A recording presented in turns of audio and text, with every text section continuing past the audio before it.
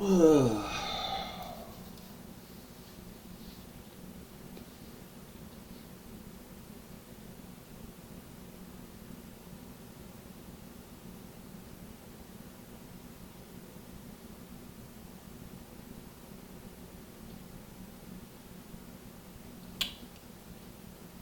need to vent, man.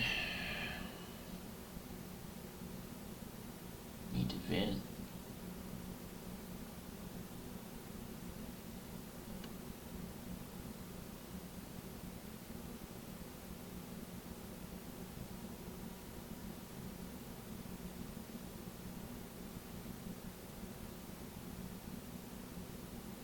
It just seems like everything's just getting worse in my life and going downhill.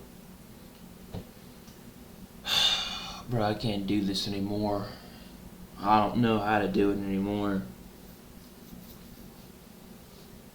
It's getting worse, and it just seems like I hate the holidays, man. Because it seems like every time around the holidays, things just tend to get worse, and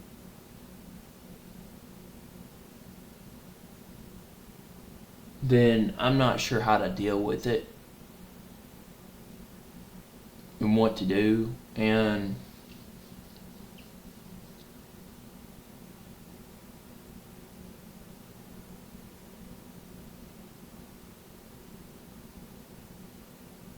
it's even worse losing my dad and stuff. I've lost my dad last year. The ALS, man, it is just everything just seems to get worse, and I'm not sure how to deal with it.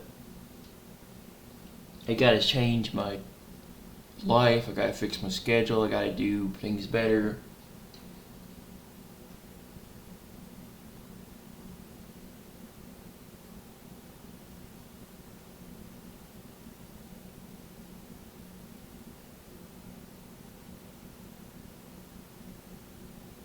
I'm really tired of this world and stuff in it. I'm kind of just ready to go.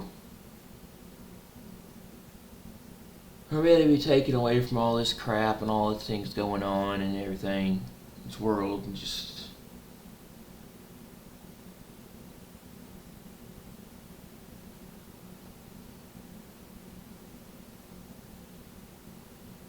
I really don't know if I want to be here anymore with the way things are going and stuff. And. You know.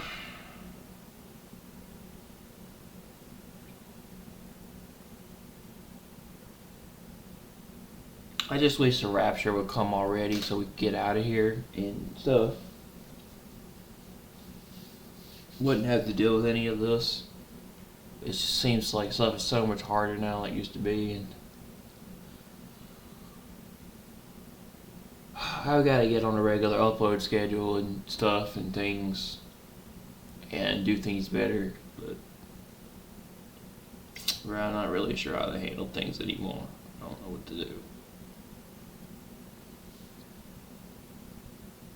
I'm always to blame for everything. I don't know what to do.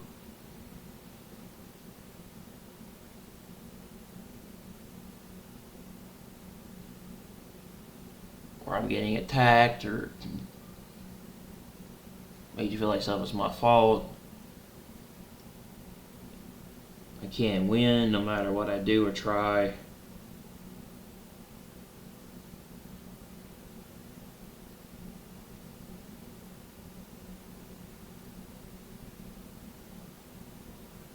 I really don't know what to do, man.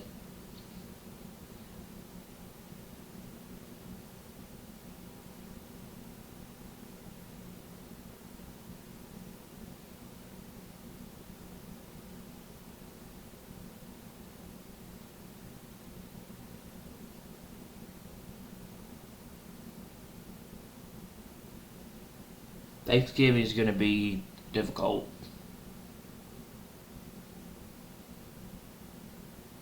Tomorrow. And I don't know how I'm going to deal with it.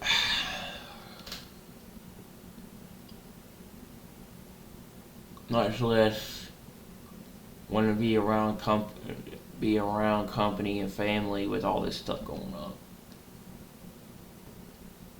Probably not gonna be in the mood to do it with all these things going on in my life. Sometimes you just don't want to deal with all this stuff and all this craziness with family when you got all this stuff going on in your life.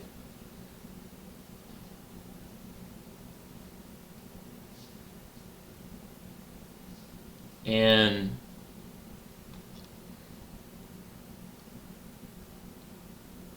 I don't know, man. The holidays are going to be hard this year.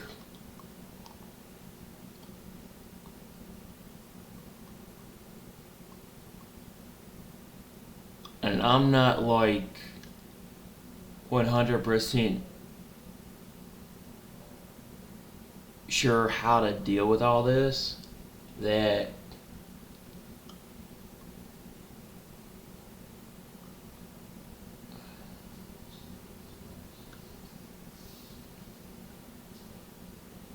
I don't know if I'm gonna go this year with stuff, man, because it's just like too much. And I can't even get ready. So I can't even get ready because we've had a bunch of problems the last couple of days, and our water heater went out, and we don't have any hot water. So there's a lot of problems going on and issues. So it's just always something. It seems like things get worse around the holidays for me, for us, for the family, and everything. And I'm not quite sure I was how to deal with these things anymore. And yeah, we just can't. Things are not normal. Like, things are not functioning normally like they should be. And hey, sweet. There you are. I was looking for you. And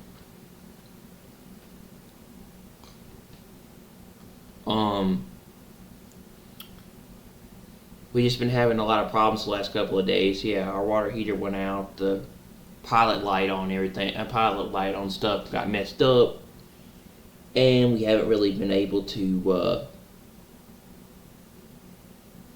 get everything working normally again. And we won't have all this fixed till either Monday or Friday or Monday. So it literally ain't gonna be done. It ain't gonna be ready to be fixed until after Thanksgiving or December 1st, which is Saturday. So actually, it's the first thing. No, that's 29th. My bad. But yeah.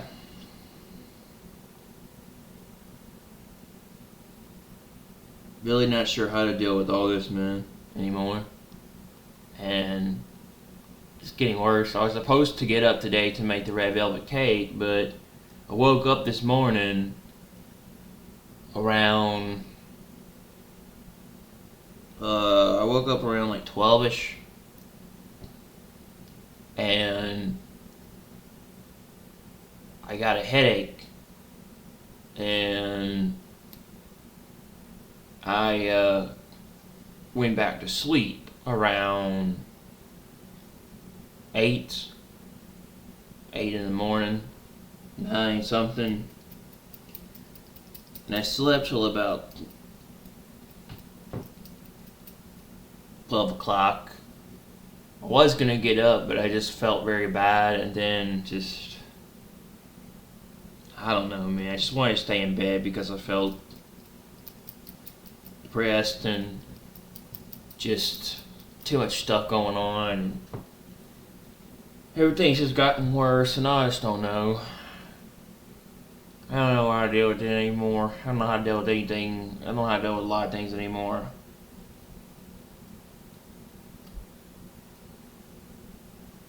Stuff is just tough, man. My life has changed the last 3 years. My dad's gone.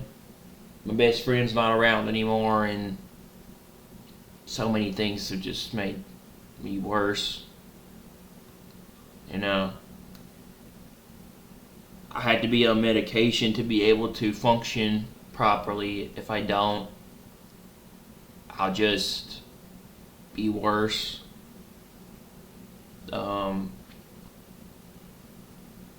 Because things are just, I have been in a bad place, like with certain things, anxiety and depression.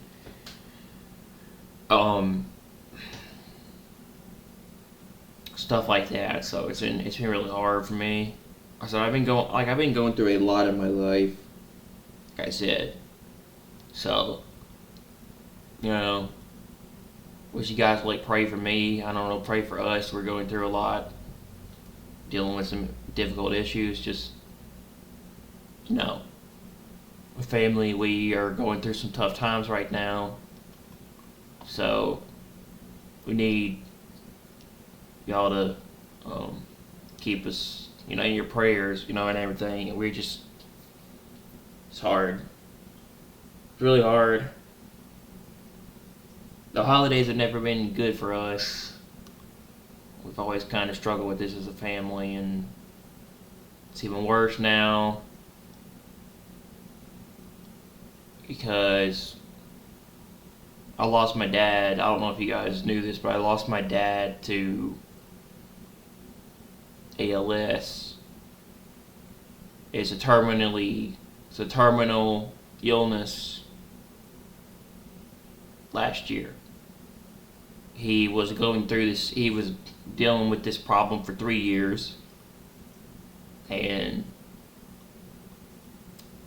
he died last year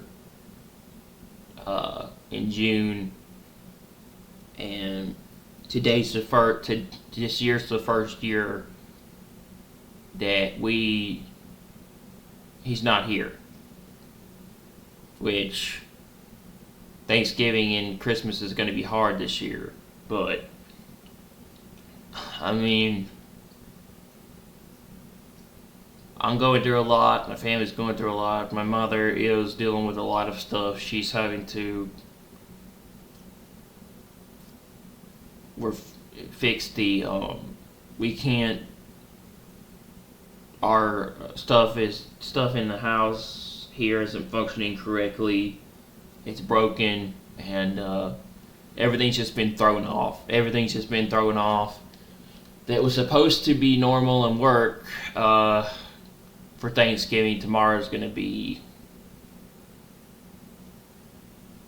difficult and the hell of a situation to deal with.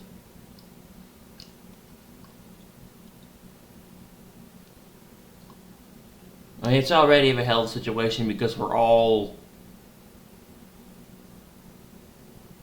on separate time schedules, but it's even more difficult now because normal stuff has been thrown off, and now it's just going to be really difficult and a hell of a hard time to deal with, and I don't know. I ask you guys to pray for us. Hopefully this will work out and we can get it fixed. I don't know, but it's going to be difficult. It's going to be hell to deal with, and I'm not looking forward to it. I'm definitely not looking forward to the fact that I can't even get ready for Thanksgiving to show up to be nice for family, I don't really want to show up without I don't really want to show up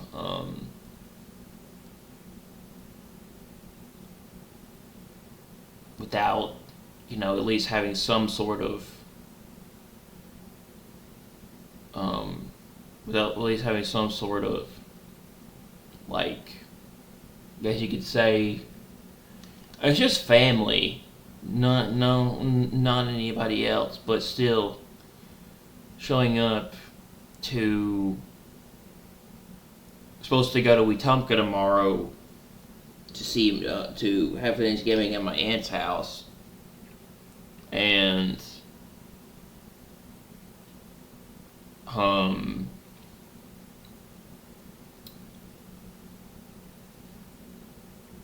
I mean, I'm just trying to figure out, like,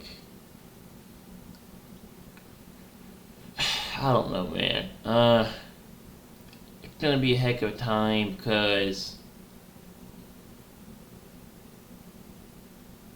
it's going to be difficult to deal with because it's going to be hard, and that's like I don't want to show up to family, not at least not looking like caring about like the way I look and my hygiene and like knowing like showing up to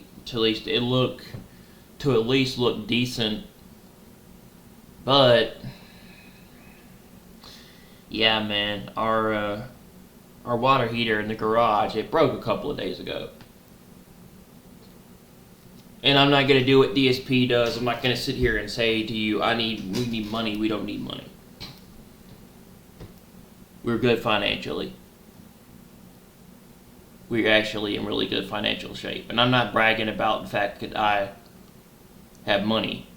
I'm just saying that it's just a problem, But our water heater's been broken for a couple days now. It broke Thursday. It broke Tuesday or Wednesday. It started not working, and it started being a problem. And so it's kind of just throwing everything off. And then I had a headache, and that made things even worse. And me and my mom, we were supposed to make we make red velvet cake every year. We make a cake every year for Thanksgiving, and we usually make red velvet cake. So, but we didn't get around to doing that, and so everything's just kind of just been thrown off. So, yeah, I don't know what to do here. Just asking you guys to kind of, like I said, pray for me because I have been going through a lot. First I've been dealing with a lot of stuff I've been dealing with a lot of stuff mentally and physically to my health, depression, stuff like that, and now everything has gotten worse with the family, and now we have a problem with our water system. It will not function correctly because it messed up, and we won't get that fixed till either Friday or Monday. So close to December is when we're not going to get is when we will not get that fixed until. But no, I'm not gonna ask for $2,000 or I'm not gonna ask for $200. I'm sorry, I've probably lost my mind and gone crazy. There are days that I feel like I'm gone insane. Okay, and everything really. Personally, I'm going insane in my own head. To tell you the truth, nuts because I don't really have many people to talk to and stuff to do, and I have my best friend, but he doesn't seem to be available anymore. I don't know what's going on. So when you're alone enough by yourself with your own thoughts in your own head, you tend to start to go insane and crazy. You start to lose your mind, and you start to become nuts. You go batshit insane. I feel like one of these days I'm gonna have a psychotic breakdown again. It might end up back in. Did I tell you guys about the story where I don't know, like, I ended up in. So, last October, okay, when it came to it, things got so bad for me. And I was also in Vegas, like at this time. I was in Vegas. I was in Las Vegas. I was. We took a trip to Vegas. With family then, too. Relatives. And we all stayed in Vegas. We went to go see Michael Jackson and the Eagles. And do some other stuff. Things were so bad for me Things were so bad for me in Vegas that I almost had a psychotic break.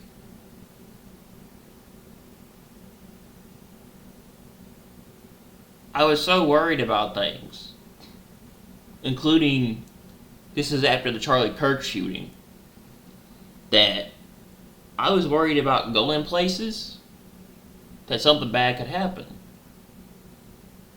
People looked at me like I was nuts and insane. My family's always kind of looked at me like, oh, I'm a little crazy and nuts. But I'm right about a lot of things. You know, and it seems, oh, you know, you're a little bit psycho. Which could be true. I say there are days that I carry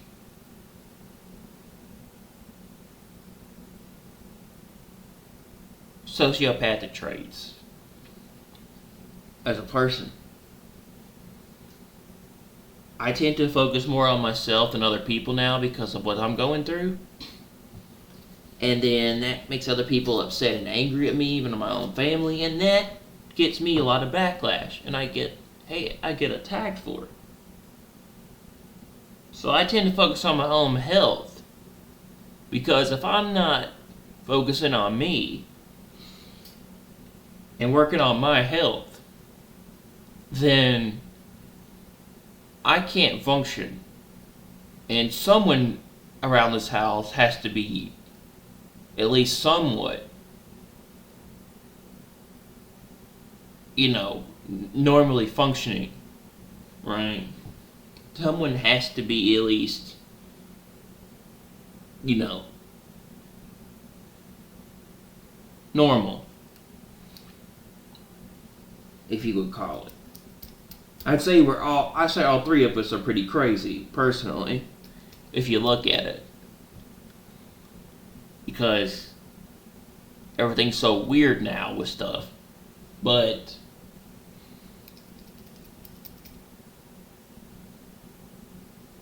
yeah, it just got even worse. And you know, things just aren't functioning normal lately. So we're going through a really tough time right now. All three of us.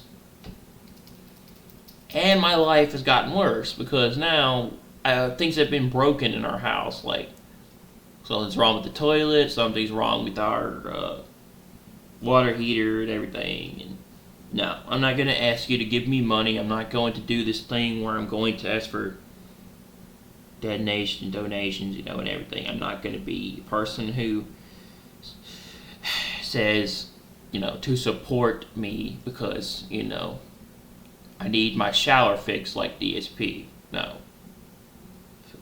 Just asking people for a $200 donation for a shower is just, you know, ridiculous. I get it. Some people can't pay for their utility problems, but yeah, it's just gotten worse, you know, and it's depressing. It's very depressing. Things have already been kind of depressing for me. I mean, I guess things were okay with the family until we got to this issue, but we all kind of have now kind of had to, like, change the way things are again, and it is, I don't know how to deal with stuff. So, That's one of the reasons why I sleep all day and then wake up, because I just don't care. One, or two, I'm not feeling good half the time anymore with stuff, and it just gets harder. Um, and I've been going through mental and physical issues, you know. But yeah, so anyway, I ended up in the hospital back in October because things got so bad for me, and I ended up staying there for like 6 or 7 days. I didn't go there on my own will, unfortunately. My mother, and I understand why she did it, but it's still just crazy to me personally, and it's kind of made things a little bit more difficult personally, like at times. Went to the courts, went to get a court order to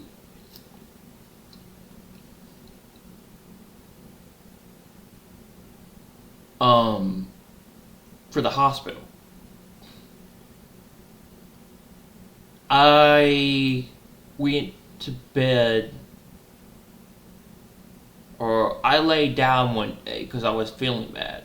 I had a headache again. And when I went to go lay down, immediately the following night, I was surrounded by cops. Policemen came into the house, surrounded my bed, and I was like freaked out and shit. And it was just nuts.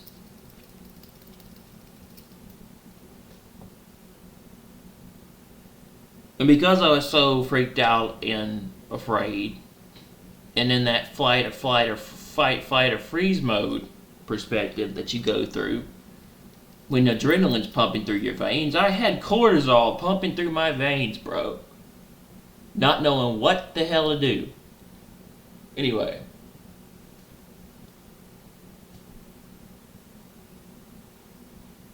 I tried to run. And that surrounded me, because the first thing you think when cops surround you or around you is three things. This person's nuts. Okay, you're gonna come in on everything. Number one. Number two, what the hell's going on? And three, why do I have cops in my house? Right? You know? And shit. Okay. Why are the police here? Because one, I never had a criminal record. Two, I've never done anything to be arrested. And three, I mainly abide by the law, so I've never broken the law. I've never done anything that was that I got criminally charged for. Dude, I don't drink, I don't smoke. I've never driven a car while driving under the influence. Okay. Never even been arrested for doing things. I don't think I've even been arrested for stealing anything. I don't think I've stolen anything. Now, I have my theories and my opinions and thoughts about the government and the way they run things, but that's for another time. And I've already talked a little bit about that in my videos. But, you know,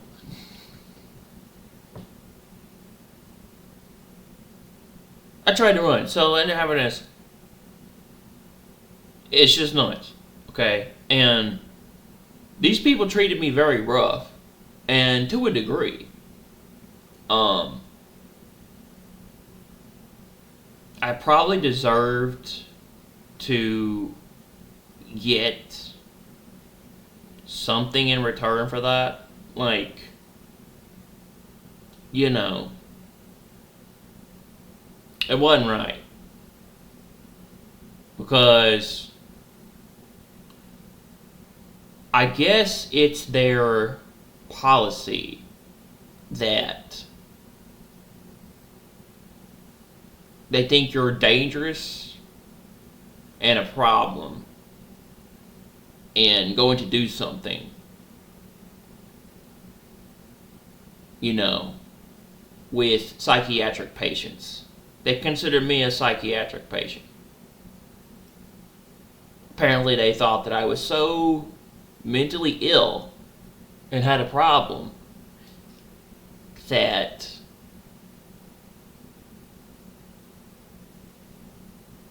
I couldn't function, that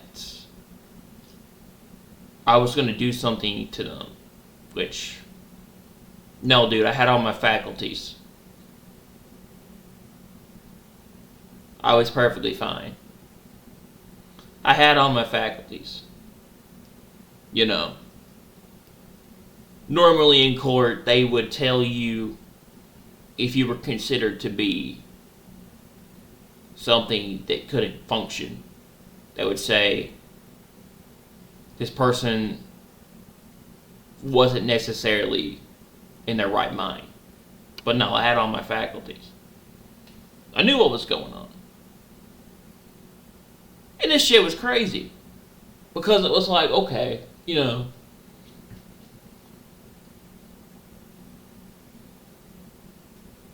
Anyway.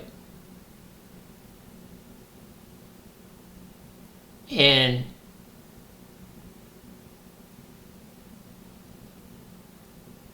they treated me like a criminal. They made me stand up, put my back against the wall, and they handcuffed me. And those handcuffs are tight, man. And it was just ridiculous because I guess they thought that I was going to be a threat.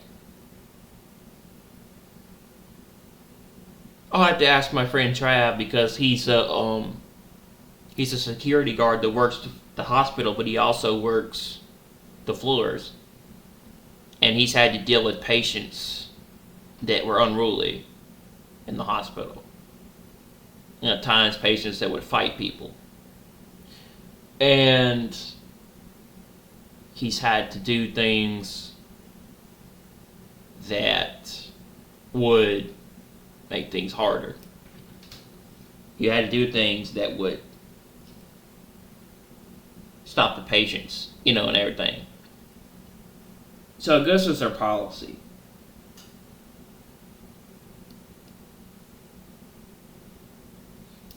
I mean, I wasn't gonna fight them. I'm a pretty chill person, pretty normal. I'm not gonna do anything to somebody. Unless you piss me off and make me angry, and then yeah, I might end up fighting your ass or doing something. But I'm pretty chill, pretty normal individual. I'm not gonna go off the rails. I'm not crazy, but they thought I was crazy. I think I need to be on all sorts of pills, all sorts of medication, stuff like that, you know. Be it, maybe I do have anxiety and depression, you know, but I was nuts. Apparently they diagnosed me with psychosis, which is, no. I'm not going to be Michael Myers, escape from Smith Grove, and then go murder a bunch of people in my own neighborhood with a knife. That's what they assume. They assume I'm psychopathic, which, no. I'm not Norman Bates from Psycho. Okay, you know, and stuff. No. That's not the type of person. I'm not crazy in the head. I have all my faculties. I'm normal. I'm not nuts. Okay. People think the thoughts I say in my own head and my opinions and my ideas is a little crazy. Even in my own family. Like I said, I try to tell my brother about what I believe is the end times of certain things and the digital ID and all these things. My opinions, my thoughts might be a little crazy and nuts. But I truly believe those things. You know. I just say what I think compared to other people. And give my own opinions and thoughts on things. You know, I give my theories. I mean, I give my opinions and ideas on topics. And sometimes people like them, sometimes people don't. Sometimes a lot of people do like them. They find them interesting. And yeah, they might be a little crazy and nuts. But I'm not psychopathic. I don't have traits that are a psychopath. Psychopaths lack empathy. They have a lot of characteristics that make them the way they do. I'm not that person.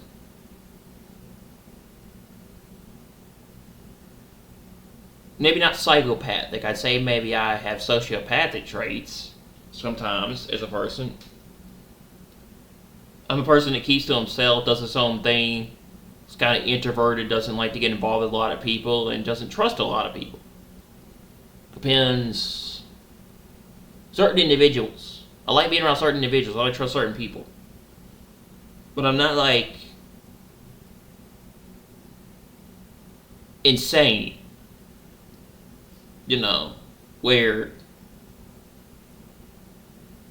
I'm like perfectly normal to a point where I know what's going on and have all my faculties. I'm not going to be like, I'm not like most patients that are in the hospital where they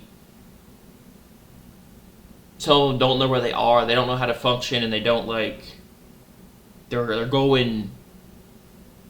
acting crazy. Because let me tell you, bro, I've been in that place now twice, and there have been worse people than me. When I tried to sleep at night, there would be people screaming and yelling and acting up a storm. Being mad. Walking the halls at night, bro. There's some crazy ass motherfuckers in that place. And I was fairly normal. Considering. And some of those people in that place were actually fairly normal. And seemed like they were functioning fine to me. So, I think they classify you as being crazy, but you're normal. Normal functioning, but they make you think you need to be hospitalized, put on pills, and certain things, okay? This was nuts because, like, they forced me in the back of a cop car. I had to, like, be back there, and it was like late at night. Dude, I don't know. It was the worst experience ever. It was. And then being in that place, and then I couldn't sleep there, so they thought, okay, it would be good. It would make things easier if they injected me with some kind of medicine. And ever since then, I don't know if I've been the same and functioning the same. Because, like, probably ever since I came off that medicine, it's just made things a lot harder. But it's like, yeah, I don't want to go back there again. Like, you know, and everything. And now I'm forced to have to be on medication and do things I don't want to do for probably the rest of my life. Because I was forced to have to go to court. I was forced to have to deal with the courts because of my crazy ass mother. In a sense, right? So, you know, I don't normally talk about things. I don't talk about these things anymore because I changed. I got away from this stuff over the years. But it's like every now and then I gotta vent. I really do. You know, to talk about things. You know, I'm like, okay, this makes a lot of sense, right? It really does. You know, it's just, I just think this thing is just nuts. Because now, I have to be taking medication by the courts. And if I don't agree to take this shit, I have to go back to the hospital. Because I'm like on court order, like, you know, like, someone's on bail and they have to, like, they can't go to certain parts of the United States or certain parts over the county line or certain places, bro. It's just ridiculous. I feel like a criminal in my own home. I feel like a prisoner. I feel like I'm trapped in my own perspective. And I don't want this, but I have to do it. I don't. There are days I wake up and I don't want to take this shit, but I have to, you know, and everything and stuff. There are days that I don't want to be here in this world anymore. Really, I don't. You know, I don't know if you guys feel like me. If you've ever been like, I've just had enough and I don't care anymore. Don't want to be here. You know. There have been times I've been suicidal, man. I've like thought about wanting to kill myself and leave. And I was like, maybe putting a bullet to my head would be make things a lot easier, you know? So, like, it's just,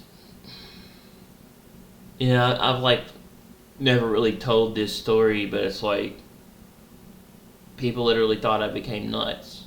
And it's hard not to be nuts in a society currently this year that is full of craziness and stuff. A president looking like he's ushering in the future of AI, robots taking over people's jobs, doing all this stuff. I mean, man, we are in a crazy time period. We are in probably the end times, you know, if you look around. And shit, digital ID, war about to break out in the Middle East, war about to break out with Venezuela in our own country. I mean, wake up, man, for real. Just wake up. If you're not crazy in society, if you're not crazy in the society we live in, then you're not sane. Personally, you are not sane. You are not sane in the head. You have to be crazy to live in the society we are in right now. Because it's nuts. Okay. We have a president that has changed a lot since his first term. And is doing a lot of shit. If you're not at least a bit crazy in the head, you're not sane. You're not. And if you don't believe in the end times, well, then you don't know what the hell's going on.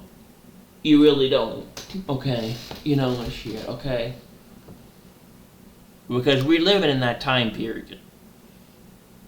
And then people look at me, you know, my own family, and think I'm crazy. I'm not crazy. I'm sane compared to most people. You know, it reminds me of the Eminem song. What was it? Marshall Mathers. I like old Eminem, but what was it? That album never released. It was 2007 Key Mathers album. It's called The Apple, and that song is so relatable. Talks about the apple not falling too far from the tree, you know, and everything. And him explaining, like, I'm not really crazy, you know, I'm just, you know, I'm just a person who has a lot of controversial opinions, right? You know, and it's easy for me to get out of the things I want in my own head than to keep them in my head. Because if I do, I'll go crazy and insane. I will. Being by myself, being alone. If I don't get what I do out on paper or with what I do or thoughts in my own head, it starts to make me feel crazy. And then I start to sit there and just think for hours, and it's not good.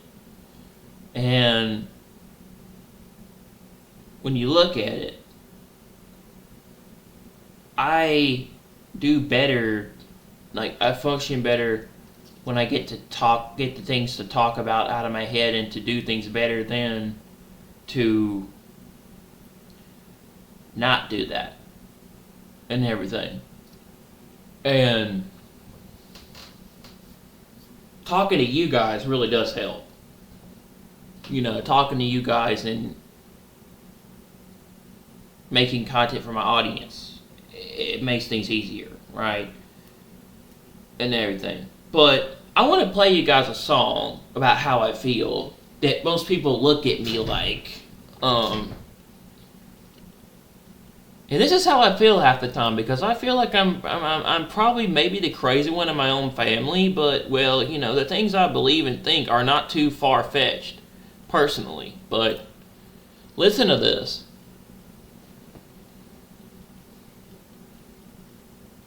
So this is an old Eminem song.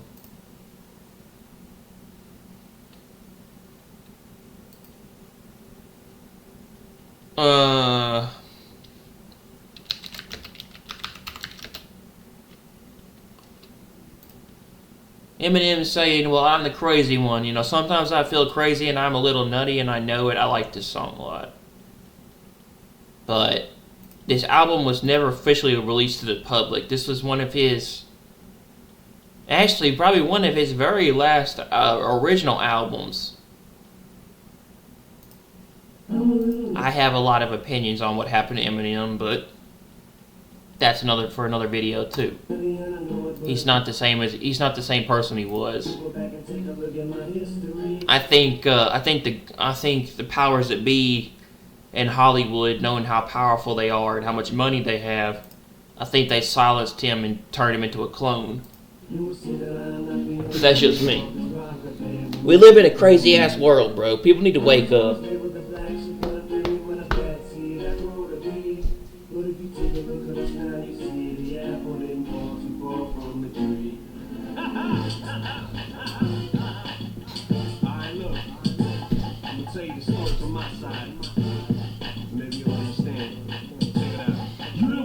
Unexplainable shit, too insane to explain. People run from what they just don't get. Maybe say they should've just hit him with a little bit. Did I speak too soon? Should I? Good song too. Never heard it. You need to listen to it.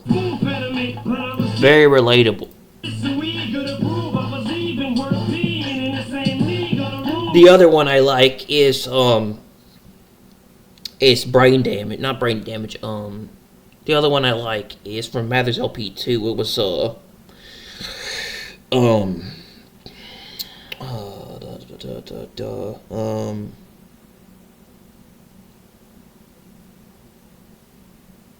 can't remember what it was called. For the people of whom I was in, every now and then I look up like I was seeking approval. Was it because of the pigment on my skin, or was it the figment of my imagination? Maybe it bothered me more than it did them. Maybe it wasn't a big deal back then, but to me it was. See, what it was I developed a complex from being judged. Who spit his verse? Now I'm next to see who boss. I'm in the booth staring back to see who smokes. I get a reaction from usually the first stones. I like Eminem because we have similarities. You know, we're just can do things in a way that other people can't do. We have a talent. We have a talent and an ability to do stuff like this. In other words, we're like really good at what we do. We have an ability to get out things. You know.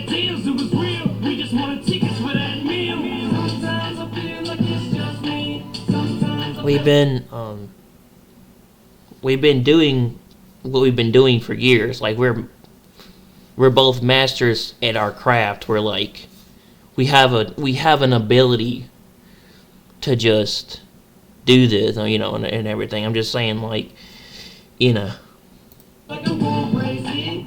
we have a talent to just get people to understand. I don't know. It's just something about it. It's just like it's a gift.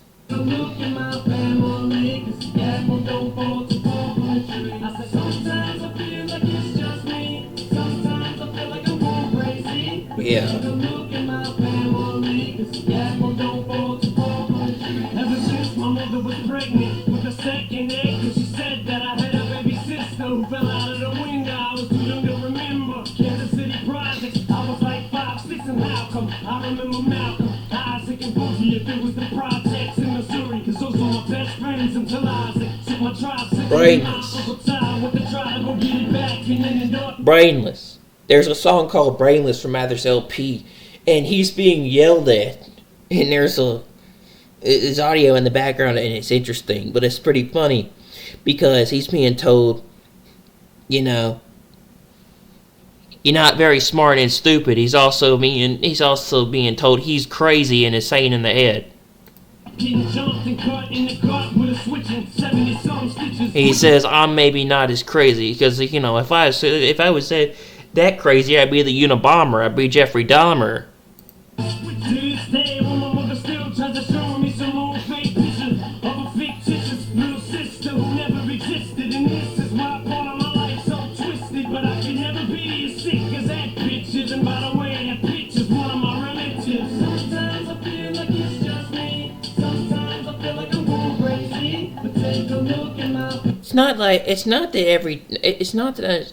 But every now and then I have to vent. And lately I feel like I've kind of been attacked and made to feel like I do everything wrong. Like lately I can't seem to I can't seem to get it right no matter what I do.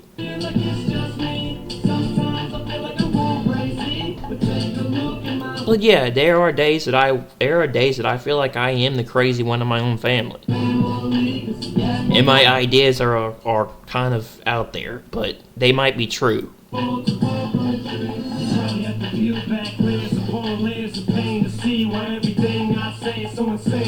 different about my brain that separates me from other players in this game? On the surface, it may seem like a scheme or some sort of scam for me to get some damn. But I'm not crazy, bro. I'm not crazy. I'm perfectly sane and have all my faculties.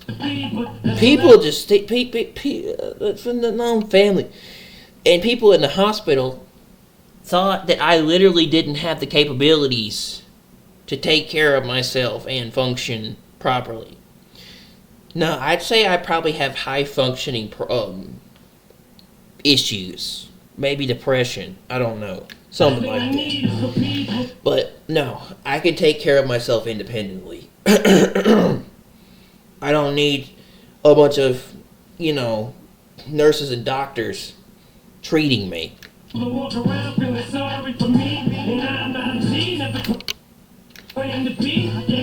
But being on medicine, just being forced to take medicine. There's a difference between taking medicine and being forced to take medicine. And yeah, I'm probably going to be on this shit the rest of my life until I'm able to get off of it, and I probably won't be able to, because now I'm forced to have to do it. And I'm afraid one of the main factors is I'm afraid I'm going to get so used to it, I'm going to become addicted that I'm going to have to need it the rest of my life. And I've never been a person who relied on prescription medication or drugs or medicine for most things. I'm not a person who takes prescription medication. But I'm saying that, that's the thing. I'm afraid I'm going to be taking it so long that I'm going to rely on it and I'm going to become addicted to it. It's going to become a thing. I'm going to need it to survive. And then I'm afraid that something could happen to me. So I could die from, taking these, and everything. I don't know. It's scary. Psychiatric drugs is scary. And I don't like the idea that I have to rely on psychiatric medication to live and survive, to function, to get through everyday life. That scares me. But, I blame the court. I blame the fact that, my own mother decided to just go and do some crazy shit and then get me involved in stuff I never knew anything about. Cause we ain't looking for beef, but if it comes our way, wonder we turn the other cheek. Come on. Sometimes I feel like it's just me. Sometimes Like, I love my mother, I do, and I care about my family, but they are nuts sometimes. They are nuts, and they don't really give me the time of day to recognize how I'm right about a lot of things, and they don't really understand. They don't give me the credit.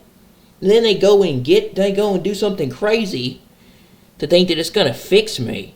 Well, no, you can't fix me, dude. I'm the way I am for a reason. I feel like I'm going crazy, but take a look at my God made me the way I am, and I'm not gonna change that, unfortunately. I'm fine just the way I am, and thinking that you're going to get psychiatric drugs to fix me isn't going to change anything. It ain't gonna get rid of my ideas, it ain't gonna change my opinions, it ain't going to change the way I feel about things. It ain't gonna be like, oh, all of a sudden it's just gonna fix me. No, it's not. I'm still gonna be the way I am for a reason. It was nuts, like taking that, and shit, right? Look, I don't know. But yeah, being forced to have to rely on psychiatric medication the rest of my life is just nuts. It is. It is. Like, I never thought it would come to this day where it'd be like, oh, you take this shit or you go back to the hospital. You do what I want you to do, or I'm gonna call the motherfuckers over there and get them to bring you back. And I'm like, are you insane? Yeah, you probably are. And everything, right? Just, I don't know, man. If you guys were able to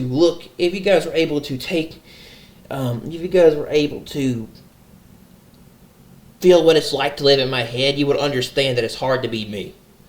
Because there's so many fucking ideas and opinions and thoughts I have about things. YouTube helps. That's why I do it. Sometimes I feel like it's just me. Sometimes I feel like I'm going crazy. But take a look at my family. Cause yeah, we'll go for the poetry. Yeah. And I'm the crazy one, right? What? Let me be the crazy one.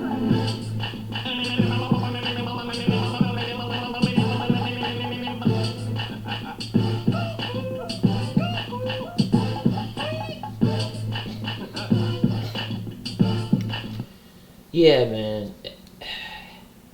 If I didn't have y'all, my audience and my supporters, if I didn't have y'all to talk to, if I didn't have YouTube and my fans, if I didn't have this, I would go crazy. I'd lose my mind. I'd probably go insane. I'd have a mental breakdown. I would be in a bad place, on medicine or not on medicine. When it comes to, right? And I wouldn't know what to do. I'd be suicidal, It would be very hard, because I have no one to talk to. Because I don't have anybody in my life anymore. No one's there. And I don't have my dad, and he's gone, and I don't really have a father figure. And the closest I have is my friend Trav. And he's a good friend to me. But I've always relied on him to talk to him and be around there for me, when it comes to it. And with him not around anymore, it's gotten a lot harder. So, like, I don't know, man. To be able to vent and talk about the things I like and to discuss stuff that I'm into, or to be able to do this helps. Because without having an outlet or being able to have something to vent or talk about, it makes everything harder, and everything. And no, I'm not crazy, when it comes to, right? A lot of the ideas I believe and think they're actually sane, and they make a lot of sense. they're they're they are perfectly normal in context, and they're not too out there. They're really not. They're not too out there. They make a lot of sense. They really do. So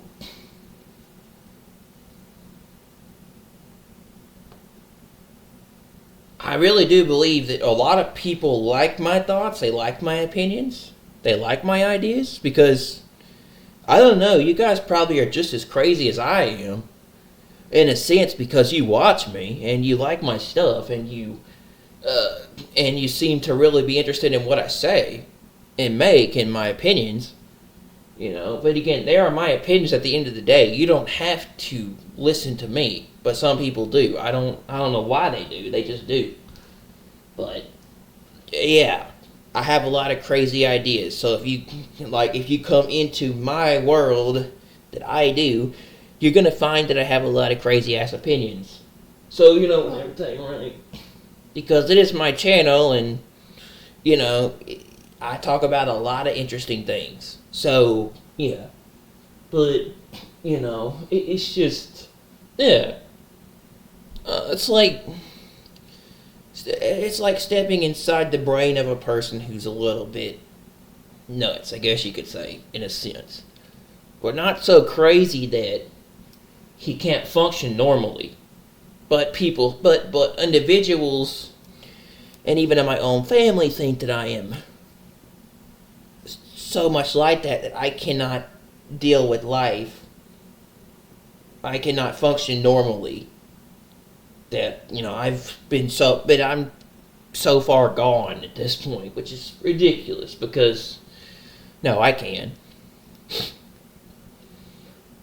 I'm just a little bit, my ideas are a little bit crazy and out there, but I don't know. But yeah, guys, I say it again, man, just keep us in your prayers, keep me in your prayers. We're going through a lot, okay? We're going through a lot of stuff. And the holidays are going to be tough for us, especially with the fact that,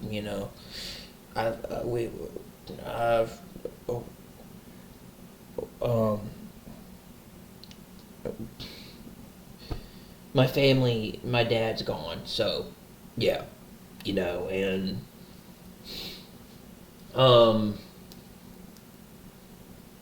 we're just trying to get things going, and yeah, like I said, we've had some issues the last couple of days. Our heater broke, and we've been having some problems, so yeah. Thanksgiving, I'm not looking forward to Thanksgiving tomorrow. It's going to be tough and very hard to deal with, because it's not going to be normal, and we're going to have a lot of we're going to have a lot of issues, and it's going to be difficult. So I wish it would have I wish it wasn't like this, but yeah, it is. Something always seems to get worse around the holidays whenever these things happen. But yeah, man, we're not going to get that fixed till Monday or Friday, and I don't know, man. I just don't know. But yeah, I'm definitely the crazy ass one of my whole family, and I agree with that one, but it's hard to deal with, so. But I don't know. It doesn't really matter, but yeah, man, just pray for us, please, man. Pray for me, because I've been going through a lot with my best friend, being alone, going through, battling depression and anxiety, and just being in an interesting state, and have been just having to do a lot, venting and ranting, and opinions. I don't know. I've just been very opinionated lately and talking about a lot of stuff, but yeah, I've been dealing with a lot of shit, and my best friend, him being sick and him going through stuff and him not doing well, me dealing with a lot of hard stuff. So it's been a lot, man. It's been a lot. It's taken a toll on things. And all I wanted to do was get up, make videos, and do nothing but, and then sleep all day. And then go to bed and sleep all day, and then wake up after that. Surprisingly, I'm actually recording a lot earlier than usual, personally, because, like I said, I was supposed to get up and we were supposed to make red velvet cake for Thanksgiving, but that didn't work out, so, because I had a terrible ass headache, and I had to lay back down, so, anyway, it's just a lot, man, it's just a lot. Just pray for us, and certain things, please. Hopefully things will get better and we can get this fixed, and hopefully maybe things will work out for Thanksgiving. I hope it will be better. I don't know. Something tells me it's going to be hard and a difficult situation. But I'll see if I can try my best. I don't think I'm going to be here, but I don't know. I really don't know, to be honest. I really don't know now. I thought I knew, and I thought things were going to be okay and they were going to work out, and I thought that everything was going to be fine. And I wasn't, and I was not going to be here. I was going to be out of town for Thanksgiving on Thursday, but now I don't know, because everything's all up in the air now, and it is a difficult situation. So I don't know. I really do not know what's going to happen now. But maybe something will work itself out, I hope. But yeah, just pray for that, and it's just a lot. Just a lot. Including my best friend, and he's not around anymore. I don't know. It's just a lot of stuff to deal with. It's just tough. Just wanted to talk about that and let you guys know. And I'm dealing with a lot. My upload schedule's off. It's getting harder by the day, and that's why I mainly upload one video per day and don't do a lot, and kind of busy, and I'm working on my certification. So I've got a lot of stuff I'm doing, and it's just a lot to deal with, and it's tough. And it just depends, so I don't know. Just keep me in y'all's prayers, and us, and hopefully we'll figure something out, and can get my life back on track, and hopefully get back on a regular schedule and upload schedule and fix things, because I really gotta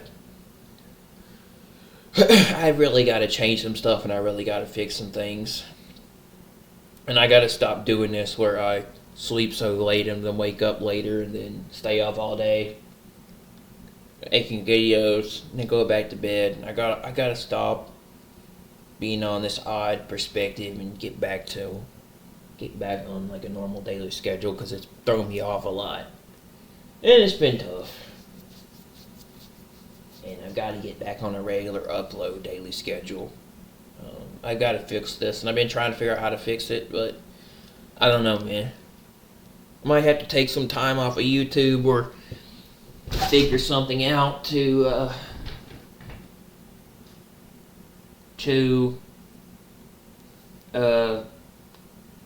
fix stuff in my life, because it is a lot. But I don't know, just please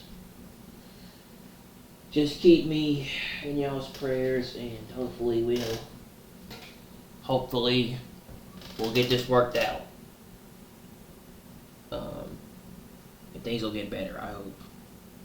Hopefully by Friday this will be all fixed. I hope. But no, I'm not going to ask y'all for money. We don't need it. If you were thinking that I was going to ask y'all for donations or money to go toward this, I'm not. I just needed to get on here and vent, say some stuff. But yeah, there are days that I feel like I'm a little crazy, so And I'm a little bit nuts in the head, but what else is new? I mean, we live in that concept. But anyway, so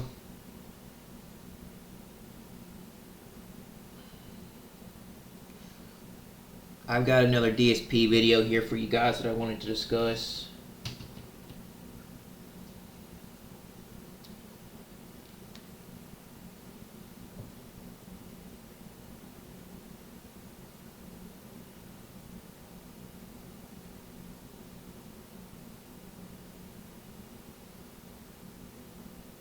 And then we'll get to the news, cover what's going on with the news today. I haven't had a chance to check what's going on.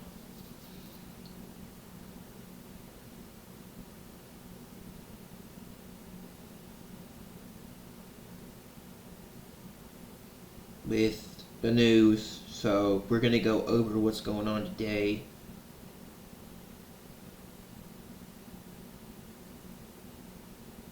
And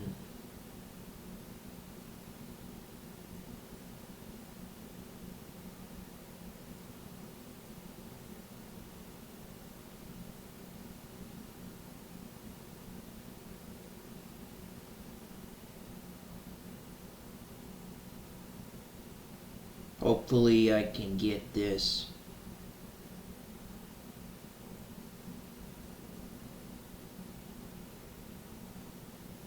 We can get this worked out.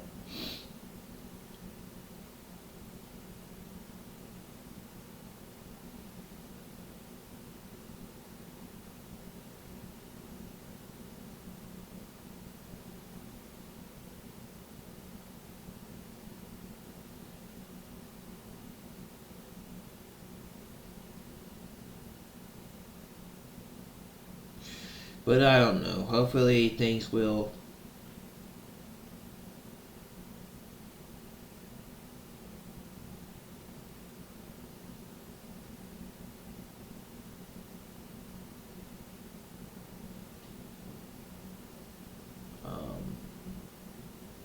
be better.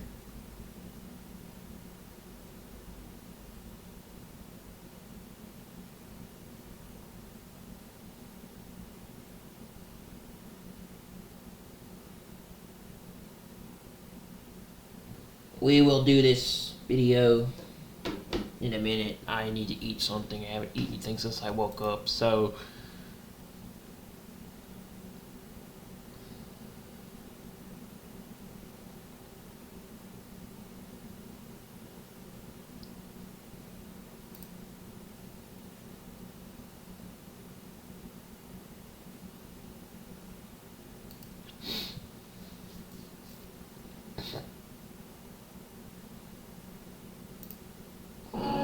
Hello everyone, TSP here. You're probably shocked that we're finally meeting face to face, although you kind of like my camera a lot. But anyway, just kind of wanted to throw this out there. I know.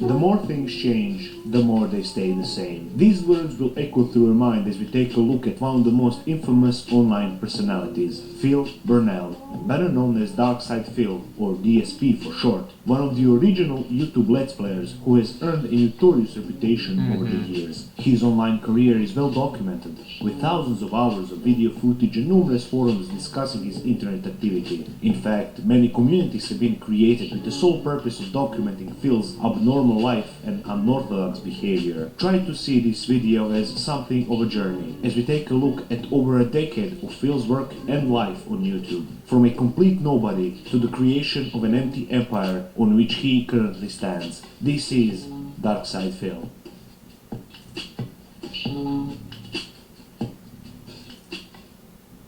There is just something interesting in watching a good trash fire. It is not that hard to conclude that watching other people fight or ruin their lives from a safe distance is something of an engaging activity. Thankfully, in this regard, we have the internet, and from this tumultuous cyberspace, many interesting personalities came to the spotlight. Many so-called lolcows became popular. If you don't know, a lolcow is someone who is famous for all the wrong reasons. This is usually because of their questionable life decisions and uncanny conduct. As you might guess, individuals like this stay relevant for the sole purpose of being laughed at, usually with them being unaware of this situation. And one of these people is Phil Burnell, a man with quite an extensive internet legacy, with over 56,000 videos on his main channel. He is quite established in the YouTube fabric, whether we want to admit this or not. But the reputation that he has garnered over the years might not be the one he expected, because it is not that hard to find entire groups of people that are dedicated to trolling and documenting his enterprise. These are the people Phil calls his detractors. A big reason why DSP is the way he is because people just give him money.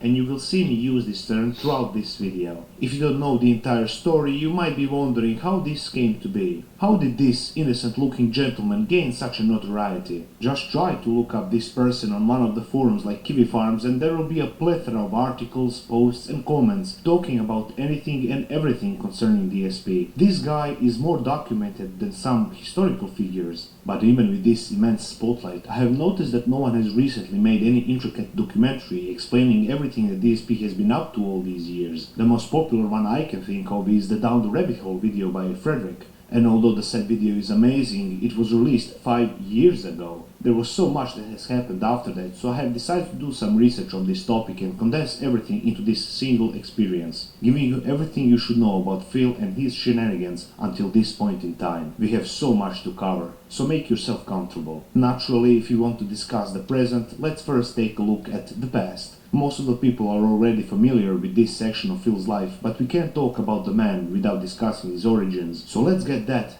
out of the way first. Alright, we got the man of all hate, the one and only DSP. Dark Side Phil. I call him Phil, because Phil's cool. Anyhow, Phil. How you feel about FC?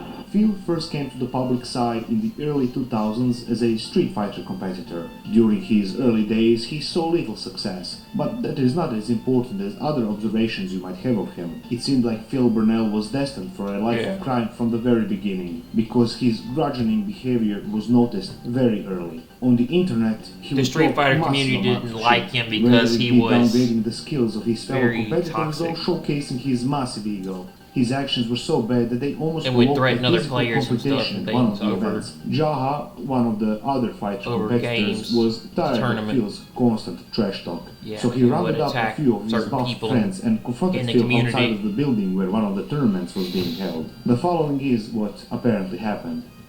The reason we fucking had to run him down, and this happened fucking twice, is because the guy likes to talk a lot of shit on the internet. And the fucking beauty of the fighting game community is that, you can hide behind a fucking screen and talk shit, just like how we have these internet trolls. But with Street Fighter, you have to show up physically to the fucking tournament. Exactly. Alright, so, everybody comes from fucking different places, different backgrounds. So, when DSP was leaving with, like, him and a couple of his boys, it was, that's when it was time to, like, roll up on him. We followed them outside, and we caught him outside. And I'm there with my freaking JVC kaboom box and shit, 'cause that's how I roll and stuff. And I was with a couple of my fucking boys, and they were getting up in, like, DSP's fucking friends' faces too, just to fucking make sure none of them got crazy, but they were all fucking shitting bricks. And I'm fucking getting up in his face, asking why the fuck he's talking shit, what the fuck's his problem, and he's fucking just fucking cowering and all fucking scared, and him and his friends are trying to fucking leave, and we're not letting them, and then, I pretty much make a long story short, I pretty much just fucking told him, hey, you fucking lost one match, you're gonna fucking pay him fucking $10. Due to the amount of times Jaha said fucking, I would guess that he Yeah, he either really speaks Urdu as tried a to, child, like- or he really has a limited vocabulary. Either way, we He did tried to scam him out of money after he won that. After he lost that match, get the it point was a of the money match. story. Unlike his tough internet persona, when confronted in real Tried life, to get away Phil from wasn't getting so that keen money. on tossing insults. This is a common scenario for many internet Because that's what Phil stalkers. does a lot. he looks like scams the his risk of audience to get physical money out of violence him. wasn't enough to deter him in his behavior. The most troubling aspect of his personality was the obvious superiority complex, which he never backed up by actually proving his skill. His talk was usually much bigger than his walk. Phil's poor performance and attitude towards fighting games didn't help the matter, because he never believed He his became failure famous was for due to his getting own third actions, place in but Street rather the Fighter fault 2 of some 2 random Turbo. superficial events that put him at a disadvantage. That's what made him popular, This is he behavior will be important became known to us for later. becoming a If you Street watched Fighter any 2 of his Turbo interviews or posts player and during this time, it was proclaimed easy to himself to see be a that Phil professional hates pretty gamer. much anyone and anything, and his conduct reflected that. Everyone in the community and the outside took notice of this. His rage was so recognizable that he even got a nickname, the King of Hate, which he later embraced. It seemed like nothing would ever make him question his actions, because he always had the ego of a man who was on his way to the top.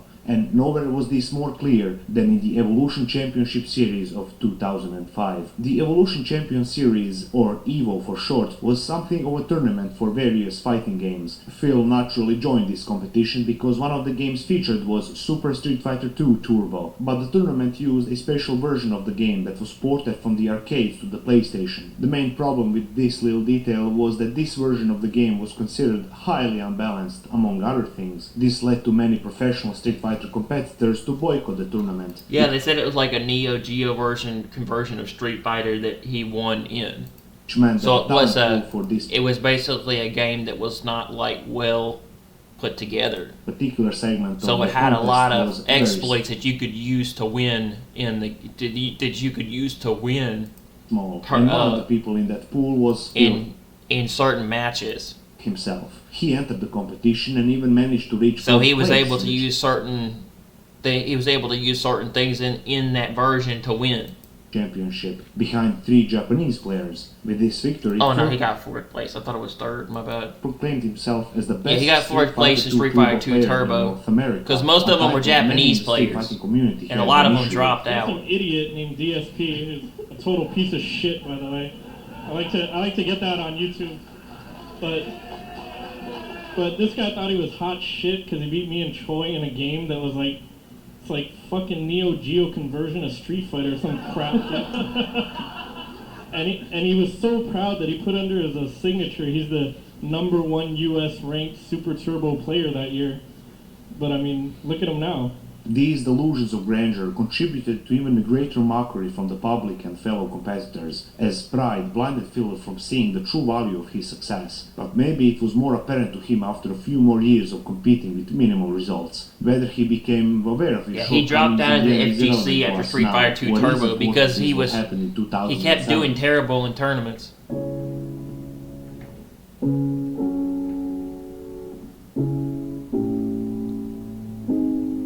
And then he got fired from that helicopter job, which 6 years later, so I would be 16. DSP said that he got laid off. That they were having some having some changes in the company, but I'm pretty sure he got fired from that job. He got fired from his helicopter job, and that's when he started to do YouTube in his spare time. And he made a lot of videos. He made a lot of videos at the start, but his quality was not very good compared to other creators because he was behind when it came to moving ahead with the platform.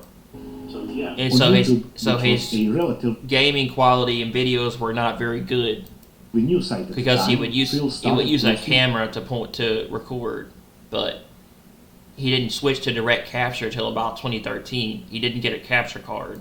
Let's Play videos on his newly created channel called Dark Side Phil, and considering the fact that he was one of the first people to do this, he quickly gained a large The quality at the time was pretty good for YouTube where it was, but now by today's standards, it's really crappy.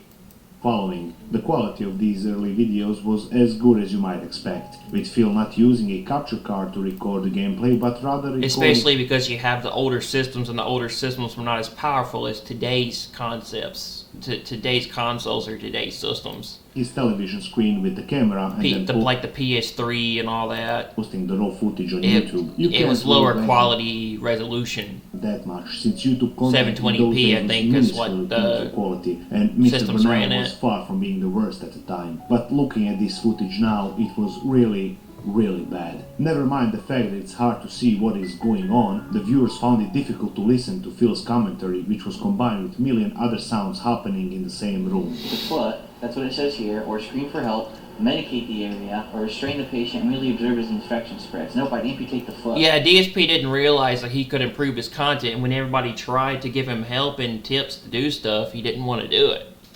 He didn't want to improve. Question. Unlike today, where He could have moved his camera closer too. That way, the audio quality could have been better. But yeah, he refused to adapt. I mean, he refused to change his stuff until about everyone and their dog wants to have a successful 4 Let's years Play later. YouTube channel. Back then, the viewer's choice was very limited, which meant that it didn't Yeah, matter but the how quality bad is- the quality of the content was. With the quality's rise of really dark popularity, compared to Phil now. also created another channel called The King of Hate, where he would post vlogs and updates about his work. It was here that he also created the infamous DSP Tries It series, where he reviewed drink, food and other accessories. However, his newfound fame came at a cost. In 2010, someone at Ubisoft complained about Darkside Phil's gameplay of Splinter Cell Conviction, prompting YouTube to shut down his channel in order yeah. Somebody copyright struck him for Splinter Cell Conviction, and there was a problem, and he got demonetized. to avoid any potential lawsuits. Later, it was found out that Ubisoft didn't make any claim. Rather, it was the work of some anonymous internet somebody user. online But did when that to people him. found out about this, the damage was already done. Having had his channel shut down, Phil created a new one called DSP Gaming, which he uses until this very day. I used to have a channel on YouTube called Darkside Phil. And this is the time when he got fired from around his. He got fired from his. He got fired from the job he did. His dad gave him this job, and his dad was a military. He was in the military, and he got his son this job, and he got. People say that he got fired, or he supposedly got fired. Phil says that it was because there were like shifts in the company and stuff, but a lot of people have speculation he got fired. He got fired, and then he decided to become a full-time YouTuber around 2012. 2011, 2012. Had over 76 million views, had this just about to hit 60,000. And he started making videos full-time in 2011, 2012. And then he switched to direct capture about 3 years later. Locked back in. They won't give me a chance to get reinstated, so to hell with it. The unfortunate situation with Ubisoft has shown Phil just how vulnerable he is to these kinds of attacks. So he came out with a plan to create Oopsie. a lot of channels for various didn't have it Let's Plays. up. By doing so, he could post gameplay on many sources with no connection to the main channel. Obviously, this was done in an attempt to protect his new channel from future attacks by creating proxies. But this incident with Ubisoft wouldn't be the worst thing to happen to him that year, because in 2010, Phil also lost his job at the helicopter company where he worked at for many years. Broke and with no way to financially support himself, Phil has decided to take advantage. Yeah, and apparently DSP also went to college. He went to business school, but yet he doesn't quite understand how to run a business. Of his newfound celebrity status and decided to become a full-time YouTuber. He was a valedictorian in school, and he went to AdSense account so he could business monetize school, his but name. yeah, The he process doesn't of getting understand a lot paid about how to run a was quite business. straightforward. Yeah. You were paid based on how many people saw and interacted with the ads in your videos. Phil understood this concept and went on to do the worst possible thing he could do. He started encouraging more interaction with ads on his videos. If Phil had spent more time studying Google AdSense terms, he would have realized that requesting users to click on ads was prohibited, and this huge blunder would have resulted in Google canceling. Yeah, YouTube told him not to spam. YouTube had a rule where you're not supposed to spam. You're not supposed to spam and stuff with ads. You're not supposed to click on the ads and spam it, and that kind of is what kind of got him. Again, in a bad place. His AdSense account. Every opportunity Phil had where he was in a good place, he blew it, and that's why he has to. That's why now he's on YouTube having to rely on money from his audience every time he gets on stream. This created a very bad situation, since now Phil was left with no job, no ads on his videos, and most importantly, no way to make DSP had it good until he literally blew all his opportunities.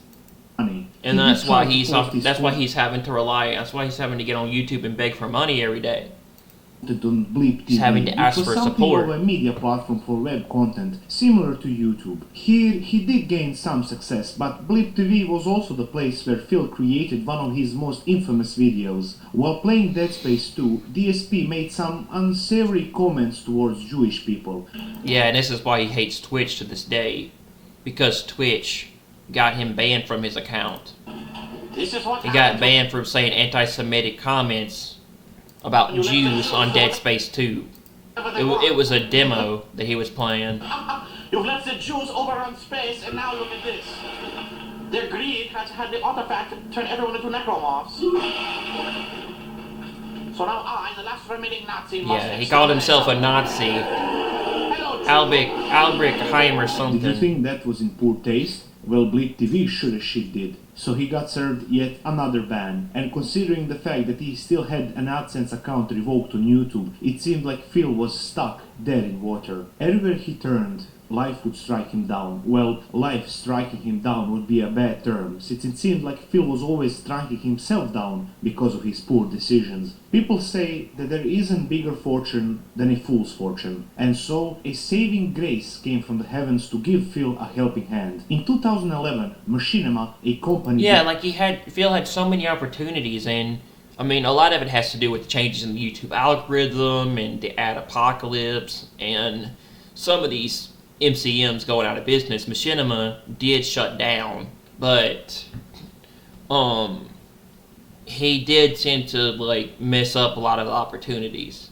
despised by many today for its awful and extortionate practices, reached out to Phil for a contract. Machinima's business worked something like this. The company would contract many creators, and by doing so they would be promoted on their platform. Not only that, but Machinima also offered The thing is, I didn't know they did protection to its Counter-Strike. members in the event of I didn't know that copyright they strikes by small or originally large promoted creators. Counter-Strike. I This did was not know a that, big though. deal for Phil, because he would use Machinima's AdSense account on his videos, which meant that he was finally getting the income he desperately needed, as well as the much needed protection to prevent the story with Ubisoft from ever happening again. Phil would be with Machinima for many years, enjoying one of the best deals in a company where almost everyone seemed to be getting screwed over, even though he got a pay cut from Yeah, he was doing really well with Machinima, and he had a lot of money, and he was able to buy all this stuff. them later that year, which was probably He the bought result cars, toys, figurines, stuff. He had so much money that they were working on Project 7. He working on Project 7 with his friends, and then they were in production, and his friends John Rambo and Howard needed money, and Phil wouldn't give them the money. Eventually, he did give Rambo his cut, but the rest of them got screwed out of the deal. And one of the friends went on to have a child, and he needed money, and something happened, and Phil wouldn't give him the percentage, his low viewership. and Phil so they end up kind of, walking out of his life. And yeah, he screwed a lot of people over. still had a way to monetize his work on YouTube while getting protection from the big name. If you are a fan of mythological heroes, I think you would agree that every hero needs their own fair maid, a life companion to help them on their journey. And so in 2012, our dear YouTuber introduced his new girlfriend to the world, a woman called Leanne, aka Panda Lee. Leanna. Phil's happiness was hard to hide at the time. Yeah, bro. But a lot of people say that there's a lot of interesting theories behind Phil. That she was a minor, he was dating a minor, and she did not turn 18 until later. So technically he was dating a child or a teenager, which there's a lot of interesting theories on that. But I don't know how long that happiness lasted when people started asking some disturbing questions regarding this relationship. Yeah, she was a fan of his, and some very interesting things behind that happened. First and They- foremost, Panda Lee was 11 years She ended up young. leaving him, and he there's some interesting stuff. So, modern film. This on its own would not be so bad until you consider the fact that they announced their relationship right after she But turned 18. This things were sparked a really rumor toxic that with still that, but stains yeah. Phil's name and reputation to this very day, because many people believe that this union started way before Pendalee became an adult. Pendalee would be a big part of Phil's future content that didn't involve gaming. She showed up a lot in the vlog videos and posts. so that yeah, Phil it was shared a on little social weird media. and freaky. He's Became part of the DSP enterprise whether she liked it or He's not. like in However, his the early 20s, 30s when they were dating, and she was like 16, 15 years old. accusations of underage dating would be Yeah. just the tip of the iceberg when DSP is involved. The only people who say that working on YouTube full-time is stress-free are people who don't work on YouTube full-time, and they probably want to, and they're jealous of people who do. Oh my god, now I'm getting pissed. Fuck this guy. I'm stuck in place again. I can't fucking move, dude. What the fuck is wrong? That's pretty funny. I always thought that was pretty funny. It was playing Heavy Rain, and it's a playthrough of Heavy Rain, and he bangs his controller on the table, and it just Oh my It- god, it- now it- I'm getting pissed. it Fuck shifts the camera. this guy. But yeah, this I'm is stuck in place this is the arc where he's just terrible at video games, again. I can't fucking and this move, is dude. and this What is the where fuck this is how you don't play comes in. is wrong with this shit, man? I pressed jump. I'm getting pissed with this fucking shit. I pressed fucking jump. It's hard. It's hard to wake up on time every day, to play 8 hours of games some days. Like, nothing's happening. Pressing 3. Work, piece of shit. And then He's like, I still, that's not true, dude. It's not. He's saying that it's harder to wake up and make videos and be a content creator than it is to work a regular job. And no, a regular job is a lot harder because it takes a lot more stuff to do. to put that footage on my computer. I've done both for a long time. At one point, I would work a job and I would do YouTube at the same time. And that is not, it is not as hard as working a regular shift. No. To set up the upload. That's a lot more tiring and takes a lot more work. babysit the uploads to make sure that they work properly, which they don't always work properly. Fuck, man. Fuck. The reasoning behind Honestly, being a content creator making videos is a lot better job than a lot better thing than working a regular job. And I like being a YouTuber. I like doing this a lot more now. So a lot of stuff has changed in my life over the years, but one thing that I still always have really liked doing is making YouTube videos and doing content. I like being a YouTube content creator. his nickname, the I King like of being Hate, a became YouTuber. more apparent as the days passed. As you might recall, I did mention a pay cut from Machinima and a loss in viewership. If you wonder how that happened, here is the probable reason. Let's start with the fact that he refused to upgrade to a capture card, meaning that he still preferred to record his gameplay with the camera pointed at the TV. Keep in mind that Yeah, because every time somebody tried to help him or give him advice or reaching the end of help him 2012, improve or as far as do things taking- better, he would call them idiots, stupid, retarded. He still does that and say that they don't know what they're talking about. aspects are concerned, Phil was left in the dust by other He would creators insult and be very toxic toward his audience. years ago, and still he refused to modernize. It also He didn't never help that Phil had a very toxic Listen to attitude. upgrading and improving his quality. Yeah. Every death and every mistake that Phil ever made were apparently not his fault, but rather the fault of game designers and/or developers. Mechanics. This type of behavior was seen during his Street Fighter days, but at this point He would blame game design or the mechanics in time it became something it more came to trademark certain for his personality. games. I just want you to see what it says. I love how he just bangs his controller on the table. Funny. During gaming, every death and every mistake that Phil ever made were apparently not his fault, but rather It's like the I'm fault of surprised game he didn't destroy or smash his controller into pieces. I'm surprised he didn't break it. designers and/or Considering those developers. controllers are made of plastic and they are not built This to type be slammed on a table. behavior was But seen during seriously. his Street Fighter days, but at this point in time it became something of a trademark for his personality. I just want you to see what it says.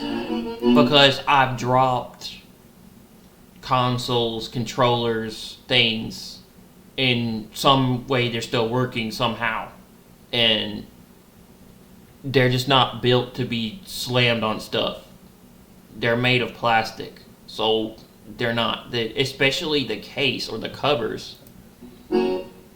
Controllers are not meant to be slammed on a table. It would be good to mention that I'm Phil very was surprised also that thing did not break or did not become destroyed. very bad at video Or games. And I know it's he ironic didn't- to be awful at something you've He didn't break something in the process. dedicated He your life probably to, did. but here we are. With this, you might get an idea why the views started to decline on his channel, but where some people became disconnected with this combination of bad attitude and skill. Yeah, I seen that footage. I seen that footage of JTA San Andreas. Yeah, he was pretty bad at this. Others became attached. There's It an made some epi- people realize that making fun There's a of Phil's part of it where he has to shoot a sniper and he doesn't know how to aim. content was much more enjoyable than unironically watching it. And the man who was a pioneer in this new movement For like a while, Phil mainly just played on console, but I guess he must have recently gone to PC because he says he's got a new gaming that PC. was focused on making a mockery of Phil's career was a gentleman called Evil AJ 2010. His very first video on the subject was called "This is how you don't play Metal Gear Solid 2." The said video was very simple in its format. Evil AJ made a montage of the worst parts of Phil's gameplay in Metal Gear Solid 2 Sons of Liberty and added comments from users that mocked Phil to oblivion for his conduct and awful gameplay. The video spread like Yeah, that's what I don't get. Like, wildfire. he said he had Mostly he had because it trouble was finding the rations in Metal Gear, and I'm like, that's not that hard to do. astonishing example. All you gotta of do Phil's is just go to terrible the inventory and select it. performance. It was also every bit as funny. To say that this format And he couldn't even jump over certain gaps, and I'm like, up would be an I don't know, understatement. dude. That's It pretty became simple to so do. popular that almost Just- every organism on the planet wanted you know, and it's not that hard to learn. He could have literally brought up the menu screen, gone to the controls, and found out what to do, but he was just. Phil's just been always that type of creator where he doesn't want to to publish figure their out how to own play properly. Phil saga with their own. But this is how every game has a control scheme.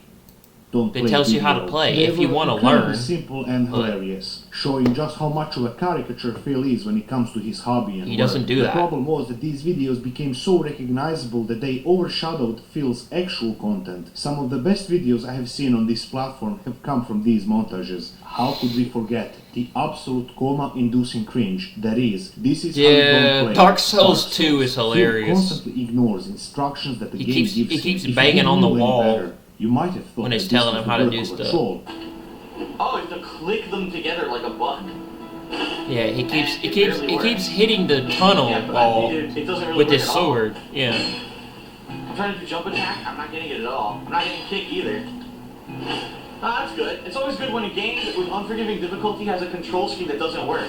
Yes, DSP Gaming legitimately thinks that the instructions that the developers of a AAA video game left for the player are wrong and are giving Yeah, a lot of people would talk about how he was terrible at Misleading games, and he didn't know the information. control schemes. He wasn't very smart. rather than him not understanding the set instructions and making a complete jackass out of himself. Oh, Yeah, wait, he looks stupid when doing these.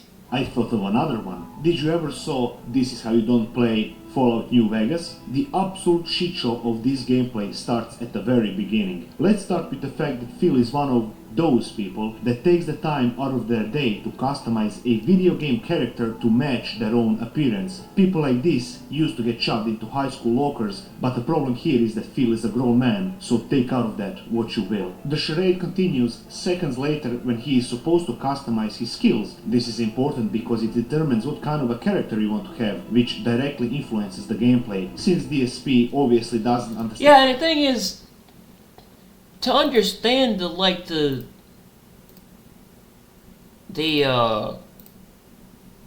hold on.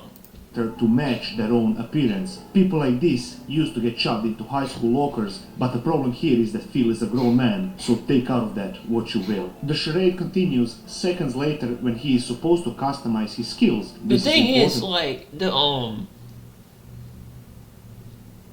like, personality chart, the strength, perception, endurance, charisma, intelligence, agility, luck, that's not that hard. Like, because it about determines how what kind you of a do character that, like, and use those abilities. you want to have, which directly influences the gameplay. Since DSP obviously Like, doesn't yeah, I mean, understand if the you RPG played mechanics Fallout, of you would Fallout know how or it any works. other game for that matter, he chooses to mostly upgrade his strength and then continues to play with the small guns for most of the playthrough, where strength gives him no benefits. Yeah. There is nothing to say here. The jokes literally write themselves. Alright, I'm really hoping that my Yeah, campaign.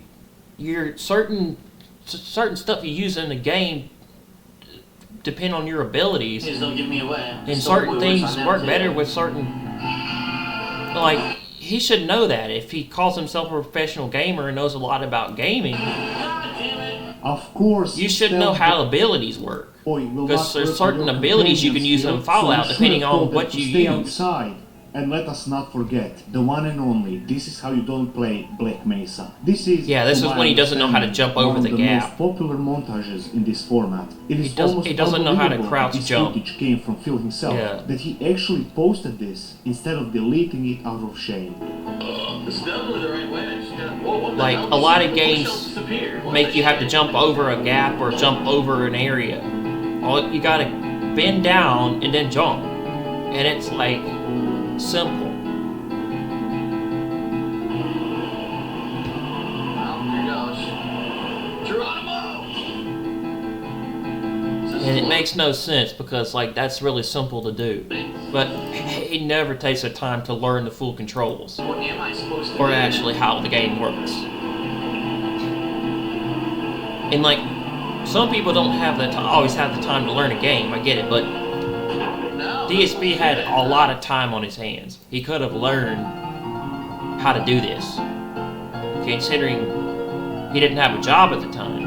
As far as I know, DSP did not undergo premature lobotomization, but rather he still somehow didn't figure out how crouch jumping works. But the trend of ridiculing Phil's content didn't stop with his gameplay. On his vlog channel, this series that I mentioned earlier called DSP Tries It also garnered attention in the form of mock videos, such as DSP Tries It Bullying and DSP Tries It Being Broke. As you might guess, Phil himself had an issue with this new trend, because these videos were so popular they eclipsed his own channel, and their entire existence was dedicated to mocking DSP. He attempted to copystrike them all into oblivion, as any butthurt YouTuber would. It worked to some He had a degree really at smart first, but apart- he soon had a it really was small obvious apartment. that I this forgot was he not had his- going to I help. forgot he The had a best small way I can apartment. summarize I forgot his why is Connecticut by saying apartment this. was really Cut small. one of Hydra's heads and two Or will his take its condo. place. A perfect metaphor for this situation, since re-uploads of terminated videos Maybe that's will why he always moved show to up in Washington. massive numbers. The recent infamy was proven quite troublesome for Phil, since now he was looked down upon by most of the community. He did try to ease the flames a bit, so in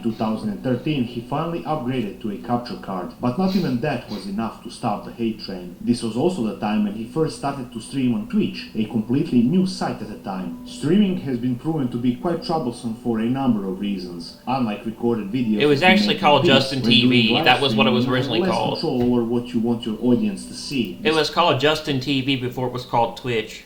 This also meant that interaction with the chat was inevitable, meaning that sometimes situations got heated and it was just a matter of time when Phil would crack like an egg. Many outbursts were recorded during this time, adding to the strain on his name. In 2014, DSP decided that it was time for a change, so he bought a condo in Seattle, Washington for him and Yeah, his he girlfriend. moved to Brenda Lee. Renton. Supposedly, this was done to avoid high state income taxes that he had to pay in Connecticut, the state in which he lived previously. But when you consider the cost of living in Seattle, this move didn't make much Yeah, sense. it didn't. States like Florida, Especially because he had so much debt and he had to declare for bankruptcy. Nevada, That was and not very South smart. Dakota have no For a income person who tax knows and about business and financial stuff, he sure really didn't know much lower cost about of what he living. was getting into when he moved to Washington. Also, Phil didn't get rid of his condo in Connecticut for a long time, meaning he had to pay property tax and mortgage for both houses. Like, if I was going to move to another state, I would be looking into what I was getting into before I was moving.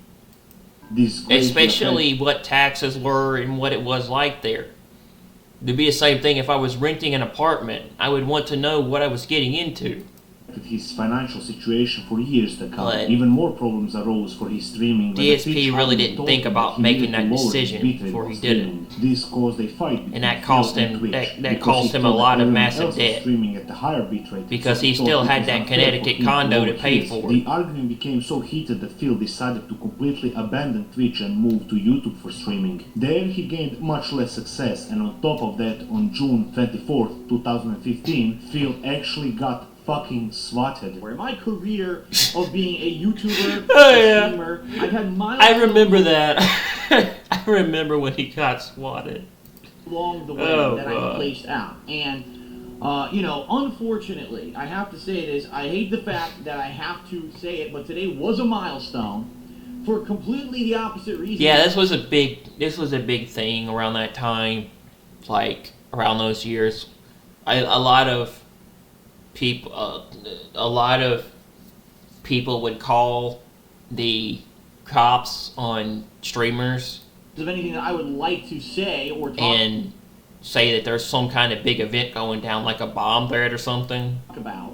This is when you could get away with this stuff. You can't get away with this stuff nowadays. We live in a different culture, but you This is know, what happened because of course this was when you could get away with this such a stuff. traumatic event, such a traumatic This was when event, things quite were honestly, different. Such a dangerous event. This that was a happened different today. I time. felt that I would come out myself. This was probably the golden only age a of couple hours YouTube. after it happened, I would explain to you exactly what happened in regards to me being swatted today, because that is the subject of this video. As if that wasn't enough, many people started to flag his vlog channel The King of Hate, mostly because of the fan art that he showed in his vlog videos without the permission of the original artist. If this continued, there was a possibility of YouTube taking down his vlog channel permanently. Machinima recommended setting all videos that contained fan art to private, but by doing so, all of the views on these videos were considered lost. Over 1 million Well, yeah, and he still has that. He still has that stuff in his background. of them, which meant that Phil was now even further behind the algorithm. It was a decisive blow for his growth on YouTube. However, as the years passed, Machinima began to whimper and decay, and at that point they issued yet another pay cut for Phil, a grim reminder of the things to come. But it wasn't all. Yeah, I believe Machinima went out of business around 2015, 2016, maybe. Bad. After many years of begging Phil to create They shut down. I forgot what year.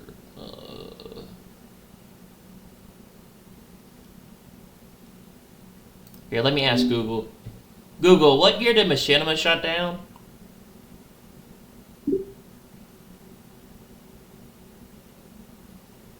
Unfortunately, I can't find any evidence of a company called Machine Llama shutting down. Is there a chance you might have the name wrong? What year did Machinima shut down?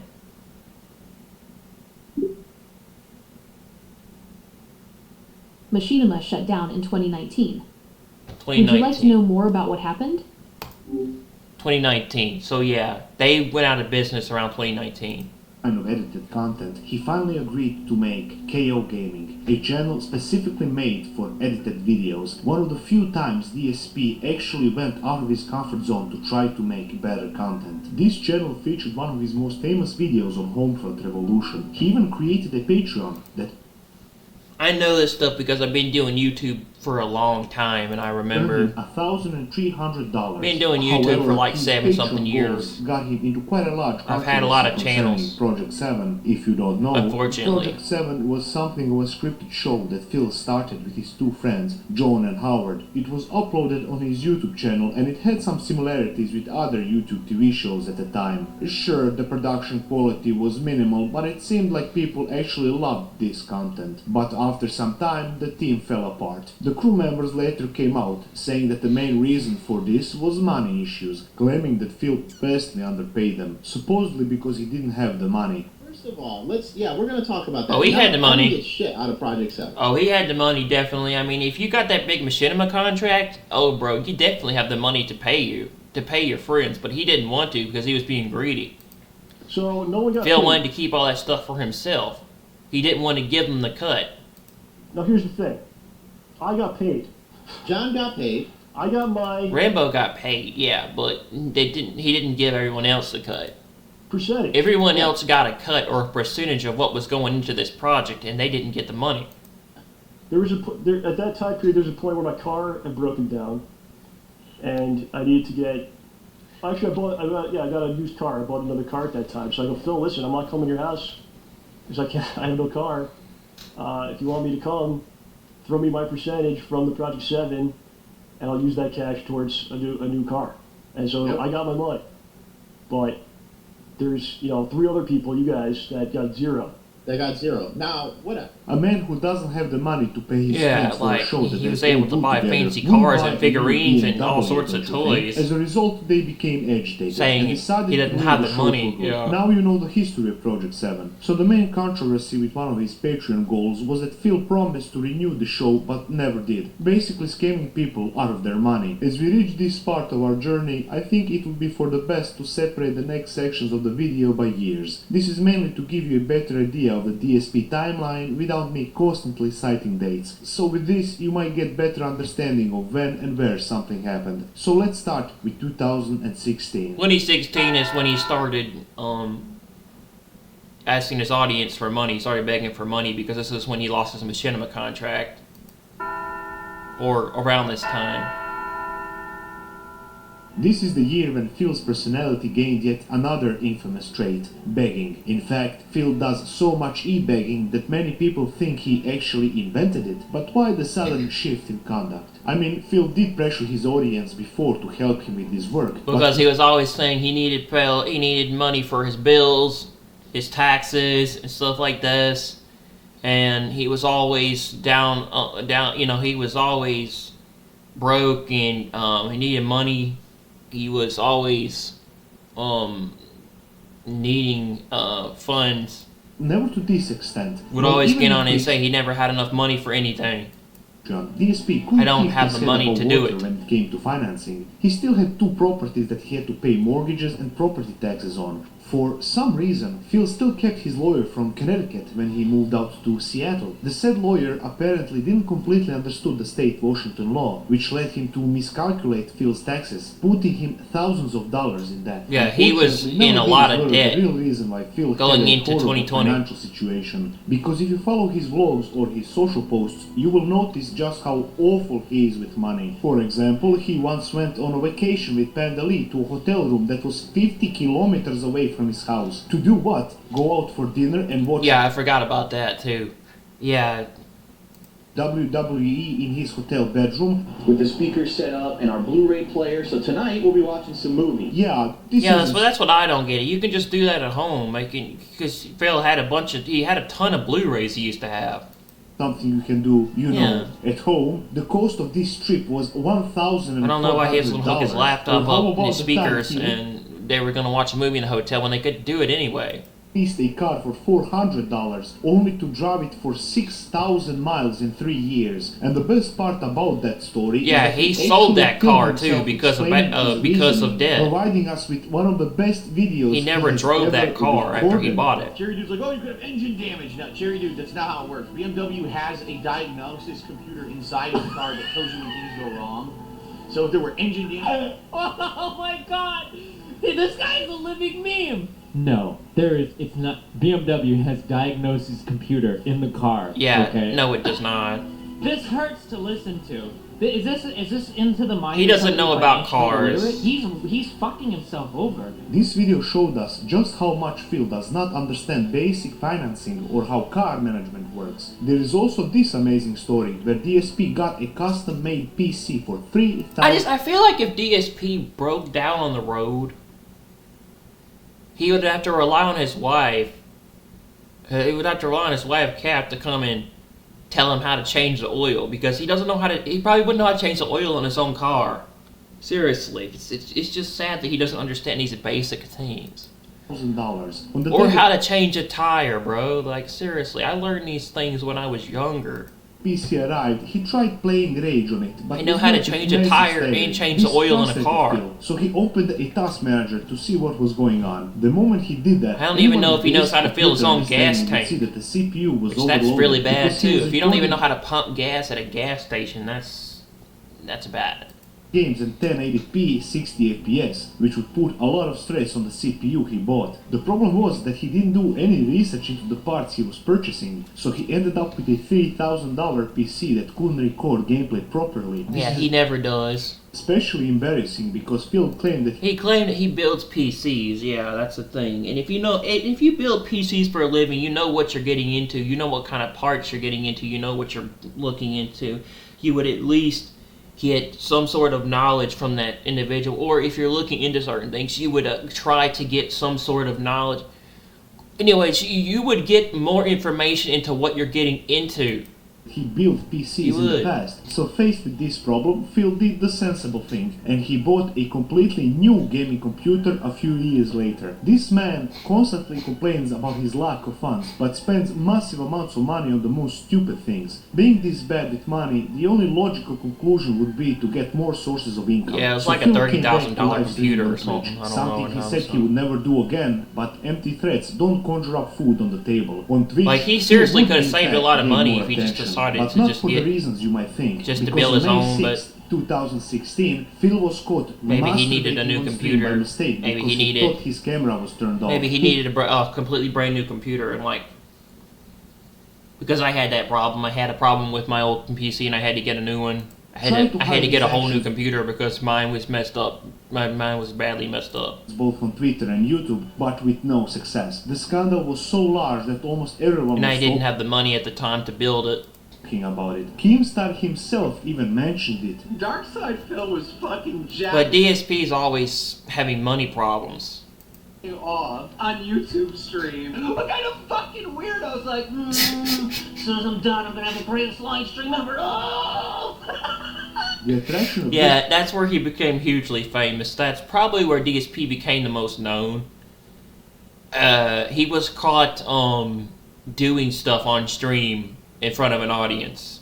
this notoriety And the was fact so that I great believe that a lot of people that watch him are kids and younger, to an audience, that it affected he was Phil's caught use in a positive manner. He actually gained yeah, some steady growth for a doing little that on stream.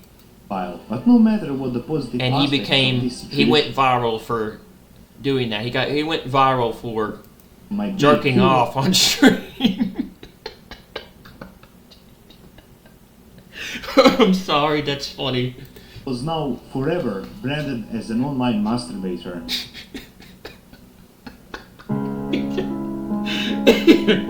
It's still funny that he If you jerked off thought on that stream. I just 2016 was a terrible I'm year sorry. for Phil, then just wait until you see the upcoming parade, as the benefits of masturbating on stream were slowly starting to dwindle, while its disadvantages would stay forever. It's even worse that you see his facial expression and what he's on and on camera. That's even worse, man. It is because he had the whole thing on camera. Oh, DSP, you just a meme, my dude. For real, you are. But yeah, it's just seriously, like, how do you not know your camera's on? Like, he literally said, you know, the camera's on. The camera's been on the whole time, hasn't it? And he's like, hello. And he didn't even know his camera. Sorry. I needed a laugh. Alright. He didn't know his camera was on. Okay? Which was funny. It's all get out. This was a decisive blow for Phil, Like, since he had now lost how do you not know your camera is live on, your camera is on live, like, on video, and people can see you doing that? I mean, there was really nothing to see except his facial expression and what was going on, but yeah, it's still funny.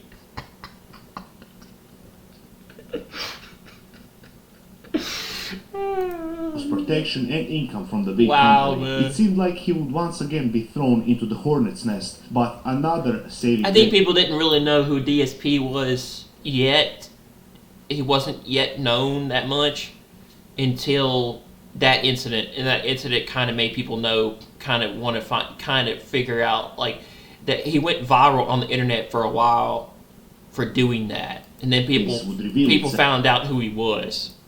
Curse, which was the name of another company, offered Phil a contract. Phil enthusiastically accepted. Even though he was saved from a very dangerous situation, he was still e-begging, citing even more financial problems. But again, if Phil has a financial situation, then why is he still buying shit like PlayStation VR, video game accessories and outfits? Yeah, exactly. He's spending all of his fans' money on random shit. I mean, he's literally having people pay him and then calling broke. Like the new but spending it all on all these fancy shit. Also within his reach, since he bought the fight sticks, play Nintendo Switches, PlayStation VR, computers. Switch and filmed himself setting it up. What was most amazing about this video was how unclean his gaming setup is. I'm sure that the tombs of Egyptian pharaohs had less dust than this. So can someone tell me? It just makes you... people, like, I guess his fans are not intelligent enough to understand, or his followers, or the people that pay him, they're not intelligent enough to know that their money, he's basically just screwing them over by them paying him. He's basically just spending it on random shit. You know, and then he calls broke and says he needs money for all sorts of stuff. Bills, taxes, all sorts of stuff. It's no wonder people look into his records, because they're paying to do where they're getting screwed. They're not getting anything in return for paying Phil. He doesn't really give them anything. How is he spending the money he doesn't have? He's giving money to this dude, and they're not getting anything in return. Usually, a lot of other creators do giveaways. They give stuff to their fans. They do stuff. You know, they're also appreciative and thankful. It's never enough for Phil. He's always begging for support and asking for money. Estimated annual earnings at the time he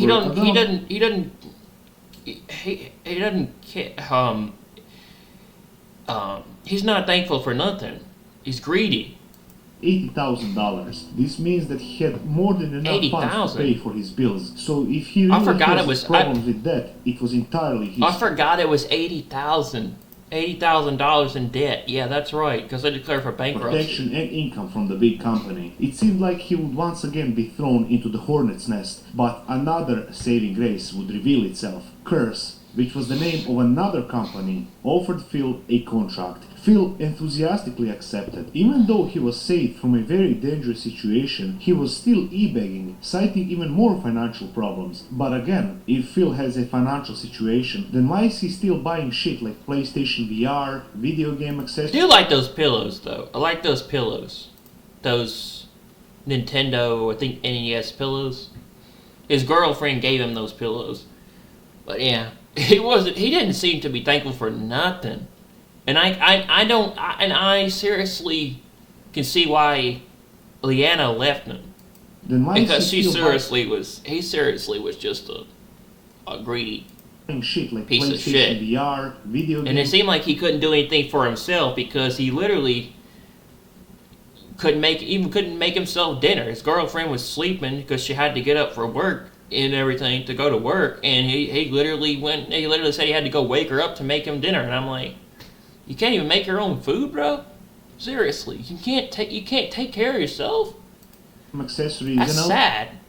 Outfits. It seemed like the new consoles were also within his reach, since he bought the Nintendo Switch and filmed himself setting it up. What was most amazing about this video was how unclean his gaming setup is. I'm sure that the tombs of Egyptian pharaohs had less dust than this. Yeah. So can someone tell me, how is he spending the money he doesn't have? His estimated annual earnings at the time were around $80,000. He's getting it from his so-called supporters. To pay for his bills. So if he really has problems with debt, it was entirely his fault. All of this attracted even more people who wanted to make fun of him. His streams were now full of what seemed to be trolls and detractors, who were there just to make fun of Phil and provoke him to any kind of reaction. It seemed like Phil's awful skill at video games. They're just really there to talk. They're just really there to talk about him begging for money and playing video games badly. It wasn't the only thing that was mocked, as trolls started to joke about. Because at times it can be a little entertaining to watch Phil be bad at video games. I've watched a couple of his Let's Plays over time.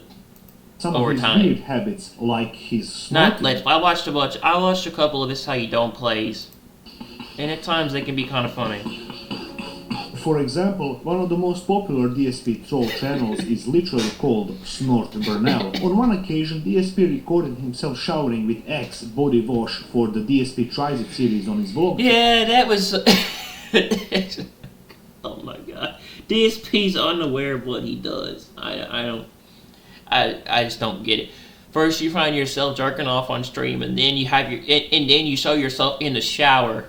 Channel, which became one of the most popular videos among the trackers. Seriously, man. On top of that, people started to mock DSP for his gout, and he said many times that joking about this was wrong. Because Well, a lot of people think at the time the reason why this video was a thing is because Phil was unaware of what he was doing, because he has an alcohol problem and he drinks a lot, and he might have not been aware in his right mind. Because gout is a He has medical an alcohol condition problem. that he couldn't get rid of, while on the other hand, he has no problem making ching-chong jokes in gameplay videos. The compilation of his inappropriate behavior is perfectly captured in one of the parody videos called DSP Tries It, Racism. We live in a different era today, dude. At the time, those things were okay, and people didn't get offended by them. Well, now we live in woke culture, so, you know, that's a lot of what that is, bro, now.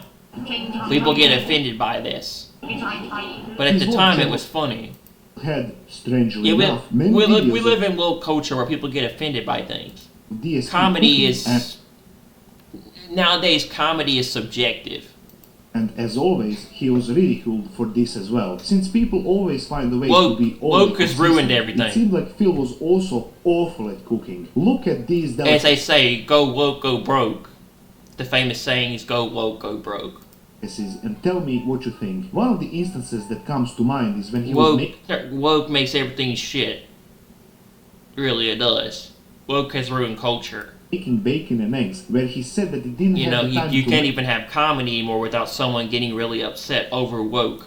melt the butter There's because woke he was people. a gamer. Like people literally go to, like I said, a comedian. They go to a First comedy. you want to do either butter your pants or spray People them. literally go to a comedy show or see a comedian just to get offended. Now, And they get I don't have upset. time to melt They pay money just to get offended by the comedian's jokes. fucking butter. And these are people that are woke. I'm a gamer. Woke So I culture. spray my pants with this. These woke Damn. people just go to a comedian, go to a comedy club just to get offended. Maybe So, not yeah, knowing it's, how to prepare food wasn't that woke bad, culture. since Pandalid probably took care of it. Just take a look at So of this. course they're gonna say it's racist, but you know it's supposed to be comedic, funny, different culture, Battlefront different 2 time. stream, where he paused the gameplay because he had to check if his sick girlfriend was awake because she needed to make him dinner. Previous one and the one before that. You're looking for one that doesn't make no Make shit. sure that Leanna's awake. She's not been feeling too well. But yeah, that's what I don't get. It's like, man, go make your own food. Quit being lazy. Seriously. Learn how to do things on your own independently. Why do you have to rely on your girlfriend to make you food? She's awake and she has to start making dinner. Give me a second. I'll be right back. Are you His girlfriend's sick and he has to go wake her up to make him dinner. Yeah, that's what I don't. Yeah, that's what I'm trying to. fucking kidding Yeah. me? Did he just say his girlfriend's sick, but he's got to go wake her up to make sure she can cook his fat ass dinner? Holy shit! What an irredeemable piece of crap. Yeah, there were some interesting moments in Phil and Pandalid's relationship, like when Pandalid wore a fake engagement ring to work, so her co-workers would ask questions like why Phil still didn't propose to her, or that time when DSP accidentally leaked her nudes when he was recording his desktop. But all of this pales in comparison to that one incident that everyone seems to be aware of. In May of 2017, Pandalid suffered a panic attack. Wait, he leaked her nudes? I didn't know that. Did he just say his girlfriend's sick, but he's got to go wake her up to make sure she can cook his fat ass dinner? Holy shit! What an irredeemable piece of crap. Yeah, there were some interesting moments in Phil and Pandalid's relationship, like when Pandalid wore a fake engagement ring to work, so her co-workers would ask questions like Let why me see if Phil that was indeed true. I couldn't quite understand what he was saying because of still didn't propose because to of the her, way he or speaks. at that time when DSP accidentally leaked her nudes when he was He leaked her nudes. Oh my god, Phil. recording his desktop, but all of these pales What are you doing, my dude? comparison to that one incident that everyone seems to be aware of. In May of 2017, I didn't even know he did that. Pendeley suffered a panic attack while at work, which caused her to be hospitalized. And how did Phil react to this? Well, how about when he Oh yeah, I remember this cartoon. This was funny. got there, he was frustrated He was complaining and getting upset about the ride over and the bill. with the amount of time. He that cared had more to about wait. the money than her, He fought with the hospital staff and was actually offended by the because she had a breakdown. hospital bill, and then proceeded to say that if a panic attack happened again, the emergency staff were not allowed to take Pendeley to the Yeah. hospital. Phil's conduct If you're gonna give her a pill, and then leave her somewhere or something. I forgot what that thing was, but yeah. in this situation was so bad that Pendeley and Phil would break up after this incident, finally ending the relationship that lasted over He was 5 just- years. he Joking was just a aside, crappy this person, breakup yeah. seemed to really affect Phil, losing a partner with whom he shared a living space and someone who was a big part of Phil's persona. So losing her like this wasn't a small thing, but like everything happening in his life, Phil tried to monetize his misery. He Crying lost everybody around him, and yet he still continues to be a piece of crap to people. on his Even his face, own her audience. life I is- don't get how these people keep coming back and giving him money when he's become just a piece of shit.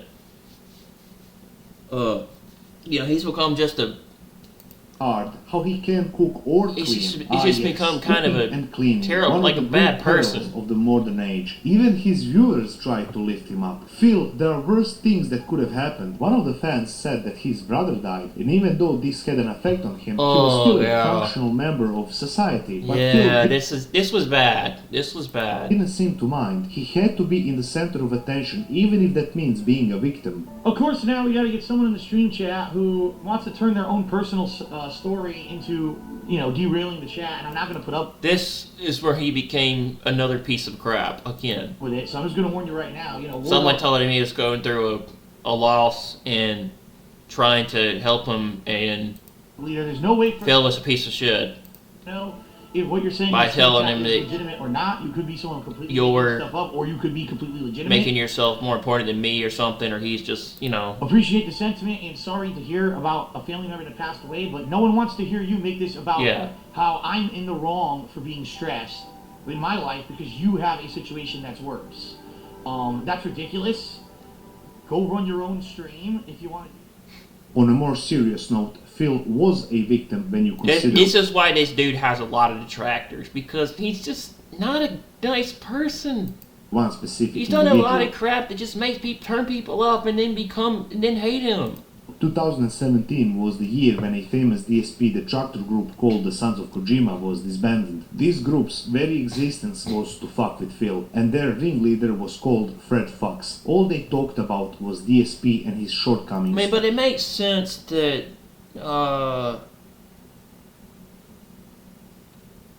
I don't know.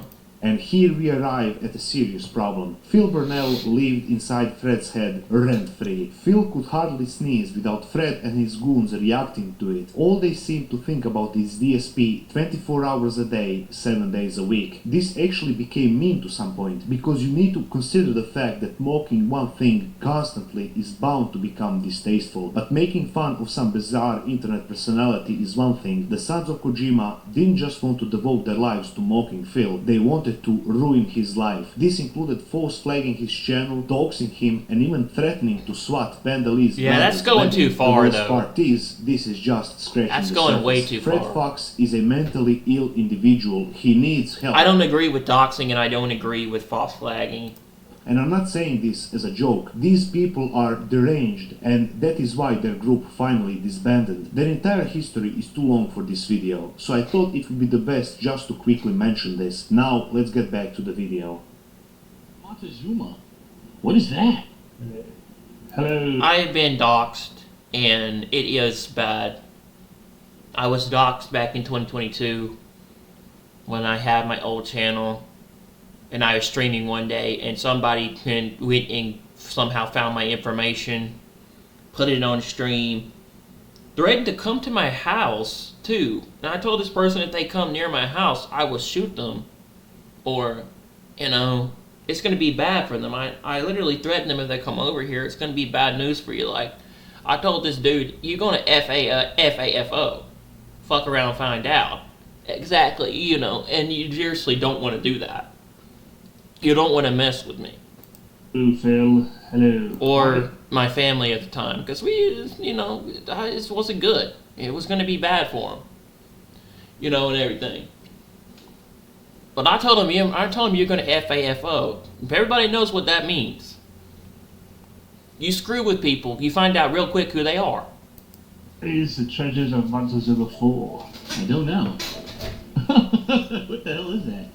I don't know about you, but I think that streaming might help with grief, and this will be a perfect opportunity to show how much respect Phil's audience has for him. DSP sometimes makes polls for viewers to recommend games for him to play, and his trolls absolutely loved recommending games where they could agitate him. A good example of this is their recommendation of World of Warcraft. When the I didn't know he started, played trolls WoW. immediately showed up in large numbers, following Phil everywhere, making it impossible for him to level up. It didn't I matter didn't know DSP played World of Warcraft. I didn't know that was one of the games he if played. he changed the server or hid his name. The trolls would always find him and make his gaming experience unplayable. Look at all the music. You don't have to search the sound word, just nothing. Just look at this. Just look at this.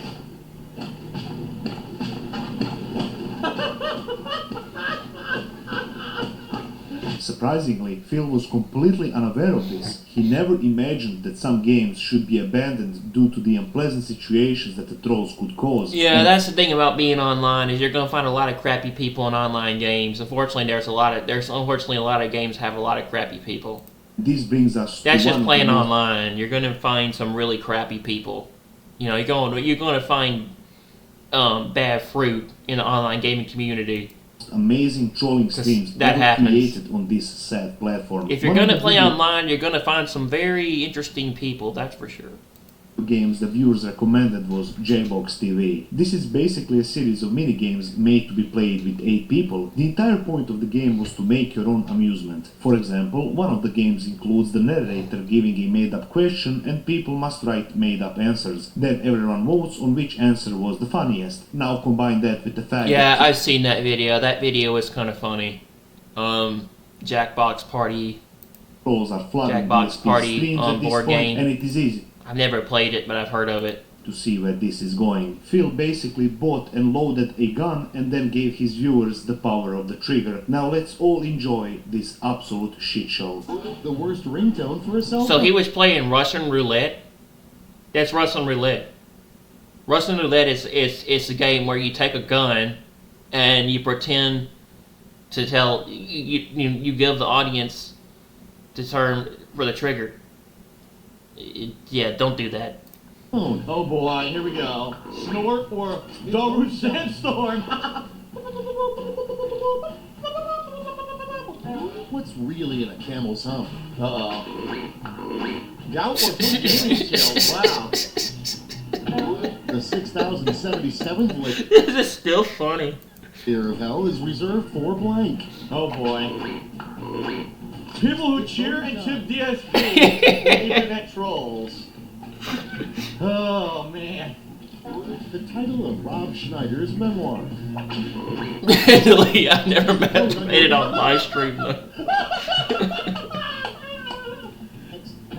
Oh, a drunk rabbit would embarrass himself. Okay. Masturbate on stream, streaming on YouTube, and losing all income. DSP is one porno, everyone. There you go. And links to the actual porno. The fat, lazy, man-child, narcissistic NBA dropout jerking off in front of... Sorry, couldn't read it.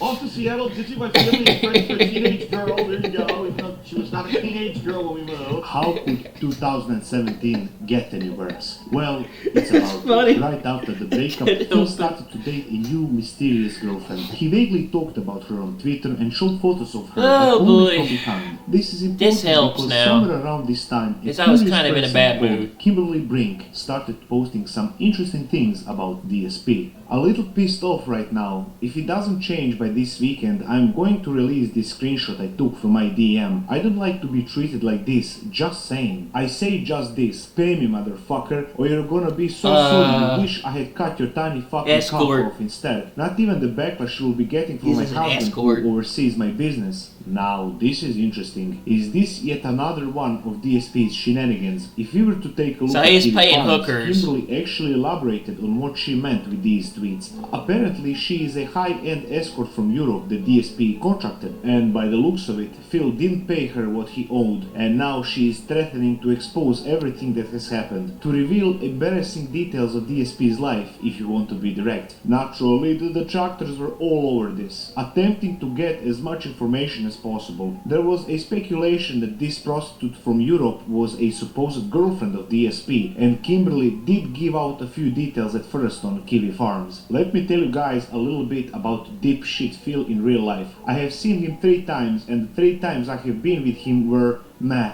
For starters, sleeping next to him is a living hell if you don't bring earplugs. He snores like a freaking monster. His breath smells as if he hasn't brushed his teeth in forever. Then there are the strange, most irritating noises that he makes when he sleeps, almost like a constant growl. Very irritating to say the least. You thought the snoring on streams is bad? Well, don't go sleeping next to him. Now for the kitchen things. Yes, we did eat at his house, but that was like once, and I cooked for him because he said he doesn't like cooking as much. Fine by me, but if I remember his streams, didn't he say a lot of times that he actually liked cooking? So no idea if he tried to fool me and hoped I didn't remember, but whatever. You know, I didn't mind cooking, and it was only once. Now let me spill the beans and sausage here regarding dipshit Phil and his tiny instrument. Yes, he is a man, he has a dick, but my oh my, I should have brought a magnifying glass here, because when fully erect, if you can even call it erect, it was hardly 4 inches long and not very pleasurable. But I guess that was what he was born with, so can't blame him for that. He is, however, a quick squirter because sex didn't last long, a couple of minutes at most, so not very pleasurable for me. No idea how Leanne lasted that long with him, but I'm sure she had more than enough toys to satisfy her while he was busy gaming and working. This was just the taste of things to come, and Kimberly said that she would release more if DSP didn't pay up. This sure is interesting, but how do we check the validity of her statements? Sure, Phil has done some dumb shit before, but even this sounds far-fetched. Let's first take a look at her Twitter. This account was years old, with regular posts and photos, and even when you compare the DSP's timeline and Kimberly's timeline, some coincidences start to occur. For example, on December 12th, 2017, Kimberly is talking about traveling,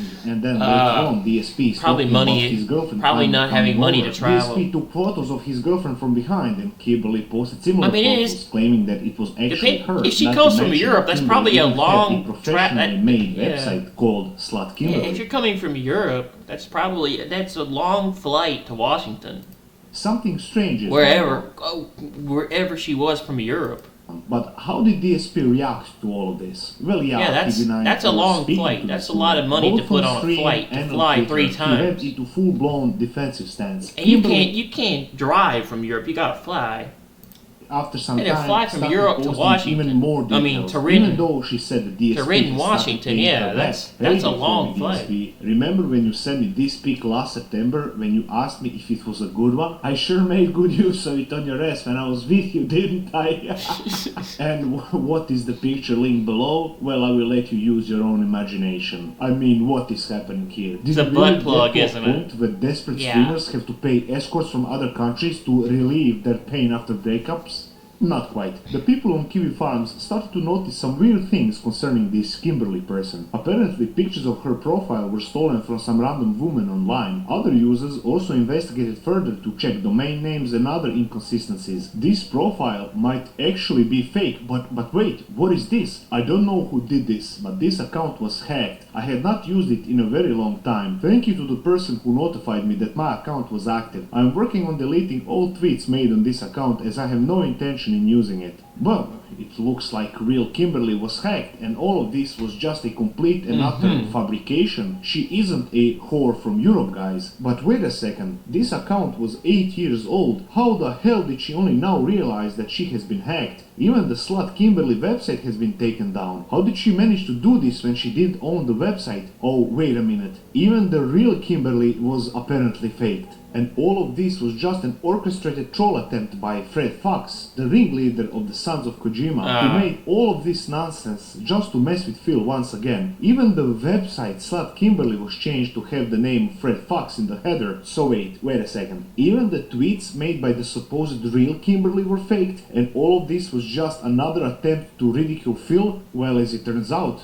no, the profile on Kiwi Farms was changed yet again. This time the profile claimed to be a hacking group called The Falcon. My head is officially in the stratosphere. I mean, what is going on here? That's This is interesting. some I did not know inception that. shit. So it's neither the real Kimberly nor the real Fred Fox, but some random fucking hacking group? Believe it or not. No, no, this is not the bottom of the rabbit hole, because the real truth is that this is all a catfish scam orchestrated by Patrick and Brenda Bronstein. They make fake profiles to cheat men Oh, out of yeah, their I remember money that. on I the remember internet. that, All yeah. of this was just a catfish empire, but this time there was so much attention on this case that people actually figured it out. When their Slut Kimberly profile was discovered, they attempted to cover their tracks by claiming to be the real Kimberly, then Fred Fox, and finally some hacking group. But they made a fatal mistake. This fake escort identity was linked back to another fake woman, Angelina Carpi. This identity was much older than Kimberly Brink's name, and she had made a fatal error. In registering the domain name and putting up an Amazon wishlist to swindle patrons, they had revealed their true identities. 2017 was a train wreck for our friend DSP. We can only hope that the future brings better harvest and perhaps fewer fake accounts claiming the DSP loves begging in the bedroom.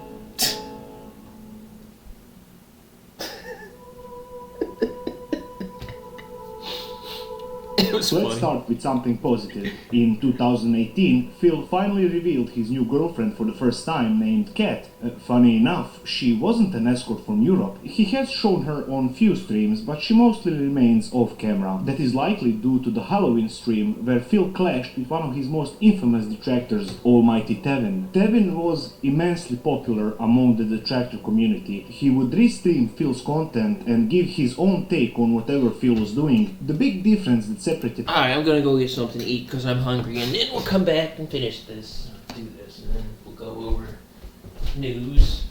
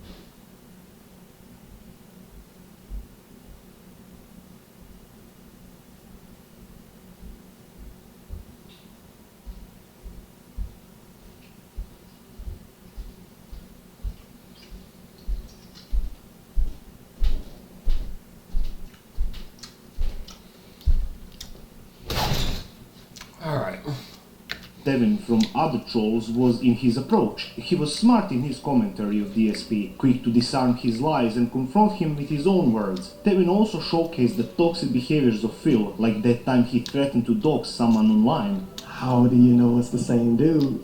Are you gonna tell us how? No. He's not gonna tell us. By the way, I have your IP, I have your name, and I have your address. Are you? That's illegal too, bro. I have your IP, I have your name, and I have your address. You said this in a video, bruh? Wow. Please, DSP, please do something to Be Awesome One in person so everybody can see your fucking lame. Let me shut up. On one particular Halloween stream, Cat would leave the said stream early and Phil blamed it on Tevin, saying it was his mockery that drove her away. He even threatened to involve authorities, but of course nothing happened to that extent because, let's be real here, no crime was committed. It's not that this was the first time Phil threatened lawsuits, it just shows that his behavior has gotten worse over the years. And despite the fact that he never filed any legal action, Phil still berated Tevin any chance he got. Someone like Tevin, he hurts my business because he illegally steals my stuff and restreams it without permission, and a lot of people might go check his stuff out instead of mine and contribute to him instead of me, when in reality, I'm the reason he ever was known, and he basically owes everything to me that he even has any kind of a fucking following.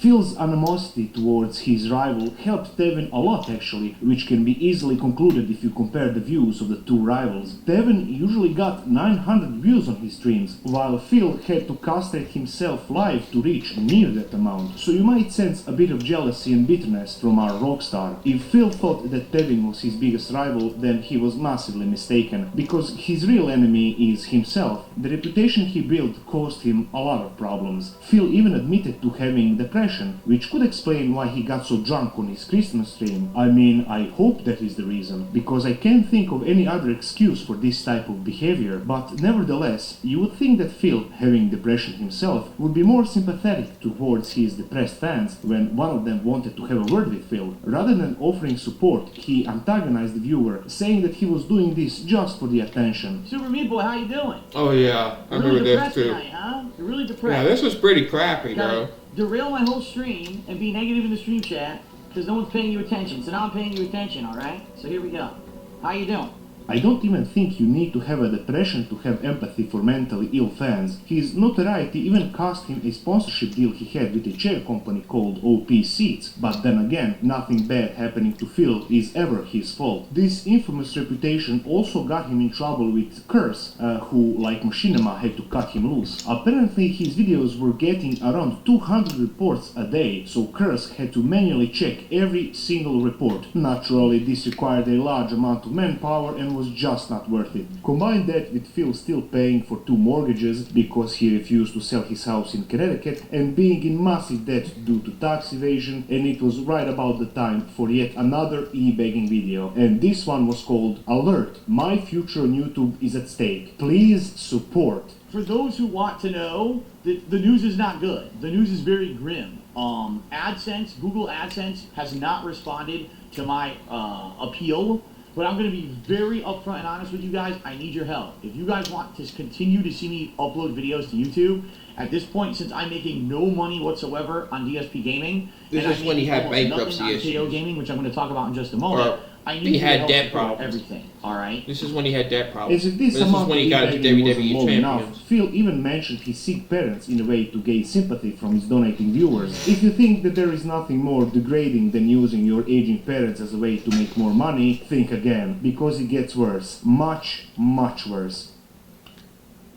Is that I knew going to Connecticut would already be a week away from streaming, and people would want to know when I came back what I did and everything. And that's why I was setting up this podcast. But in reality, in the back of my head, I knew I was getting Yeah, I married. forgot he got back married in while I was 2022. there, and that when we finally announced that publicly, people were going to explode. Oh my God! Well, the son of a bitch did it.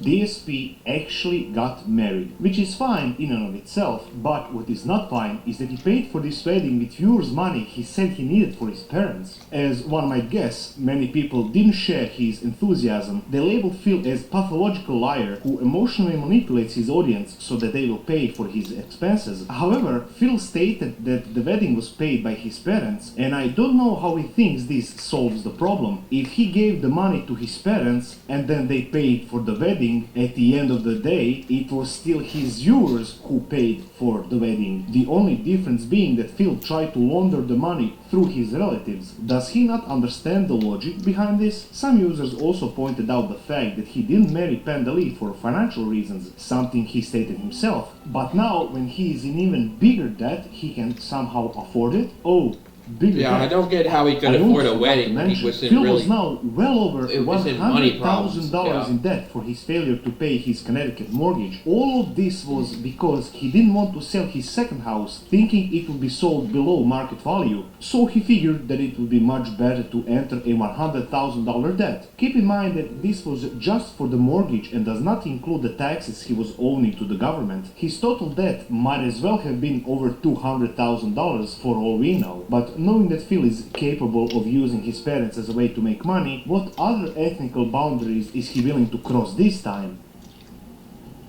SJ says, I watched Etika for a long time. I'm really sad about what happened. Did you ever come close to being mentally unstable from all the trolling and hate that you get?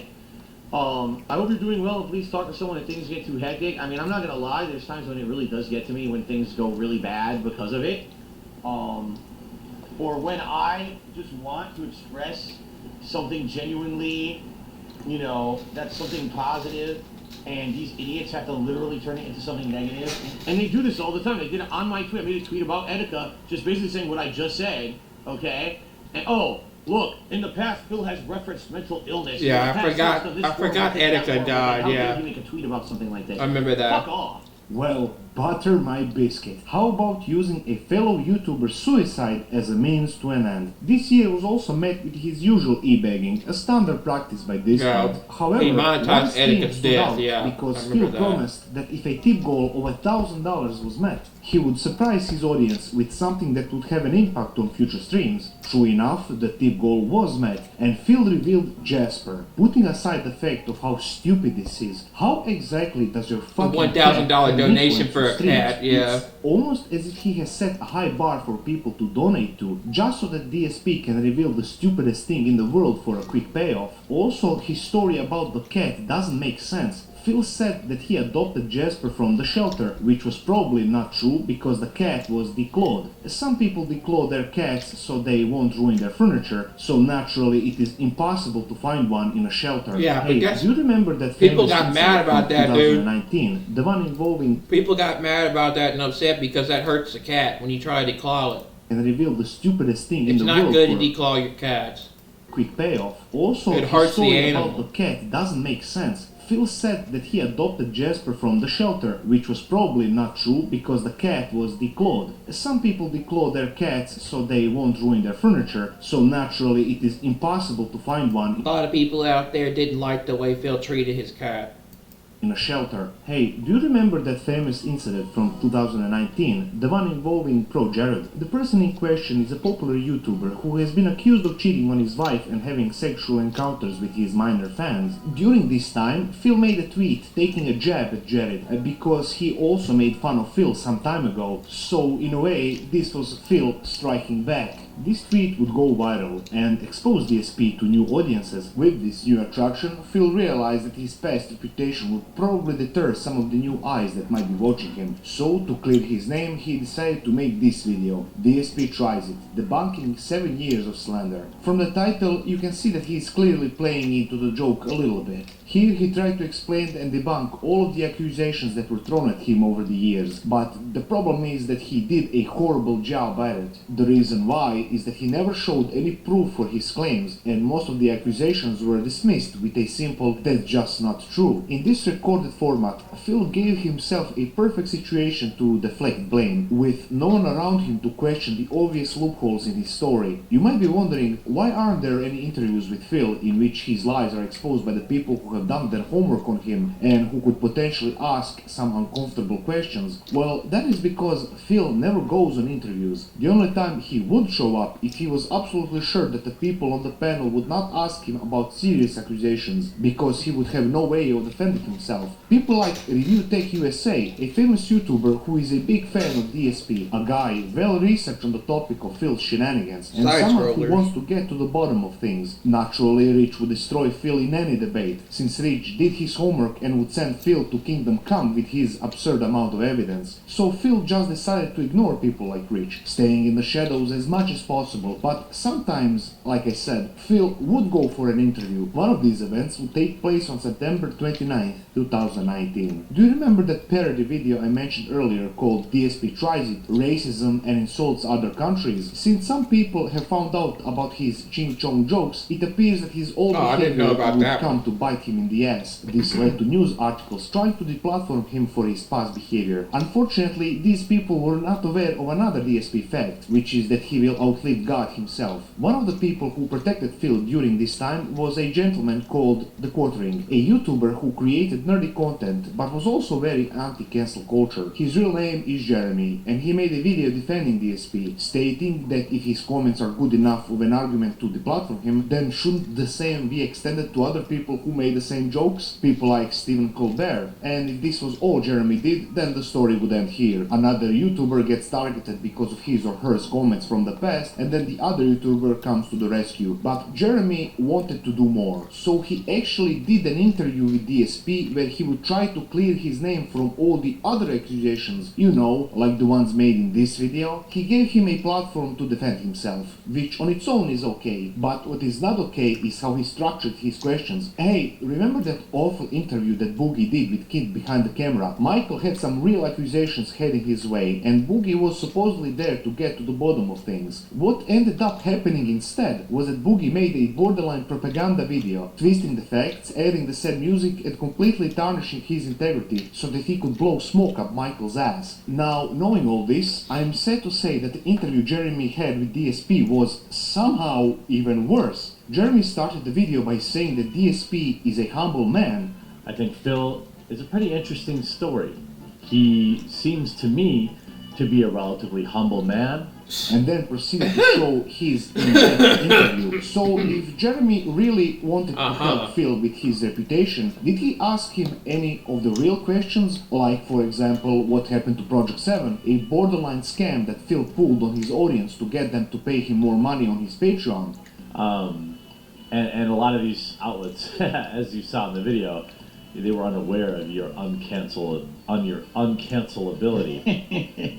No, maybe a question about Phil and Pandalee's relationship. Why was he more concerned with trivial stuff while his girlfriend was in the hospital? You know, hey, I'm a YouTuber too. I'm a content creator just like you. What are your plans for post YouTube? You know, or post streaming? Or have you even thought of that? Jesus Christ, Jeremy, will you at least ask about the time when he needed the money to help his sick parents, but instead used it to get married? And he asked him about WWE champions, I think, too, and it didn't work out. But, you know, the issues, right? Like, you're basically... But that's side-scroll interview, that's it. And I think that has insulated you. It appears that none of these real questions... Yeah, it's more than likely DSP is going to be on YouTube asking for money for a while. Unleash his load the time when he was caught masturbating are more important. Okay, I have. This is the most popular question. Okay. You're right. Where did the load go? A tissue. Oh, Very okay. simple. Oh, I mean, what do I know?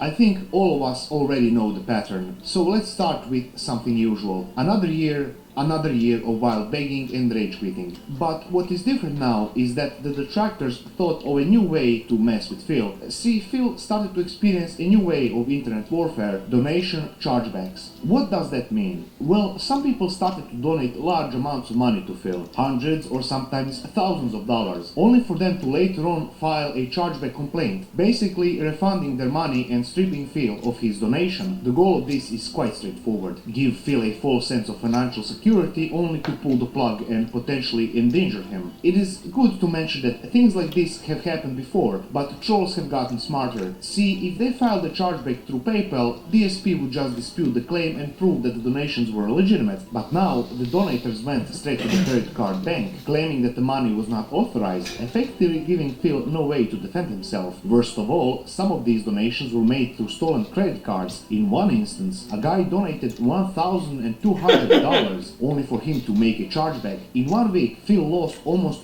$2,000 in donations through this tactic. All of this had an impact on his PayPal account, something that will be more clear as I tell this next story. How'd you get stolen DSP credit would cards? order a PlayStation 5 on Amazon in September of 2020, but the way Amazon charges customers is not when you place an order, but rather when the item is sent out. So even though the order was made in September, Amazon charged him in November, but by that point he had so many chargebacks that his PayPal was suspended, basically forcing Amazon to delay his order. This upset Phil very much because he needed to get PlayStation 5 on launch week for all the people that were going to watch him play it. This whole situation would cause a complete shit show. He would beg Amazon on the phone to hurry the fuck up with their order because he was a Twitch streamer. He had a reputation to uphold as a reputable gaming source. What will all the fans do with Phil not getting his PlayStation 5 as soon as possible? But after a massive battle, Phil did manage to get his PlayStation in time. Now tell me, how important is PlayStation 5 to a man who has accumulated over Yeah, he has a lot of debt. $130,000 Yeah, how can you buy a You might think PS5? that Yeah, such stupid exactly. new console would get a That backseat thing's to more over. important That thing things. Well, was rather over than being almost a responsible $500 adult, when it came out originally. restraining himself from buying stupid shit so that he can. That thing was $500 for the disc version, and that's the disc version that he has. Because I have one. I got mine back in 2022 when I was working my Walmart job. I think I got it for like $700 though. So I got it actually when prices were not easy to get. When the consoles were not easy to get because of COVID and the stock shortages. And pay his bills. to So the I bank. actually paid a little bit more money for it But no, Phil would rather to get it to actually get it around that time because it was hard to get. file for bankruptcy. I think I paid This is a real over $700 for it. I don't know, something like that, but I paid a little bit more money for it. document. Phil For the disc unironically edition. filed for bankruptcy. I to didn't try get to it for get himself $500. out of a hole. For those of you who don't know what bankruptcy is, it is a legal proceeding initiated when a person or a business. But yeah, is if you're $130,000 in debt, how can you afford a PS5 unless you are taking items and borrowing it on credit? seen to be believed. The amount of shit written here is truly staggering. I mean, let's Unless take he a look like at got a some bunch of credit cards to put money on accumulated. stuff Phil wrote down here so that you can get the true sense of this lunacy. There are a number of blatant lies in this document. For example, Phil said he doesn't have any pets, which is of course a lie, since we are all familiar Yeah, he with has his cat Jasper. the $1,000 cat. He also wrote that he didn't have any collectibles of value like figurines or paintings. But then over here, I hung my Super Mario Brothers 3 artwork. Like, he contradicts himself. He's a walking hypocrite because, yeah, he literally talks about all the stuff he has. So this is by Square Painter, the guy who I used to buy And he artwork. always shows all the items he has over the years. And there's a whole directory, there's a whole team, a whole archive. From all the time, and I've given many plugs in my videos back in the day, but it's been quite a while since I've been to any conventions or anything And a like website, there's a whole archive and a website of all DSP's moments. I certainly don't have any money to spend on this kind of stuff anymore. He wrote down that he lives in a single-family home, but he actually lives in a condo. Not to mention, you can just go back and do some research and find his videos. And people have called him out on his videos when he's done what was it, DSP versus the internet This that he is did for detailed 3 years? Details. I mean, shit like this can Because get you I prison remember for that, because I did videos on that for about 3 years. bankruptcy With fraud, my but channel, Phil with doesn't my have original that. channel that I had. I And, did oh my videos on God, that for about you 3 have years. to see this. In the He did section DSP where versus the internet for 3 years. He said he stopped doing it in 2024. he specified his income, Phil wrote down that his business expenses are $5,243. But I stopped doing it too because my life had changed a lot. I was in a transitioning phase in my life at that time. Per month. A lot of stuff had And changed in my someone life, told and me I how a had Twitch moved on I had moved on to something else. streamer can have $5,000 of expenses per month. Maybe Phil contracts high-end prostitutes and then smokes some high-end crack with them, and then thinks that this counts as a business expense. I honestly don't. It's funny. Phil wrote down that his business expenses are $5,243 per month. Can someone tell Yes, no wonder he declared for bankruptcy. He was in $5,000 of debt. me how a Twitch streamer can have $5,000 of expenses per month? Yeah, you can have Maybe Phil $5,000 expenses a month and yet still afford all that stuff. Yeah, exactly. contracts You have high-end to have prostitutes to you and have then to have put that on credit or credit cards or something. You have to have been borrowing a loan from the bank or doing something. smokes some high-end crack You would with have them, to have- and then thinks that this counts as a business expense. You'd have to I have don't- some. I mean, you have to have that money put it on credit limit, put it on credit cards or credit limits. Honestly, don't know how he could be spending this amount of money on video games. Looking at his Instagram and YouTube channel, Yeah, that's and just considering nuts. that we are generous, Phil couldn't be possibly spending more than this counts as a business expense. Let's see. I honestly don't know how he could be spending this amount of money on video games. Looking at his Yeah, that's a $70 controller. Pokken Tournament Pro Pad. That is a $70 controller, probably because that looks like a Switch controller.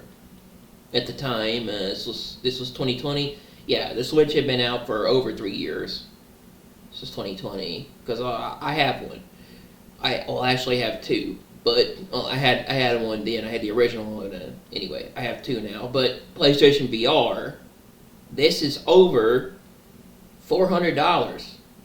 So yeah, how did you seriously have that? How did you seriously have enough money to be able to afford these? Instagram and YouTube channel, and Not to mention a PS5, which at the time was more expensive due to stock shortages and COVID-19. Because you hardly could get your hands on the console. Because I remember me trying to get one, and I could never find one in the stores. Because I would go there and I would look. At the time, I would go to the store a lot to try to get a PS5. I would look from 2020 all the way to 2021. It wasn't until 2022 that I finally managed to get one. And I got one with my Walmart Plus. I got one with my Walmart Plus account because when I was working at Walmart, they gave me a free Walmart Plus membership. So I got it from Walmart Plus. Considering that we are generous, Phil couldn't be possibly spending more than $400 a month. Even that is pushing it, but apparently this is what Phil wrote down on a court document. On May 3rd, 2020, he had a hearing with the judge regarding his bankruptcy I got claim. sinus Even issues. here, the Citibank representative Got called him sinus out on his congestion. business expense claim. Reviewing your filing, it looks like you stated here that you have about $5,000 a month in business expenses. Can you itemize that for me? Yeah, I remember this. I remember watching this. This was leaked. His call to his bankruptcy call. This was or his call about his expenses. This was leaked. I'm calling representing Citibank. Yes, Citibank. What are you talking about? Right, are you an attorney or what's your position at Citibank or? This was a detractor who did this. Trying to get Phil's banking records. An attempt to back out of answering the very transparent He claimed he was calling. He said he was from Citibank. question reviewing his file, which is that he had $5,000 a month in This was a video Does leak. not make any sense. Despite this, his bankruptcy was actually approved, and he was cleared of $138,000 of that. Despite conflicting information, lies on official court documents, and obvious attempts at fraud, I guess fortune favors the bold. But how could Phil not afford to pay his bills? In 2020, with all well, this was before people knew about WWE Champions. This was before people knew about Phil spending a lot of this money, spending his money that supposedly he says he couldn't afford, and he was going bankrupt, and didn't have money to do stuff on a mobile game. His income combined, he was making more than $100,000. Phil's into WWE, and he likes wrestling, and he also had a WWE membership, which that was also in the records. So he plays a lot of WWE mobile games. He said he played Supercard and some other stuff. $1,000 a year. Spends a lot of money on mobile games. Above the average American household. This was also around the time where he had But not his money, his fans' money. Money that people give him for donations. With him constantly asking for money, because I don't know why they give him money, but either they feel sorry for him, or they really do think he is broke, which Vest streams. He's not. If you can afford if you can afford a really nice condo in Washington, I don't know how you're broke. I mean by this is that not to mention you have all these nice luxury items, and these are luxuries, man. These are luxuries. These are toys that you have money to buy things with. It's not a necessity, okay, when it comes to it. These are luxury items. These are items that you can buy with money and stuff, but they're not needed. In other words, they're just pleasures that you can indulge in. But seeing is, if you're that much in debt, anyway, I don't know why. It's Phil DSP. He doesn't understand finances, yet he went to business school. Watching one of his older videos where he had this weird vest. One of the viewers asked him what happened to the vest, which caused Phil to go look for it, and true enough, he found it. This later became something of a gag. There was a video where there was a video streamer, a streaming series for a while called it's called Phil cleaning out his closet and going through all of his old shit on stream, and he threw the vest in the closet. Sorry. On his streams, where if the tip goal for the day was reached, he would put on a vest. Over 250 days of successful streaming followed, which he referred to as a vest streak. Multiple days of exceeding tip goals, totaling over $25,000 in tips. And this guy filed for bankruptcy and somehow got approved. So 50 vest and hats. It was Vest and Hat Street. That's what he was. $1 million question is, how does Phil not have the money? Where does he spend it? Yeah, but the interesting thing is, people wanted to know where the money went to. Oh, to answer this question, we first must take a look at one particular... They wanted to know where the money went to, and why was he constantly getting on stream asking for money every day? Game. And why did he cry broke every time? Yeah, WWE Champions is a Candy Crush mobile game. WWE Champions is a professional wrestling, fast-paced... The thing is, I've never really liked Candy Crush games. There's a lot of people that are crazy about Candy Crush on mobile. There's a lot of people that claim to be gamers that play Candy Crush. I don't consider you to be a gamer if you just play Candy Crush on mobile phones. Game based on a world wrestling entertainment where you use and unlock WWE wrestlers. As one might guess, like any other mobile game, it is massively structured around microtransactions as you gamble away your pain in the hope of getting some famous wrestlers to use in your It's playthrough. RNG. Basically, the game is playing into It's an RNG microtransaction based game. dopamine RNG addiction, so that you RNG is where you open up a crate or a chest or something and hope to get a really good item. It's basically like a card game. Obsessed. It's like with basically gambling like a system. lot of sports games now have like card based modes where you can spend money on on some of the best players, wrestlers, or whatever. The show does it too, but they do it different. They do it in different ways. But yeah, you can basically try to get the rare card world. or Games like these the will be best item or the best player for that. and the people who I've make played a them little bit of them too, but I've never really spent money.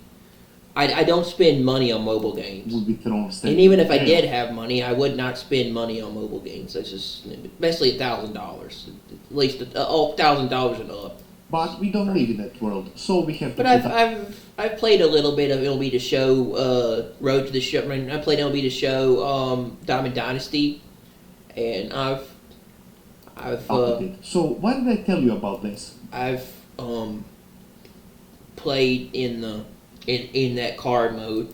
That is because users from Kiwi Farms found a particular profile on WWE.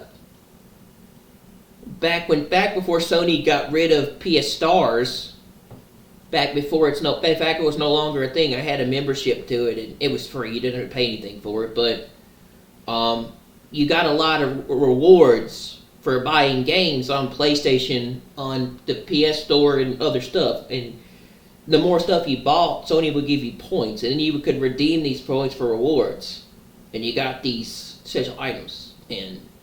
And when I had stars, I would redeem it for a lot of Diamond Dynasty stuff. I used to participate a lot in Diamond Dynasty, but I don't do it anymore now. Stars is gone because I don't play that. But I used to get a lot of rewards. For PS Stars. That's before Sony got rid of it. I think later this year, or it's no longer a thing. They're not doing it anymore. You still have your collectibles and your items, but you no longer get rewards. They stopped that thing. They stopped Stars, but Stars let you get rewards for redeeming. Stars let you get rewards for participating in certain things that you did with this thing. So if you were a Stars member, you completed certain tasks or certain things, or you did certain stuff with this thing, you would get rewards, and you would get points, or you would get certain things that you could put toward items, and you could get stuff in return. You could get a game, you could get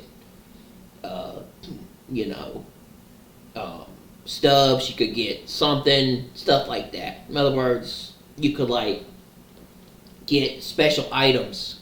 You could even get collectibles, which I still have my collectibles from Stars, but yeah. You didn't have to pay a dime for Stars. It was free. All you had to do was just sign up for an account. WWE Champions Discord server called They Call Me DSP. This user... I've played a couple of mobile games. I played a couple of mobile baseball games, but nothing near DSP's level. Not to mention, I've never spent $1,000 on a mobile game. Was linked to an actual... $1,000 and up. The dude spent like $1,000 something, or beyond that, on WWE wrestlers. WWE Champions profile in the mobile game. This is important because people did some calculations based on this profile's level and VIP level. Taking into account years of subscriptions and other aspects, it was calculated that the person who owns this profile has spent around $40,000 on WWE Champions. Yeah, that's retarded. I'm sorry. That's retarded. That's idiotic and retarded and stupid. Spending $40,000 on a mobile game. I would never do that in my life. I would never, ever do that shit. That is the dumbest thing I ever heard. Seriously. You gotta... See, DSP seems like... If he spends $40,000 on a mobile game, you seriously probably have nothing else to do with your life. If that's all you do. You don't do anything else with your life. Yet... he has a wife, and he claims to have a family, even though he just has a cat. That's all he has. He doesn't have a child. Okay, comes to right. So that wouldn't really count that as a family. But yeah, and stuff. And it's just $40,000, man. You got a lot of it seems like you got so much time on your hands to spend that much money. But $40,000 on a mobile game. Oh my God. That's just stupid.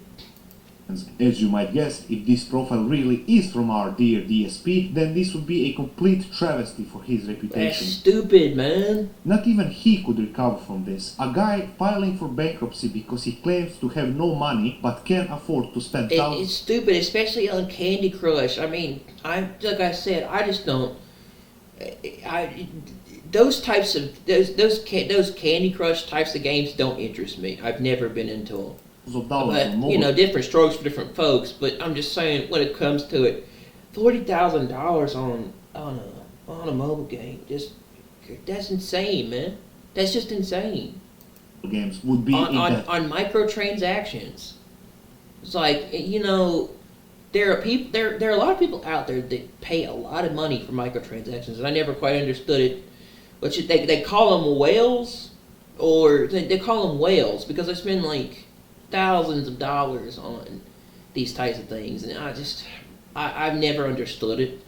I've never understood it. I maybe, gambled here and there, like not like at a casino or like in the slots, but I maybe gambled like here and there a little bit, like, but not to a point that it goes overboard. I've bought into stuff and I have played these card games, but I know you gotta know when to quit, and it's like gambling. Okay, so I've sort of kind of gambled on stuff here and there, especially with the show. So I have participated in this stuff, but not to the level that he has. I've played some stuff here and there. I've been involved. I've played games with RNG, and I've also played gacha games and certain things like that. So I know what they are. Okay, but it's just, yeah, you gotta know what you're getting into. I mean, bro, this is basically trying to get people addicted to gambling. It is, and you kind of gotta know how to play this. Because if you're not, if you don't understand how this works, you're gonna get yourself into some massive financial debt. Okay, you are. You are innocent until I'm not a gambler when it comes to playing. I'm not a gambler when it comes to like casinos and stuff like that. When I went to Vegas, I never really participated in the stuff in Vegas and casino slots and stuff. I thought about it, but I was like, I don't know. I'm just not a gambler. I'm not a gambling in that person. But yes, I do play those games here and there. Like I played MLB Pro Spirits. I've played MLB Rivals. I played MLB 9 Innings, and I've played some games here and there that are based off of that and stuff with RNG and microtransactions. But I never really bought into that stuff. And I played the show. I love the show, and I have played a little bit of Diamond Dynasty card game mode, at times, to a point that I actually got my, to a point that like I said, back when I had stars, I would do this a lot, and I would use all my rewards on stubs at times or certain things. It just depends. To a point that I actually got my team up to 99 overall in the show 25. There, but I don't do that. I don't have, stars doesn't exist anymore, so I don't really, anyway, you can't do it anymore. But yeah, I used to use stars a lot. I used to use PS stars a lot. I used to be a big fan of it before they got rid of it. I hate that they got rid of it because it was a really good thing, and you got a lot of good stuff in return for it, but Sony discontinued it and they don't have it anymore. They got rid of it. They don't use it anymore. But Stars was a really interesting thing for the time. But PS Stars, it let you get all these rewards and special stuff. And if you bought games off of the PS Store, it would give you certain things for it in return. Stars was an interesting concept, but they never went very far with it. It's just it doesn't exist anymore. It still shows up on your account, but you can't do anything with it. You still have your points and everything, and you still have all your stuff, but you can't. It doesn't let you. They discontinued it. I don't really know why, but yeah. At the time, you could pay you could redeem points for like $5 stubs and certain things like that. So I would dabble here and there a little bit in it, but yeah, not to the extent I guess you could say that. But $40,000 in mobile games—that's just crazy, bro. When guilty, and Phil sure did declare his innocence. How do I just prove something is blatantly false when there's no evidence of it existing? They just made it up. It's the same thing with all these things that happen to me. There's nothing I can do. I wish that I could, disprove all the shit they say. I can't. If they just make shit up, there's no way that I can have evidence to show you that it's not true. You know what I mean? He denied it vigorously. I mean, I don't have an issue with what you do with your own money. That's your own money. But if you're giving your money to him and he's just wasting it on mobile games. I don't know. That sounds to me like that's just not, you're not getting anything in return for it. You're not getting anything in return for how much money you spend on him. And you're pretty much supporting him and holding his life up. So, like, I don't know, man. I just like say that's just Streams and crazy videos. to me how people will pay tons of money to DSP. Saying it was yet another unfounded rumor spread yet around by his He's detractors. spending all this money on mobile games. Okay, so let's try to do On a some mobile game. investigation and see if we can connect the dots. Phil does in fact have a history of being addicted to mobile games, something he has admitted. Some people draw a pattern of addiction when watching some of his Yeah, people say he has a gambling addiction. And a lot of mobile games do have gambling in them. streams, saying that Makes sense. I mean, so he like plays a lot of mobile games, so blackjack.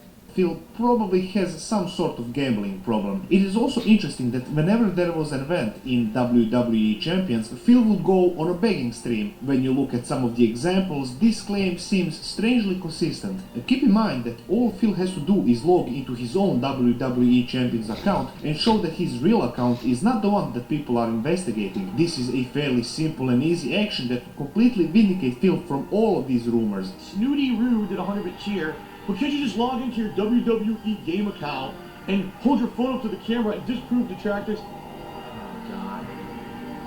I mean, yeah, why doesn't he do that? I know why he doesn't do that, because he doesn't want people to know that, he doesn't want people to know the truth about the fact that he's taking all their money and spending it on useless nonsense, okay? Stuff that, in all aspect, and all concept means they don't, the people that are watching him don't get anything in return for what they give him. And they don't really get anything back like most streamers or most creators. They do stuff for their fans. Phil, it's all about money to him. And, you know, you either give me this or give me that and I'll do this for you. That's not how that works. When it comes to stuff like this, it's a two-way street. Your fans support you if you give them stuff, you give them a reason to come back. And they don't really have any reason to come back to DSP except just to hold him up by supporting him, by throwing him money. Gullible, stupid, simple-minded people think it's that easy. So rather than doing that, Phil would rather explain why he won't do it. The pile of evidence is slowly stacking against Phil, and he sure as shit is not helping the situation. If you think this stops here, you are not paying attention. Users at Kiwi Farms actually developed an algorithm that analyzes two texts to see how probable it is that the same person wrote them. For example, you know how your friends have different catchphrases or ways of texting that makes them unique in such a way that you know it is them. The messages from this Discord were compared to the tweets that DSP posts, and the algorithm concluded that there is a high chance that the two texts are written by the same person. Want more? How about this? There is an undercover spy in Phil's moderator Discord server. The said spy provided a screenshot of DSP's actual Discord profile. The user ID of the DSP's actual profile matches with the ID number of the Discord profile that owns WWE Champions account. Now, sure, this is a pretty damning evidence, and still, Phil has not produced anything to help his case. Instead, he did what he usually does, which is cry at the camera. There's the thing, at this point, I can't even figure out what the meme is, because people now tell me it could be this one WWE game that I played years ago, or a WWE game that I played for a few months, a couple of years ago.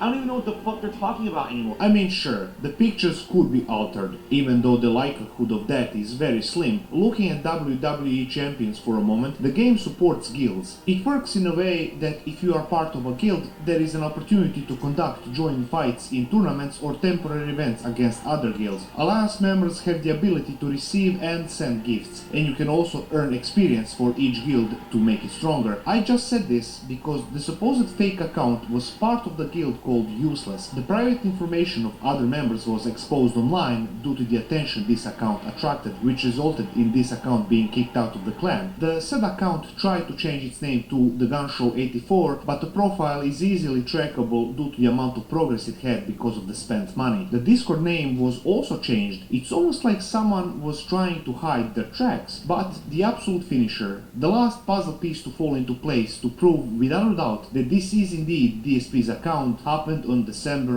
11th. In one of the guilds that the WWE profile was in, they used a program called Line, which is something similar to WhatsApp and Telegram. Yeah, it is it's like a basically phone freeware thing, app yeah. for instant communication on electronic devices. Yeah, it's like such being as able to, like, smartphones talk and to people personal through computers. phone. Now, what is important is that the supposed fake profile registered his phone number with this application. Now, it is also important to mention that the real DSP's personal information got leaked years before. This information included his own personal phone number. Now, if we enter Phil's actual phone number into the Line app, we will get...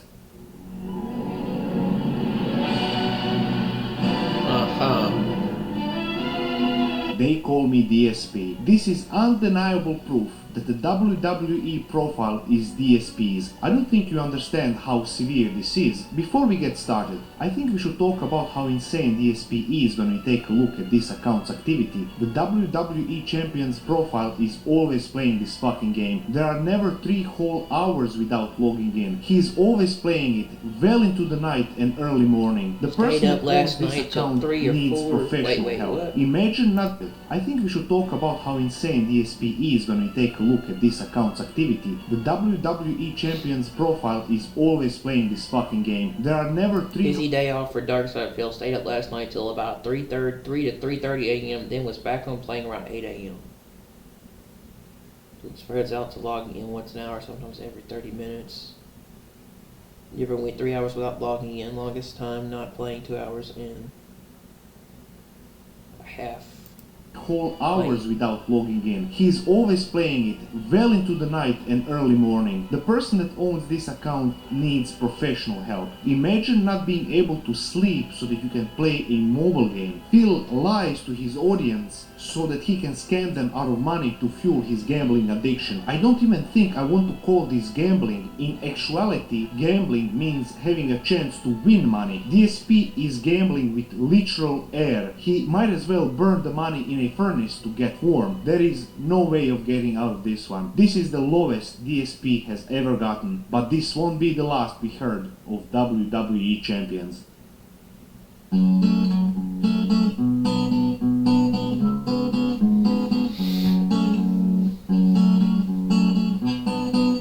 On September 18th, 2021, someone managed to get access to DSP's bank records. Please keep in mind that this wasn't a hack, unlike what other people might say. A person at Kiwi Farms contacted Bank of America and, through social engineering and many loopholes, managed to get his personal banking records. It is important to remember that such a behavior is abhorrent and should not be encouraged. The only real lesson here is to avoid creating an account with Bank of America. Now that I've cleared that up, let's take a look at these records to see how Phil uses his money. Another user made a simple pie chart to help us visualize this information. What I'm about to show you are Phil's spending records from May 17th to September 17th of 2021. So in 4 months, Phil has spent $1,062 on alcohol. Damn, Phil.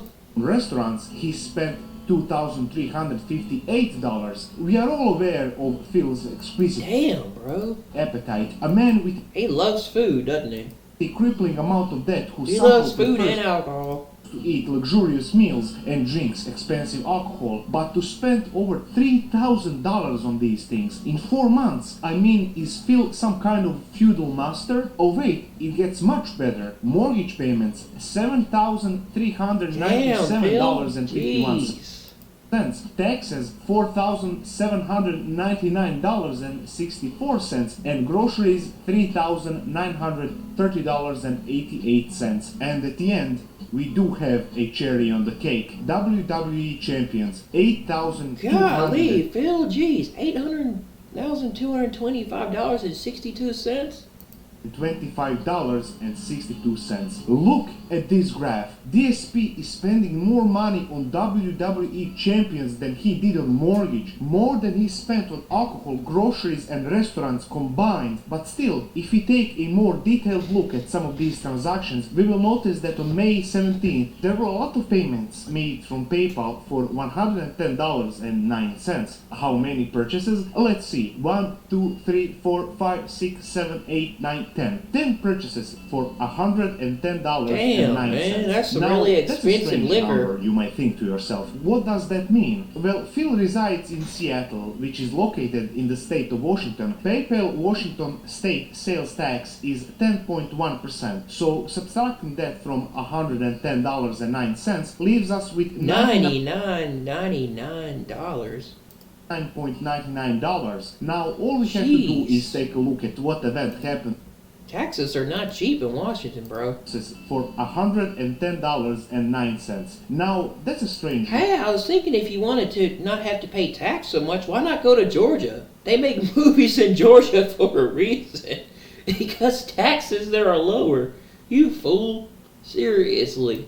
Number, you might think to yourself, what does that mean? Well, Phil resides in Seattle, which is located in the state of Washington. PayPal Washington state sales tax is 10.1%. So subtracting that from $110.09 leaves us with $99.99. Now all we have to do is take a look at what event happened. Now that's a strange number, you might think to yourself. What does that mean? Well, Phil resides in Seattle, which is located in the state of Washington. PayPal Washington state sales tax is 10.1%. Yeah, 10.1%. That's pretty high taxes.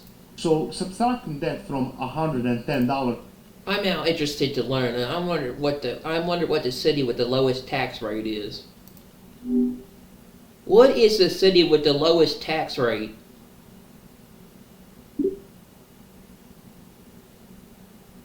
Portland, Oregon, and Anchorage, Alaska are known for not having a state or local sales tax. Okay. Oregon and Alaska. Interesting. $9 leaves us with 99.9. One more thing. What is the tax rate in Atlanta, Georgia?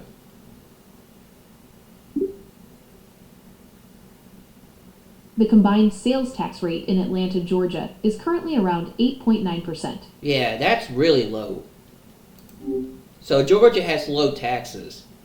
$9. Now all we have to do is take a look at what event happened in WWE Champions around this time, and we will get, isn't it depressing that this man is willing to enter into bankruptcy in order to continue his destructive gambling addiction? I wonder what Kat thinks about all of this. So Phil, after all of this undeniable evidence, will you please, for once in your life, admit to the problem and come clean? Alright, I'm just gonna say. Yeah, his wife sure doesn't look healthy when it comes to stuff too. When I guess as briefly as I can and she's summarize. kind of fat. It just when it looks like it though. Just as I can to let you know what's I going on. wonder if she has a. I wonder if she's. I wonder if she. And then we're gonna move on. Okay. Has an interest with money problems. Over the last week, it has come to my attention and my knowledge finally that I have been subject to the crime of identity theft. Whoa! I guess it is rather a time to victimize yourself. A federal crime, by the way. This is something that's incredibly serious. This is not just a little, someone's trolling on the internet.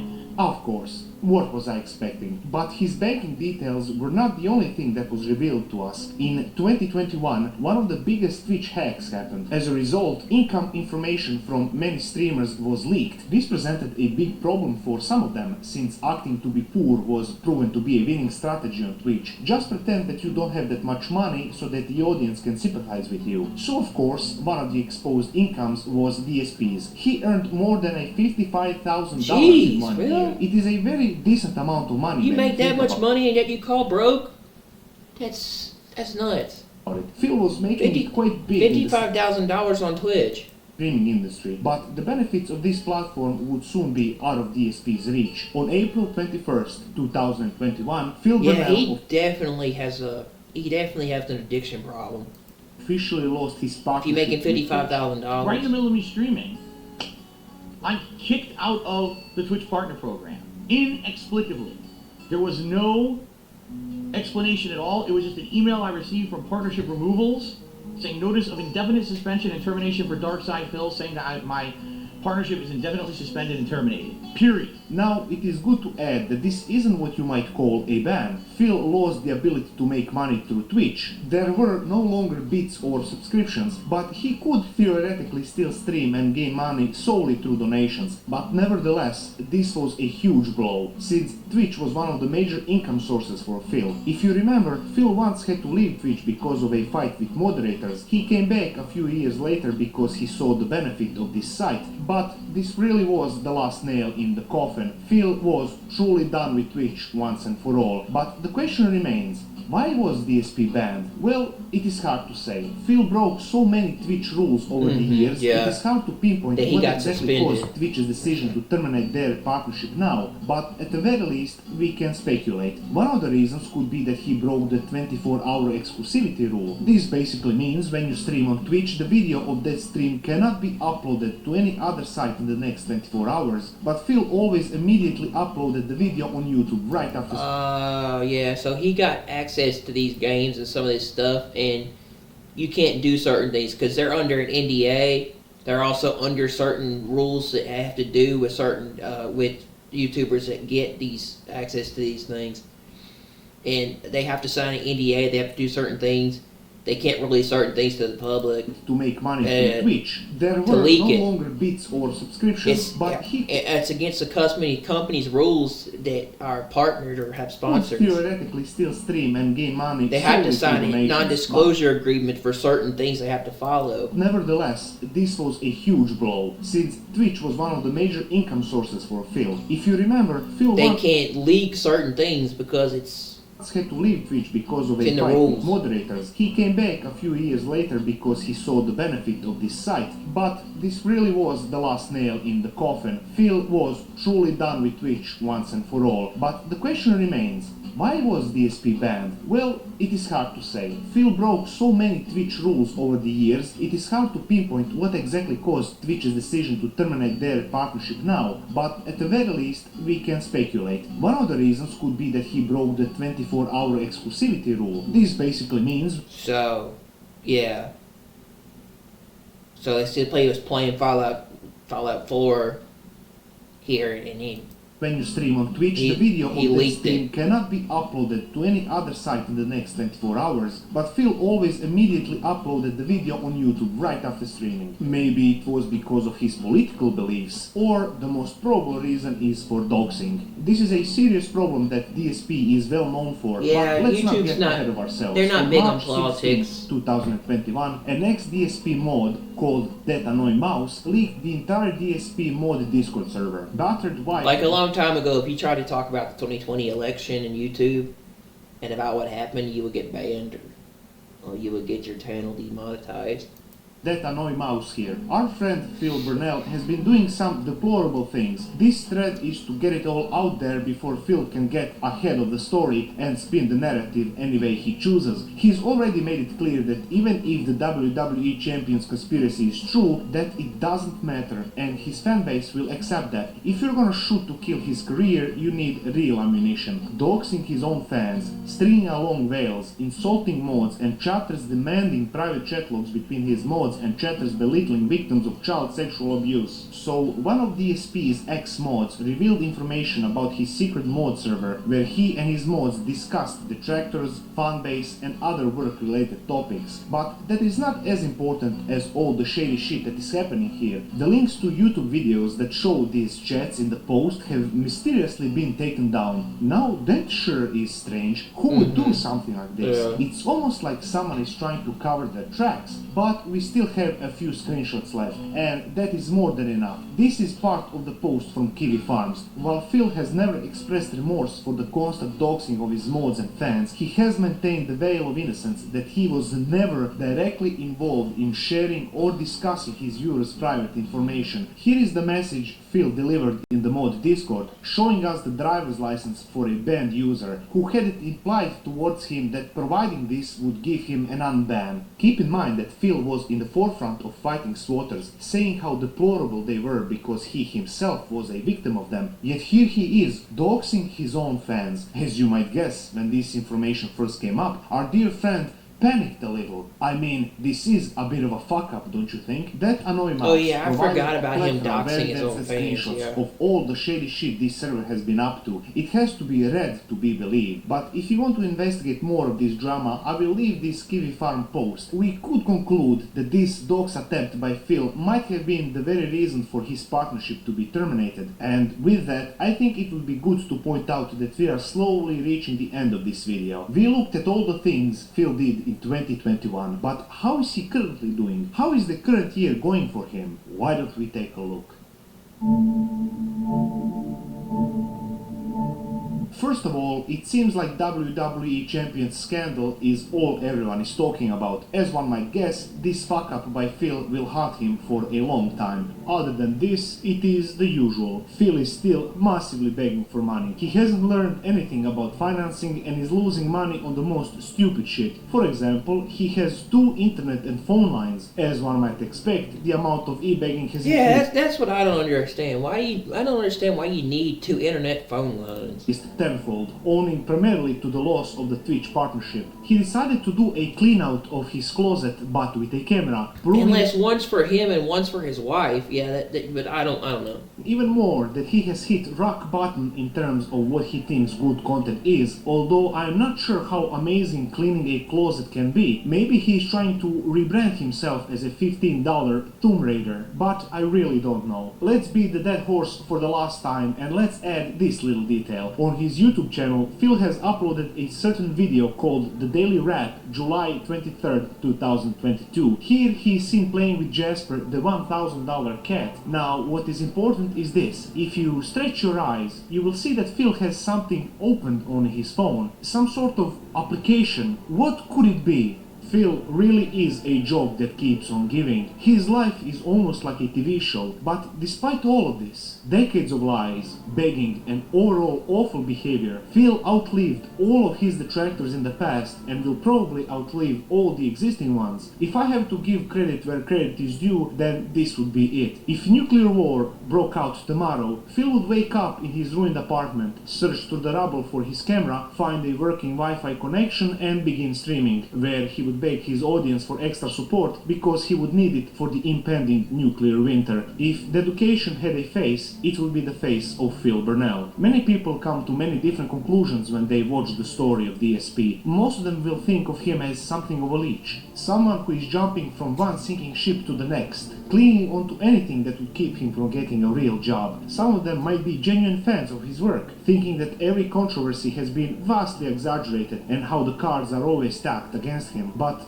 only a few will look behind the veil, and there they will find a cautionary tale of someone who might have made it big, someone who, if he played his cards right and did not extort his community so much, could have been a reputable member of the gaming community. But unfortunately, the bloated ego and the unhealthy mindset have put him on the throne of this empty empire on which DSP currently stands.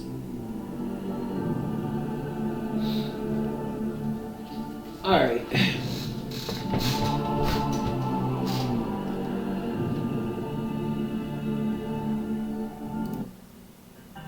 Ladies and gentlemen, welcome to the absolute worst podcast on all of YouTube. I'm in tremendous pain! I'm in tremendous pain! Help me! Help me! Help me! You're watching Roll Cow Live! Jesus Christ.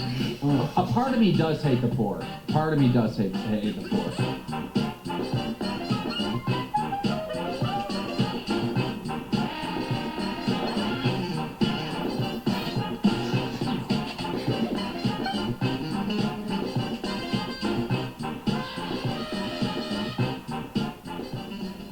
A man much smarter than me once said, "The internet never forgets, and more importantly, it rarely forgives." For over 2 decades, online culture has evolved from forums and message boards into a digital code. Robust. urban garlic flavor. Hello everybody, before I start today's video, I hope you all have a wonderful Thanksgiving with friends and family, and that your day is positive and meaningful. So Phil, this is right before his Asmongold rant, complains about YouTube because YouTube is a dynamic, evolving website, and Phil wants it to be static like it was in 2008. So here's Phil to tell you more. I was listening to feedback and someone wrote me this really nice message. Alright. Let's see what's going on with the news.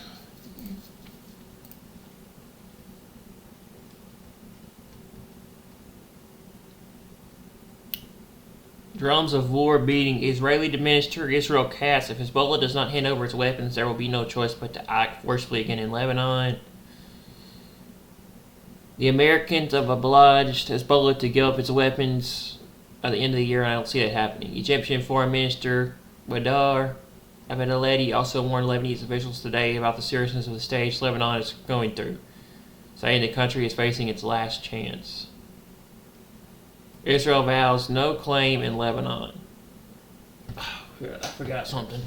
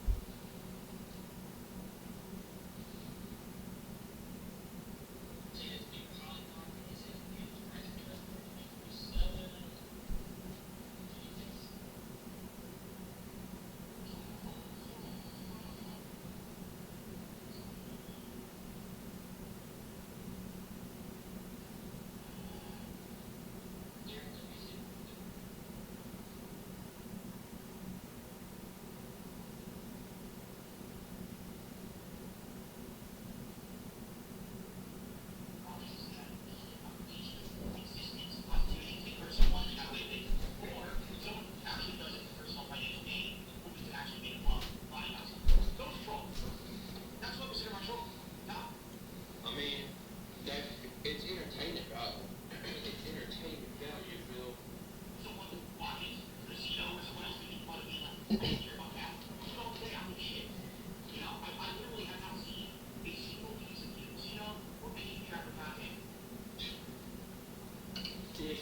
sort of gives me the feeling it's like a person that goes to a comedy show and then gets upset and mad that the person making fun of the individual and trying to be funny and entertaining. He gets me a vibe of that person that gets upset, shows up to a comedy show just to get upset for entertainment value. There are people that go to comedy clubs and somehow get pissed off. They go there knowing good and well what they're getting into. Knowing that's the reason why people go watch people. Alright. Israel will launch a massive engineering operation to clear the rubble in Rafah and create a new Hamas-free humanitarian zone. This area will be the International Security Force, ISF, will be deployed later, will be known as the New Gaza. Via Israel Khan News.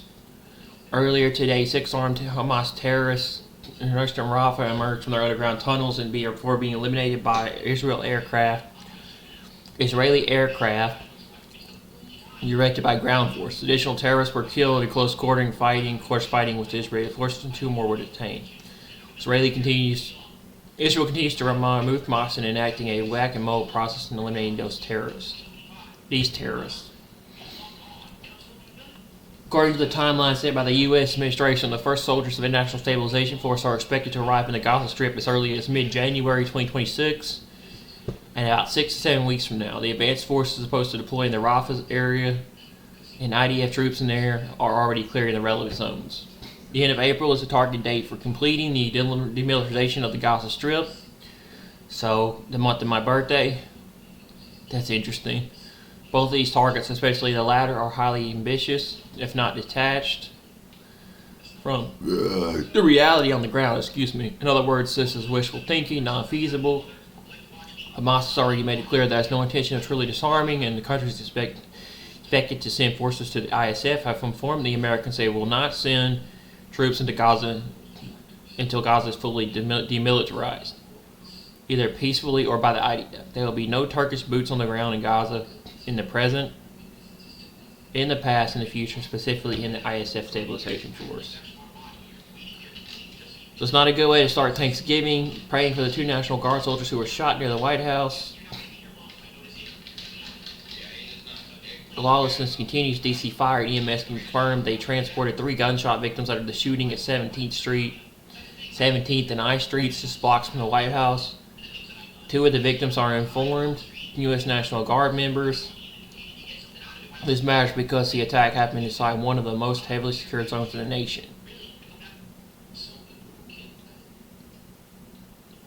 During now routine guard support missions around federal buildings. Says for the second night in a row, identified unverified Israeli fighter jets were seen operating in the Mason region of Iraq, which borders Iran. Past incidents was reported, of course, last night, but also in June 2025, there was no official evidence of Israeli jets targeting Iranian troops from Iraqi airspace at that time either. Then came the Iran-Israel war, June 13th to June 24, 2025, also known as the 12-day war, with Israel getting ready for something much bigger. Israel conducted what looks like a simulated strike on Iranian targets from inside Iraqi skies. This sends 2 dangerous messages: testing Iran's air defense reaction time, treating Iraqi airspace as a safe corridor in confrontation with Iran with little respect for Iraq's sovereignty. Bubba News says, unreal, both National Guard members have passed away. They were from the West Virginia National Guard units. This is a targeted assassination. There's something deeper to the story. Was this an ambush? Right in the middle of Trump's safest city in America. For these service members unarmed like they were post 9/11 in American airports, in other words, just for show.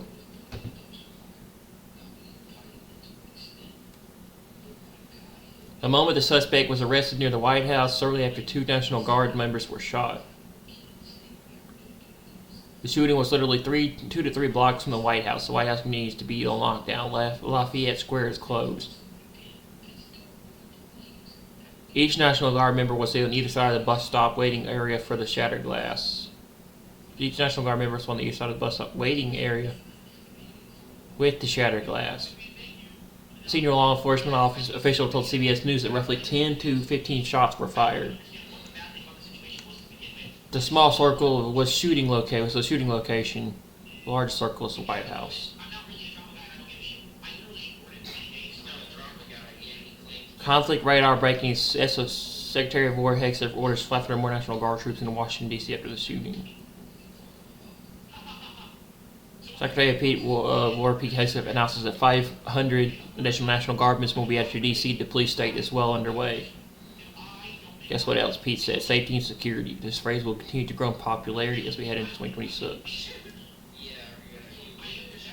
The suspect in the National Guard shooting appeared to directly target the guardsman, firing at first at one who was only a few feet away and then firing at the other who took cover behind a bus stop shelter, according to CNN. The suspect had no ID on him at the time of his arrest and is not cooperating with the investigation. CNN is reporting the National Guard units mobilized to D.C. were not authorized to carry firearms. They guarantee they will be authorized to do so now. The D.C. Guard reports directly to POTUS Trump. As for the other Guard units, they can be federalized and given orders to be armed from the commanders up to POTUS. This was a targeted attack on the National Guardsmen at 2:15 p.m. The attacker came from around the corner and shot point blank at the troops. Both Guard members were shot in the head, sources say. Both National Guard members who were shot today in Washington, D.C. were shot in the head, according to U.S. official and a senior official briefed on the investigation. Unreal, both the National Guard members who were shot today in Washington, D.C. were shot in the head. NBC News reported, citing the U.S. official and the senior officials directly briefed on the investigation. This was domestic terrorism all day long. It will be interesting to see where this individual comes from. The National Guard suspects served in the Afghanistan Army for 10 years right alongside U.S. Special Forces troops. He came to USA in September 2021 on humanitarian parole under Biden's evacuation Allies welcome, and his visa expired 9/8/2025. Afghan citizen Ramunallah Lakanawal has been identified as the alleged shooter in an ambush-style attack on two National Guard members near the White House, which authorities are treating as a possible act of terrorism. This main question now is this was a one-wolf operation or part of something much bigger. Last week, Israel offered Hamas fighters hiding in the tunnels in eastern Rafah a chance to emerge and live, but they would have to agree to be transferred to Israeli prisons, 3 commit to disarming, and 4 abandoning terrorism. Only then would they be eligible for release and relocation back to the Hamas-controlled areas of the Gaza Strip on the condition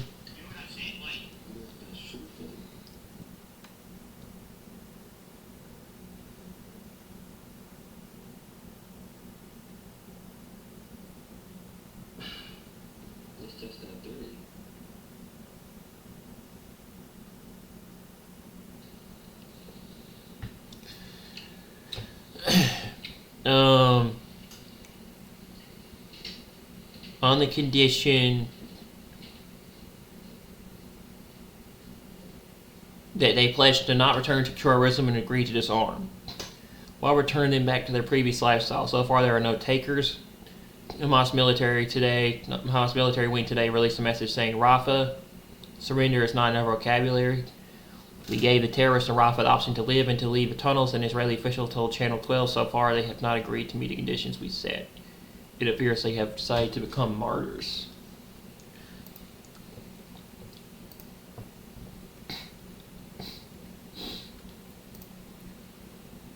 Breaking all departures to Reagan National Airports were just drowned for security reasons. The White House locked down amid shooting of National Guard members. And there's not a lot here.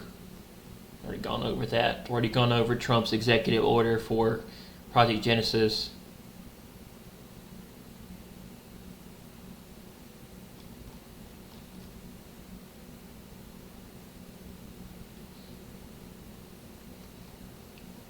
Probably not a lot to discuss or to talk about because Thanksgiving.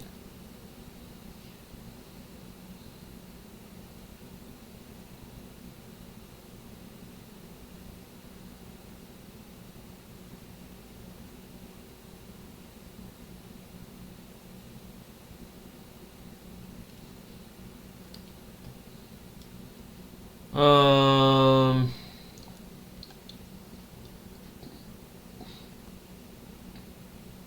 FBI will investigate the shooting of 2 members of National Guard in D.C. as possible act of terrorism, whose 2 senior U.S. law enforcement officials said. Officials said that the suspect will use a handgun in the attack. This has been nationally identified as an Afghan national. The law enforcement officials are still trying to confirm all the individual's details, they said.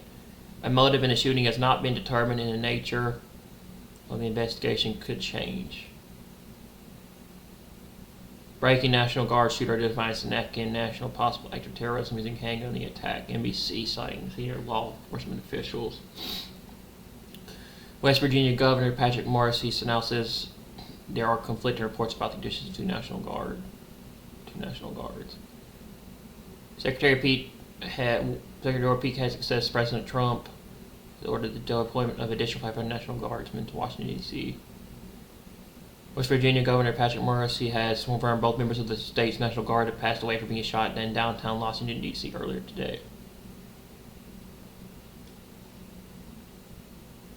Breaking video shows the aftermath of shooting near White House in Washington, D.C. At least 2 National Guard members shot.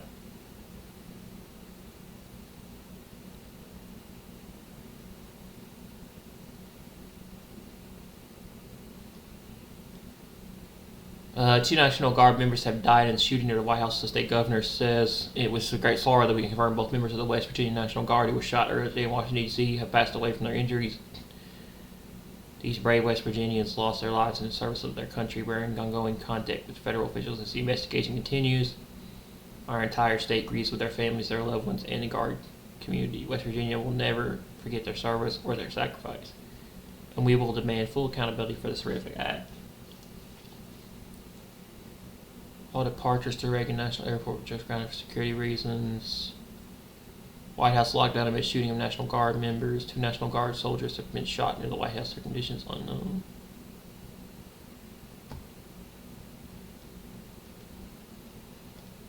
So that's it for that.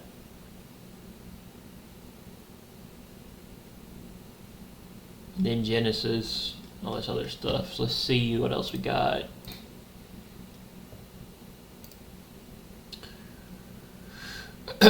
Following the completion of the identification process by the National Institute of Forensic Medicine in cooperation with the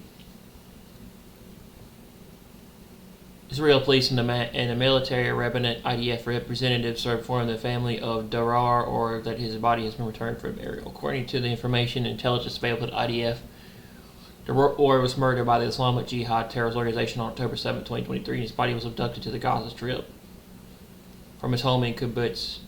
His death was officially determined on May 2nd, 2024. Darar was 48 years old at the time of his death. He leaves behind 3 children, his wife Yonit Or, and was also murdered during the attack on Kibbutz. 2 of his children, Alma and Noah, were also abducted and returned 2 years ago as part of the hostage release agreement in November 2023. The IDF expresses deep condolences to the family, continues to make every effort to return all deceased hostages and prepare for the continued implementation of the agreement. Hamas is required to fulfill its part of the agreement, make necessary effort to return all the hostages to their families and to a dignified burial. The search for terrorists in Rafah continues. 6 terrorists were identified and struck in the area of an underground terror infrastructure. IDF troops are continuing to operate in the area of eastern Rafah.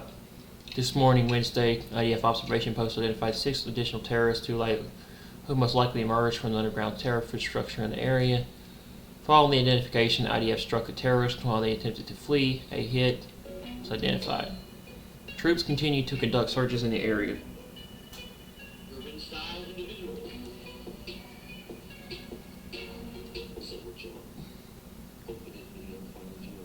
The troops continue to conduct searches in the area. IDF troops in the Southern Command remain deployed in accordance with the ceasefire agreement and will continue to operate to remove any immediate threat.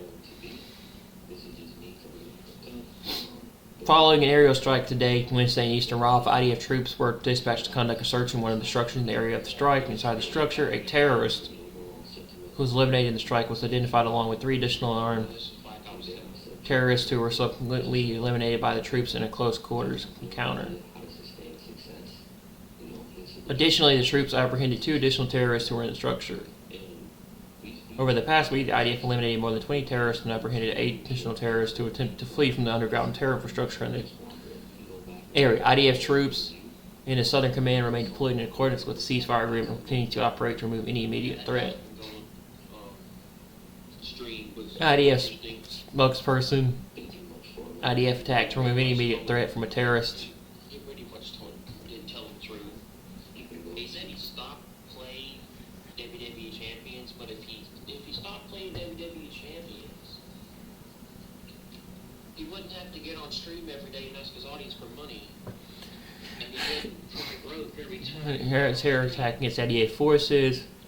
Because he wouldn't be spending all that money on mobile. A short while ago, the IDF, led by the Southern Command, using the Air Force, attacking terrorists from the Hamas terror organization, who planned to carry out a sniper attack against IDF forces in the northern Gaza Strip, according to the agreement.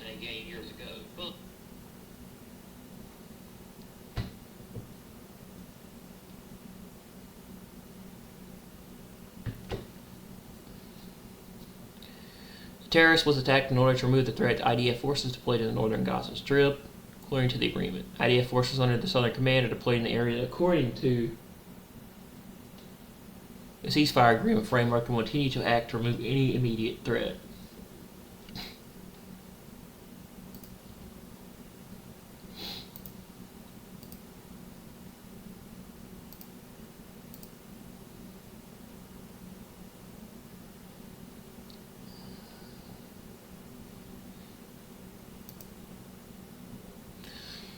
IDF spokesperson earlier today, Wednesday, combat team forces of the Kfir Brigade identified a terrorist from the Islamic Jihad terror organization in the Yellow Line area who approached IDF forces operating in the southern Gaza Strip in a manner that posed an immediate threat to them. After identifying the forces, the Air Force eliminated the terrorists in order to remove the threat.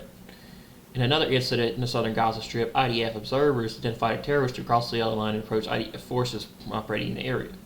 Upon identification, the Southern Brigade forces eliminated the terrorist. IDF forces under Southern Command are deployed in the area according to the ceasefire agreement framework and will continue to act from any immediate threat. Joint IDF, ISA, and Israeli police announcement overnight Wednesday. IDF soldiers in the Commando Brigade, the Samaria Regional Brigade, and Benicia Regional Brigade, along with the ISA and Israel Border Police, began operating as part of a broad counterterrorism operation in the area of northern Samaria following a preliminary intelligence identification of attempts to establish terrorist strongholds and construction of terror infrastructure in the area. As the operation began and prior to the entry of the forces into the area, the operation IAF struck in order to isolate and contain the area. Following the strikes, the security forces began to operate in searching dozens of terror structures and questioning suspects in the area. In one of the searches, an observation control room was located and terror funds were confiscated. The operation began following an IDF, Israeli police, and ISA activity in which 3 terrorists who took part in terror attacks against IDF soldiers and Israeli civilians were eliminated. IDF and ISA forces will continue to provocatively operate in order to prevent the establishment of terrorism in the area and to prompt any threat against Israeli civilians. Under the command of Judea and Samaria Division, an operation to thwart terrorism in northern Samaria has begun. Prime Minister Netanyahu's office announcement following the identification process of National Center of Forensic Medicine cooperation with the Israeli police and IDF.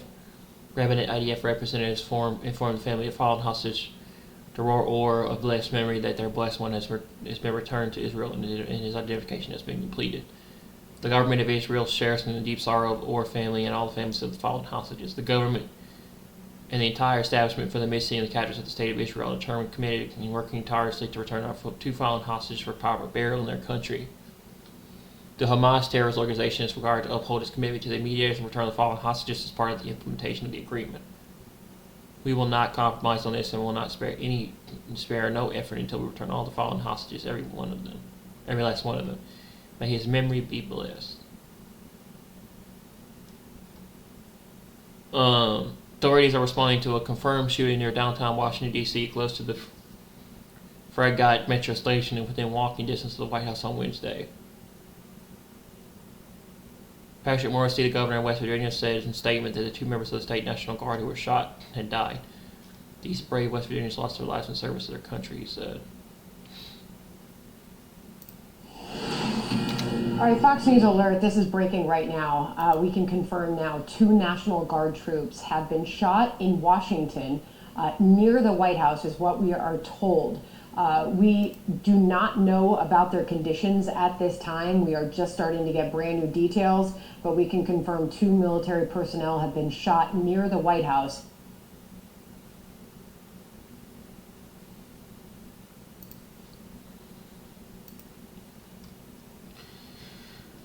Donald J. Trump, the animal that shot the 2 National Guardsmen, with both being critically wounded, now two separate hospitals, is also severely wounded, but regardless, it will pay a very steep price.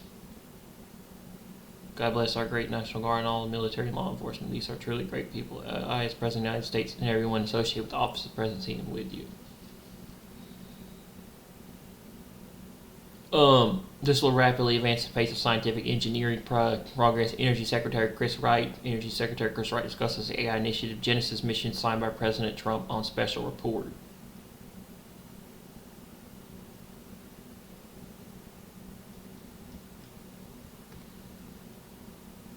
South Korea launched its 4th homegrown space rocket on Thursday and put more than a dozen satellites in orbit. A live stream on YouTube by Korea Aerospace Research Institute showed, marking the country's first launch jointly conducted with a private company. South Korea started the Naruri rocket program in 2021, but in the latest launch, a local company, Hanwha Aerospace, led the manufacturing and assembly of the rocket using technology transferred from the government.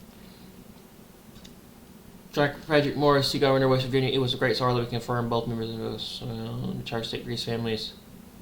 Greece with their families, their loved ones, and the Guard community. South Virginia will never forget their services, sacrifice, and will demand full accountability for the brave act. We're now receiving conflicting reports about the condition of our two guard members, and will provide additional updates once we receive more complete information. Prayers are with these brave service members, their families, and the entire Guard community.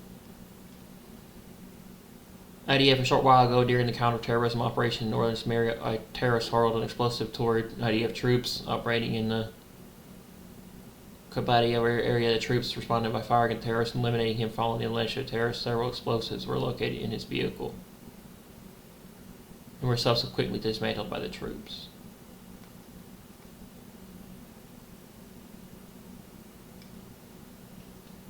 Five civilians were killed and 9 injured in an explosion in an arms depot in the town of Kfir Takarim in Syria's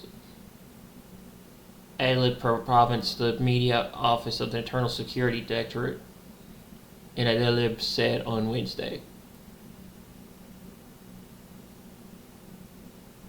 The Kiev Takarim explosion was caused by a warehouse containing missile and ammunition. The explosion occurred as a result of a workshop near the site. The explosion resulted in the death of 5 workers and the injury of 9 others. Engineering teams are working to secure the site and deal with the remnants of the explosion.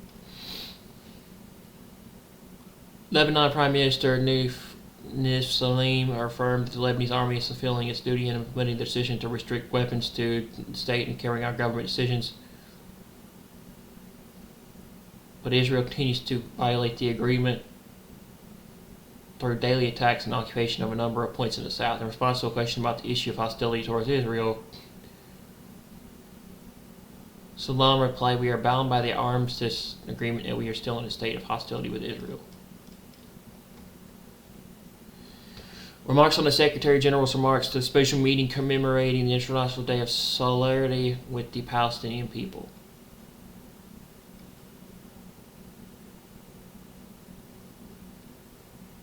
Delivered by Courtney Radishay, Chief of Cabinet. I have the honor to deliver a message from the Secretary General.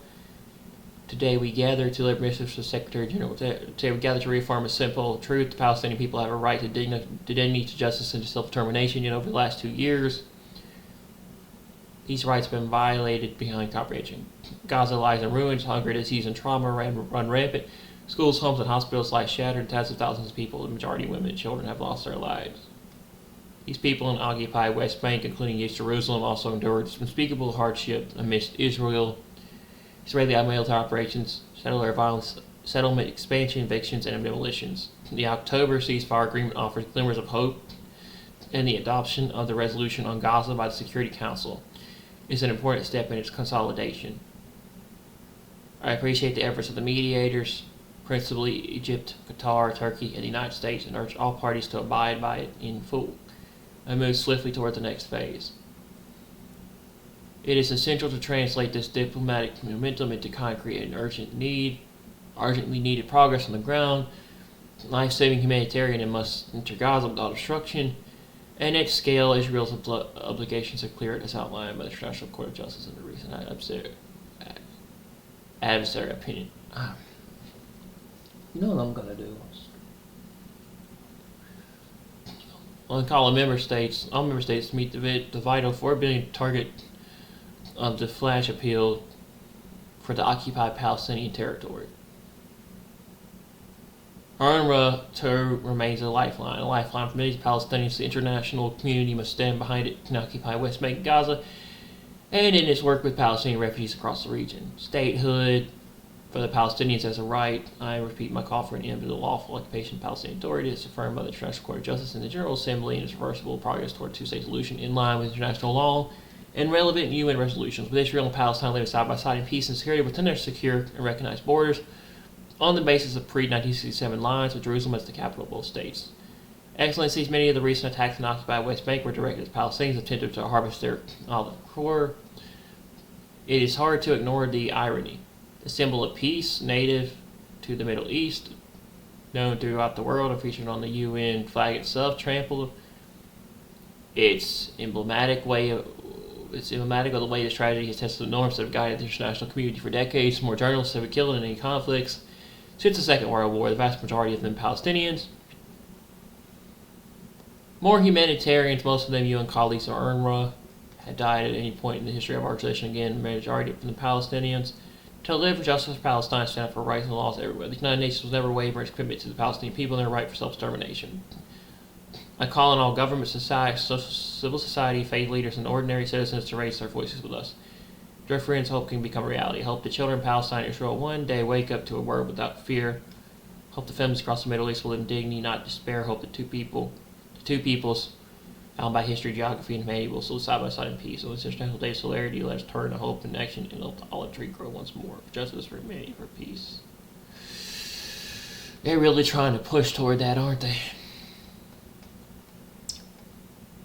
Eddie Daniels say the UN marked the International Day of Solidarity with the Palestinian people on one side, a ceremony that recycles old narratives while ignoring terrorism. But the UN Secretary General declared in a speech that the UN will never waver in its commitment to the Palestinian people and their right to self-determination. He conveniently forgot to mention the October 7th massacre. Hostages have yet to return home, and the Palestinian Authority funding of terrorists in Judea and Samaria. Dan Bongino, United States Deputy Director of the Federal Bureau of Investigation, FBI personnel are assisting with the investigation into the shooting of our National Guard members in D.C. Please take a moment and pray for those heroes and their families. God bless America and those who defend her. The Americans try to portray themselves as the turning point of every global development, but this is a form of self-deception.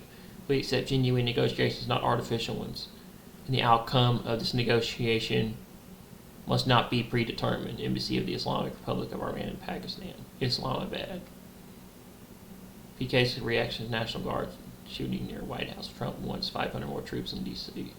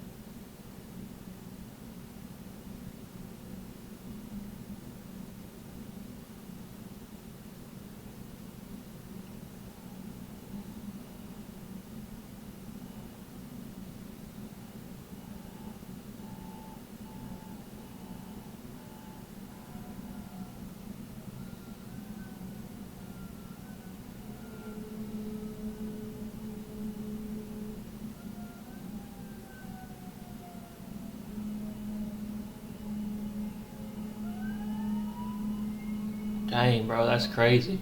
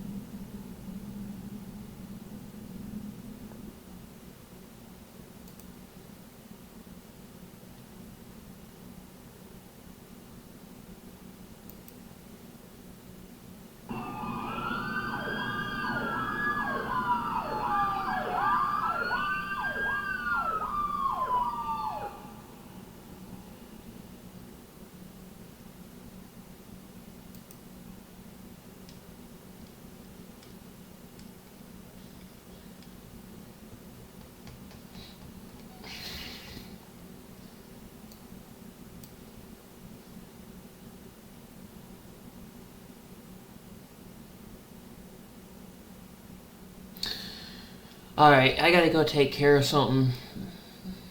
And then we'll watch this. Because if I don't take care of it now, it won't happen later. This is gonna suck, but I gotta go take care of this. Alright.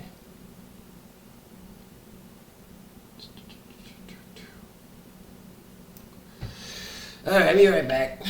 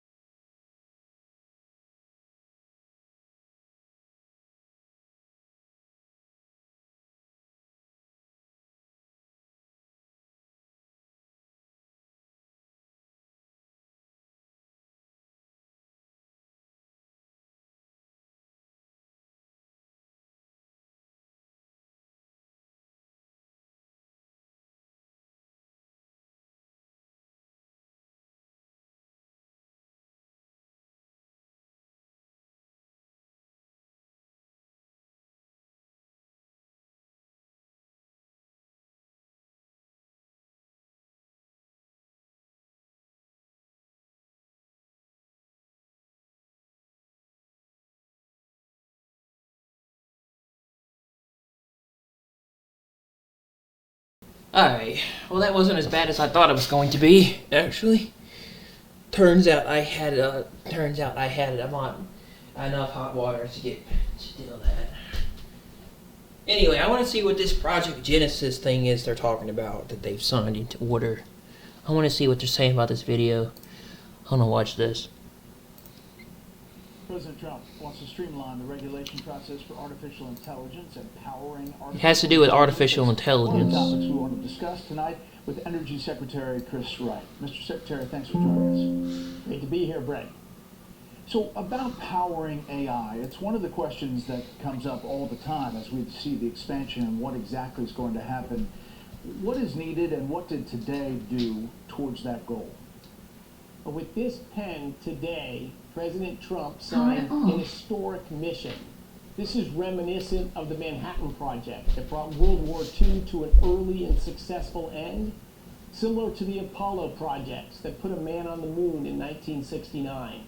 This is an all-in national effort to take the power of AI and pair it with the 40,000 outstanding scientists and engineers at our national labs to use the world's largest supercomputers to advance innovation and science, to fix our rising energy costs, to give better economic opportunities for our citizens, to make longer and healthier lives possible.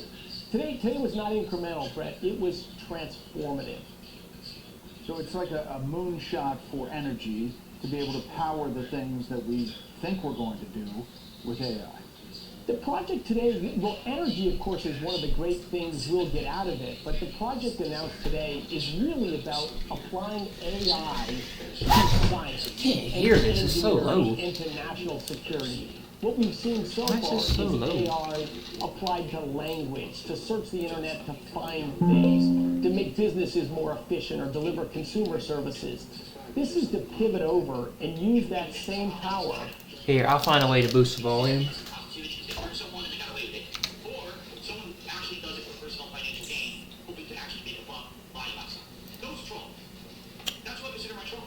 Here we go, Volume Master. It's entertainment, it's entertainment value, Phil. Someone who watches the show or someone else making fun of me, like, I don't care about that. You don't think I'm in shit. You know, But to use the incredible data sets from our national labs to actually advance scientific progress, scientific discovery, engineering, solve the problem of our electricity grid, a creepy old system that's unstable and has become more expensive.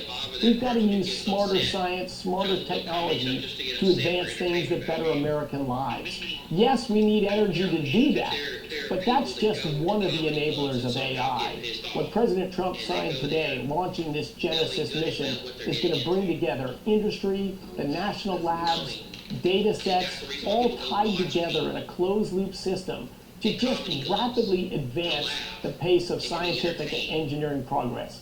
It will be transformative. You will see in the coming years. It's fascinating to hear about it, and it's a forward vision. But going back to the energy question, because everyone who talks about AI acknowledges that the U.S.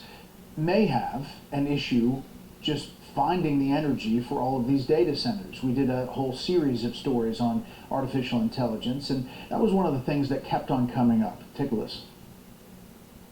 The plans for the largest computing clusters to run the largest AI algorithms in the world in the not too distant future is in the range of 1 gigawatt to 5 gigawatts. 1 gigawatt is about one Hoover Dam worth of electricity. So imagine 5 Hoover Dams being used to just power one data center full of one company's AI. That's a future that we're headed towards quite quickly. So how do we get that and still prevent people's electricity costs and energy costs from going up? No, great question, Brett. So that is going to take a lot of changes. We've seen surging American oil production, surging American natural gas production over the last 10 years, but not electricity production. Just a different regulatory bureaucracy that has smothered growth in electricity. And of course, Biden-era policies that wanted to subtract. They wanted to close power plants much more than they wanted to build power plants. Of course, we've reversed that. We've stopped closing coal power plants. We've made it easy and quick to power new power plants. We're going to enable existing power plants to up their output. We're going to take backup generators that are already at data centers or behind the back of a Walmart and bring those on when we need extra electricity production. We're going to do a lot of creative things with transmission lines. So we will find tens of gigawatts of new transmission capacity on our existing grid. And to your point about costs, if you look carefully at the data over the last 5 years, the states that have had the fastest growth in electricity demand, North Dakota leads the list at over 30% growth in electricity demand. Their rates have gone down.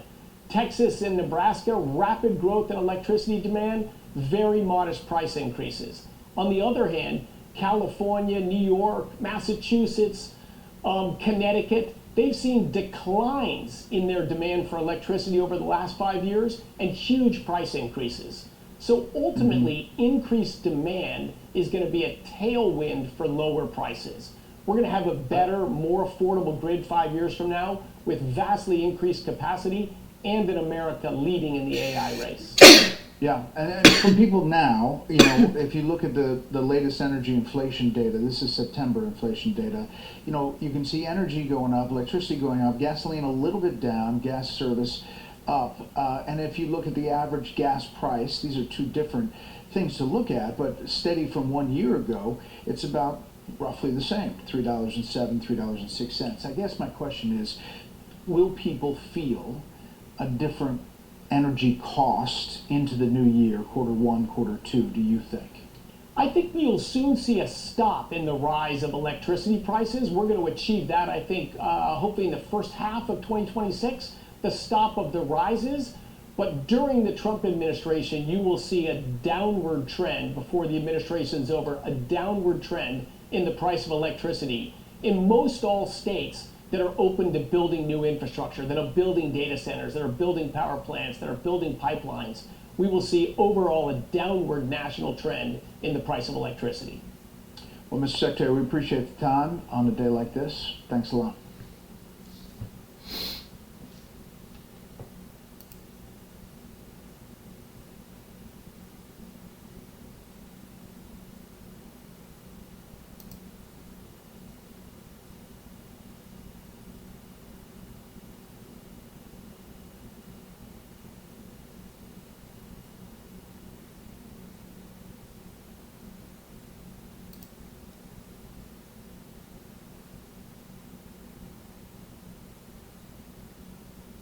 There have been a lot of case and character studies on individuals done on YouTube. However, this particular person, I couldn't believe the rabbit hole that I wandered into. Thanks to review tech. I ever made in 1 month in my life was Machinima that first year. I made over $20,000 in 1 month.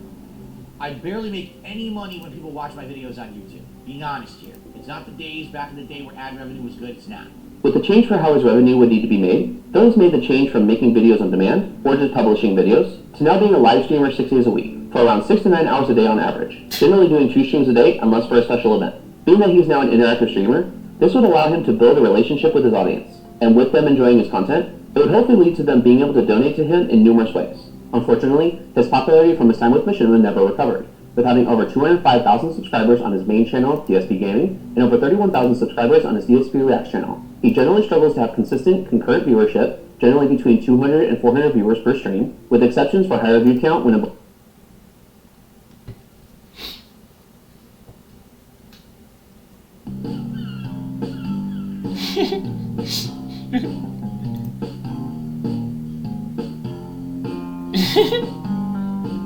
It'd be really sad to think about how accurate this is going to be to DSP himself, especially when you look at the dude and consider DSP's side profile. Man, I like this game, but I don't know if I'm going to like it after this one. Thank you guys so much for checking out today's video. I hope you're going to enjoy it because today we're revisiting the game Drunk. It is the end of summer, so I thought what better way to celebrate that with the summer edition of this game, since before I did the Christmas edition and it was as festive as it was frustrating, and today's going to be no exception because we're throwing a little bit of a twist.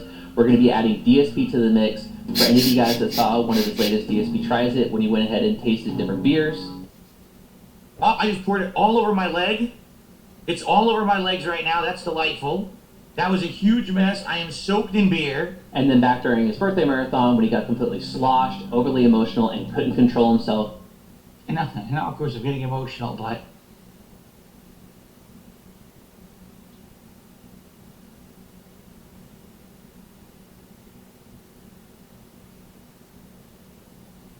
This game is pretty much right up the alley for how DSP is, as far as his actions, all the disgusting sound effects, burping, and just everything gross.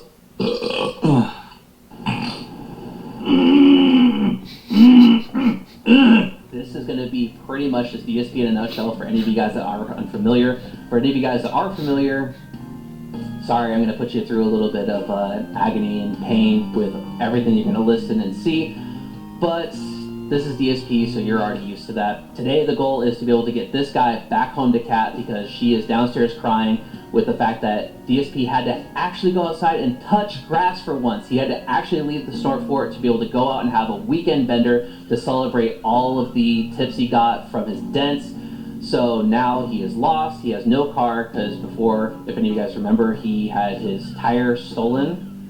Still don't believe that was real. Because his car broke down, he has to walk home, and this is... I can only imagine how he really would act if it came down to getting to be completely shit-faced drunk and having to walk home.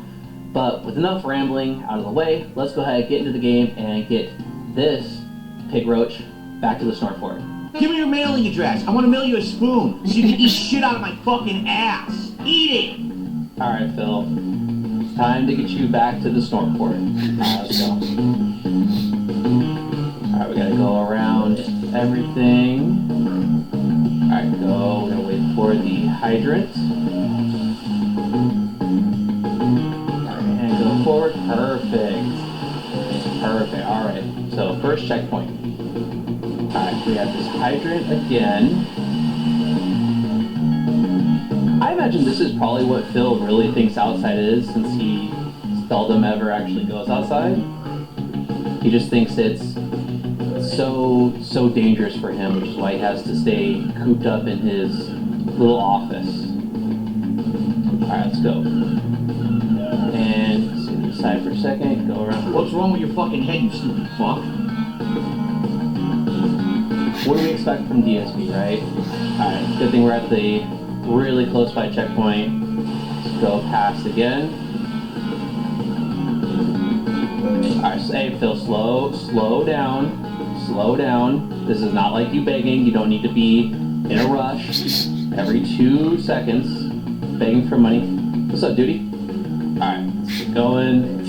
Let's keep going. Alright, we're gonna do a little bit of a challenge. We're gonna go in between. Perfect. Alright. Camera shift. Alright, let's go over here. Alright, come on, DSP, we can do this. We can do this. Alright, go. Go, go, go, go. And... no! Oh, thank God.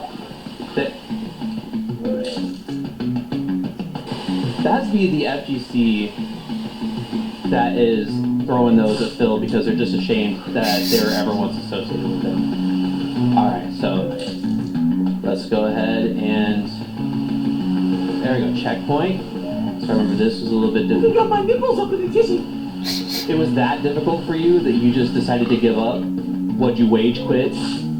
Going across this little bridge here? Come on. Come on. Come on. Get coordinated enough to be able to at least... okay, go to the side. Go to the side. Alright, let's go. Okay. Alright, turn. In between. In between. There we go. See, you can understand what to actually do. I mean, you don't have to be... unfortunately, I do have to literally hold your hand, but when it comes to playing games, you don't need to have them constantly hold your hand, or your chat to hold your hand. Because most of them don't have an IQ of greater than room temperature. No matter what comes my way, that we can work together to overcome it. So they're not going to be of much use anyway, besides just to give you money. I need that money, I really do. I need that money. So let's go and... nope, not checkpoint. But we hope they're going to be getting one soon because we're going a little bit far for me to want to. Yep, there's that glitchy little bit of bricks or the glitchy ground. But all right, camera shift. Let's get going. Let's get going.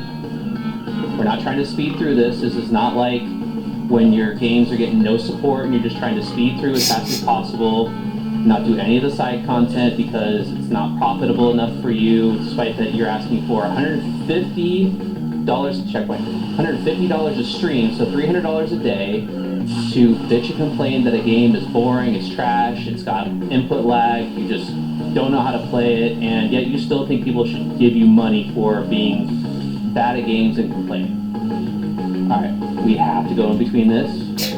Phil, I'm gonna need you to be... I need you to work with me here. Since you don't want to work with anybody, especially Kino Casino, work with me. Alright, now go to the left. Alright, go straight. Go straight. Here on DSP Gaming. Alright, cross this little bridge. Alright, and no LTG, back off. Alright. I can only imagine this really is probably what he was like. Especially after his birthday. If any of you guys watched that, his birthday stream and just how he cried. This is hard doing it as it is. Editing this. Good luck. Banned. Gone forever.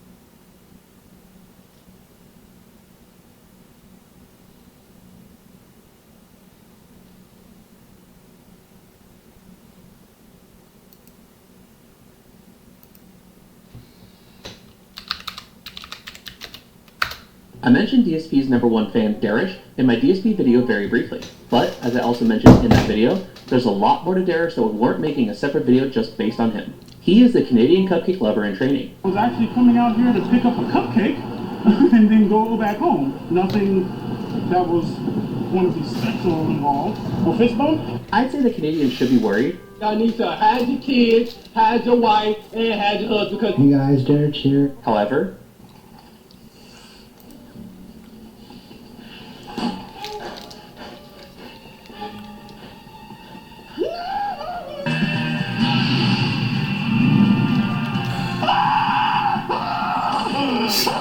and to our knowledge, he hasn't met up with any little girls.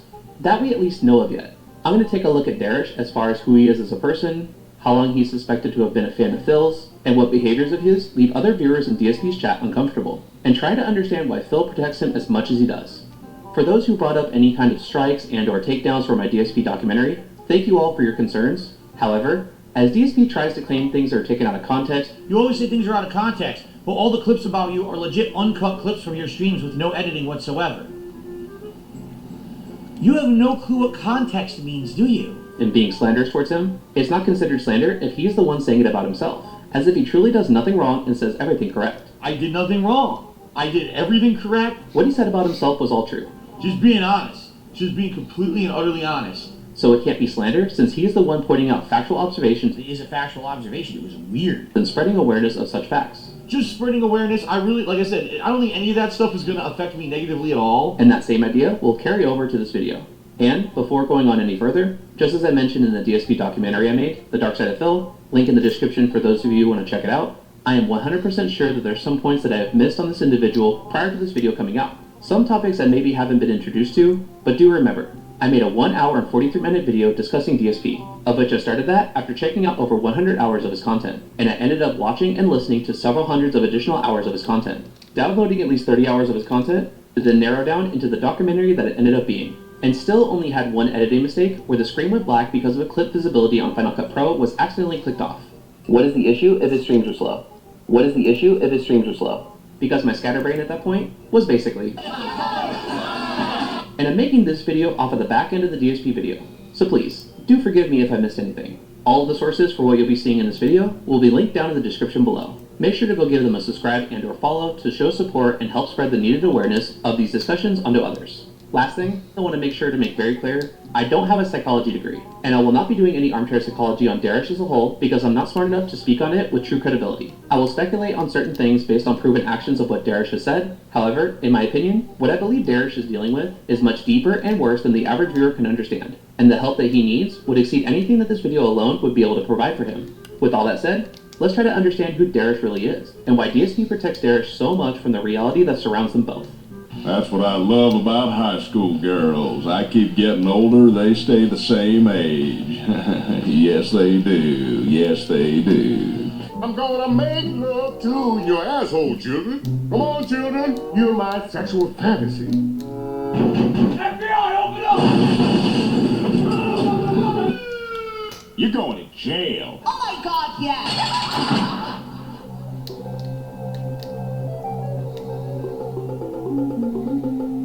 I am in serious trouble with the feds.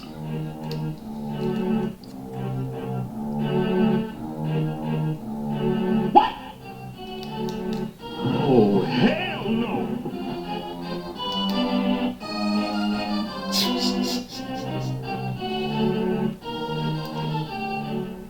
Derek, thank you so much for the follow. Oh, sorry, dear Rich. Darish is a fan of DSP, or Darkside Phil, and has been so for nearly 10 years now. He is a fan that has before given Phil support, and in Phil's own words, It's gonna probably be a slow night, right? Because what I mean by slow is contributions, alright? but after some transactions where his parents found out that he was giving Phil money, that ended immediately.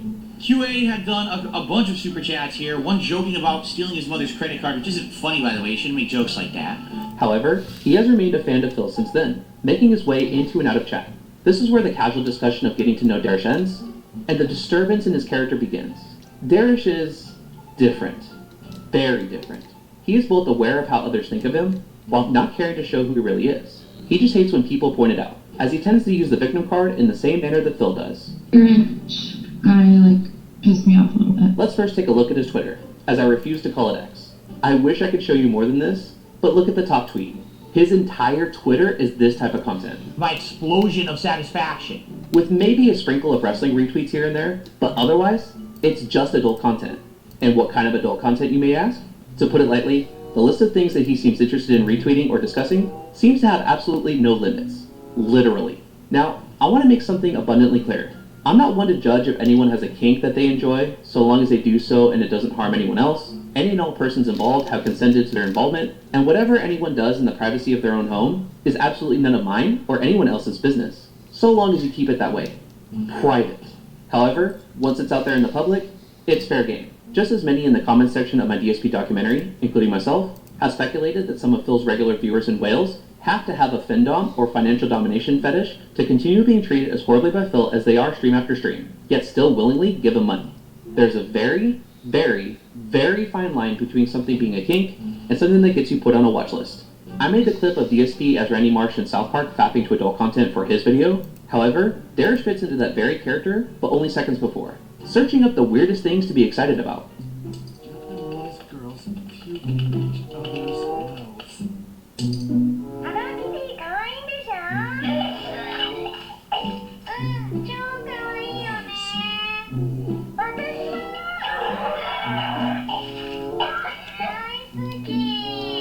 See some bestiality.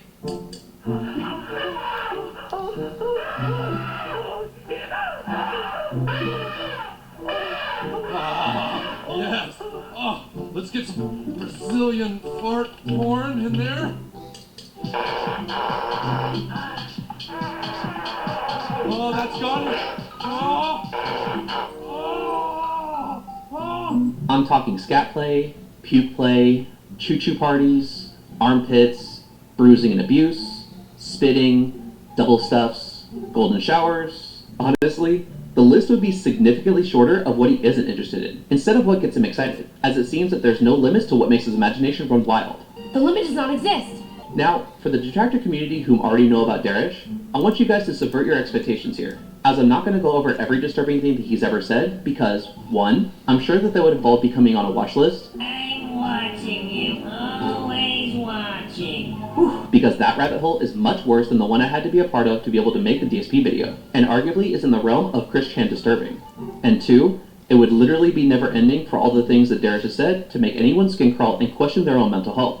And I'm sure that some would now say, "You're a phony!" However, if you are interested in going down that rabbit hole, here are some places that you can go to check it out for yourselves. But proceed with caution. The Twitter accounts Darish Watch and Queen AB Hate, or Cats for Kitty, help to keep tabs on Darish. There's many more accounts. However, these are the 2 main ones that I use to be able to help make this video. And on YouTube, the video Darish, the King of Coom by Agent Proper, where he discusses so many of Darish's tweets in detail. Also, a lot of the Darish B-roll in this video is from Darish Watch YouTube channel. Again, all of this is going to be linked down in the description below. However, I will give a brief look into what you can expect to find on Darish's public Twitter account. Keyword public, meaning that if you have safe mode off, this is what you could expect to see immediately within his tweets. Let's ease into this with the less offensive things that he has said or done, because it will literally only get worse. He has expressed interest in living out fantasies, taken polls of various topics, nearly all of them are all sex-based, wished mattress actresses a great holiday, shouting out said stars for their kinky scenes, volunteering himself as tribute. The level of how horrendously down bad Darish is with his tweets, I made the video Stop Being a Simp for a reason, to try to help horrendously down bad dudes like this. And one of the funniest ones, with him saying that he is only 19 and wants to join the adult industry. However, for any of you guys who remember Flick from A Christmas Story, the kid who got double dog dared to stick his tongue onto a pole in the freezing cold of winter, actor's name is Scott Schwartz, and in the 1990s, he ended up actually joining the adult industry before quitting in 2000. He went from licking poles to pulling. So unfortunately, if desperate enough, anything is possible for Darish. Now again, that was a sampling of what you can expect in regards to the more tame tweets that he makes.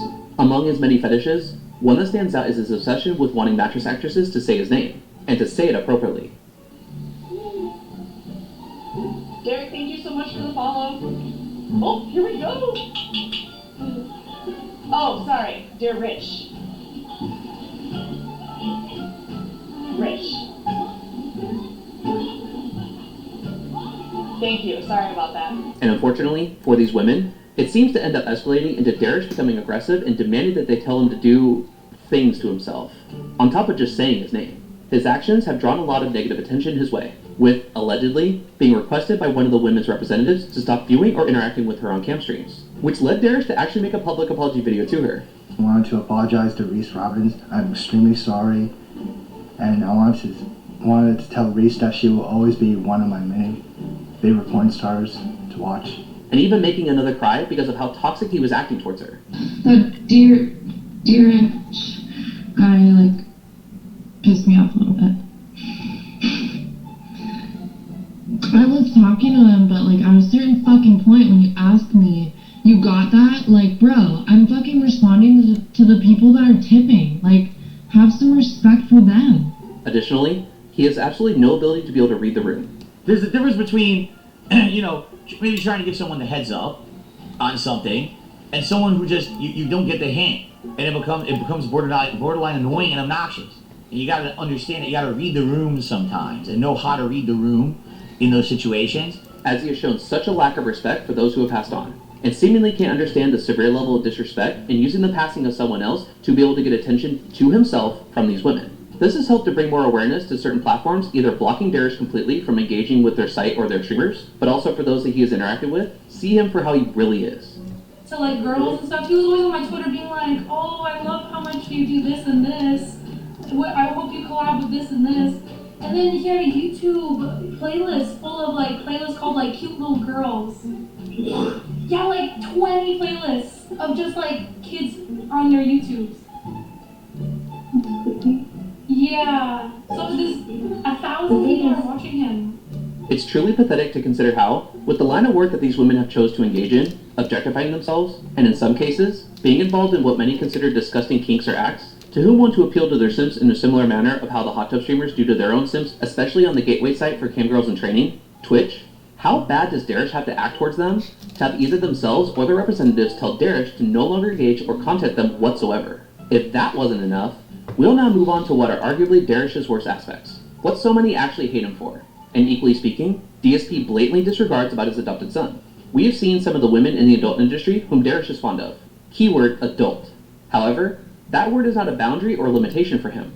but more so just a category amongst the rest that he is shown to be interested in. It's more what you call guidelines than actual rules. What takes Darish's kinks past extremes and into legal troubles? He enjoys watching little girls. Little girls as in minors, while he himself is an adult. And this isn't one of those cases of an 18-year-old dating a 16-year-old while still being in high school type of situations. This is a person who is considered a legal adult, over 18, whom had playlists on YouTube about little girls dancing. And allegedly, some videos even showed more than that. I will not elaborate on that, but I'm sure that you can figure it out.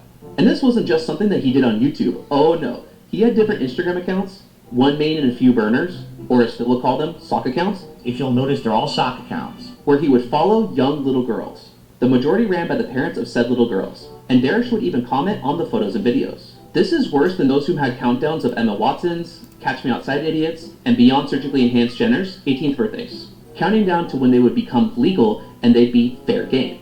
And to this day, it still shocks me that some dudes literally said that. Darish is following these little girls on social media, not just as they change into becoming an adult, but when they are changing as they're going through puberty.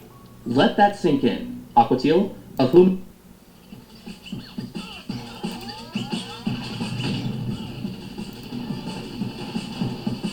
WWE Champions lives rent-free in your head. Did you hear about the crazy conspiracy theory about you spending $40,000 on mobile games? Hey, stop spending your money on mobile phone games! I don't think about WWE Champions. You do. Okay, I'm gonna say it one final time.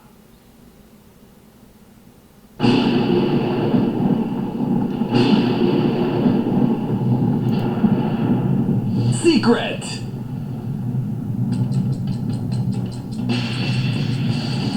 This is the saga of Phil's meltdowns. You'll watch the most shocking quits in gaming. Let's get ready for battle! Anger and skill violently collide. Break the controllers.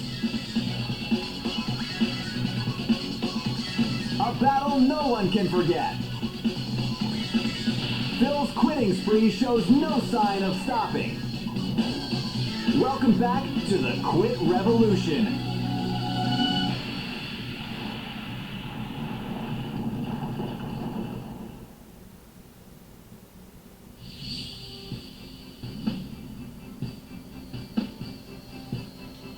Welcome back to the king of all rage quits, the Dark One himself, Phil Burnell. You thought we were done after the 100 rage quit video? Huh, you have thought wrong. This series doesn't stop till Phil calls it a day, clocks in like a grown man, and finally gets himself a working man's job. It's been 2 years, and guess what? Our boy has quit even more games. Wait, Phil quitting games? Say it ain't so. Oh, but it is, and it's gotten worse. Now, before we jump in, here are a few quick rules on what we call a rage quit. If Phil starts a game and doesn't finish or complete it, that's a rage quit. Yes, we know he's rage quit online games too, but let's be real. You can't really complete a multiplayer mode against randos. Only single-player games count where you have an ending or has completed the game. So if it's an incomplete run, we're counting it. That's fair, right? I think that is completely fair. Have we got that? And are we ready? Let's get it on! We're picking up exactly where we left off from the previous Rage Quit video and jumping straight into the next round of Phil's Rage Quits. Starting with number 101. Assassin's Creed Oh Shadows. god, Assassin's Creed Shadows. I still don't know how to climb this. Right there, I think. That's Okay, it I want to over watch this. there. We're getting there. Oh. You know what's funny? So I'm playing the game, and as you guys are hearing, I'm being very honest and expressing my criticisms of the game. And as I'm playing it, people are trying to convince me to stop. I'm not even kidding you. We basically spent an hour trying to do story, but the game wouldn't allow us to advance. It says you have to grind to get resources to upgrade your base. The only way to do that is to do these repetitive, grindy base takeovers. Well, I can't see. Can you see anything? I can't move. What is happening? What is going on right now? You can't move. Why does this screen look so dark? Well, guys, I'm sorry that the game is just not very entertaining. I'm doing my absolute best. I'm trying to understand everything I'm being told. You know, it seems like it's pretty darn boring. I don't think they really know what they're doing anymore. I'm pretty upset that Assassin's Creed may be over as a franchise with this installment. It's quite bad. It's pretty darn boring. No, this game was good, bro. This is a good Look how game. fucking boring this is. I haven't played this in a while since I got it. I forgot about it. Scanning endlessly looking for samurai. This is the game that they thought was a genius level of shit, huh? How is he seeing me? I'm behind cover. No, Phil, that's only one part of the game. And now what? Dude, this game is fucking awful. I don't want to play it. I'm done with it. This game is complete garbage. Fuck this piece of shit. You fucking inept Joker clown game developers have no fucking clue how to make a game that's fun. I'm at the beginning of the game and I have to kill enemies in these giant bases full of 700 fucking samurai to advance the plot. Go fuck yourself and your mother. You're That's how the story works. terrible. You fucking He doesn't half-assed understand dumb Assassin's fucks Creed. Making pieces of shit games that aren't worth This is how the playing. Assassin's Creed I've games had work. enough. Ugh. Wow, he quits the Assassin's Creed games. They've had games that were better, and they shied away from them. Instead, But he said he likes games that involve assassins. they think that Yet wasting he your time hates with grinding repetition is good value. Shadows. Tell them it's not. Don't buy the game. Ladies and gentlemen, I'm Darkside Phil. I stopped playing Assassin's No, this was a really Creed good game and it was fun and it had a lot of stuff to do in this Hope you open enjoyed this world. video. See you later. This game was fun. It was really good. Number 102.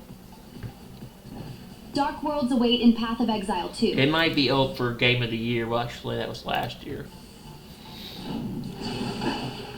I never played this, but I want to play it. Played the first one. These are... The first one was a free-to-play title. I don't know about the second one. It's repetitive. It's grindy. There's almost no story, right? It's exactly what you would expect from a game like this. So there's nothing. It's not failing as a game. It's just a game. It's repetitive and grindy because it's a dungeon RPG type game, Phil. It's like you've never played these before. Besides, you keep spamming the same attack over and over. That's why it's There's a bunch boring. of trolls in world chat being stupid. You don't know what you're There's doing a bunch with the of people talking about mechanics. unrelated stuff. I ask a direct question about the game, no one answers. So yeah, this game is not looking too good for the future, guys. Just being honest, I like it, but it ain't looking too good as a game to keep playing.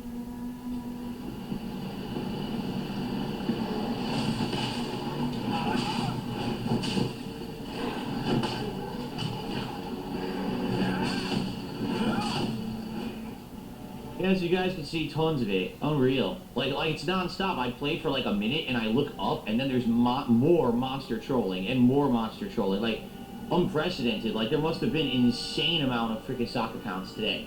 Over the top amounts. So I don't know why. Why did Path of Exile 2 bring out that many idiots? I have absolutely no fucking clue.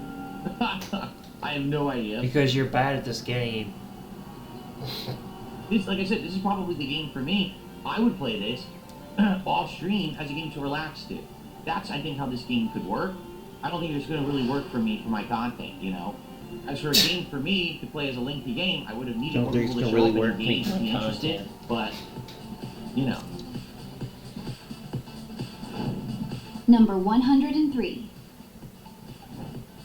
Stalker 2. Oh, he quit this game, bro. I have been looking at this game, and this game looks awesome. I want to play it. What is this? It's probably supposed to be one of the most realistic shooters out right now, and it looks really good. Okay. I was watching a dude play it on a 5090, on an RTX 5090, and it looks really good. Well, I can't upgrade because So I was watching footage of him playing it on YouTube. Find a fucking place to sell. And I want to play Body Cam. Everything's too expensive. Body Cam's So now really I can't good too. fucking afford anything. It's like, dude, there's a million reasons why the game's annoying. The reason you don't have money is because you refuse to do relic hunting. The game is balanced off of you doing relic hunting. It's supposed to be 85% of all the money you get. Yeah, but who cares? It's boring. Look, I'm actually spending more time. This game has a lot of similarities to DayZ to me, though. Like, I'm just keep applying bandages. The game DayZ bandage application simulator. and other. That's all you do. Like looter shooter Yeah, games. something's wrong. I'll tell you what's wrong. I'm playing Stalker 2. I made a whole. Look, I'm dead. I'm instantly dead. Wow, I really played that poorly. Wow. I was really just, playing so poorly there. You are terrible When the invisible enemy that at was this. above me rained down magic bullets. He's that horrible hit at on me this. and insta-killed me, right? Wow, what a big mistake I made there in my gameplay strategy. Why didn't you use a There's machine? no one who has a line Why of didn't sight you on use me. a machine He gun? shot through the pure. Look, he's literally shooting through pure steel and hitting me. Why should I continue to play this fucking piece of fucking shit? It is a piece of shit. The game is It's a piece of shit. It's shooting through the. God, your aim is terrible. Loaded yet, and I'm taking bullets.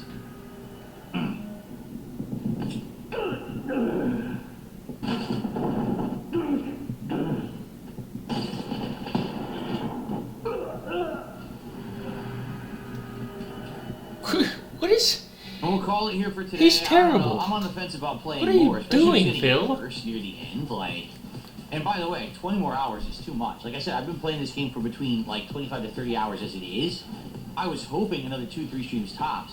I don't want to play it for another 8 streams. It's boring. I'm sorry, half the stream is super boring. It's only when we get to the story advancing that it's fun. But most of the time I'm playing it, I'm very bored. I don't know how it's even supposed to be fun. I don't get it. Some people claim they love it. I don't understand how. I'm still trying to figure out, what am I not getting? What am I supposed to be enjoying about the most wonky game I've played in many years? Number 104.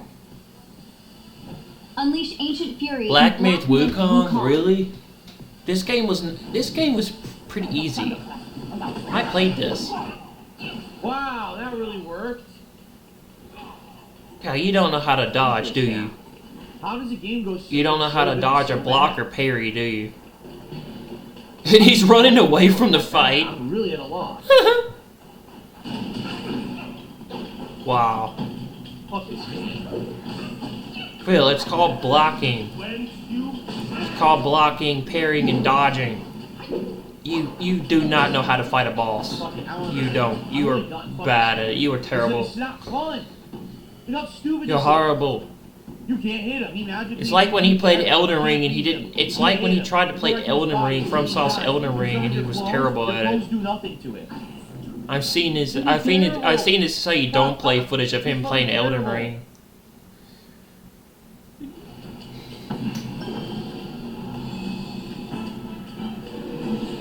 It's called dodge, block, and parry, Phil. I consist of struggles with but one hand upon my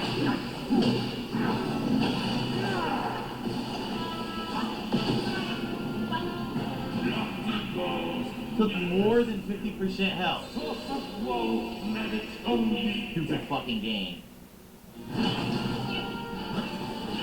Block, Phil. I'm pressing. Fuck this. Block. I gotta do the whole fight from the start? Seriously. Block the attacks. There's no fucking way I'm doing this from the start. What the heck are you doing? That's it, it's over. See, I'm trying now. Look how long it takes to charge.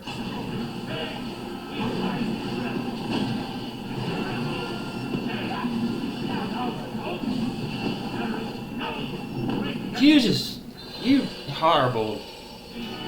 You really suck at fighting bosses. I don't fucking do this. You're so boring.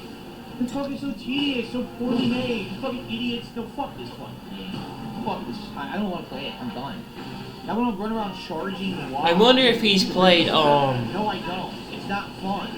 You dodge and you lose your charge. I wonder if he's played when the Wind Meets Fate or yeah. Put all over it. Wind Meets Fate. I really hate this game now. I'm serious. I've gone from literally liking it a ton to absolutely hating That new free-to-play game It's from so Sony.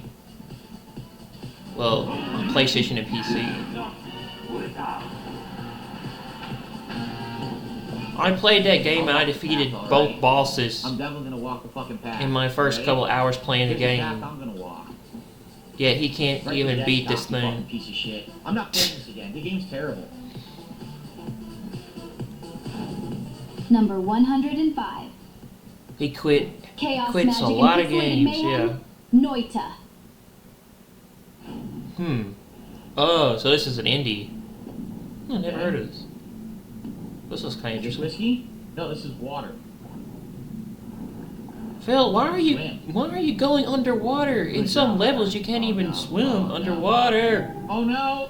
Oh no! You idiot! Oh, this is bad. Why is there so much water in here? I'm so You dead. idiot! It's Oh, a there's one faster. platformer. In some platforms, you can't swim underwater. Calls himself a professional gamer. Oh my god! You know some levels don't. You know there are some games that don't let you have underwater levels. There are some games that you do not swim underwater in. Because I didn't take fall damage when I fell. Robin Shalou with another super chat. He said basically everything's destructible. The old Sonic games should tell you that, fool. Oh no! The old Sonic games from the Sega Genesis should tell you the exact reason why you don't swim underwater.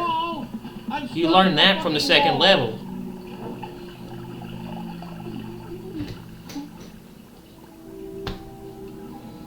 Oh, okay, I got unstuck. How am I gonna get through here? What the hell? What? That looked like that glitched, you know. I did nothing. I just died instantly. There was nothing I could do. I just go right into lava and die. Wow. There's nothing I could What on do. earth did I do wrong? I don't know what I'm doing Purpose wrong. double-edged sword. I think you hit a lantern when you were shooting and got fire on you. Why are you shooting at the wall, Well, Phil? I hope that you all enjoy Noita. Imagine playing all night, playing 2.5 hours, you're doing great, and all of a sudden the game's like, oh, we want you to die now. And just put you right in lava. Oh, gee, thanks. Number 106. Schedule 1. So, for the record, it's my birthday. This is a birthday marathon. I've already had 2 shots of moonshine and 2 shots of 99 liquor. Okay, so this is like a driving game? 6 more shots for the rest of the stream. This is not good. Drive into town. How do I do this? Can I get you? I gotta buy some soil. How much money do I have? 270 bucks. How do I pull? How do I? Oh no. There we go. Just like before. I know this is very exciting, Tom. He says, love the gameplay. Oh, it's very exciting. Oh, I screwed up. I can't get the motel room. I have no money. I don't know what to do, and no one's telling me what to do in chat, so I guess I give up. There's a baseball bat leaning against the fence. Huh?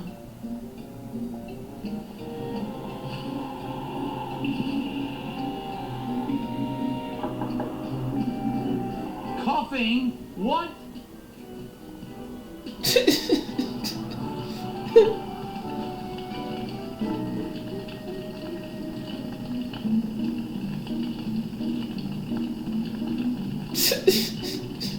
He got arrested for trying to break into the. He got arrested for trying to break into the hotel. It'll be fun, but I want to do other stuff. I'm kind of bored right now. All right, all right.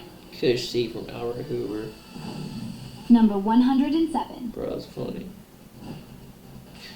Disco Elysium.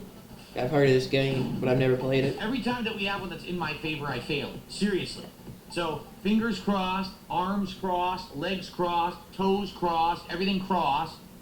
Let's see if we can get it. Ready? Screw it, grab it. The thing you hear is a little murmur, not a blast, not an echo. No one screams. It's more dead cops. Sad news from the district of Martinez, as the bodies of 2 police officers are found floating in the canals. Is that the end of the game? You're serious?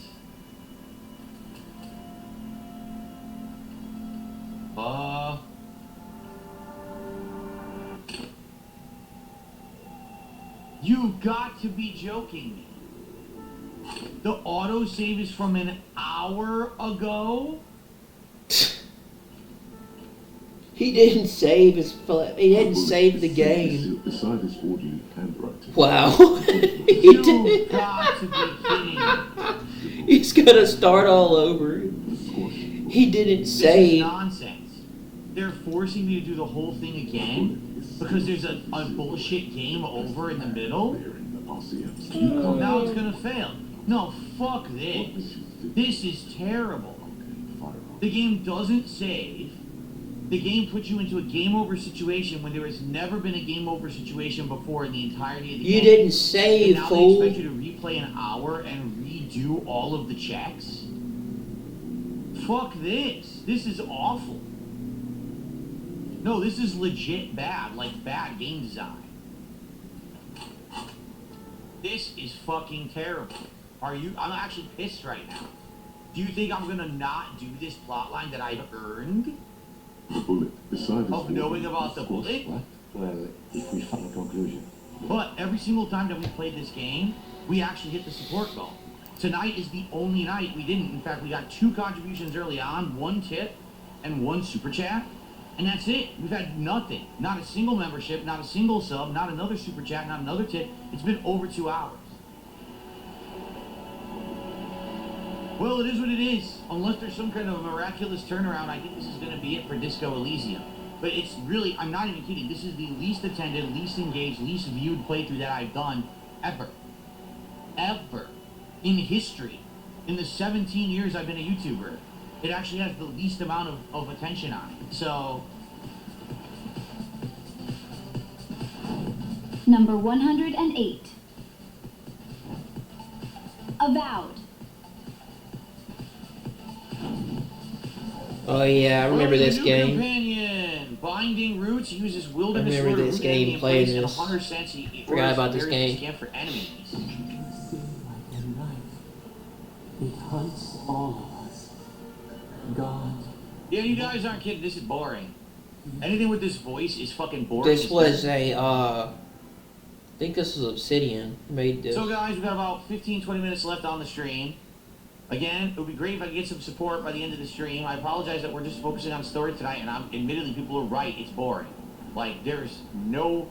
we're not exaggerating. The story is boring. I'm just not having nearly as much fun as I was exploring the open world and just doing random fighting quests and stuff. That's sad, because you would think the story should be riveting enough that you want to play it, but the town has actually been more boring than the open world. Alright, supplies. Alright, I'm just gonna start skipping dudes. Not for a deal if I don't know the terms. Alright, yeah. You seriously know if we're gonna go missing. He's the Sparrowhawks. Okay, I'm not afraid of a gang. Let me go handle the Sparrowhawks. Alright, if I know, let me take it quietly. Alright, good. Attack! Stand still, Outlander. I just want to fight. I'm so bored, I want to fight. Take your pick. Fuck you. You got all this action happening at the end of the goddamn stream. Why couldn't it happen earlier? On your right. And as you saw, if you take a look, attendance tonight actually much lower than the previous streams. Obviously, support much lower than the previous streams, right? And no one's going to come in here with a Hail Mary save now. So, dude, Avowed has great gameplay mechanics, and it's one of the most boring fucking stories I've ever experienced for a fantasy game. There is no way that they gave Avowed into the hands of a gamer and asked them, is this story good? And the gamer said yes. The story is ass. It's the worst part of the game by leaps and bounds. How on earth they didn't know the story was so bad in a story-based RPG? But again, he's so hands-off. He's so not. Number 109. Twist your mind with Inscription. So, yeah, it doesn't work. Look, the buttons work, but not. I have to use the mouse. This is stupid. Not stupid. Why can't I use the gamepad to play your fucking game, idiot? Some of these games use mouse and This keyboard. sucks. I don't want to use keyboard and mouse. It's gonna hurt my arms. It's gonna hurt my arm if I use mouse and keyboard. Bro. Number on the bottom left is a pack power. Oh, why are we doing this? I thought this was a horror game. Two days into the forest approached you, the caustic adder, and the undying cat. Why did he get to play 2 cards? I don't even understand. Why did he get to play 2 cards on turn 1? My totem granted my community coyote the power of flight. Oh, I'm gonna lose. I'm about to lose. What the fuck is this bullshit? I can't even do anything. Look, I can't use any of these. The only thing I can do is Sparrow. If I kill the Stoat, I still lose. I'm literally still going to lose. Fuck this game. Here, I got one for you. Ready? Here, I got one for you. Ready? It's called This Game Fucking Sucks Ass. It's boring as fuck. I'm falling asleep. I wanted to fucking play a Halloween game. That game is fucking trash. Oh my god, wow, Phil. What a complete waste of time that was. Thank God I didn't spend any money on that. Yo, that game was awful. Number 110. Resident Evil 0 Remastered. Wow, Phil, you quit Resident Evil 0 Remastered? Wow. I can't believe that, dude.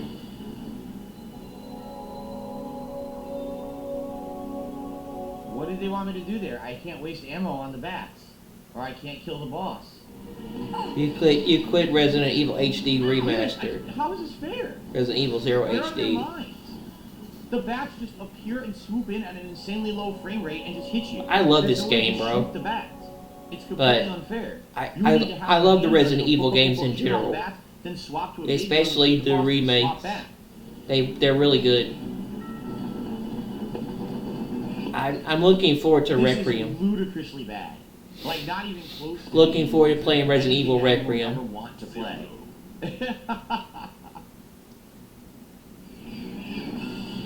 I can't aim for the boss. She aims for the wall. She aims for the door. She won't aim for the boss. You don't know how to aim.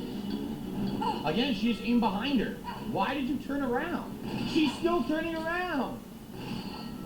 How would I ever kill the boss when she keeps turning Oh around? my by god, herself? Phil. That's the auto aim. You have to fix the There's no camera auto aim, angle. except for when she completely spins around. and It's shoots one of the those wall. old school Resident Evils. You have to can't fix even the run camera fast. angle. They hit you anyway. Look, they literally follow you and hit you in the corner if you try to run away from them. So fuck this. I tried for an hour. Guys, it's your call. You want to see me continue to try to beat this game or not? It's up to you. What happened? He got grabbed. Fuck this fucking game. I'm gonna Oh no, he didn't get grabbed. This is trash. She disappeared. The AI computer player got and never grabbed. reappeared until he got grabbed. Oh, he got grabbed. What the fuck? You couldn't even see him or hear him over there. So there's no way to know the boss is coming because the angles are so fucking bad. Fix your audio, or get a good headset so you can hear the footsteps around you. Now I'm really done. I'm not playing it anymore.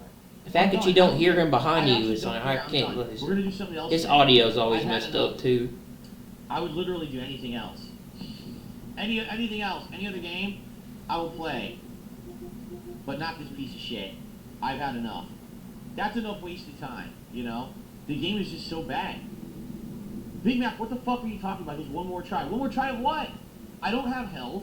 I don't have healing items. I don't have ammo to beat him. And you can't get angles on the guy to shoot him where he can't just instantly grab you. Yes, you Why would I can, waste Phil. time? You got Like, to just why- know how why to would get you the think right I'm just gonna angle. play it ever again? Time to flex. I played Resident Evil 3 Remake, and I beat Nemesis on the first time I played it. And he's pretty hard to kill. I also beat the dude in Resident Evil 2 Remake. Those rage quit facts. Pop quiz coming up. What was Phil's first ever rage quit playthrough?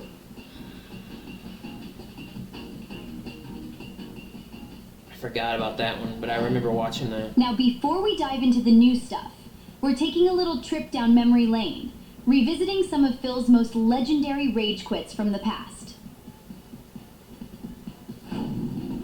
Super Monkey Ball, yeah, I remember this one. Yeah.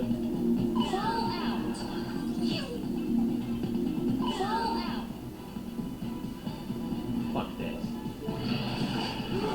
Middle Earth Shadow of War, dude. I forgot he quit this I game. can't get away. I'm done. I'm Yeah. dead. They wouldn't let me do nothing, dude. It's over. Yeah, this fucking sucks. Super Meat Boy, yeah. I never played this, but I heard this. I heard this game is very hard. Look how big this street is. Are you kidding me? Bang his We're supposed to controller. sneak through this entire city? Fuck this game. Fuck it. I'm done. And doesn't Google Plus or don't they not? Oh yeah. He quit Crisis, yeah. But this is terrible. This was a good game. I played it. Genuinely, really, really bad, and I really don't feel like playing it anymore. Maybe the game is better later on. I don't know. Right now, I'm not impressed. It seems like boring, generic FPS nonsense to me. More like I can't. Boring FPS Oh, nonsense. it's a beautiful game, so that I'm not actually noticing that the gameplay is horrid and it's fucking repetitive FPS game. Oh yeah, Lords of the Fallen. This was a good game, man. You gotta be fucking. I remember really joking. liking playing this. An instant kill trick. They You were fucking asshole. they were gonna make a remake of it. Death pit trick. Lords of the Fallen remake. I think they're played it There's an now. infinite amount of fucking troops. Probably already have, but I knew they were gonna make one eventually. Grab that Killzone 2. You know, that boring ass fucking piece of shit. Throw it over there on the fucking floor of belongs because it sucks. I love how he takes his discs and throws them, like he did the one with Scarface where he threw it behind the couch. Can't see anything. Nice camera angle. I still can't see. No, I left the room. I couldn't even see where I was. I hit a bounce pad and left the room. This game fucking sucks. What the hell? Bill, that's how the camera angles work with Sonic. They were in a certain manner. Alright, I'm done with this. I'm so bored. I'm not playing this anymore. I'm serious. Phil, stop playing the game. It's not entertaining anymore. You're obviously not enjoying yourself. It's too much of a Divinity time Original investment. Sin You're 2. playing another 60 hours it'll take till the end of the year. Just forget it. So I did. It dropped my input again. It dropped my input. This is bullshit. Super Mario Bros. The Lost Levels. So after this, I'm gonna go to. Yeah, I heard this game was pretty interesting. I've never played it, but What? How'd I land on it? I didn't even touch it. That's bull. I died. Fuck. This is yeah, fucking you keep nonsense. running I into didn't thorny even touch it. vines, Phil. What the? It claims I landed on it. Get the fuck out of here. Oh, yeah. Super Mario Kart. You quit that. It's the guy with the fucking shell. Or a fucking. That game is star. easy.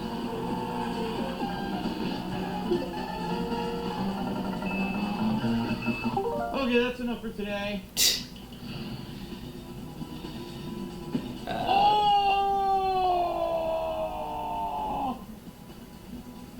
Teenage Mutant Ninja Turtles.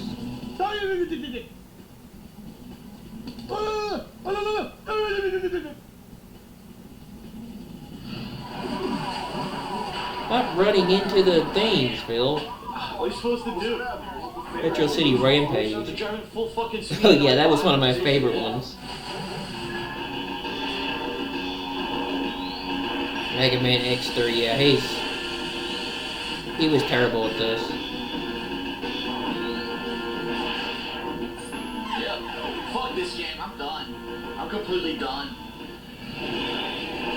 This has nothing to do with Mega Man, what I'm doing right now. This is completely pointless. Kill giant fucking red metal balls that shoot green shit at you. What the fuck am I playing? This isn't Mega Man. Yep, you're playing Mega Man. He said, well, Pierce, you've ever It's just an old school platformer. Been watching that playthrough lately. More than likely, I'm not going back to it. It's been years now, dude. Uppercut with the knife off of the other fat fuck. Are you kidding me? Jeez, I'll Phil. be able to beat by myself. You can't even play Streets of Rage. I played that on Nintendo Switch. I played Streets of Rage 4. We've reached the end of the and Rage I Quit Rewind. beat most of so the let's story. settle the big question once and for all. What was Phil's first ever Rage Quit playthrough? It was Mercenaries 2. Oh my god! 2008. Phil. Phil quit. He quit Mercenaries 2. Oh my god, I can't. He quit. Oh my god. That game is easy. How do you quit Mercenaries 2, The Rage Phil? Quit saga. Let's get back to the new entry. Are you kidding me? Number 111. Can you guess what it is? It's Mercenaries 2, World in Flames. This game is a classic. How do you quit this What game? happened? Where'd the chopper go? What the fuck?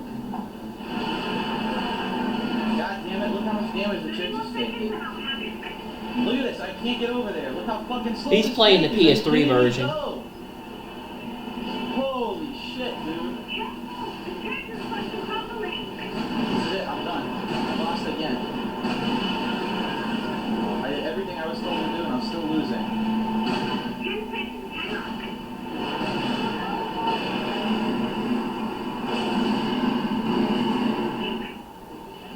That was it. That was the mission? All I had to do was look at him? Oh my god. So if you actually play it about 8 fucking times, you know how to beat it, but I mean... Did I ever play Mercenaries 2? Yeah, I did. That was one of the earliest playthroughs I did on YouTube. I never did a full playthrough, but I did highlights of how buggy it was. That game was I never realized he quit Mercenaries 2. Wow. Number 112. Elden Ring. Yeah, Night Rain. I remember the Elden Ring one.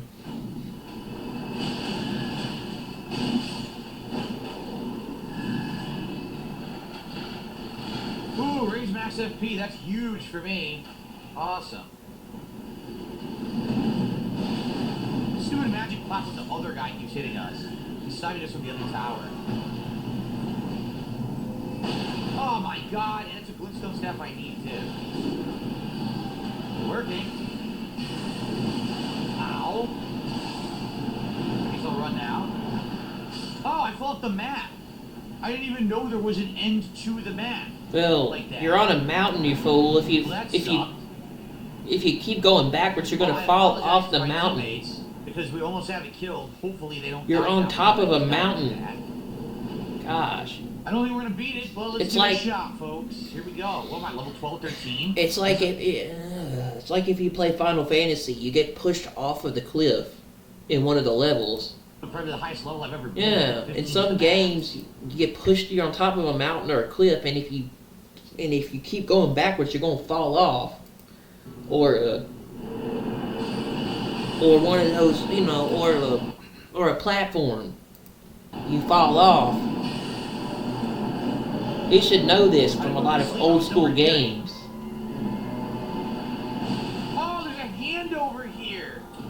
Oh, I didn't know. I didn't see it. It was behind me. Fuck. The fucking hand got him. See, it's hitting us all. How annoying. Stupid hand. They're hitting him. He's hitting him with the sword.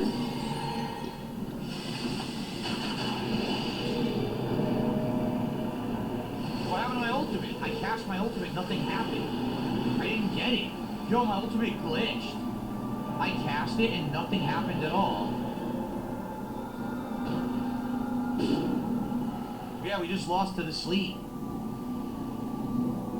There was nothing we could do. So I don't know what you're supposed to do when it casts sleep. It hits you no matter what. Nothing we can do. Damage. And you can't do Nothing I anything can about do. it. Look it up on YouTube, Phil. Learn how to do it. What? Dude, nothing happened. There's no attack. We're not even near the enemy. And it hit us from full screen away. What is going on with this shit? You're not near the enemy. This is dumb. I have no FP, so I can't fight it.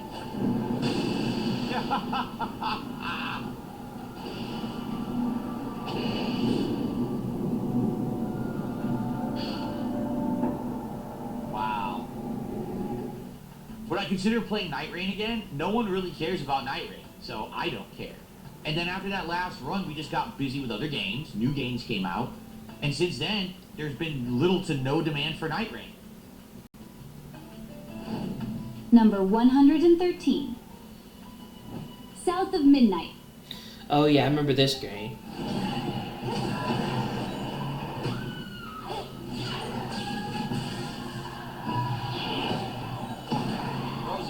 with the aerial attack too I have to do. Oh, so wait, the enemy still dies even if you don't unravel it. Did you see that? I didn't understand that. When are we getting pizza? It looks like we're not. We haven't had much support on this stream. Quite frankly, I think people have just written the game off thinking that it's woke. That's what everyone keeps saying in the chat. So there's not much I can do. It was woke. Mentalities when they already have a preset mindset about a game.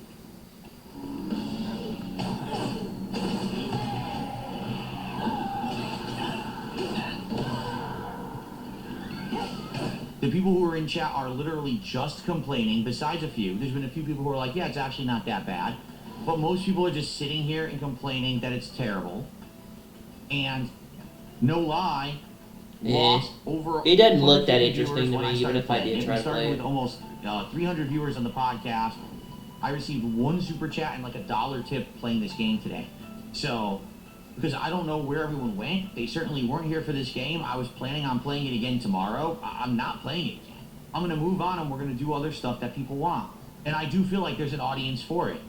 I guess it's just not my audience. Number 114. Step into the surreal world of Mind Eye. Really, Phil? You quit Mind's Eye? I love this game. I enjoy playing the heck out of this game when I got it. I hadn't actually played it in a long time. It's making me want to play it again. But I really love playing this game.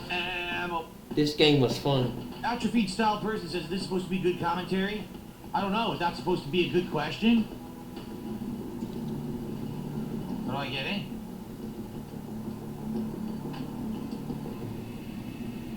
Alright, so we're not going to get any more support today, seriously? After 4 straight streams of hitting the goals, we're not going to have any more support. We're not even going to get halfway to the goal today. Wow.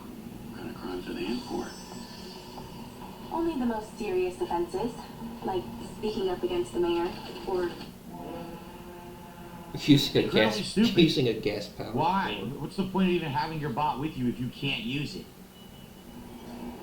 This is completely dumb. Today I'm getting really bored. Like, don't walk really into the sensor, Phil. That's why you keep getting killed. And honestly, talk through it. At this point, I mean, let's be honest. Is it that good of a game? No. I said it enough. Like, we were all so bored to tears yesterday. We were playing it, and oh my god, it is so boring. I don't want to watch this anymore. I don't want to play this anymore. I just don't want to have any interaction with this anymore. So we dropped it. Oh, Mind's Eye was pretty good. Number game. 115. Tactical espionage action. Wow, Metal Gear Solid 1. The second run. He wasn't really good at Metal Gear Solid 2 anyway the first time he played it, so makes a lot of sense. I don't understand the controls. I don't know how to aim. Wow, Phil. I see the laser sight, but it's like everything's monstrously delayed. It feels like I'm playing underwater. Feels like I'm playing underwater. Oh! Oh! You idiot! You idiot! Yeah, I did it on purpose. I wanted to start over because I wasted so much ammo.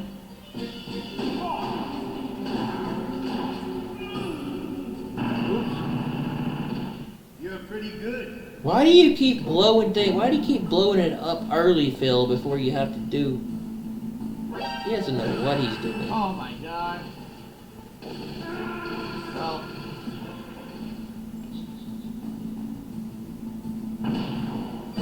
Nope. I thought it would, but nope. after I open up the cargo door, I'll contact you. So what door was that? It's somewhere around here. It might be that door right there. I'm not 100% on what door that is that just opened. Anyway, let's save up. Hopefully you guys got what you wanted out of this. I knew I was going to suck, and indeed I did. I sucked really hard at this game. Now, of course, people are going to ask, will I ever go back to it? It's possible. It's not going to happen anytime soon, especially with all the games on my agenda coming up soon. But maybe I'll go back to this over the course of this year, and we'll do a second playthrough, but not right now. Number 116. Cast and Chill. So it's like a fishing game? Yeah, that's a fishing game. Okay. Double improved line, let's go. Alright, he's going away, let's go away. But we can I think we're gonna have more strength to pull him in. Yeah, we do. He's not getting as far away, you notice that? Seriously, Phil? You don't know how to Still fish? Son of a... Alright, almost got him, we almost got him. Phil, you have to reel him in. Still won't stop, he won't stop fighting. We got him, we got him, we got him. Yes, definitely the improvement is good. That's a trophy. Small amount, 10 pounder, 11 ounce, nice.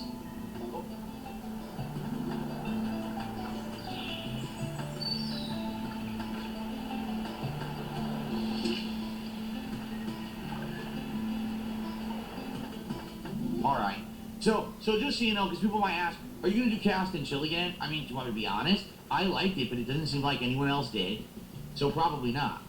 But if I play this game one night and it makes $60, obviously there's a problem.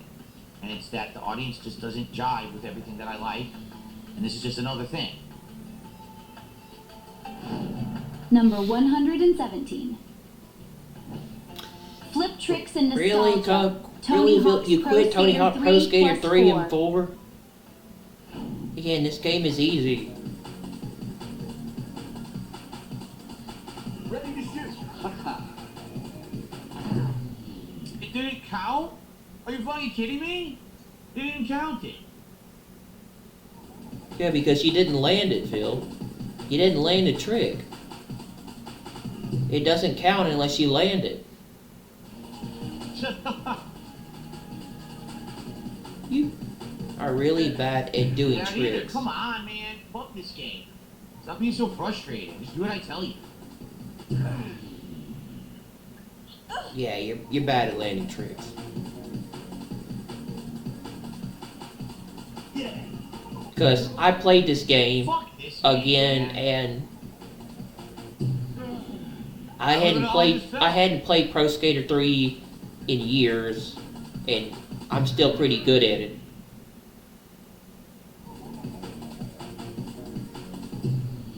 I give up. I give up. You guys didn't like it that much. I could tell. Like, a lot of people were here, they were complaining, they didn't like it. I'm actually in pain right now. Like, if I wanted to keep playing this today, I wouldn't be able to. My thumb legit hurts me from playing. Yeah, he hurt his thumb playing a video game. I hope that you enjoyed it. Playing Number Pro Skater. 118. It's greasy, chaotic fun. Pizza Tower. Never played this game, but I heard it's pretty good. Oh my god, no! 2 guys with forks, how do I get by them? Yo, I can't get by them. You know, I feel like I'm flying headbutts, I'm not sure how. So well, IDAR says to properly complete it, you have to have a never-ending combo throughout every level. Oh my god. Can you imagine that? I guess I won't be completing it. Huh? What are you talking about? Oh, we was the bottom right-hand corner is not a new thing for my screen. That's the game. That's funny. Let's see what this is. You hurt Peppino 10 times. God, come on. Are you guys alright? No one's talking. I just looked at the chat and no one's talking. So this game is cool, but I can tell you right now, there's like no engagement because I have to focus on it because it's a platformer, and you guys are not saying a word. You guys are dead silent during this gameplay. I can't do it! I'm trying! Jump! He goes the wrong fucking way! Oh my god.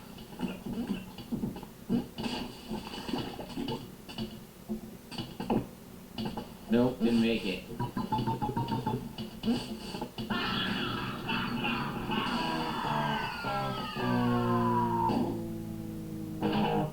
That was too hard, man. You gotta start the whole thing over. Oh, that's it for me. We played Pizza Tower a couple years ago, actually. I liked it, but it didn't work. Like, people didn't really like it enough to want to see it again on stream, so we never went back to it. Number 119. Rally the Companions. Dragon Age the Veilguard. Yeah, I remember that game. I heard that game was pretty good, but I never played it. And I think that's all there is to do here, so we should pick a new mission, right? We should see what else we can do. What other missions are available in the world. How do I pick missions, actually? I've forgotten how to do this. Open the journal, it says.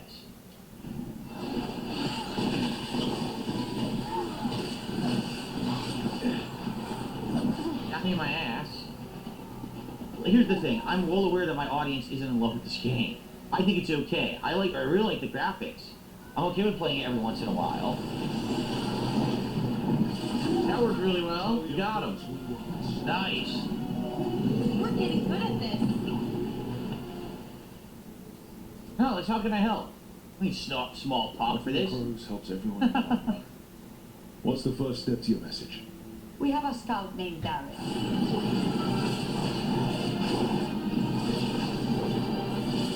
What is going on? Look at this. What? Why is it saying it's going to keep hitting me? Well, you got all this health back. It's because you're walking away from it, Phil. Seriously. This is fucking stupid. How was I supposed to know I was going to get into an endless fight that I can't win? So I can't do this. And I well knew that You there was have gonna to be look at your political level. discourse in the game because people had already talked about it, pulling a Because you bar, can't fight certain enemies at a certain level. You have to level up first to be able to take on the enemies. I want to say 12 to 15 hours, and I got so bored, I dropped it. That was a whole quest. Well, his dagger went up to epic. Oh, wow. Okay. Number 120. The Elder Scrolls 4 Oblivion Phil, Remastered. you quit Oblivion Remastered? Actually, I didn't really play that much after I got it. I forgot about it. But still, if you played this, if you played this, if you played the original, you should know how this game works. Well, there's got some kills there, but again, I don't really know what I'm supposed to be doing. I'm lost here. We went all the way, and it was a dead end. And there was nowhere to go. I got this game back in I know this is boring. March, I think. know. Seriously, it's boring. This was boring in the original too. I told you the Oblivion gates are the worst part, but you're required to do a certain amount of them. Nah, Oblivion's This is one of the awesome, man. required Oblivion gates. It's a classic. And it stinks. These games are awesome. I don't even care what we do. We can just hang out. We can play a different game, whatever you guys want to do. Like I said, the reason I started playing this was because it was new 2 weeks ago and everyone wanted to see me play it. I'm going to be honest, I do feel like the appeal has died out. I feel like the whole idea was everyone wanted to see it because it was new at first. But I mean, I just played it 2 years ago. We're not going to see anything in this run we didn't see in the first run. Because the first run I did Yeah, everything. you are. There's a lot of differences between the remastered version and the original. I did everything. They're Microsoft's also supposed to be doing Fable too, I know. People, are barely Microsoft's supposed to be one's doing the talking about Fable games, remake too of the game in the future. More engaged if I was playing the game. What do you think I think Fable's coming out 2026. What do you call what I'm doing right now? What a stupid thing to say. I love idiots who fucking talk out of their asses. You really think this is bad gameplay that you never played Oblivion because you're a fucking dunce and you should shut the fuck up. Enjoy your bans from my fucking kick chat because you're morons and mouth-drooling idiots. Oh, you're just running in a straight line. Dude, it's the Oblivion gates, you moron. You are running These are in the a straight Oblivion line. gates. They're the most boring part of the game. They're insanely repetitive. This is why people There's don't no like way to you make these because entertaining. you're just I already did this. you're just They're making me do a second mean one. to people. I didn't make the game, you stupid idiot. You just insult your fans. So I think I'm probably gonna put a stop to it right now. Quite frankly, if I'm bored, I don't know how I'm gonna make it entertaining to you. Thank you guys for watching Oblivion Remastered. I think we'll call it quits for now. Let's test your memory. Here comes the question. Which year had the most rage quits? 2015 or 2025? 2015. This ain't just a highlight reel. This is rage history. Let's take a minute to appreciate the raw, unfiltered chaos that started it all. And the only way that it's fair to play it alone is to cheat. Streets of Rage 2 co-op. Oh yeah, him and John Rambo were playing. You Yeah. don't win. You cheat. Oh, okay. You fucking cheat. That's where I went wrong all those years. That's right. If you're first and don't succeed, you use a cheat code. That's what you do. Fuck this. Super Mario Odyssey. Stop, Glitch. He quit Fuck that this. game. Stupid game. I love Mario Odyssey. It's actually one of my favorite Nintendo Switch games. Now don't. I got no wiggle the controller. I played the heck out of this game. You don't like it? Well, complain to me about I really enjoyed playing Super Mario Odyssey. Oh, it's all self back. Fuck this. Watch this. I need to play it again. Fucking loser. You want to fucking cheat, huh? You want to fucking cheat? Now watch this. Oh yeah, he disconnected the cord to the fight with the Fuck that. for Demon Souls. What the fuck? Fuck this game. No, it's bullshit. I'm done. I'm not doing it no more. Let's see. So cheat weapon set 1. Let's see. Up, square, square, down, left, square, square, right. Yep. Ooh, you bought my game! $60 down the toilets, motherfucker! I'm gonna see this is quick, but I'm gonna be honest with you guys, I'm fucking bored as shit. Fable I really Anniversary, am. yeah, Like, they're supposed to be. I know that they're I thought supposed it to be was worth remaking doing this. Fable. Like, as I told you guys when we started to play this, I didn't really remember this that much. I think what it is that year that I played it in 2014, I was so full. Shut the fuck up! You won't even shut up so I can talk to you guys. Seriously. Here's what I'll say. For now, we're adjourned. I'm not saying goodbye forever. I'm saying goodbye for now because absolutely I need more time to work on other things. You know, additional hours. This is probably, you know, the amount of towns and, you know, stuff in it, it probably would be at least a significant amount of extra hours of gameplay. And then I'm going to leave it off here. I don't really particularly feel like playing more of this because... Yeah, not very Fable interesting. Remake's not released until 2026. New release back in the day on the Wii. I'm still hungry. Oh yeah.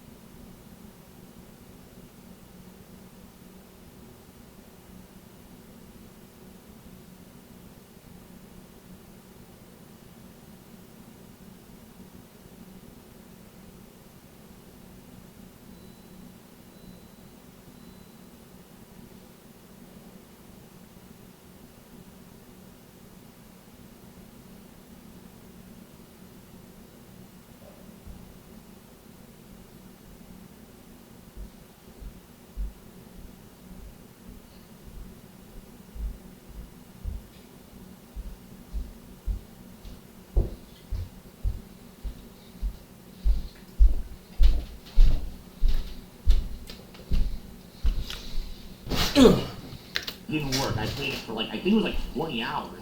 And people were getting bored, and even I was getting bored at how slow the plot moved. This is possibly the worst gameplay stream I've ever done. I've got 2,000 people watching on Twitch. Probably people will be watching on YouTube. And I can't do anything because the game's fucking stupid and sucks and there's nothing to do. Well, it's a demo, Phil. PT was a demo. Oh, good. My clubbing bros seem to put the fire out. Zombie you. I've never played this, but In the middle of swinging. Fuck this. I heard it was pretty I don't wanna play interesting. this. I really don't. I'm done. I'm seriously done. It's the most tedious, fucking stupid game I've ever played in my life. Wow. Really? He quit Sniper Elite 4? That was a good game.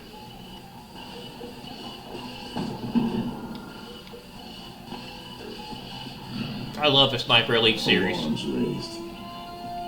And he quit 5. This is just so bad. So guys, I'm sorry. I mean, I have no desire to play this again after playing it today. And thank God again, it's a Game Pass game. Thank God. Sniper Elite 5 is awesome, bro. Before it went up, now it won't go up. I fucking hate this. It's Honor, Death of the Outsider. Here you go. Here's what I think of this fucking game.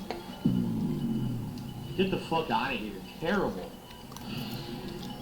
But it's not bad enough the game is boring as dirt, then the game doesn't work either. I love it. The game glitches. Ghostbusters 2016. I'm gonna be honest with everyone here. I can't play any more of this fucking game. This is the most boring game I've ever fucking played in my life.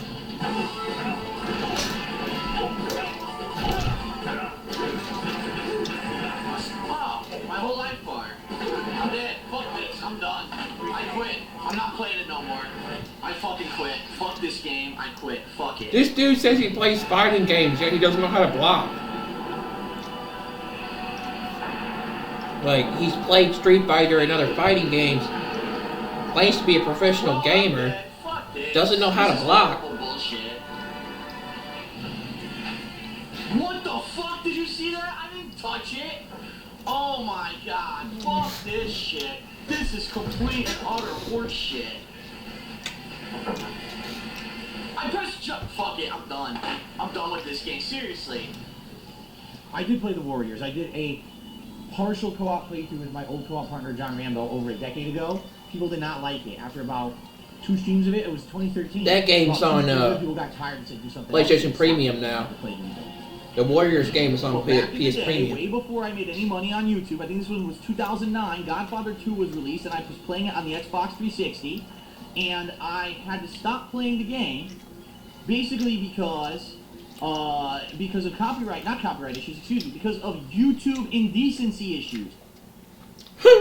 We've reached another big question that needs an answer. YouTube indecency Which year issues. had the most rage quits, 2015 or 2025? 2015. It was 2025. Oh. Back in 2015, it was only 7 rage quits. But in 2025, Phil had rage quit 28 games. That's 4 times more proof that quitting never slowed down, and the year isn't even finished yet. That's how bad the rage quitting has gotten. Now let's get back to the new entries. Number 121. Beautiful, Strange, and Handmade, Harold Halibut. Okay, continuing on with Harold Halibut, everyone. I hope you like the first 2 parts. I've heard about this Go game. back to the lab district and talk to the professor to advance some of the plot lines and see what else the game wants us to do.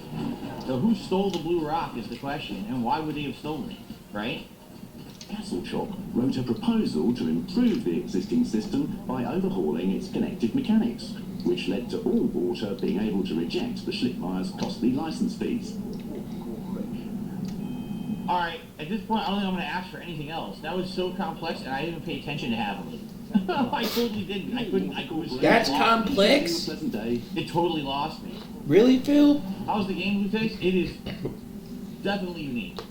One of the most unique things I've ever played. I actually don't know how to feel about it because it's so weird. But at least it's unique. At least it has uniqueness to it. It feels like nothing like that I can even compare it to. Yeah, it looks like the underground city of. I'm just curious. Is it bothering some people? It looks like the underground city of Rapture Well, 'cause some from people- BioShock. Chat are saying that it bothers them. And I'm Kind of wondering, interesting. That kind of reminds me of the underground city of It's like Rapture. any other game to me.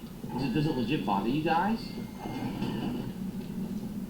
Some people are saying it's fine. Others are like, yeah, it's bothering me. Wow. How is it bothering you? Underwater city, I'm sorry, not underground city. Underwater city of Rapture from BioShock. To make you feel sick or Whoever something? made that leak must be feeling pretty terrible right now. For me, I was intrigued. I'd like to see the story continue. But I don't know Yeah, it about looks you. like it's People definitely underwater, showed up. underground. I definitely lost a lot of attendance during this stream. You know, we started with 400 people. We're down like 250. So it's not for everybody, right? Number 122. System Shock Remake. Really, Phil? You quit the original Well, BioShock, I'll try to figure this one out. which is System Shock. I love that game. I played the demo of that game. I loved it. I almost got the game. I forgot about it. 1, 2, 3, 4. It goes up 5. I played it on my old channel before stuff happened.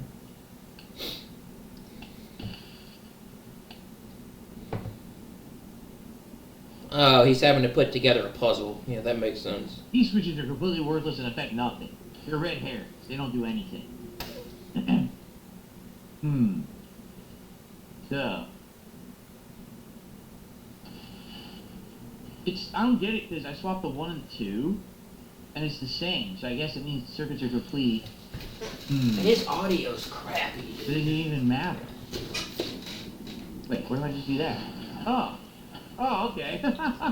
So what if I just unplug it entirely? Oh, it solves the puzzle instantly. Okay. We already found the energy recharge. That is very good. What just happened? I died. Are you kidding me? We'll see. I gotta feel like if I feel like more Street Fighter or more of this on Monday. That's to determine. If not, don't worry. There's more of this coming. I'm gonna be balancing this with the new releases coming up over the next week. Okay? After a while, we stopped playing it to play new releases, and no one really asked for it back. I noticed that there wasn't really much or any demand. So, with literal, no demand, every once in a while, once a month, someone will bring it up and be like, hey, are you gonna play System Shock again? I'm like, Number 123. It's weird, it's wild, it's the coin game.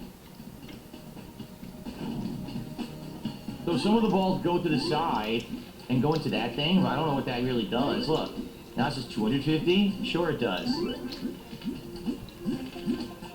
It's like an arcade game, Phil. Have you ever played arcade games? You gotta get the stuff in the rings. Not a winner.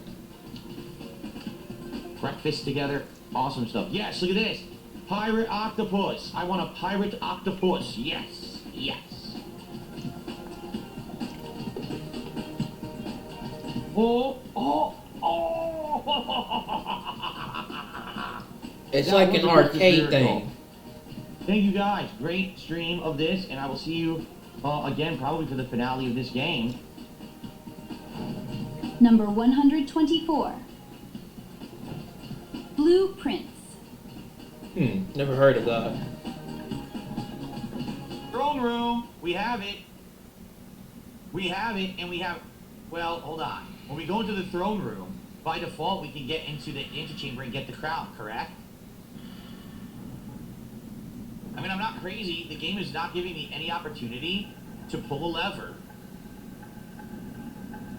and open the door. They just don't want me to do it. They're just really being frustrated.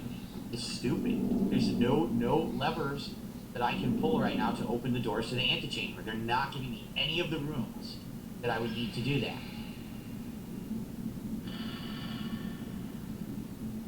What the fuck?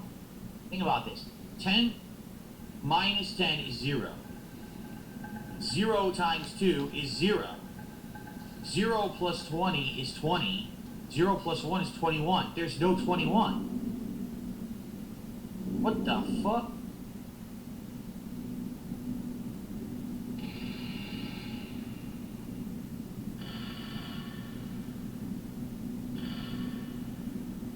Minus 2 is 0, times 4 is 0. How the fuck could it be 16? Alright, if it's 16, it's 16. Fuck this. That is dumb shit. We're not doing it, guys. We got 10 minutes left. There's no way. There's no way I'm going to draft the throne room, be able to open the room 46, get into the antechamber, grab the item, go back to the code check, and get... It's not happening. It's too complex. It's insanely fucking annoying. They should have done this way better. They didn't care. They basically were like, we're going to make this the hardest game ever to beat. And it just becomes to the point where it's too fucking frustrating. Thank you for watching Blueprints. Sorry that we couldn't do these ultimate final puzzles. They're just too much of a time sink. I mean, look, that was 3 hours today. 3 hours of gameplay, and we couldn't even do this puzzle once because the game didn't give me the RNG. This looks kind of interesting. What can you do? As a streamer, at some point, I gotta call it, and I'm calling it now. Maybe one day we'll return to it in 17 years or something, but for now, I'm done. Number 125. Nintendo World Championships NES Edition. Wow. That's an old game. Clear the Angry Sun course. 3, 2, 1, go! 3, 2, 1, go!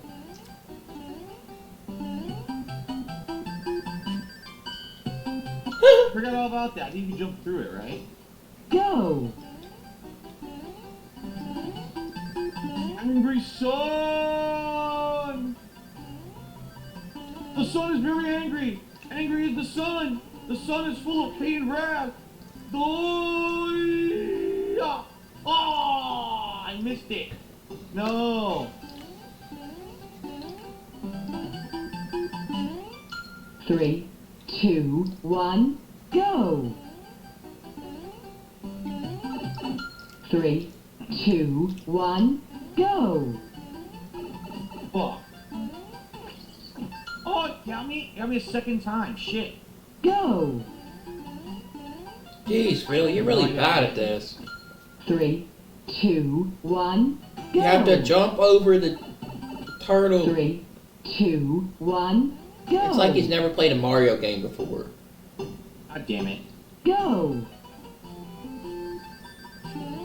Yeah, I screwed up. I lost all my momentum there. Oh, that is true. I did play Nintendo World Championships this year, and I played a good amount of it, and I liked it. We only stopped playing it because a ton of games started coming out in the summer, and we got wrapped up with those and we never went back to it. So that is true. Since I got everything, upgraded and new, I haven't played Nintendo World Championships. Number 126. Set sail for greatness. Oh yeah, I in remember Sea Sea of of Stars. Here's a new attack, Soonerang. We could also do Mending Light to everyone to get free heals. I think we should do that. Here's some free heals.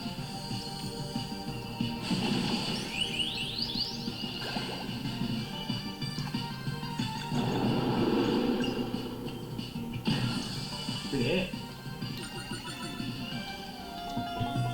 Why is the camera screwed up? The camera's glitched. The camera's glitched. But we got it. A Viridian Lobster. That's it. We got them all. Even with the glitched camera. Nice. Still 100% fish caught. Sweet. Folks, that is it for tonight. So just for the record, for those who have been watching this and following this playthrough on DSP Gaming, it is going on a hiatus because we were about to hit the first major new releases of the year, and one of them just happens to be an insanely long RPG in Like a Dragon Infinite Well. I want to play this game and finish it. He never came back to this game though. Hours in. I remember watching him play Like a Dragon Infinite Well on Doko Island. Sea of Stars up to this point, there will be more coming. For me, I never got to get back to it. If you remember, I was playing it in late 2023, early 2024, and then we put it on hold and we just never got back to it. So sadly, for me, it doesn't really matter because it is what it is. I never got back to it.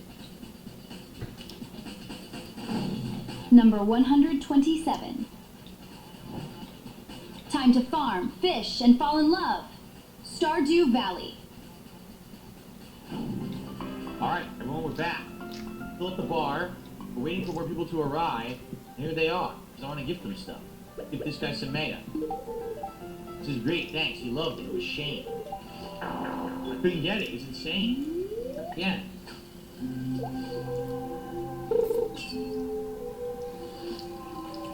Now this one's piss easy. So one that was super hard to piss easy. Chub. Let's get the Pikachu hat, guys. Come on, that was stupid. This thing is a pain in my ass. Come on. Give me this fish. Got it. Alright, let's get out of here.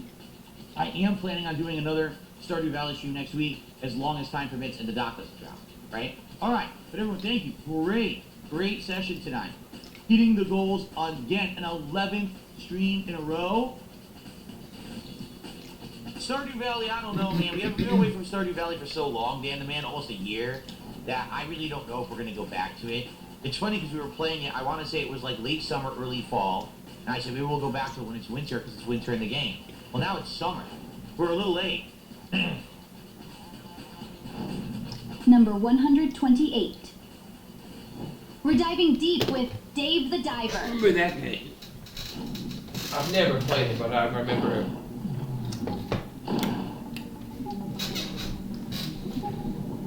The critical death makes you run out of air. I see. I understand. Here we go. Alright. So guys, again, we've got about a little over half an hour left on the stream. Our goal is $150 for the night. $300 stretch goal to hit 2 goals, and we can do a marathon tomorrow. Alright? It would be great if we could do that, but I need your support. So please support the stream in some way. If you're on Kick, please, some subs would be most appreciated. On YouTube, Super Chat or a membership. Or if you're on either, you can do a tip, please. We're doing a lot, man. We don't need that. We have 2 better ones. Okay. We're doing a ton. We definitely got to keep that shark tank. Now it sucks. I have no ammo. We'll have to find more. Is it glitched? I think so. Because they outright said that Cobra now has an app. And it's not here. I did like Dave the Diver. I'm sad that the audience didn't. I actually really enjoyed Dave the Diver and I wanted to play more. But people weren't into it. They were complaining about it. The support was bad. So I said, well, oh well. You move on. You do other stuff if people don't want it. Have a good night, Captain. See you later, man.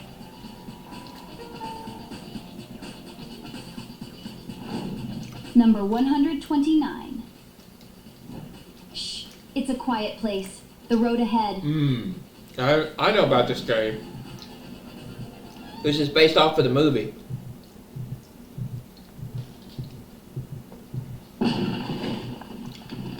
This game is fucking shit. And I wanted to play it. No noise, but the enemy killed you anyway. There was no noise made. 0 noise. You did make a bunch of noise. You're supposed to be quiet. That's the whole point of the game. This is the end of the street, boy. As you can see, it sucks, but what are you gonna do? Yeah, I have no idea what's going on here, guys. I'm lost. I'm confused. I'm going in a circle. And I don't know what to do. Of course he doesn't know what to do. In all seriousness, guys, if you were going to support today, now would be the time to do it. Don't wait. I have no clue. I'm going to get killed and have to do the whole section over because I don't know where the door is. I have a key, but no door to open. Now look, how is that fair? I don't know where the door is. The game never showed me a door. Fuck this. Alright, but the question is, where's the door? They give you a key, but they don't even push you in the direction of a door that you need to open with said key. You have to find a door. I'll be honest, I don't think we're ever getting back to A Quiet Place. That one was an okay game for when we played it in October, but I don't think we're going to be playing that one again. So, alright, I uninstalled a few games there. Number 130. Galaxies collide in Star Wars Outlaws. Star Wars Outlaws, yeah. I got this last year. John said the game is going to get better with story. I actually liked this game. It wasn't that bad after all. I didn't think it was going to be that good when it was released by Ubisoft, but I actually liked it. It just gave me more. It just gave me Mandalorian vibes when you played it. Why did you go off the cliff, you dumb dumb?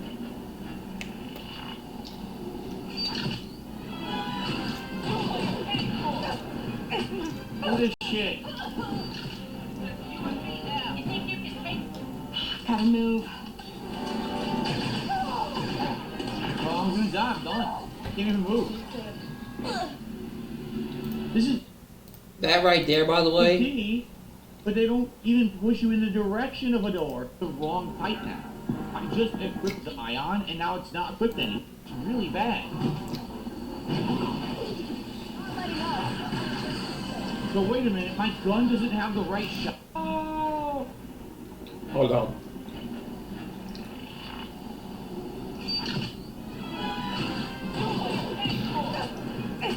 What is shit? This right here, when you go in to hack the door, you can actually change it in the options menu to make it easier to unlock. There's an option you can turn on to make it easier to hack into doors. I'm gonna die. I'm done. I can't even Because move. I have this game. I had this game for PS5. That was before I got my new PC. That was before I got the PC I have now. Like, do I really? Oh my god! I'm all the way back over here. Look at this! Oh my god! This game fucking performs so terribly in the open world. It's really I got bad. this and I got Jedi Survivor. Both. For So wait a PS5. minute, my gun doesn't have the right shot selected anymore because it doesn't. I can't take the shield down anymore. Because they unselected the ion blaster on my gun for no reason. Speaking is terrible and shooting is terrible. Why is my gun the wrong type now? I just equipped the ion and now it's not equipped anymore. All in all, I've now played this now for about 4.5 hours today, launch day, and my overall thoughts are as follows. It's okay. Which is sad because I played it one day. Yeah, I mean, it's not that great. It's not that good, but it's okay. It's not terrible. It's better than it's better than it. Than, yeah, literally everyone in chat. It's better. It's better than it was supposed to be. No be. Star Wars. It's Ubi slop.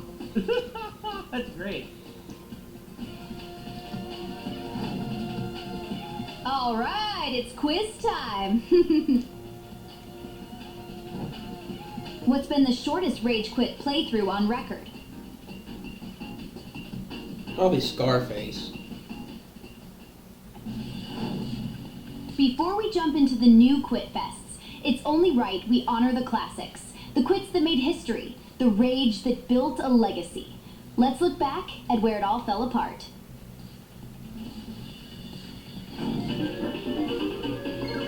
Whoa! Marvel superheroes in War of the Gems. There's instant death? Never heard of this I'll say game. it publicly right here. Unfortunately, right now, Knights of the Old Republic is on hiatus. I didn't know tried to Phil play it quit on Knights of the PC. Old Republic. I cannot get the damn thing to work properly with capture software on the PC. What the shit? Oh yeah, I remember when he got stuck in the. I remember when he got stuck in the Are elevator. you kidding me?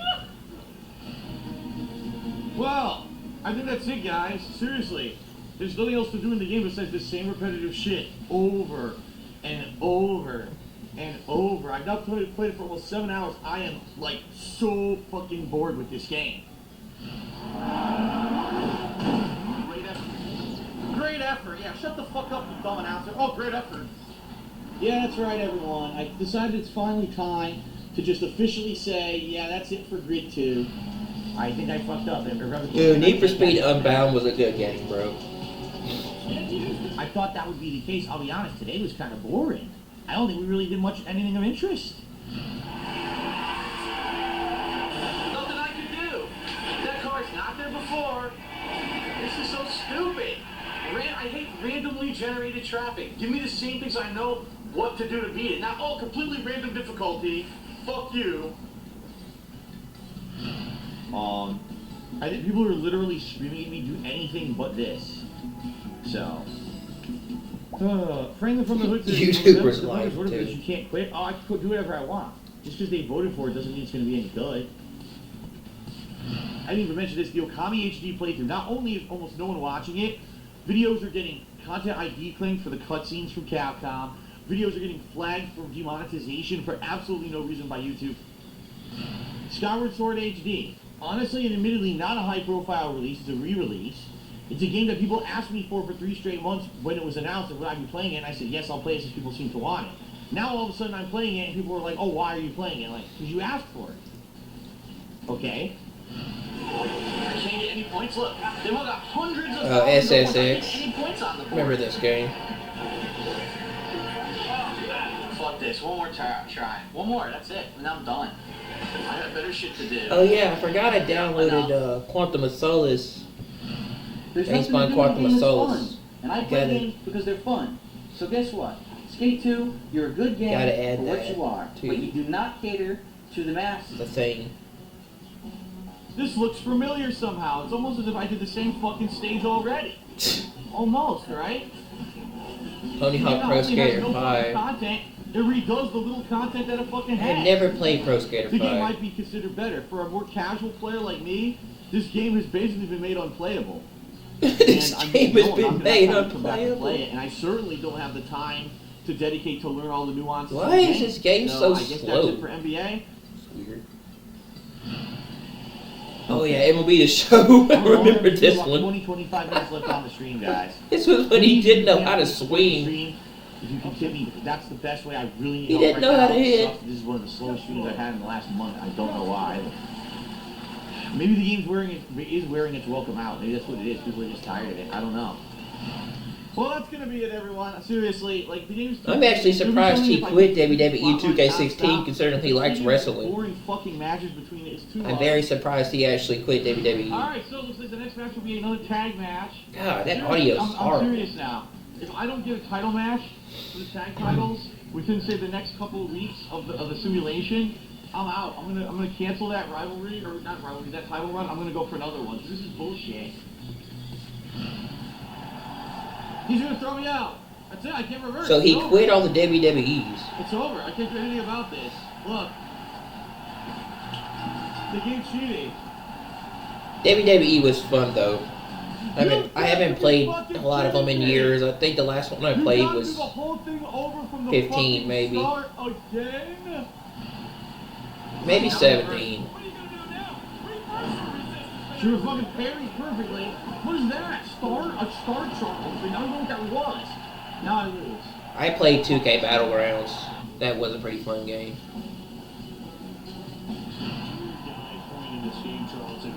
Oh, he's playing Madden? Really? Oh yeah, I remember this one. You didn't know how to throw the ball. Stupid game.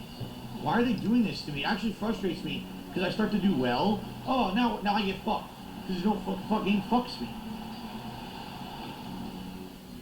We've reached the end of this section, so let's settle another big question once and for all. What's been the shortest Rage Quit playthrough on record? It was Mario and Sonic at the Olympic Games, Tokyo 2020, clocking in at just 12 minutes and 53 seconds, the quickest Rage Quit of them all. Keeping the lead and finish. That was a good time. Alright, I'm done with this. I'm so bored. I'm not playing this anymore. I'm serious. Now let's get back to the new entries. Number 131. The Chronicles of Riddick Assault on Dark Athena. I guess you think you're just too good for me. Shut the fuck up. Oh. Yeah, this must be a really old playthrough because this looks outdated. I'm dead. Fuck. I had no idea I was going to have to fight that many.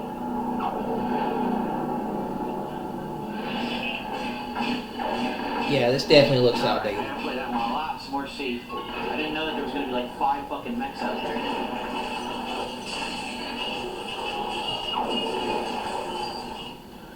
Okay. Chronicles of Riddick, Assault on Dark Athena. Yeah, Xbox This game is 360, 2 yeah, games that's in old. one. It has a remake of Butcher Bay as well as the Dark Athena game. I think it's okay. It does have a lot of game bugs, which kind of pissed me off, so that's really why I didn't finish it. A game bug really pissed me off and held me up for a while. Had to replay an entire level, and then I got bored of it after that, so oh well. Number 132. Tom Clancy's Hawks. Oh, I need 2 missiles to kill these fucking things? They're just helicopters. How did that make sense? Oh, come on. I can't even target another helicopter. Going the wrong way again. You're on your own now. Fucking ridiculous. This thing's way too fucking hard, man.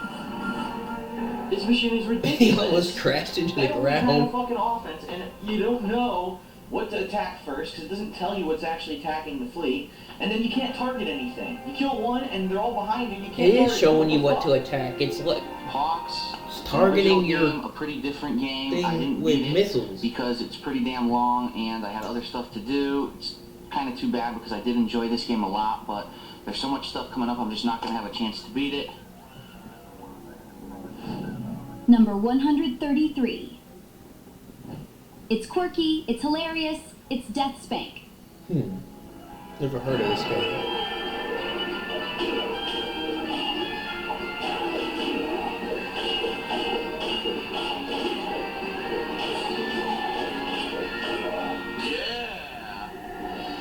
I got the achievement for it too, 20 gamer points. Kill Sergeant Work.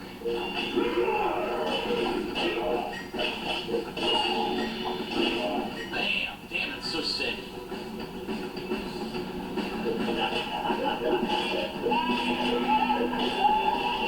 Holy shit.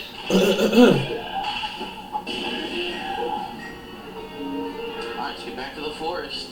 Wait a minute, I went the wrong fucking way, didn't I? Where's the outhouse? Alright, here we are, the graveyard outhouse.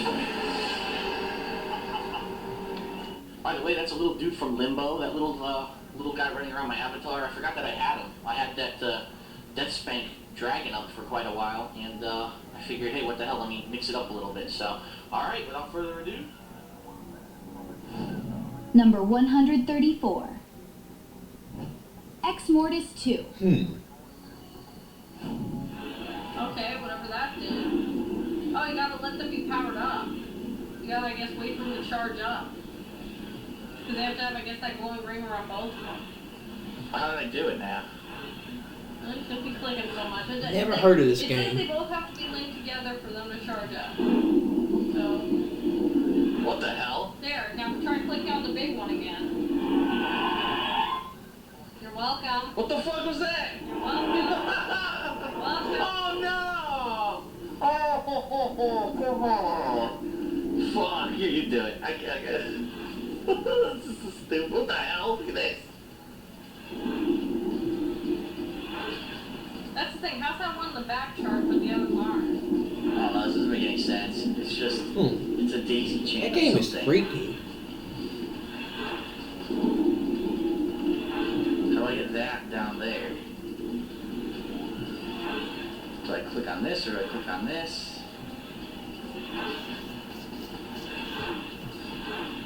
They need to be linked up and powered together. So you sit there clicking every combination you can think of.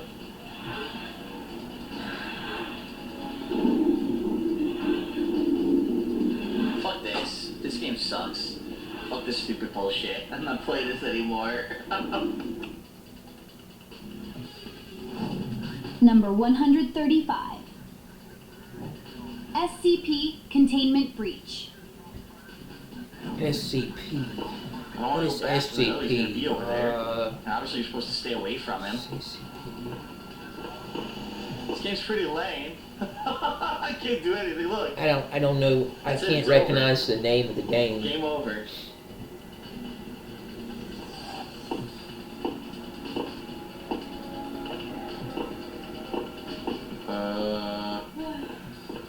These are the games people like talk about. Oh, it's so good, you should try it. Why? This game's awful. It's not scary. There's nothing to do. I'm walking in circles.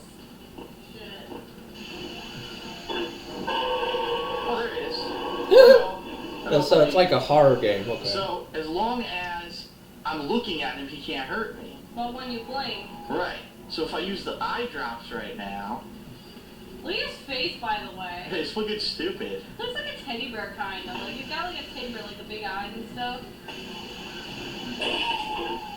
Oh, because I wasn't looking at him. I should have remained looking at him and walked backwards through the gas. This is so stupid. I don't know what I'm supposed to do at this point. You got a high security level. So how do I get that? It doesn't make any sense.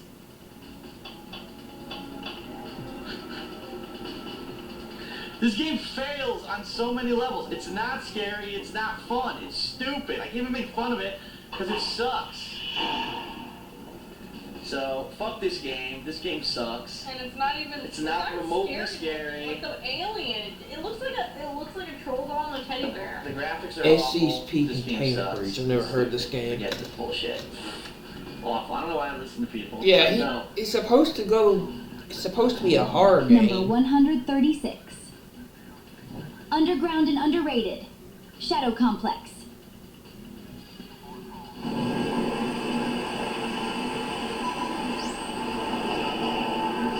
Oh, this game looks pretty cool. This looks like this was for like PlayStation 3, maybe 360. Go up. A dead end. There's a grate there, like I can get through it, but it won't let me. That's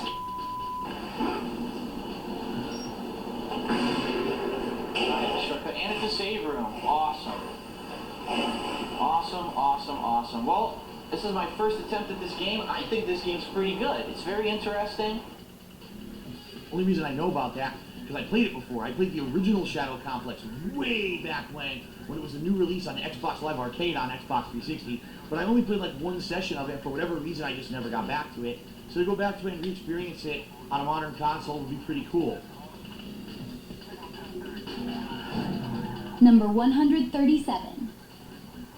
Suit up. We're heading back into Shadow Complex I didn't Remastered. know they remastered that.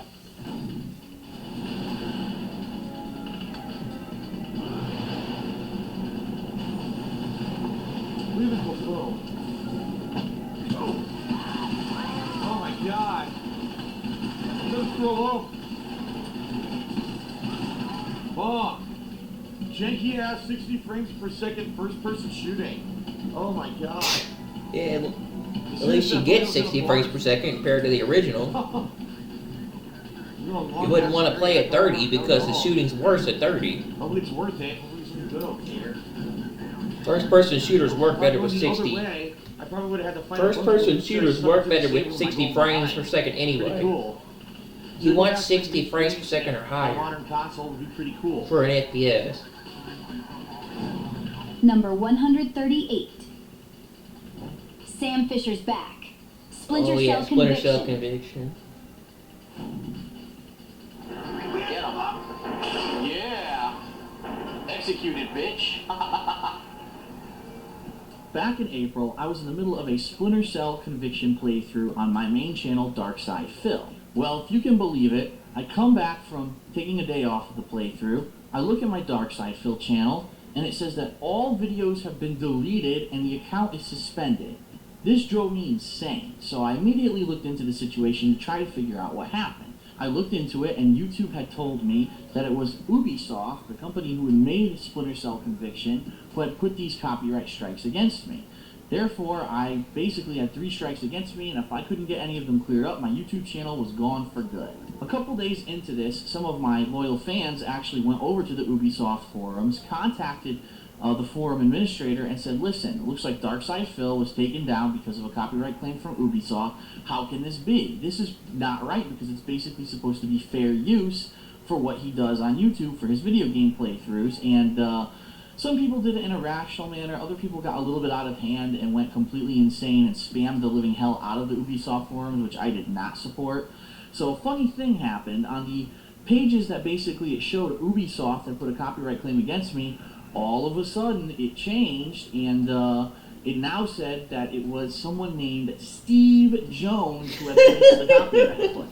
So what really happened here is that some internet troll who didn't like me somehow falsified a copyright claim, sent it to YouTube, and YouTube, being so knuckleheaded, thought it was real and ended up actually shutting me down, which was absolutely ridiculous. So what ended up happening, the good news is that after this, YouTube looked into it, said, okay, this was not legit. They reversed the copyright strike. I ended up getting my channel back, but in the meantime, I had already done some precautions to make sure that if I wasn't getting the channel back, that I would still have a presence on YouTube. And I really think that they're going to allow me to continue to do this full time, which is excellent. At Blitz TV, thank you very much for all of your help. See you later. Alright, infiltrate the building. Let's go. Number 139. Enter the Abyss of Fear. Amnesia, The Dark Descent. I guess I gotta find more pipes. I must have to find more pipes and build this wall. Alright, let me look around for pipes. Well, speak of the devil, I've got a pipe. I'm not sure what these do. I don't know what to do, and the game gives no guide on how to fucking do this at all. No note, there's a note there and I can't fucking read it. What's up everyone, it's DSP and it's another launch day video. Today we're going to start I don't know what to, did I do it or did I not fucking do it? I have no idea. There's gonna be no hint, nothing, no explanation of what to do. I've told you before, but if you didn't catch it, I've never played a Splinter Cell game before. Did it work? So I don't know. What to expect. But I've heard good things about them. I've heard this game you can actually play it a couple different ways. You can either be really sneaky, or you can be like gung-ho, trying to like blast everyone to death. So that might be pretty When I cool played to it, usually make it, I stopped playing it. I only played it like 2 sessions, and people complained it wasn't good. So I was like, okay, and I did. I stopped playing it. So I actually, in reality, I don't even know what happened to the rest of the movie. I never got to it. You know, I just kind of skipped out on it. This weekend I'll be trying to tackle that campaign with my friend John Rambo, so we'll be doing Number that. 140. For now, we're going to start the single-player campaign. Killer Now, is dead. here's something that pisses me off. I admit this openly. This pisses me off. What am I supposed to do? Oh yeah, I think I've heard of this game. I think I've played this. Oh no, that was another samurai game. I can't get out. Look. Shadowrun, I think is what it was called. Fucked up. I wasn't supposed to go in this area, and they locked me the I think it was fuck called in. Shadowrun. I played it a long time ago on the There's the Wii. long escape. Well, there's the street. I did it. Nice. Phew. So I've done everything, right? I've done every side mission available. Alright, upgrades. What should I do it on? Improve bullet shot plus. I can make my bullets even better. Nice. Alright, so that's it. I guess next I will have to do mission 7. Story mission 7. This game, I don't like. It's completely different from the other games. I don't think it has the kind of the charm. It doesn't have the polish of the other games. I don't think it's very good. Phil doesn't know what he's talking about. It's a masterpiece. It's another Suda51 great games. Like, I've played all the other ones. I know the frame of reference. It's not that good. So enough with your bullshit. This game was not very good. I'm getting I'm getting rid of it. I don't want it.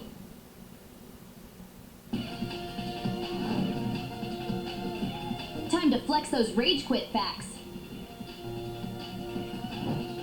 Which game genre has Phil rage quit the most in?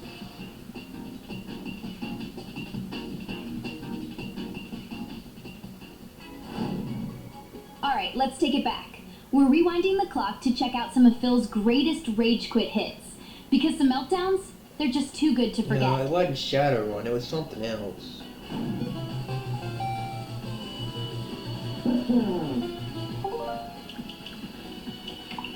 Okay, that's Tecmo Bowl. I hope you guys liked it. It's a piece of shit.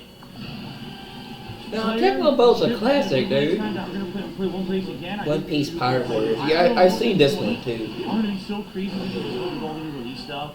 Once we have time for night streams and stuff like this, I'd be very happy to accommodate. You know the EOD of feeding the hungry, don't you?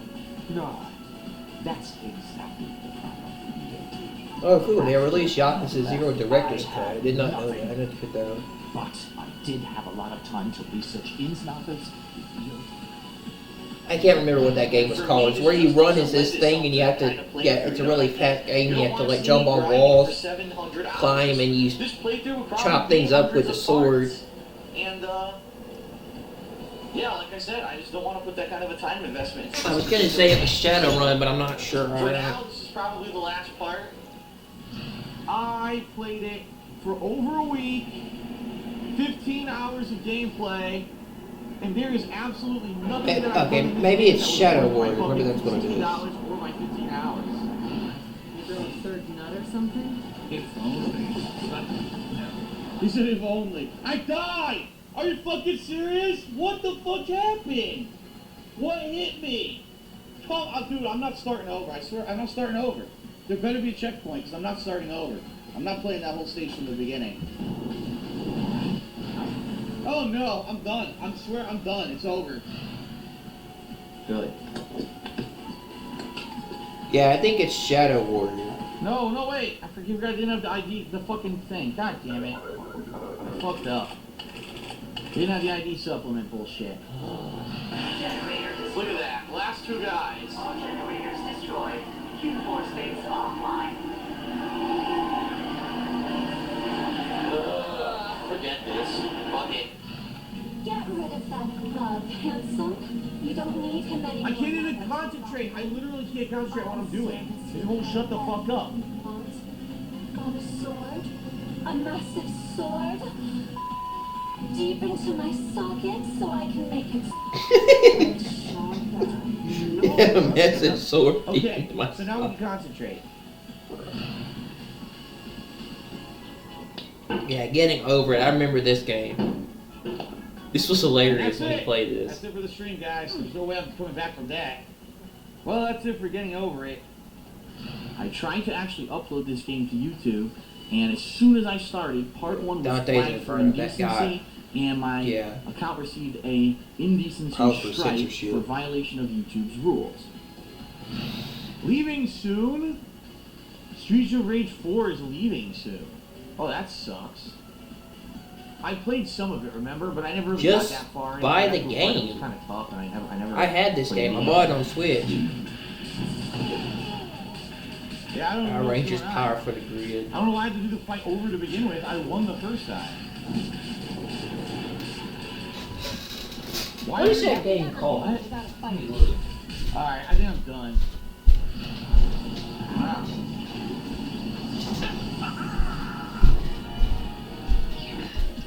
Okay, ladies and gentlemen.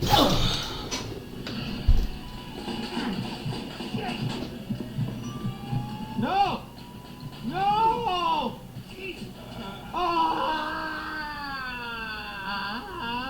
Mafia 2. I mean, it's interesting. Mafia 2 was fun, bro. I don't want Especially the remaster. I played a lot of that. The fuck is a striped wolf? I've never even seen one in the game. I'm not doing it. I remember Far Cry Primal. I never got into that game. I thought that game was boring. Killing random things and getting random resources so that you can fucking craft the shit. It's just not worth it. It's very pathetically designed.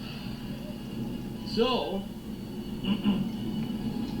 looks like I'll try to get revenge on Lady Butterfly. I remember this max level axe says it stops. I love Sekiro. I love the Sekiro Shadows Die Twice game. That game was fun. I can't see. I need to play it again. What happened?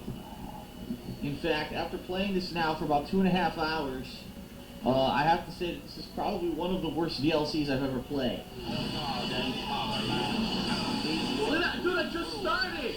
I just fucking started. I heard they're working on a new BioShock, game too. Also, they're working on a BioShock 4, which Infinite's not going to be the last one in the series, which I'm happy about. I want to see another BioShock. But Infinite was pretty fun.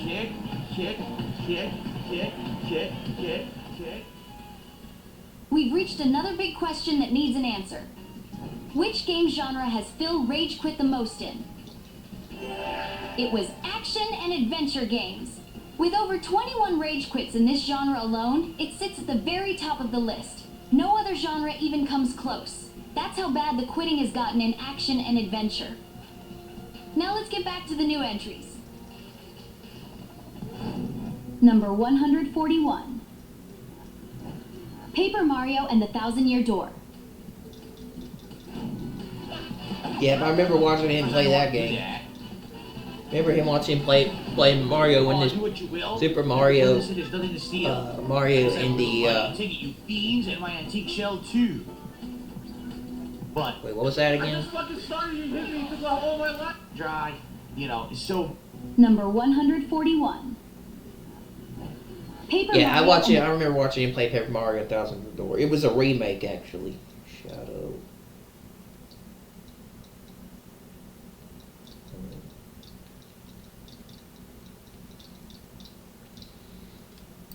Thousand-Year Door. Of course, I didn't want to do that. Go on, do what you will. You can play this, there's nothing to steal. I guess I have a little money. Take it, you fiends, and my antique shell too. But I actually really liked it. I played it for about 90 minutes, and it was fun and interesting. Oh, stylish? I got a stylish hit. I think I struck as soon as it hit the star, and it gave me a stylish point. Oh, okay. Like, people were complaining this game's boring. This game is like watching paint dry. You know, it's so boring. Like, what are you talking about? Leave the photos of me and the missus. Can't do without those memories. What? Not thieves, you say? What's your story then? Oh, wait, you folks looking for crystal stars? People were sitting in the chat, whining and complaining that I like Paper Mario, but I didn't like Kingdom Come Maybe Deliverance. Midnight Runner, maybe that's what that is. Maybe it was Midnight Runner. Perfect opportunity to end the initial gameplay of Paper Mario and the Thousand-Year Door. They made a second one of that game. Number 142. Fast, furious, and free roaming. Mario Kart World, the free roam mode. I've beaten every single stage, including Rainbow Road, so now we're going to try out the new free roam mode using a wheel accessory and motion controls to actually see how it works. So let's see. I don't remember what it was called. Avoid the fire snakes in the tunnel. Okay. Oh, it's so hard to control. Seriously, the motion controls are very hard to get used to. What is this? Perfect opportunity to end the initial gameplay of Paper Mario and the Thousand-Year Door. Number 142. Fast, furious, Mario and free Kart. roaming. Mario Kart World, the free roam roam mode? How do you rage quit free roam? I've beaten every single stage, including Rainbow Road, so now we're going to try out the new free roam mode using a wheel accessory and motion controls to actually see how it works. So let's see. Isn't that the whole point of why the game is supposed to be played, to have free roam? It's because Avoid the fire snakes in the tunnel. it's for you to enjoy playing through the rest of the levels. Oh, it's so hard to control. Seriously. Well, that's why they have free mode in some. That's why they have free mode in a lot of games, in some games or other modes. Here we go. Because once you beat the story or the campaign, the whole point of it is to have like another mode, like New Game Plus or free mode.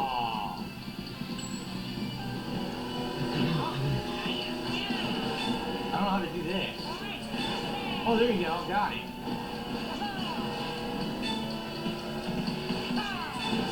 Nice. Cool. What? You're saying I didn't do it. Okay.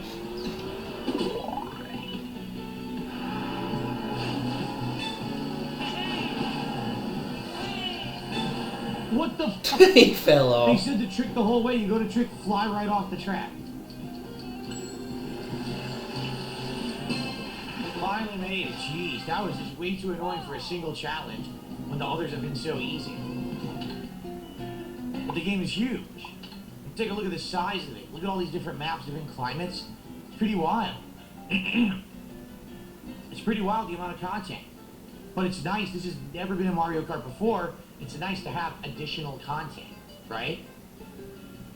Is it amazing? No. Number 143. Let's go! Super Mario Brothers Wonder. I heard this game was pretty good. I wanted to play it. The final test batch marathon. Okay. Oh, what? I pressed jump. See? Like you avoid that. Oh, you really What the fuck? bad at that. This is. What are you doing, Phil?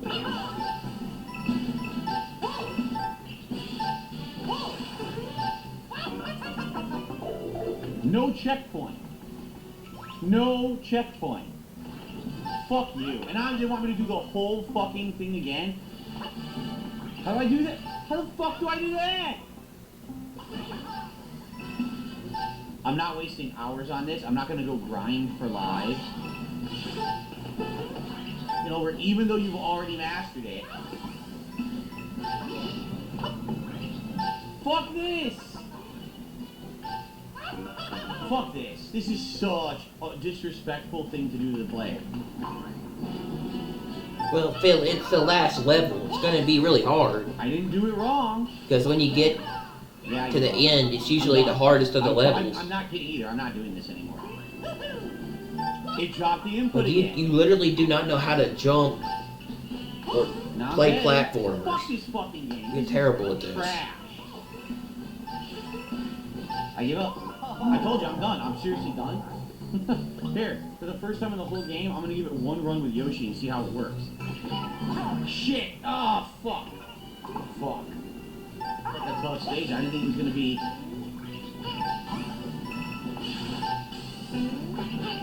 Shit, fucking ass balls.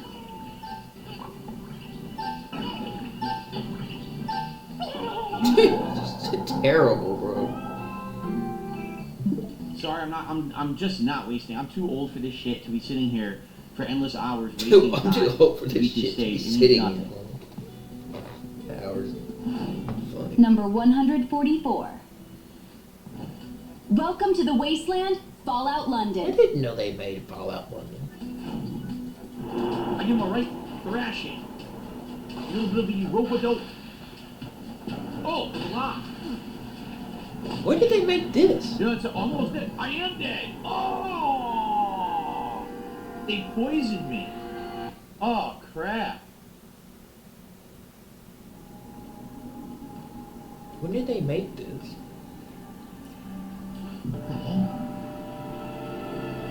I need to play this. Wait a minute, that's not where I landed. That's not where I landed. It showed a different... That was so bizarre. Right? That was really weird.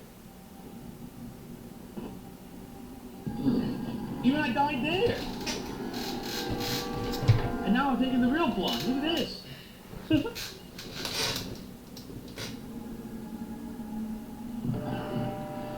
Oh, God. Oh, ow, ow. Oh yeah, I want to play Fallout London eventually, Answer the Kitchen. I have it. It's on my PC installed. We played it for like 2 hours, not even. And it looked really good, but then we never played it. Because remember, I had just finished my Fallout 4 run. They released that crazy update edition for the launch of the show. And I played through Fallout 4, and then I definitely didn't want to play another Fallout game back to back. But I would love to play that sometime, Fallout London. Number 145. The Legend returns. Hitman Blood Money. That's a good game.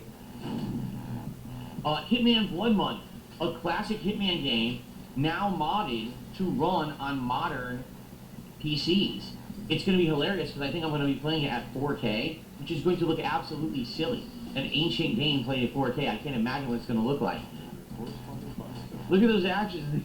Look at the actions in the upper left corner. Oh, it's a mod. Yo, they're like Fallout dots. London is a mod It's for smaller Fallout than Braille. 4. So right right. It moves the game setting to a right mouse button post-apocalyptic opens the menu, London. but I can't tell what it is. I see binoculars. It with features a coin new and story, note. factions, companions, and a map the size of Fallout 4's Boston, I can't read it. It's with too a strong small. emphasis All right, on British fuck culture this. and Let's locations. While praised for its scope and detail, the mod has received criticism for Okay, bugs here and we go. performance issues, which is common for a project of this size.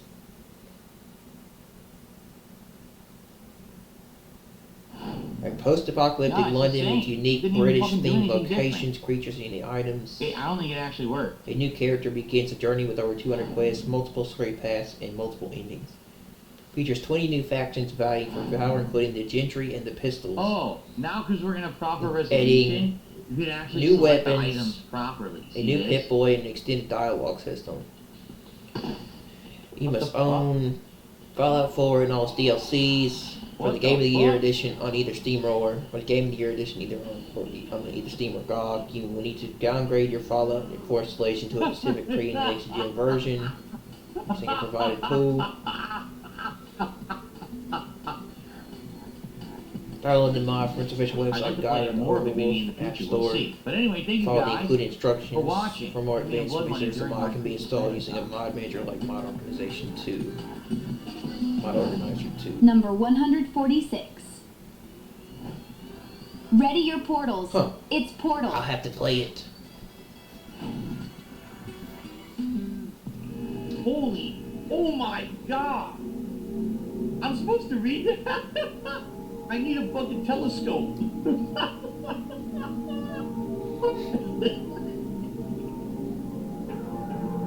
Portal with RTX. I want to start a new game, but the controller won't go to it. Phil, why is everything on your screen so small? Jeez. Talk about Can I use my crazy. gamepad? I set it up for gamepad, it doesn't work? Oh, this is bullshit. Maybe I need to set it up. Hold on. Didn't he try to play Portal before Shut in the up, past and it gamepad. never worked? Why would I change the resolution? We want 4K. Vertical sync. On or fast? Yeah, see, global user 3 application settings. We want it on.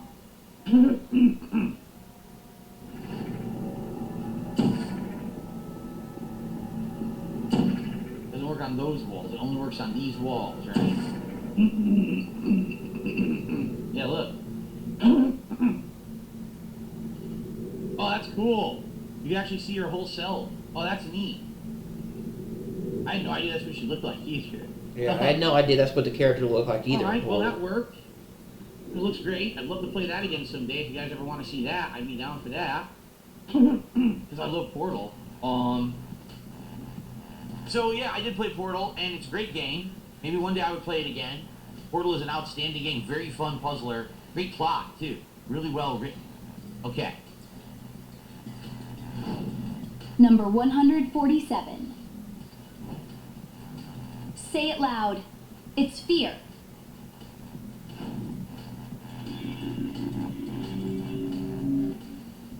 Running a sample. Oh, cool. They had Portal Reloaded.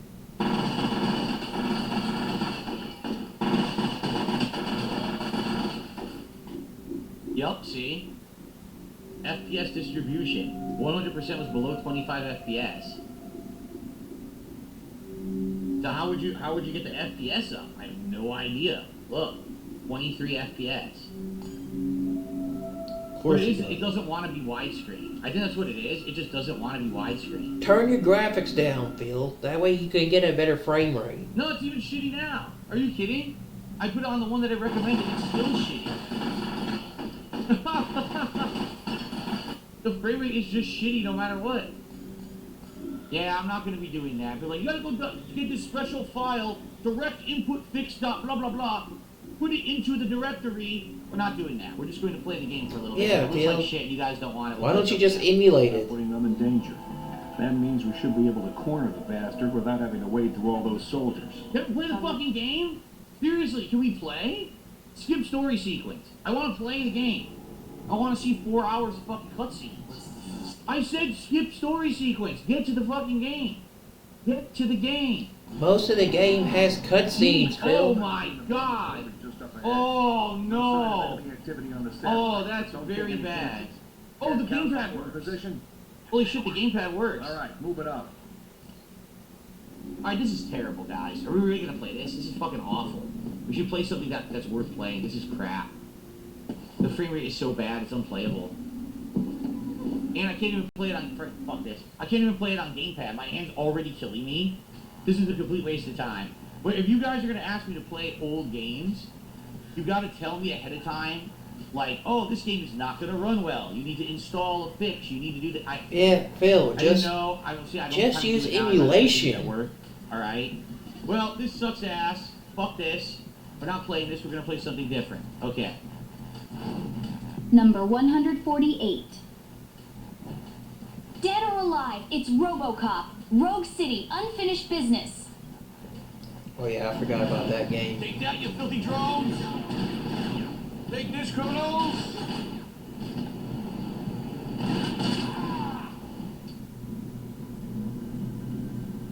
Manners can wait, I cannot.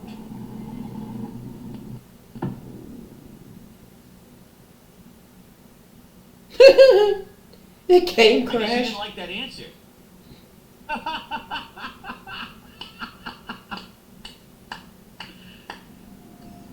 The game crashed.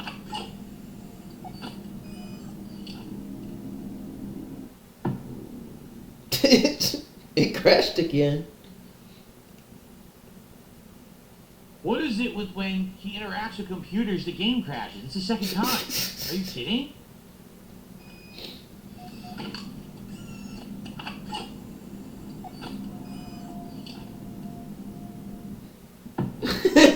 It crashed again.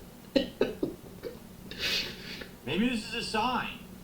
We're at 119 minutes. I can refund the game if I don't play it one more time. Maybe this is a sign and I should just refund it and be like, the game is glitched. I don't want it, and get my money back. What is going on? I think I might refund it. Seriously, I might. It doesn't work. We only have like 80 viewers on Kick. Typically we get around 100. So yeah, everything has been bad today. The support, the attendance, everything. So maybe it's a sign. Sometimes I guess things happen for a reason. Alright, well guys, that's that I guess, for RoboCop. Number 149. Mods Unleashed. It's Grand Theft Auto 4 with mods.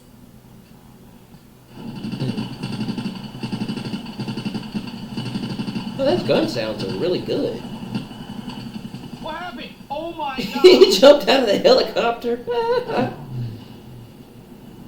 I accidentally grazed the Y button. I'm serious. I accidentally, as I was moving and aiming, I just accidentally like tapped Y, and he flew out of the helicopter. I gotta do the whole mission over. You've got to be kidding me. I've got to do the whole mission over, now with no ammo. What the fuck?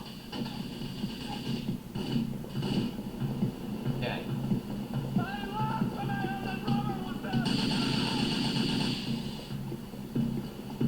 Yeah, those gun sounds are really There's a good. checkpoint, and if you die here, they let you continue from here. But I can't buy a hot dog; they won't let me. See? Oh, you can? I buy some nuts. Dimitri got away. Thank you.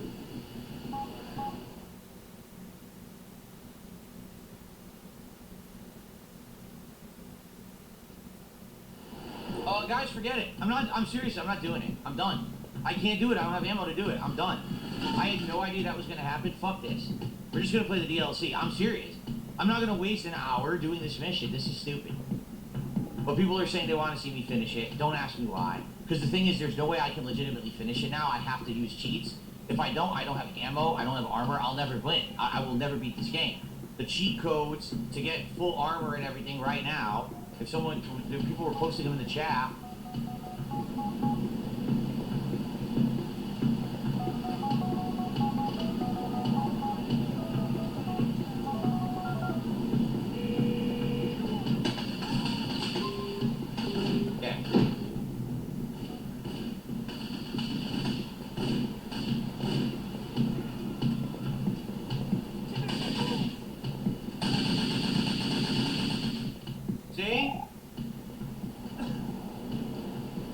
And that's literally it. There's some epilogue after the credits.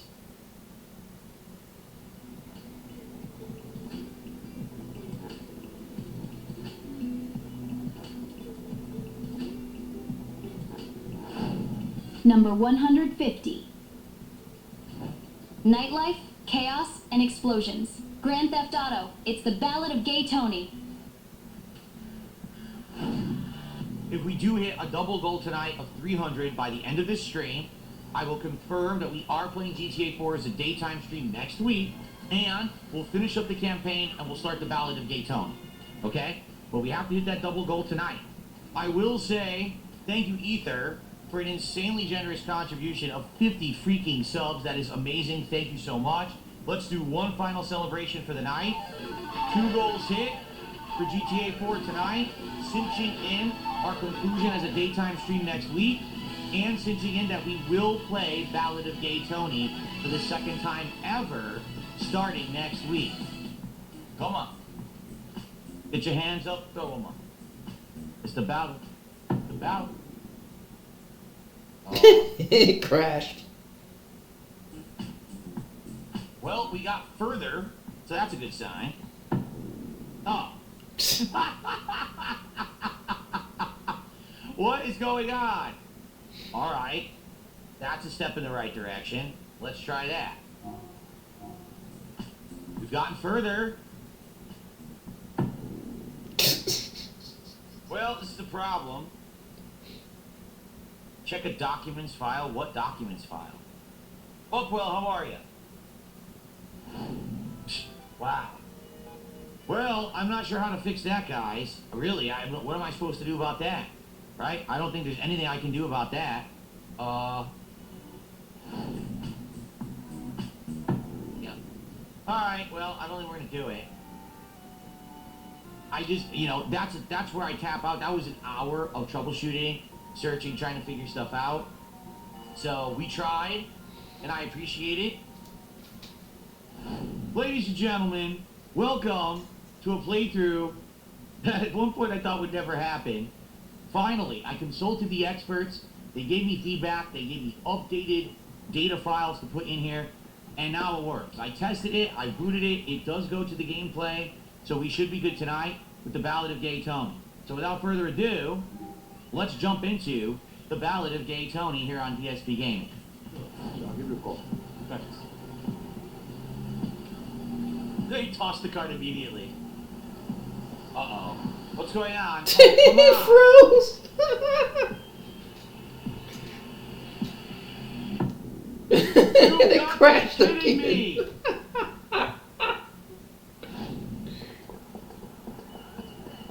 Look at this! Well, I think we know what happened. The game spawned in Gay Tony, and the cart and got him stuck.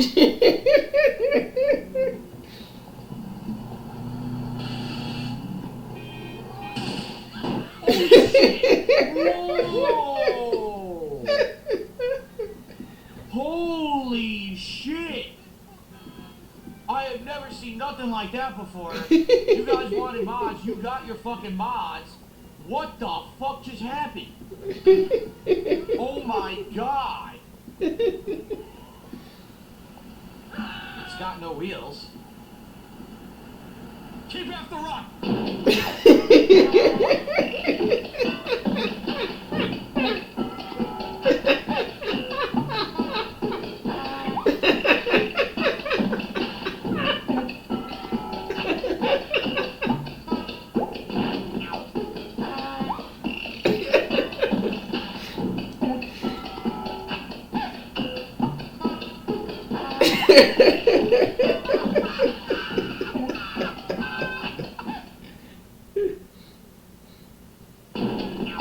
Yeah, like I can't control it at all. Oh, wow.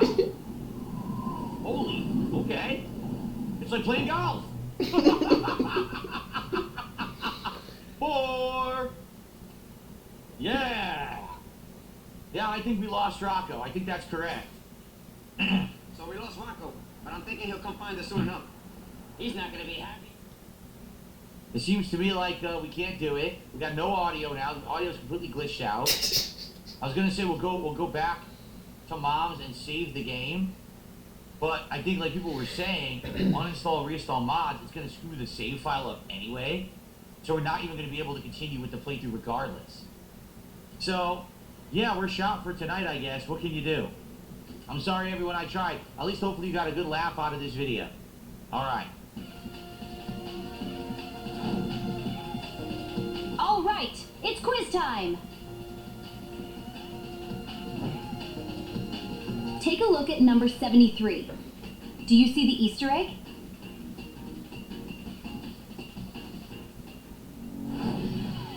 We're not just watching Rage Quits, we're studying the art of quitting. So let's flip through the archives and see how Phil mastered the skill of bailing out.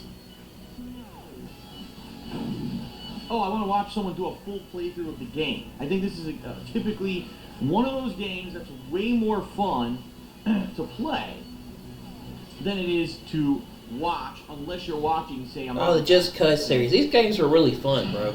I don't think it's my cup of tea. Just Cause 3 and 4 were good games. They were really fun. They reminded me. They remind me of the Mercenaries franchise in a little bit. I am playing. They remind me of Mercenaries in a little bit of a way. Over the years, when I try to play games such as Salt and Sanctuary, they don't get any fucking attention. People complain they're boring and to do something else. I don't know why, but that's just what happens all the fucking time. Because you're not good at it? Oh, I remember this too. This is when he was asleep, when he almost fell asleep. Playing Morrowind. Oh. Yeah, this game's awful. This game's awful. I'm not playing it again. I refuse. It's the worst game. It's the worst fucking game. That fight is nothing like any of the other fights in the entire game. And it's all about awful fucking grapple mechanics that don't work in this game. This game sucks. It's too much. If there was checkpoints, if the game had quick saves, I'd be okay with it. Quick save, okay. Now, but starting that whole fucking thing over after playing for an hour, that is just not acceptable. That is like a complete and utter waste of time. So, a game that sadly, I'm actually sad I never beat the Talos Principle. I really liked it, but sadly the stream audience didn't.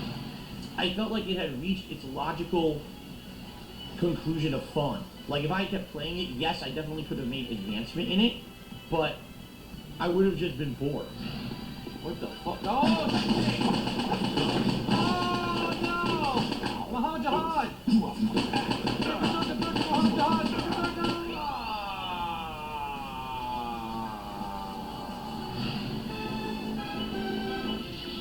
Come the fuck out! I did not touch the fucking spike. Oh. I'm dead because the waypoint's glitched. I ran in a circle. Fuck this game. I'm done. There we go. Alright.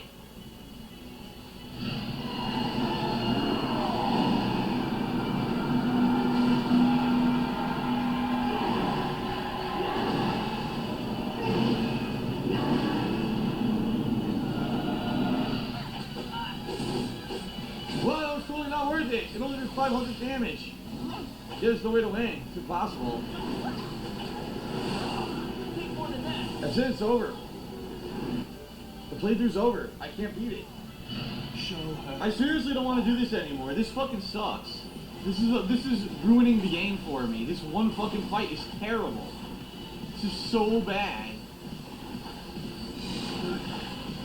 Look, I pressed the button. I pressed the button. Fuck this. I'm done. What am I gonna do? Replay it again? This is your lucky day, Great. man. Well, there goes a million. Great, sir. There goes a million.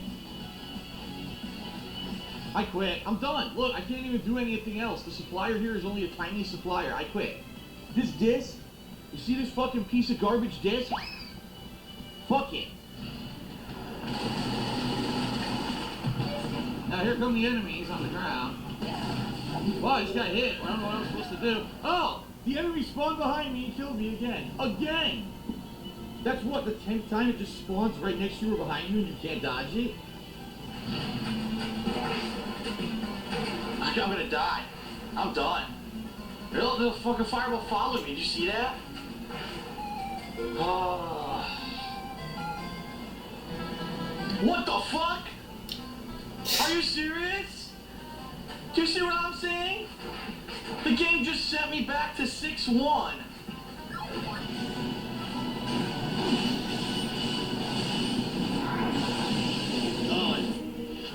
That's it. You can escape and start over, basically. We can escape from the final boss. We can escape from the final boss? What? Ow, ow, ow, ow, ow, ow. Well, hold on a second here. Yes, fuck it. We're watching the ending. We deserve it. We put up with this shit for too long. He's doing it again! He's doing it again! Oh my god, fuck this. This is insanity. I'm done. This is over. I'm done.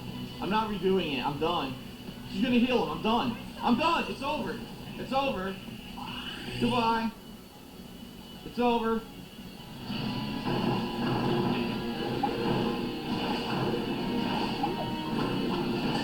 There's nothing I can do. I can't catch him. He's running. This is terrible. I can't. This is garbage. It's literally, dude. It's literally Dark Souls. And now that's it. Instant death. I give up. Fuck this. I'm done. Did you spot the Easter egg earlier? In the background, you can see actress Thuy Trang, best known as Trini Kwan, the original Yellow Ranger from Mighty Morphin Power Rangers. She was born in 1973, so as a tribute, the Rage Quit entry for Power Rangers Battle for the Grid was placed at number 73, a little nod to her legacy. Number 151. Epic Fantasy returns. Dragon's Dogma 2. Alright. Probably not gonna be able to watch all this.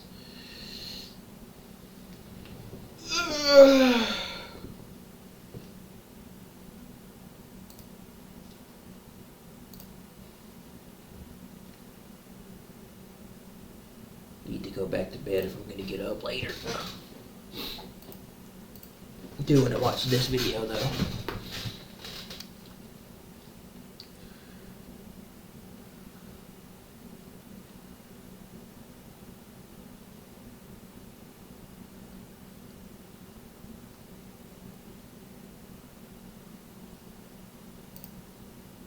This is hard doing it as it is. I will give a brief look into what you can expect to find on Darish's public Twitter account. Keyword public, meaning that if you have safe mode off, this is what you could expect to see immediately within his tweets. Let's ease into this with the less offensive things that he has said or done, because it will literally only get worse. He has expressed interest in living out fantasies, taken polls of various topics, nearly all of them are all sex-based, wished mattress actresses a great holiday, shouting out said stars for their kinky scenes, volunteering himself as tribute. The level of how horrendously down bad Darish is with his tweets, I made the video Stop Being a Simp for a reason, to try to help horrendously down bad dudes like this. And one of the funniest ones, with him saying that he is only 19 and wants to join the adult industry. However, for any of you guys who remember Flick from A Christmas Story, the kid who got double dog dared to stick his tongue onto a pole in the freezing cold of winter, actor's name is Scott Schwartz, and in the 1990s, he ended up actually joining the adult industry before quitting in 2000. He went from licking poles to pulling. So unfortunately, if desperate enough, anything is possible for Darish. Now again, that was a sampling of what you can expect in regards to the more tame tweets that he makes.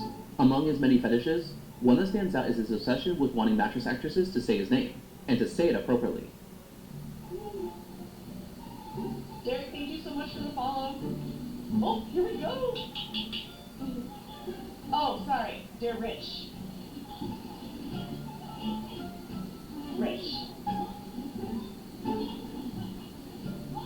Thank you. Sorry about that. And unfortunately, for these women, it seems to end up escalating into Darish becoming aggressive and demanding that they tell him to do things to himself, on top of just saying his name. His actions have drawn a lot of negative attention his way, with, allegedly, being requested by one of the women's representatives to stop viewing or interacting with her on cam streams, which led Darish to actually make a public apology video to her. I wanted to apologize to Reese Robbins. I'm extremely sorry. and I wanted to tell Reese that she will always be one of my main favorite porn stars to watch. And even making another cry because of how toxic he was acting towards her. That dear guy, like, pissed me off a little bit. I was talking to him, but, like, at a certain fucking point when you asked me, you got that? Like, bro, I'm fucking responding to the people that are tipping. Like, have some respect for them. Additionally, he has absolutely no ability to be able to read the room. There's a difference between, maybe trying to give someone the heads up on something, and someone who just you don't get the hint, and it becomes borderline annoying and obnoxious. And you gotta understand that you gotta read the room sometimes and know how to read the room in those situations. As he has shown such a lack of respect for those who have passed on, and seemingly can't understand the severe level of disrespect and using the passing of someone else to be able to get attention to himself from these women. This has helped to bring more awareness to certain platforms, either blocking Darish completely from engaging with their site or their streamers, but also for those that he has interacted with, see him for how he really is.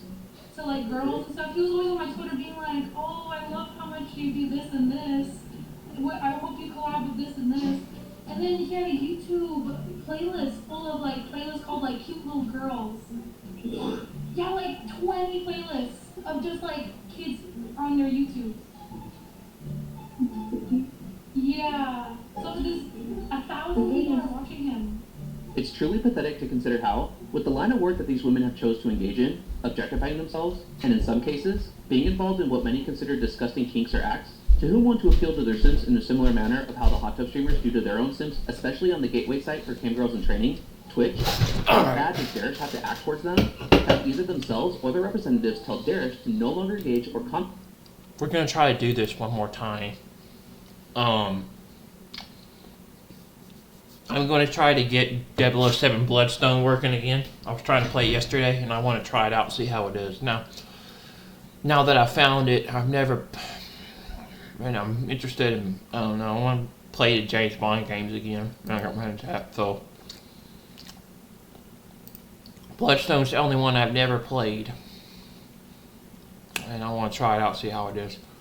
Wasn't working for some reason yesterday. All my other stuff was working, so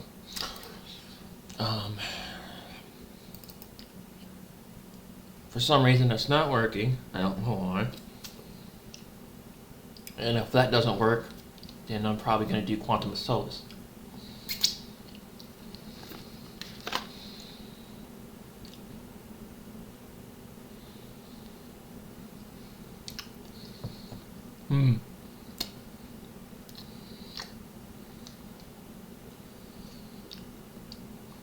I don't get it. First Mercenaries doesn't work, and now this doesn't work.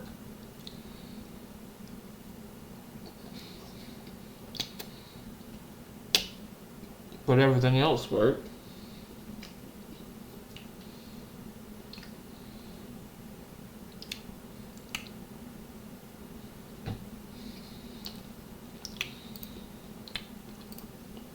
Alright, let me try Quantum of Solace.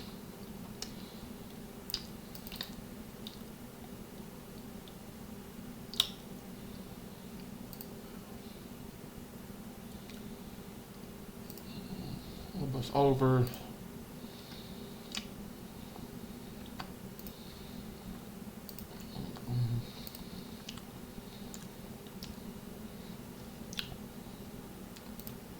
Content them whatsoever. If that wasn't enough, we'll now move on to what are arguably Darish's worst aspects. What so many actually hate him for.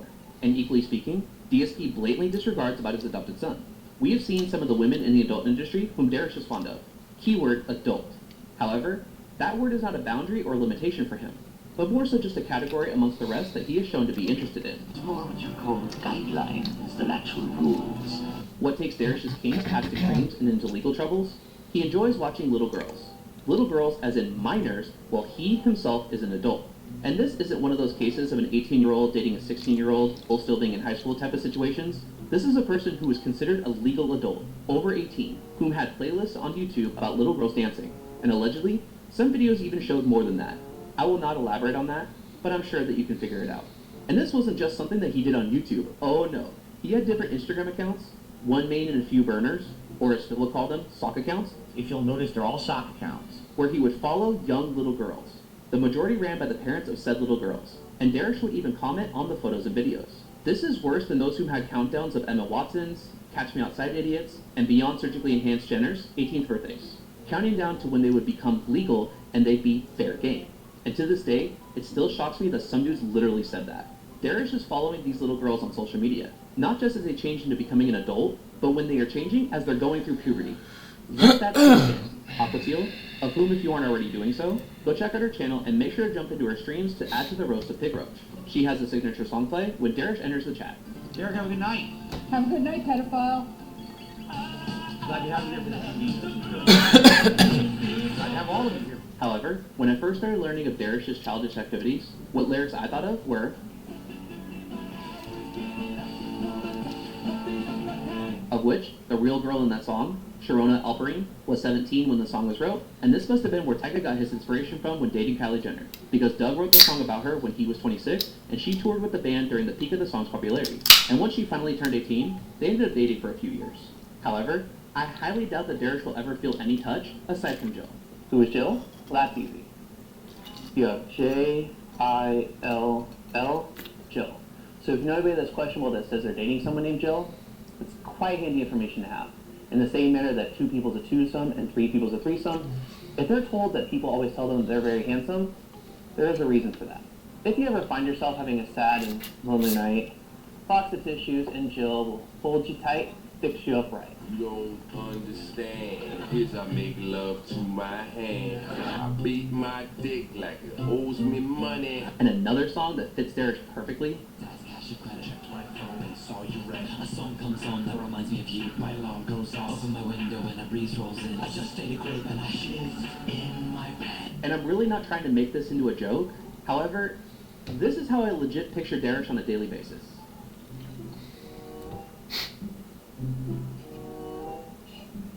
Hello, cutie pie. There's apparently a list for what makes Darish so messed up, bro. And upon looking at this and understanding that this is just the first part of the list, he's showing that he really is a Ray Shremmer fan. He ain't got a type, doesn't even have to be bad bitches. Doesn't have to be young, old, male, female, or somewhere in between. Doesn't matter about any of that. Because if you have a heartbeat and a hole, you're apparently his type.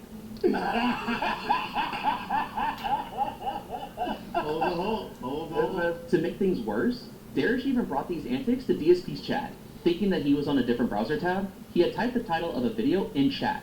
And for some reason, Phil either doesn't care, or just simply allows it. Even when Phil was finally finishing up his playthrough of Chrono Tipper, watching it through Aquateal's restream, Darish mentioned making DSP a tier maker list, which is terrifying to think about because what playlist would he make? Which one of the cuties movies actresses was his favorite? Or which are his favorite adult stars? And again, no discrimination between male and female, just adult stars in general. He isn't Westside Live, who had done such tier makers in the past. However, his were done in a tasteful manner. I put my channel on the line for you. The actresses that he was ranking were all adults. And the hardest part for Wes seemed to be just finding photos of them with actual clothes on. Make sure to go check out Westside Live's channel. He's hilarious. Derek is not part of my family. You think you're funny. You're a jackass. Now that we generally understand who Darish is, we need to try to start digging in the main question of the video. Aside from why Darish isn't behind bars yet, but why does DSP defend him as much as he does? For transparency, this next part is completely based on speculation, but I'm sure that there is some truth buried deep in this next discussion, but neither Phil nor Darish will ever openly or willingly admit to any of this. Phil has gone out of his way to defend Darish, to the point that many make the joke that Darish is DSP's adopted son, because he talks about him in a manner that resembles a parent talking with their child. Granted, Darish has been involved with DSP's life since 2015. Let me see if 8 this years works. at this point, and Darish is 21 now, so this will make him around 13 when he initially started watching DSP's videos and live streams. DSP himself has admitted that his content is curated for a very niche, specific audience. I'm basically making content for a direct audience. I'm catering basically for them. I'm making curated content, which is exactly what they want for them. But this is not content that's going to appeal to the mainstream. And back in the day, he was targeting kids as they were the main viewers on YouTube at the time, according to Phil. But now, apparently, Phil has said that he is not a child entertainer like he used to be. I don't want to be an entertainer, a cosplayer. How are you going to have a lot of hilarious laughs at a live react if someone acts like I'm up? Hello, everyone. Welcome to Halloween 2021. Anyone want a cookie? When I get scared, I eat cookies. If someone literally sits there every single time something is revealed, they go, oh, ah, oh, ah. And every time something scary happens, or even pretend to happen, ah, oh, ah, oh, ah. I do not do. Whoa, guys! Whoa! I don't do any of that stupid shit. You know, I don't. It's not me as a human. I don't do dumb reactionary shit like that usually. I'm at a baseball game.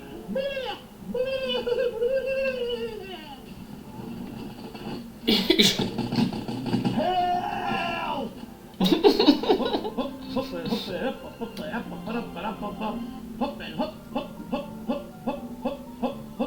I am familiar with this place. Please allow me to take the lead. Bonzi Elva asks, why am I obsessed with butts and poop? I'm not. How is you putting on glasses or a vest or a hat, not acting like a Muppet? On my pre-stream / podcast today, I talked about how I'm different. I don't play a character on okay, my this keyboard, works. right? You know, I guess I must have got the wrong file. Character. It was about over-exaggerating. It was about being dramatic. It was about saying the risque thing that's going to get people talking. What did Darkseid say? There's a logo behind Bond. Today? Are you kidding me? I can't believe he said that. That to me, it's genuinely me giving my opinions, my thoughts on a game when I play it. They're used to me giving an intelligent summary and opinion. Would you rather have an in-depth, intelligent analysis of what's going on rather than someone just acting like an idiot for clickbait views? I don't play dress up, I don't dye my hair, I don't put on sunglasses and a fake mustache and a fucking vest to look like I'm a fucking fake reject G.I. Joe. You know, I don't look like a cartoon character with frosted hair and shit like that. Someone literally who plays a character to entertain children. Much better. To try to attract children to their dreams. Well, you gotta have to put I'm ready to game, bro. Who's ready? Come on, who's ready? Who's ready? I'm ready. Cold duties. Not putting my duties tonight. Here we go. So that they can beg their parents to contribute. Okay. Let's go with, let's see, Field Operative Agent 007 New Recruit. Wear 11? Wear 11? 11 what? What do you want me to wear 11 of? I don't know. Anyway. They do complex wording for the super chat.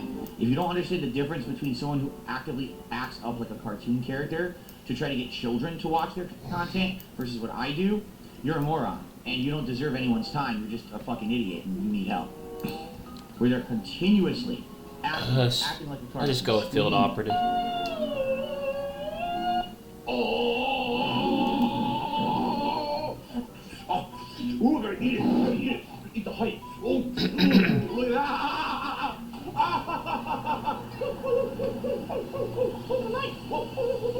at that.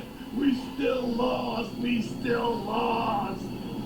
Overact, exaggerating, acting like a character, and it's the only way they can get attention, right? Versus someone who just is being real. You know, a little different. I don't think that teenagers would enjoy my content at all anymore. I actually forgot a lot about this game. Absolutely. Why? Because my commentary back in the day, back in the day, was all immature. It was sex jokes, cock and ball. Cock and ball.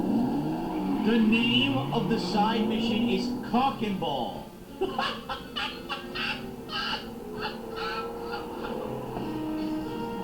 Open the doors of oblivion. Nipple laser attack.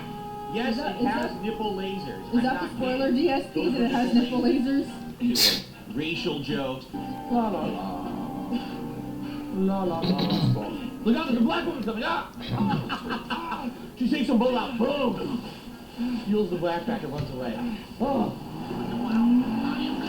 I'm good at basketball. Look at the stylist. Layup. Yeah. Oh, black apple goes on my ass, son. Now watch this. Boom, boom. Stop shooting, motherfucker. Oh, doesn't that look so delicious? Oh, it looks like fucking vomit on a plate, dude. Oh, that's what they eat over there? The 100 identical Chinese. You're in the same gang, so we wear the same baseball cap. Oh, he knows that. Go So how? Ain't no dog. Oh, would you like to give me some cocaine? Will you give me cocaine? Hello. Hello. Hello. Hello. Hello. I don't like Asian chicks.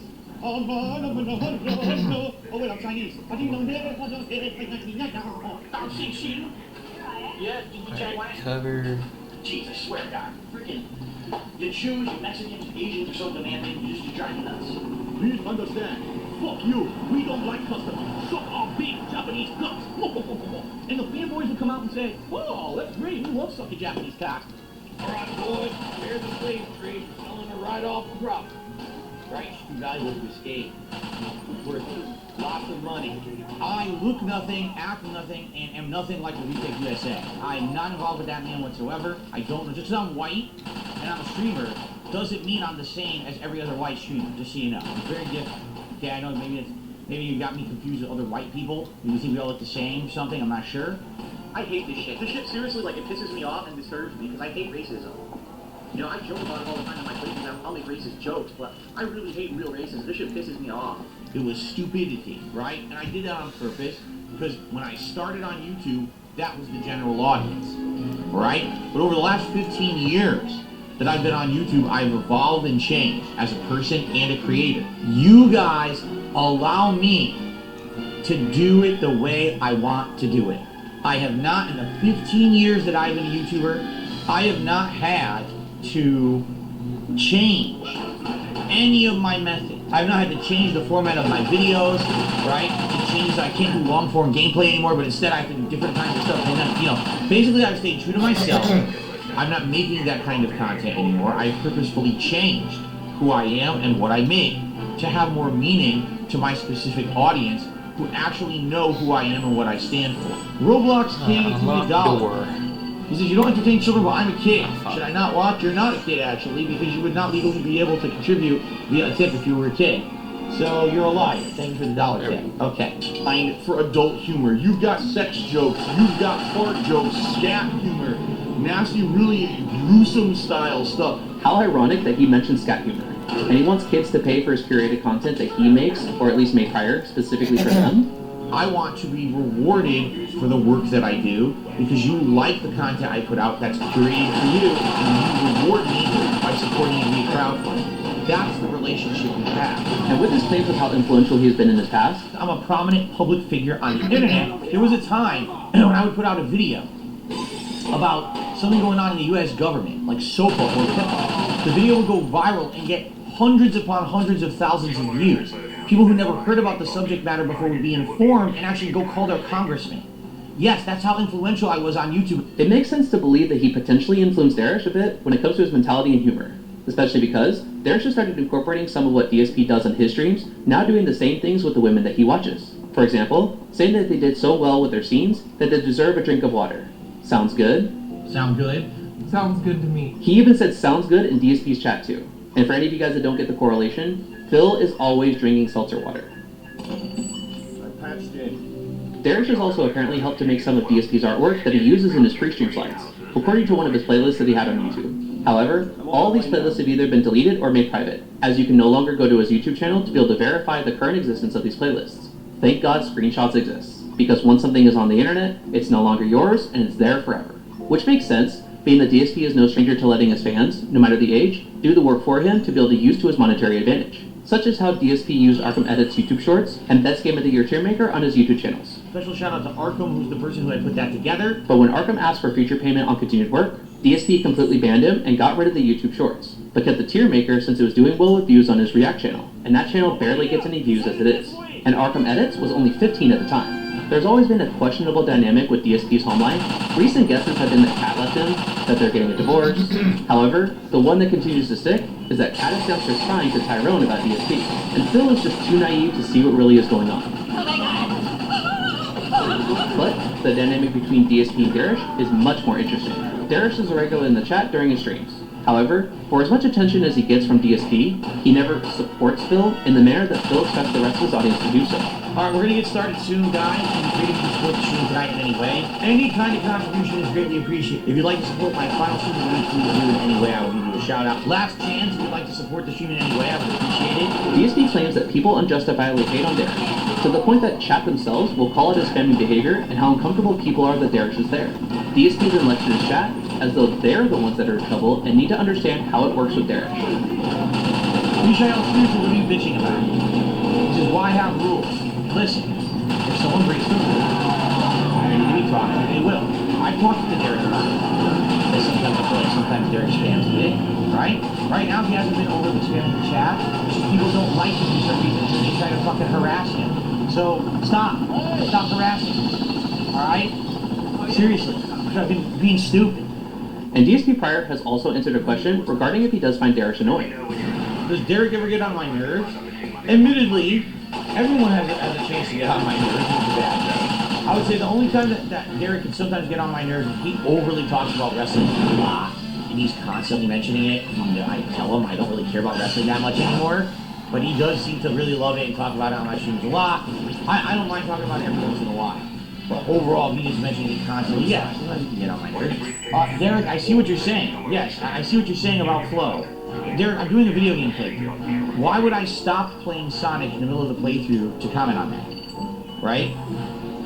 Honestly, I understand. So someone in the FGC from back in the day has passed away at the age of 39. It's sad. It's sad to hear. But I'm not going to stop and interrupt the entire playthrough to talk about that. You know? That's something that, like, in between parts, I'll take that shotgun. During a podcast, or, you know, I'm not going to derail the gameplay stream to talk about that. Alright? Maybe the reason that Darish spams DSP's chat and wants his name pronounced correctly with them is just as Duke to Go said. Maybe DSP is just another cam girl to Darish. It makes sense as Darish won't pay for a membership to DSP's channel. Only hopes that someone will eventually gift him one. It really annoys me. So every once in a while we get someone from Jen who will come to this channel and will gift a bunch of stuff and will drop like a ton of memberships, right? Just because someone did that once doesn't mean that you should sit around the chat talking about it constantly and expect it. Like some people literally this moment just say, oh, well, I hope that so-and-so from last month comes back and just gifts everyone memberships again. No. No. And by the way, if they just happen to show up and they're hanging out on the stream, you shouldn't fucking bother them for a gifted membership either. How obnoxious are you, right? That just because someone is a benefactor or someone's nice, trying to be a philanthropist around here and be nice to people, doesn't mean that now you have a license to bother them and pester them for free shit, alright? No. Because you notice, I don't do that, and I'm the one who directly benefits. And I don't do it. So if I don't do it, what gives you the right to do it? So don't do it. It's against the rules to sit around and say, man, I really hope that so-and-so comes and gifts a bunch of shit. Yeah, well, I really hope you shut the fuck up before I ban you from the chat because we don't want to hear you being like that. That's very ungrateful and very, very not the spirit of giving that these people, should really be having. Be grateful for the fact that you got something nice instead of demanding it again the next month. That's ridiculous, you know? It's the same way that he refuses to pay for the cam streams that he enjoys and resorts to using broken links to be able to view the streams, which was part of what left him to being kicked off of Cherry Pips. DSP never hesitates to come to Darish's side and make sure that he's protected from the rest of his audience. I'm in a heartfelt moment with my audience, alright? So here's the deal. I have noticed an element on my streams recently, alright? Here's what it is. My trolls, slash haters, slash detractors, slash whatever the hell you want to call them, alright? I think they've finally come to a realization that all the nonsense that they've thrown at me doesn't work, okay? So, rather than try to throw stuff at me, they seem to be redirecting their ire towards the viewers. So for example, because Derek just brought it up, he says, you know, I'm upset because last week, people kept saying a certain video, I had nominated that video for DSP versus the Internet. But I didn't nominate any videos. I lost my membership. I don't have a gifted membership over there anymore. Well, Derek, the reason they're doing it is to piss you off. You understand? Like, that's why they're doing it. They know you didn't nominate the video, but they're trying to get your go. And the thing is with these kind of people, the moment that you give them even a piece of recognition to say, I acknowledge that you're saying this about me, that's what they want. That's exactly what they're looking for. They're looking to get your attention and to waste your time, and they get some kind of a real weird feeling of self-worth out of thinking, wow, I actually impacted someone today in a negative way. I wasted someone's time. I annoyed them. They actually feel like upstairs. Like confirmation that they did something today. You understand? When you're a loser, this is what you do. You sit on the internet and you harass other people because you have nothing going on in your life yourself. So you got to bring down others around you to feel good about you. This is the ultimate, one of the ultimate lowest forms of existence on planet Earth. Essentially, you have no existence. You don't have a life. You're a loser. You just sit there wasting your life away instead of doing something productive. If they actually stepped outside of their little troll zone and actually had a spark of intelligence in their fucking brain, the synapse exploded in their brains, oh, I can actually do something positive with my life. Let me get up from this toxic thing that I type on and go do something with my life. But some of them, sadly, they're not that smart. They think that that's the use of their life. All right, guys, if you are going to sit here and complain, I'm just going to ban all of you. The people who are sitting here, you're way more derailing sitting here bitching than the person you're complaining about derailing. Okay, I'm going to get rid of this guy here, and I'm going to get rid of this guy here. So fuck off. Okay. Having a rules for thee, not for me mentality when it comes to Derek versus his actual paying audience. Only they need to follow the rules.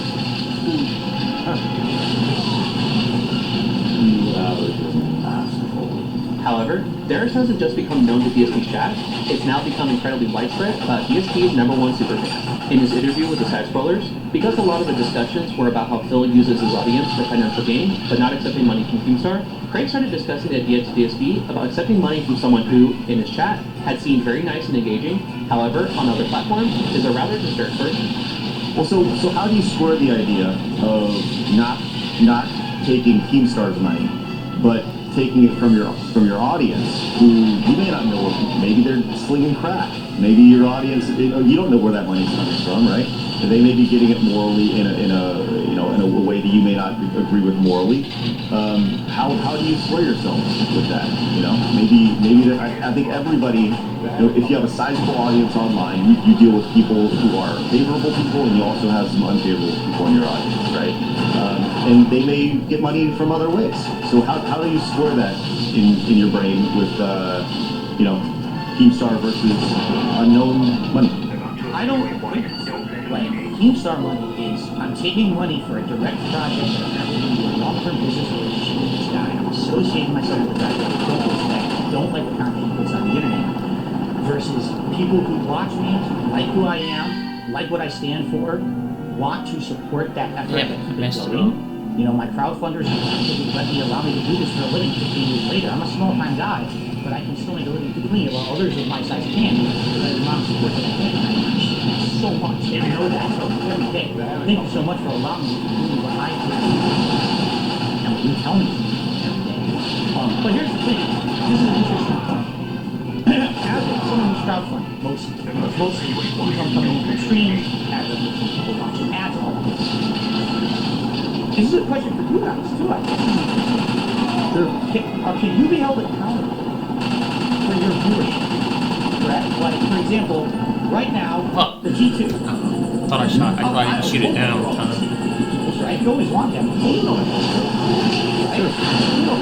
You micromanage your G2s and say, well, there's someone who's nice on my stream and they come by every day. And I just found out, I went to their Twitter to find out that they're a horrible person. They say racist things on their Twitter all the time.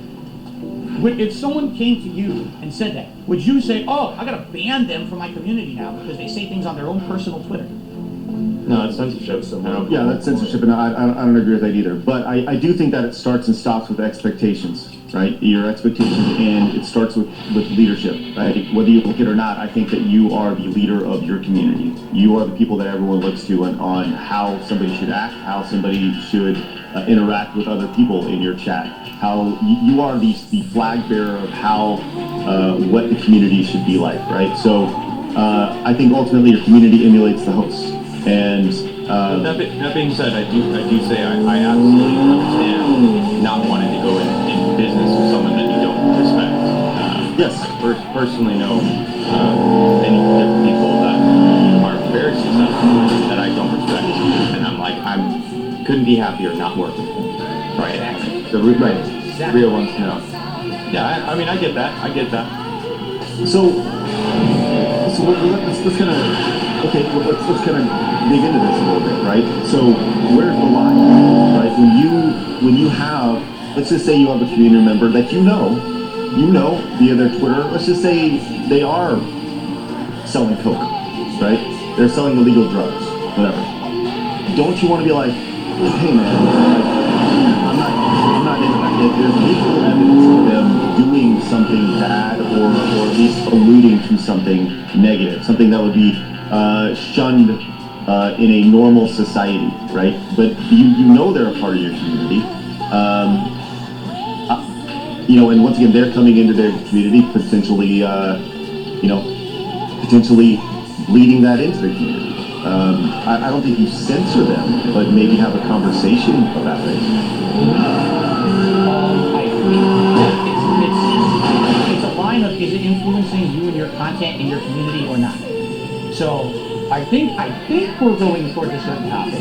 I don't know if there's a particular person you may be referencing, really. I'm not going to reference any specific community member.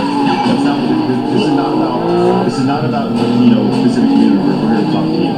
Unfortunately, that conversation never circled back for DSP to be able to answer it, but you can tell that DSP had a specific person in mind, and odds are, it was about Derek.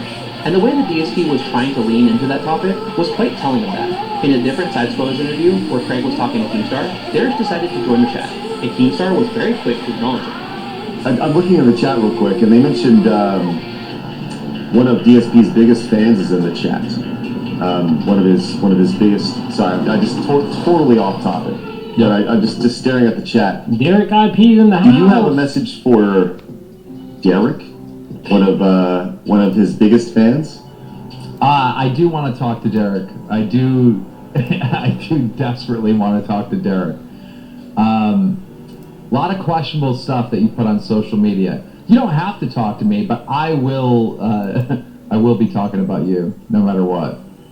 Okay. So just look out. Look out for I guess the best question is, Derek, do me a favor. You can email me, or you can and I will, or whatever, and I'll make sure to get a hold of Keem for you if you don't feel comfortable leaving your stuff. So I will facilitate that because I would love to see that conversation. to see what happens. DSP is always quick to deflect ideas that he either doesn't agree with or wants to avoid entirely, but simply blaming that it's detractor content that is giving a particular idea or topic a bad reputation. Yeah, for some reason. Because people follow detractors, that's why. So how about this? If you want to follow detractor drama, get the fuck out of my stream and don't come back. Because I don't care about any of that. Just slow down. I'm not going to sit here and hate on a stream chatter because you idiots follow detractor shit on the internet because you're a bunch of little immature bitch fucking drama clubs. Leave your drama out of my fucking stream. If you bring it up again, you're out. Permanently. Don't care who the fuck you are. You're not allowed to derail my stream with your drama. Idiots. Shut the fuck up. However, Phil has proven that he is actually aware of what is being said about Derek past the surface level. He has acknowledged that he knows what the cherry emotes in his chat stand for. Re-up his membership for 5 months. It says cherry emote seems harmless. It is not. I'm just telling you, it's a disgusting meme, and it should not be used. And if it's used, it will be banned. And I'm saying it outright. No other justification is required. There's your answer. It's my stream, my decision. Don't do it. They are a reference to Derek's favorite campsite to visit, Cherry Pit, of which he has now been banned from. And DSP saying that he not only knows of the reference, but it's also very disgusting, shows that DSP may play dumb, but he is very aware of Derek's behavior away from his streams, with some viewers even going out of their way to tell Phil about Derek's Twitter. But DSP wants nothing to do with addressing that whatsoever. Alright, so now your average viewer now just earned themselves a permanent ban for trying to harass other people in the chat. Alright? You are an idiot and you're permanently gone. So much for your membership and so much for your super chat. You're already permanently banned. That was like a record. I mean, that was maybe 2 minutes. Wow. Like, I literally said at the beginning of the stream tonight, for those who are watching on demand who weren't here for it, I said, if you harass other viewers in any way, shape, or form, you will be banned. This is not a place where you can sit here and ban people or harass people. This is supposed to be anyone who comes and watches my content, supports it in any way, this is not supposed to be, now we're going to single you out and harass you online. No, absolutely not. And if I see it, you're gone. So I just banned 2 people and I'll continue to do it because it's the same group of idiots who just do it anyway. And let's not forget the Trader Joe's tacos reference that took a bit for DSP to finally catch on to. Peaches. Peaches. You tasted like a peach last night. Showtime, who did a $2 super chat, says, do you enjoy delicious Trader Joe tacos? I have never had any tacos from Trader Joe's. I don't even know what that means. Do they have frozen tacos or something? I've never had Trader Joe's tacos, so I cannot comment on those. Showtime. I'm sorry. Oh, really? This taco thing makes fun of Derek now? You guys are fucking losers. I mean, can I say this officially? If you make fun of any stream chatter, Derek or otherwise, you're a fucking loser. What is your life? You sit on a streamer's stream, you pick on someone who's in the chat?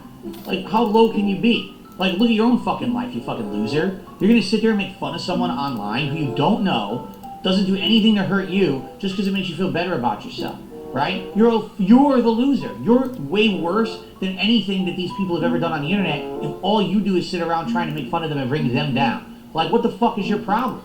Pathetic.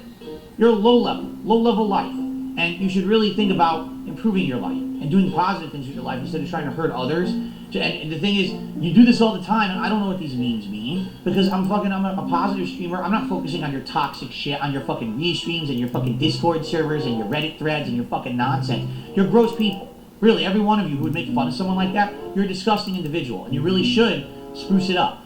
Take a look at yourself in the mirror and realize you're no fucking amazing paragon of existence on this planet either. You also have flaws. Maybe you should work on yourself and stop worrying about everyone else. Leave everyone the fuck alone and just fucking mind your own business. Because it ain't gonna fly on my stream if I see people getting harassed. You're just out of here. And I'm just not putting up with bullshit. I'm tired of this shit. People coming to my stream and this is gonna be your way to sneak diss someone and something. Fuck off. Really, grow up. What the fuck's your problem? I'm 41 years old. I have no time for children on my stream who are going to be nasty to others. This is supposed to be a place where we're all having fun with games, we're enjoying ourselves companies, and not fucking being dicks to each other.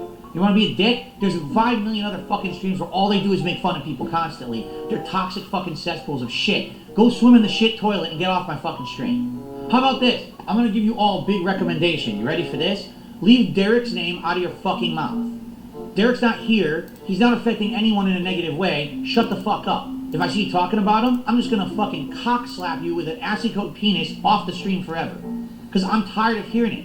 I really am. Like, how much of a loser can you fucking be? Shut the fuck up about it. No one cares. You're obsessed. You're the weirdo obsessed with this one chatter. Not me, not normal people. You weirdos out there, shut the fuck up about Derek and stop harassing him, or I'm gonna get you off my stream forever, and I'm not gonna feel too bad about it either. In fact, when you ask for the unban, I'm going to write you a special email that says, ha ha ha, you fucking idiot. Maybe you should have acted like a fucking respectable human and not harass people. Okay, I'm not going to do that, but I'm going to say it to myself. I don't have time to write an email back. Okay.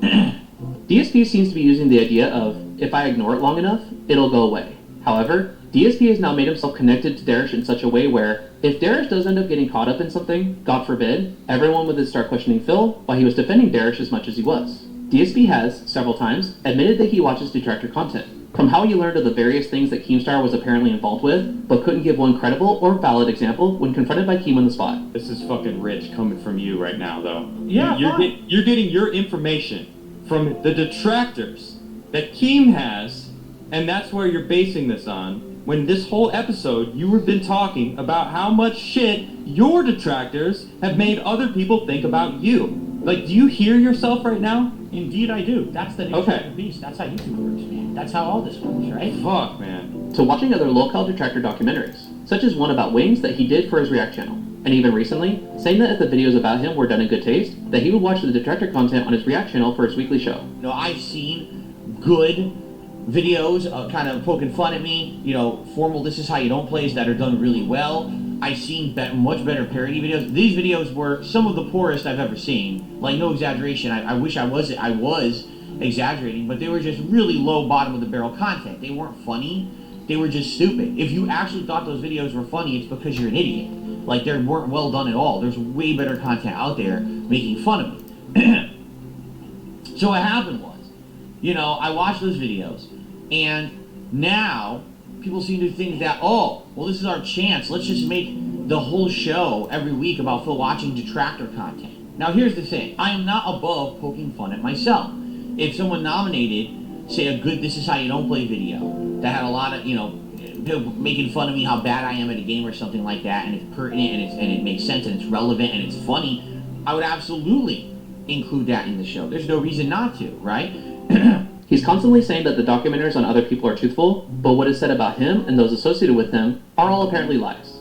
So I'm confused. Is the internet 100% trustworthy or not? Because when it's about me, it's all facts. When it's about you, it's all lies. I'm confused. The amount of evidence on Darish for the things that he has said and done is beyond overwhelming. Even for me making this video, it was incredibly hard at times to narrow down certain points of discussion. As when I found one thing, with one click, I found 2 more points of discussion. Then, another click later, several more ideas to consider, so on and so forth. So for DSP to simply claim that all of this is just made up by detractors? Wrong, wrong, wrong, wrong. Wrong, wrong, wrong, wrong. You're wrong, you're wrong, you're wrong.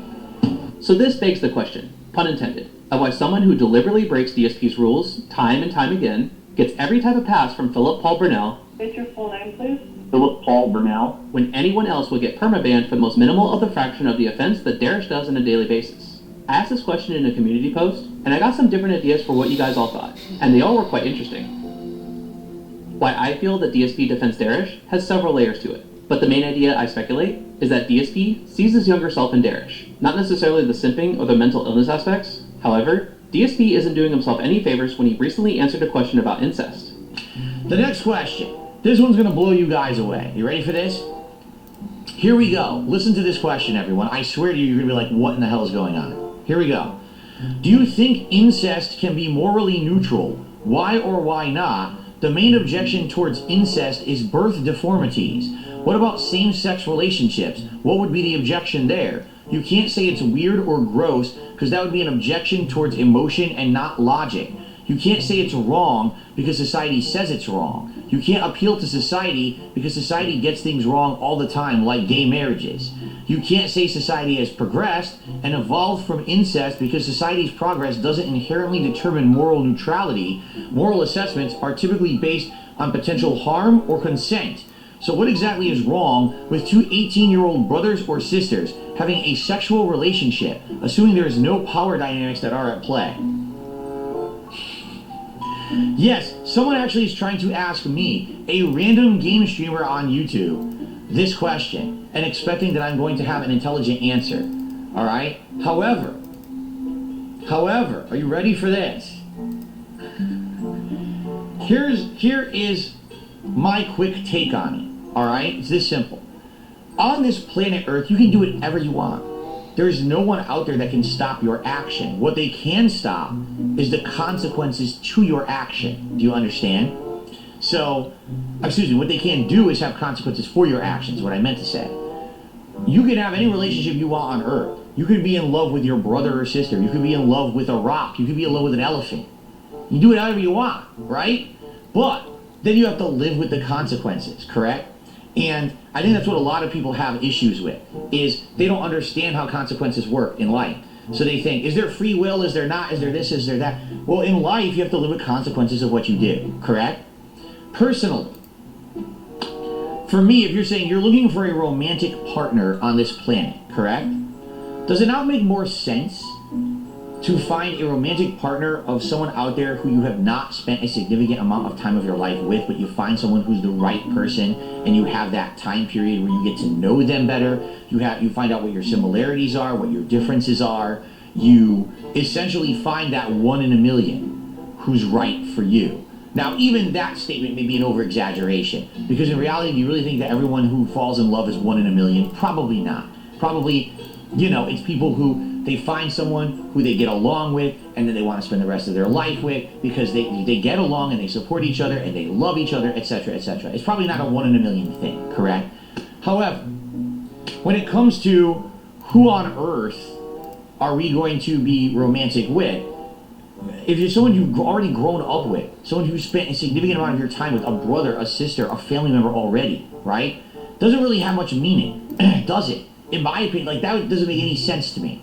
Of all the people who I'd want to spend the rest of my life with, it's not the people I spent my young years with. You know what I mean? Listen, I love my family, but for me to have a romantic relationship with someone for the rest of my life, I want to have someone who I went out there and I found someone who was meaningful to spend time with who isn't me or isn't part of that core family that I already have been forced to be with. Do you understand?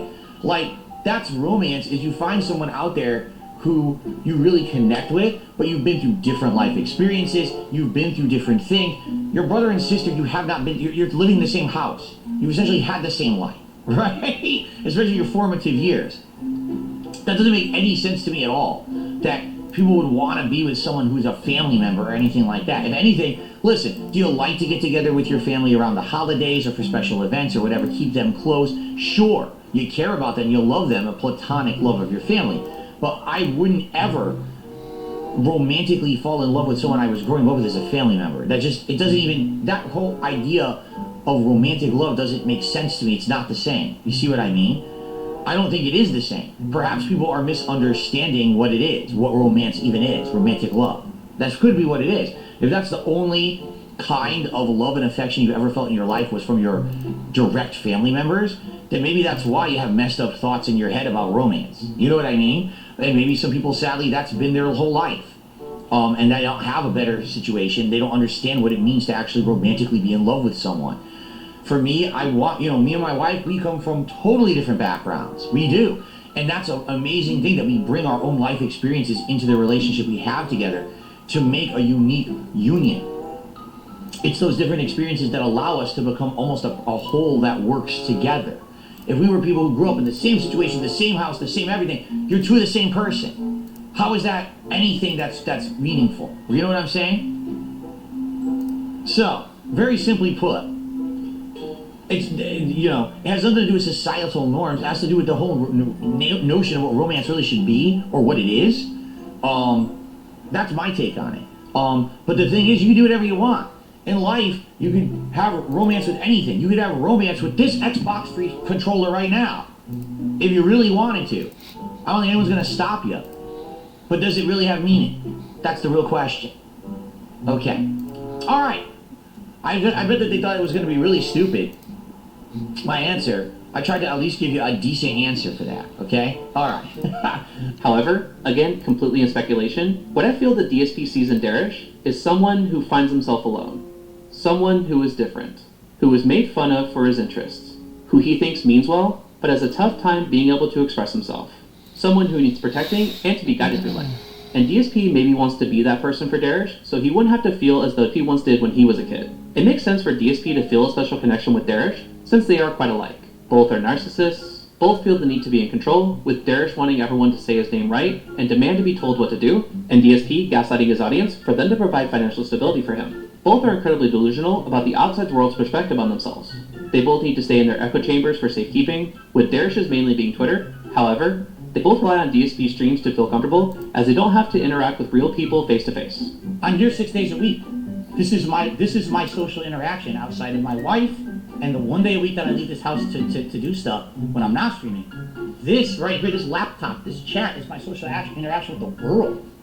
So that is me being friendly with people. That's, you know, as if you were, you know, you go to your place of work. They both treat others badly, with Darish treating cam girls like shit and disrespecting the dead to be able to get likes from mattress actresses. And DSP disrespects his audience on a daily basis and treats them as though they are his employees who cannot ever do their job right. Both feel as though that they have done nothing wrong, that they have done everything correct, as Darish sees no issues with what he posts and says on any social media platform. And DSP thinks that he is being successful with his business model, aka daily begging. They really do think that they're doing the right things, but they hate when anyone at all brings what exactly they're doing up for others to see. But there's someone else who's ultimately responsible. And it's someone who definitely should take responsibility, but in a lot of cases, they don't.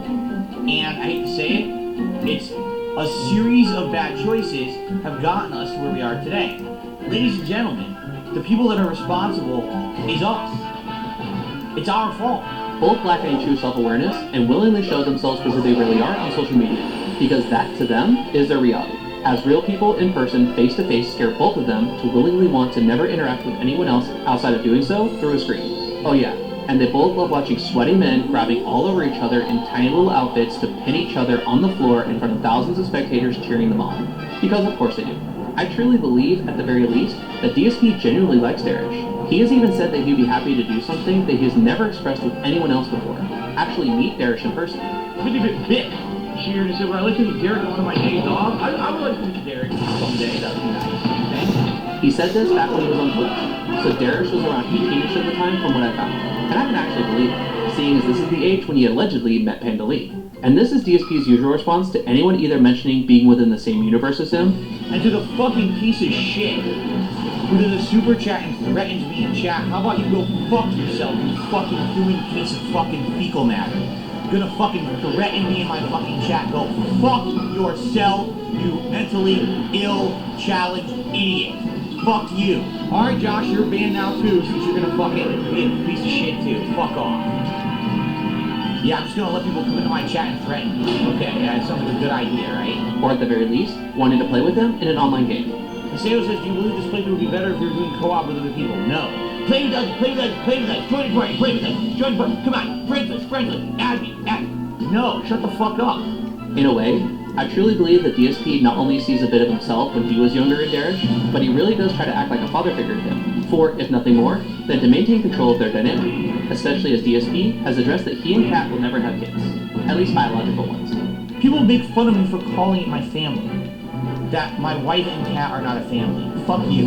You want to talk about ignorant? That's the definition of fucking ignorance. If you don't understand that just because I don't have a kid, somehow I don't have a family. You're out of your mind. I know this sounds crazy, but listen to this. They told me many times over the years, oh, they kept all my kids' stuff in their attic just in case I have kids and I want to give it to my kids. I want you to think about how crazy that sounds. What? Why, if I had kids, would I give my kids the stuff when I was a kid? I don't want my kid playing with fucking He-Man figures from the 1980s. I don't want them using a stroller from the 1980s. Like, what are you talking about? I don't know. And yes, I see someone asking in the chat, yes, my parents were just fucking stupid. Don't I want kids? Too old for kids. I'm 40 years old. I'm 40 years old. You know, financially, I'm not that sound. I mean, I'm getting to the point where I might be. Basically, I'm at a point in my life now where if I maintain the course of what I'm doing right now, I should be able to, hopefully, fingers crossed, refinance my home within the next couple of years. And if I do that, then I should be all right. And then I'll finally be financially sound, but I'll be in my 40s. I'm not going to have kids. I don't want kids, first of all. And then on top of that, it's too late to have kids. It's not, you know, I don't have the money to do it, to raise kids and act properly. There's so many people on this planet, but just because I can have kids, I should have them. I've never been of that mentality. For me, it's, if I was going to have kids, it had to be within my means, it had to be that I want to provide for those children and give them a really good life. I can't do that. I know I can't. I absolutely positively know I can't. So I'm not going to do that. I'm not going to have kids and then put them in a situation where we're struggling constantly and everything's messed up. Absolutely not. No, my wife and I have decided against children. For various different reasons. Many different reasons. You know, some people say, oh, is it because of you being an online content creator and the hate you get? Yeah, that's part of it. Not gonna lie. That's 100% a factor. If I was a beloved content creator who wasn't harassed and constantly had people trying to ruin my life, maybe I'd be more apt to thinking about having a kid. But since that's the case, it probably wouldn't make sense to have a kid and have people try to make their life a living hell as much as mine, right? So that's one factor, but there's many other factors as well that have come into play, and we are not going to have kids. Could I have a kid, possibly afford to raise a kid? Possibly. My income isn't guaranteed. It's certainly not as steady as like a 9-to-5 salary job. At the same time, I've had 9-to-5 salary jobs that I thought were steady, and then I got laid off, and it ruined everything, right? So, to me in my life, that kind of thing has never been steady regardless.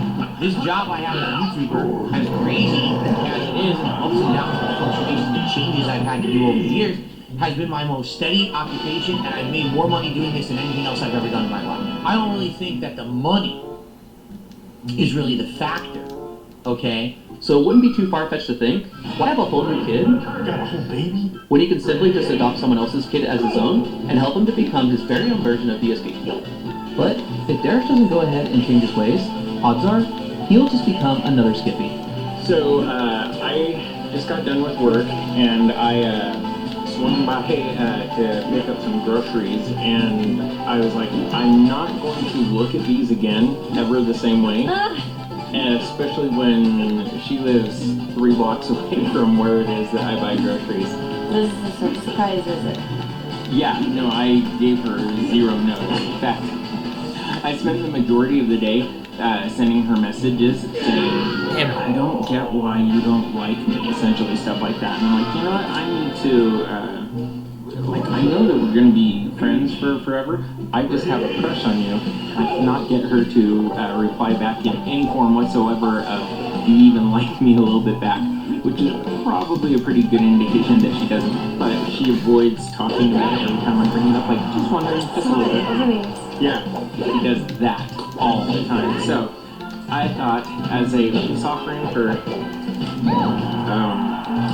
having messaged her like 4 times today, do you like me, check yes or no, that I would bring by a Klondike bar. We really did kiss. She and I kissed the one time. It was amazing. If you haven't kissed her yet, you'll definitely enjoy it. Go for it. She's amazing. Oh, now I'm rooting for you guys as a couple. I've got a yes or no question that I'm sure would be pretty easy for you to answer. When you and Dave went camping, did you guys have sex? That was the yes or no question. Is that not my place to ask? That was the yes or no. We're going to take you for a journey on the color spectrum of how beautiful the sky is at Earth. I'm not going to answer that question, Skip. Oh, that's what this is.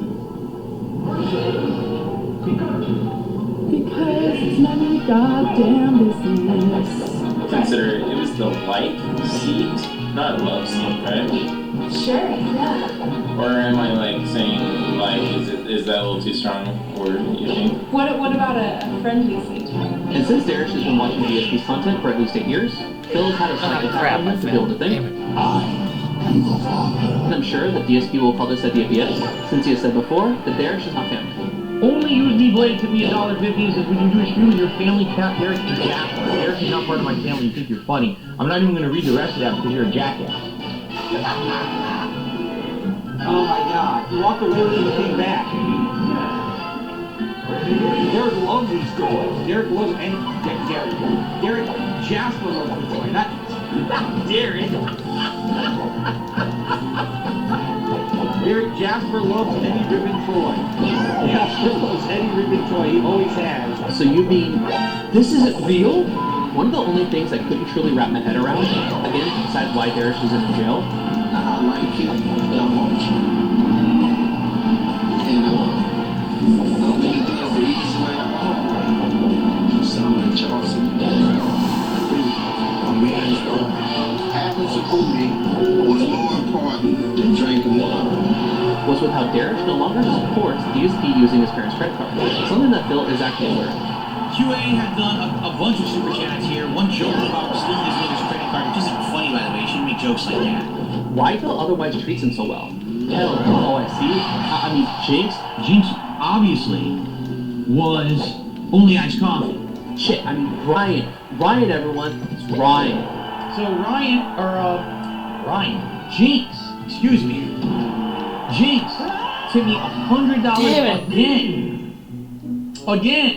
Fucking call her. $100 from Jinx. With how much OIC has supported Phil, thousands and thousands of dollars both directly as tips, super chats, and gifted memberships, especially during his last best streak, giving Phil hundreds in one night during an Oblivion night stream, DSP remains rather distant from OIC, or only as coffee. It could be that OIC came out to DSP. Alright, only iced coffee. 27 months. 27 months. Re-up the membership. Haven't seen you in ages. How you doing? 8 years of repression. I came out from Start HRT. I have no idea what that means. Thanks for re-upping your membership. I have no idea what you're talking about. Perhaps OIC is in love with Phil, which would explain why they simp so hard for him, giving him so much money for all his great functions.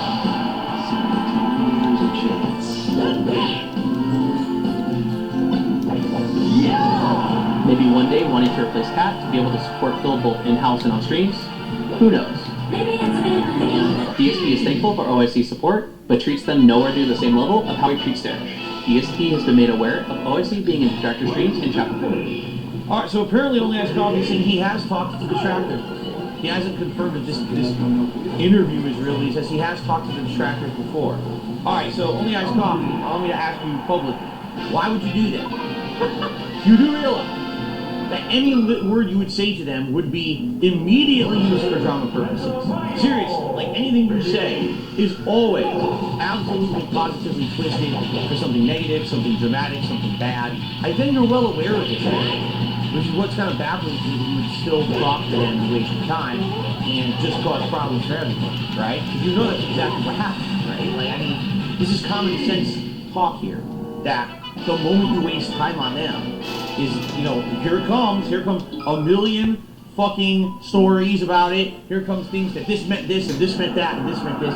Personally, I haven't heard anything these guys are talking about or saying that is you or not. I can't even say, oh, this is you, this isn't, because I don't know, I haven't heard it, I don't care. I don't want to pay attention to it. But why on earth, right, would you be doing that? Do you not understand that that's just a pain in everyone's ass? No, really, like, not only my ass, but everyone who watches these streams, these idiots come on here and talk that, you know, oh, did you see them in the interview? Did you see this happen? You see this loud? No one cares. Seriously, we're here to sit here and enjoy ourselves and have some fun, right? That's what my streams are about. That's what they've always been about. We're not here for any of this bullshit on the outside. And let's be very honest and transparent up front here. Only Ice Coffee used to be a very huge supporter of this stream, right? Back when I was on Twitch in particular, he used to gift a ridiculous amount of subs. He would tip, he would contribute in many different ways. Then he was a moderator for me for a while, and that helped out my time, okay? But so much drama got wrapped up with Only Ice Coffee that it became such a hassle. Every day was someone talking about, oh, this and that, this and that. And Jesus, man, like, I just want to fucking come to stream and say, it's time for gaming, it's time for fun, everyone, let's be chill. And every time you're dating, there's people coming in, saying all this stupid shit. It's like, dude, man, it used to be so much. I just want to fucking unplug all this bullshit.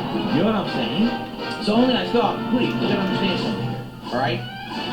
Personally, I don't care what you do in your personal life. I really don't.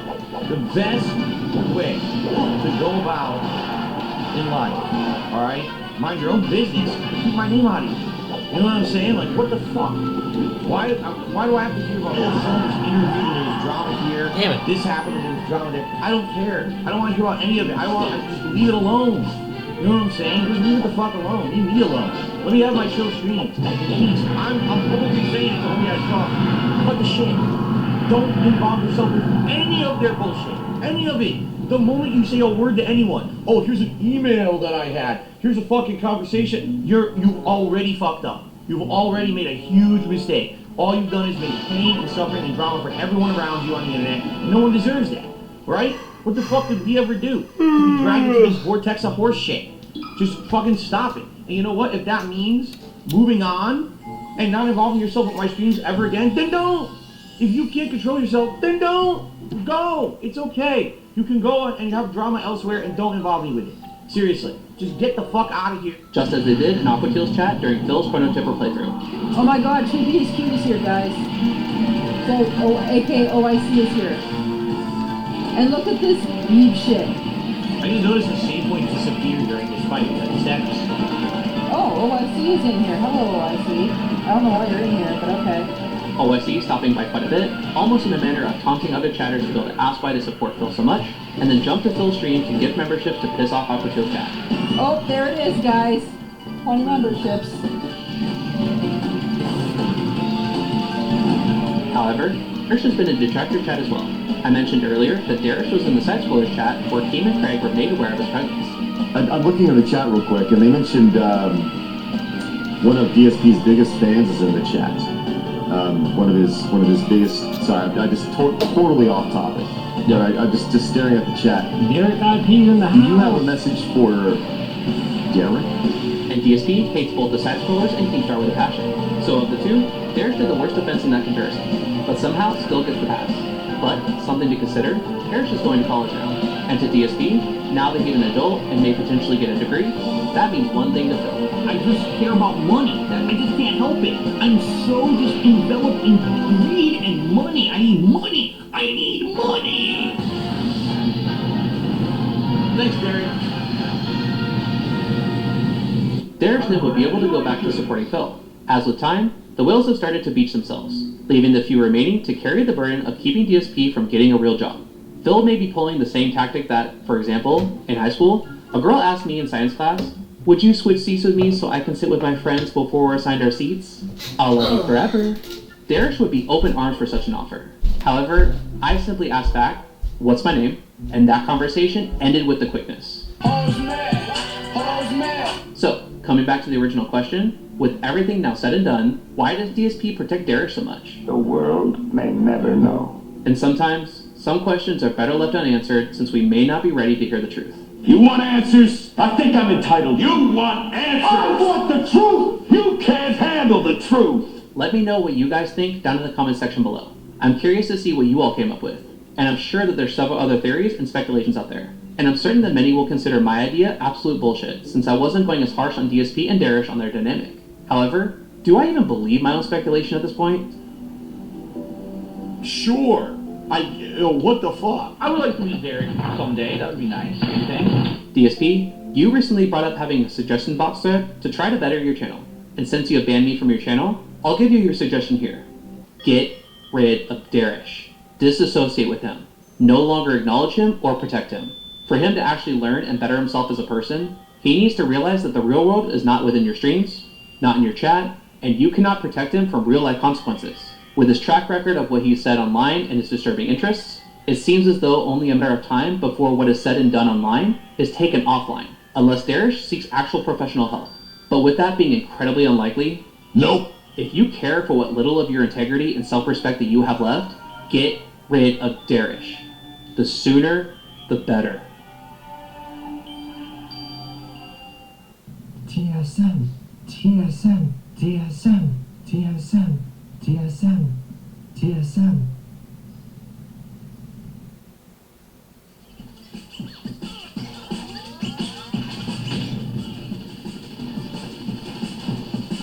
WWE Champions lives rent-free in your motherfucking head. Did you hear about the crazy conspiracy theory about you spending $40,000 on mobile games? Hey, stop spending your money on mobile phone games! I don't think about WWE Champions. You do. Okay, I'm gonna say it one final time. It's not my account. You spent $40,000 on a WWE Championship mobile game? But can't you just log into your WWE game account and hold your phone up to the camera and disprove detractors? Oh my god. You probably know way more about the game than I ever will, because you're an idiot. You're an obsessed loser!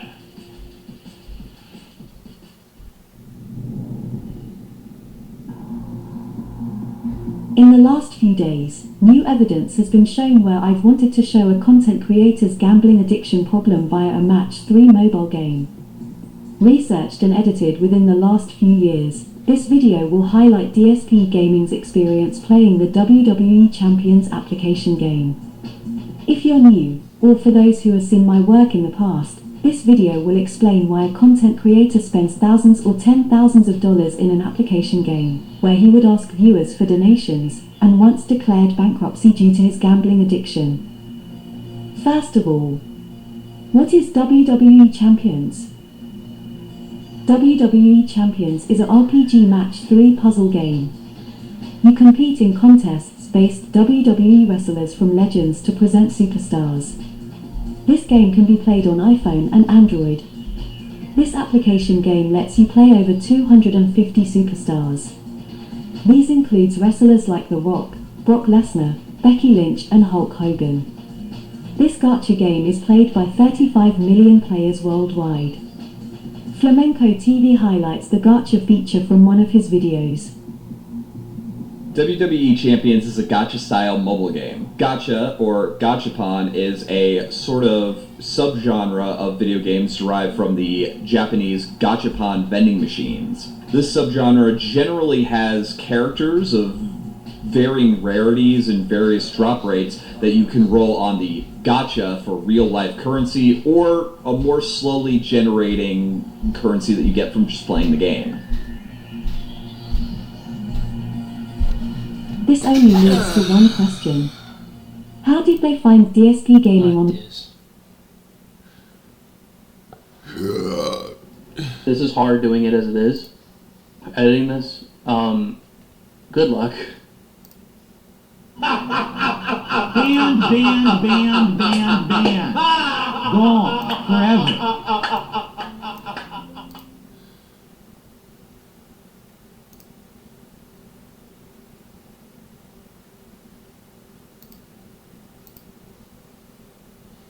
I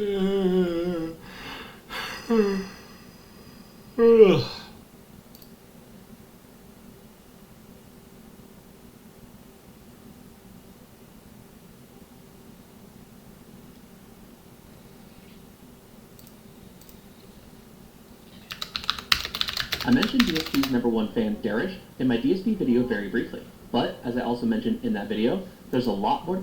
Darkside Phil is a game creator and former fighting game aficionado that has existed in the online realm for over 2 decades. He has participated in the inception of Let's Plays, but has hardly evolved alongside them. Where most creators benefit from the window of fame, Phil, through insane spending habits, has almost nothing to show for it. It was only in 2020 that he filed for Chapter 7 bankruptcy, where the documents revealed his situation being even more insane than previously thought. Due to his off-putting nature in that he will belittle his audience members while simultaneously petitioning them for donations. I need the money to pay bills, and I need the money to do regular day-to-day shit. Lying about his finances and inaccurately portray criticisms against him, he has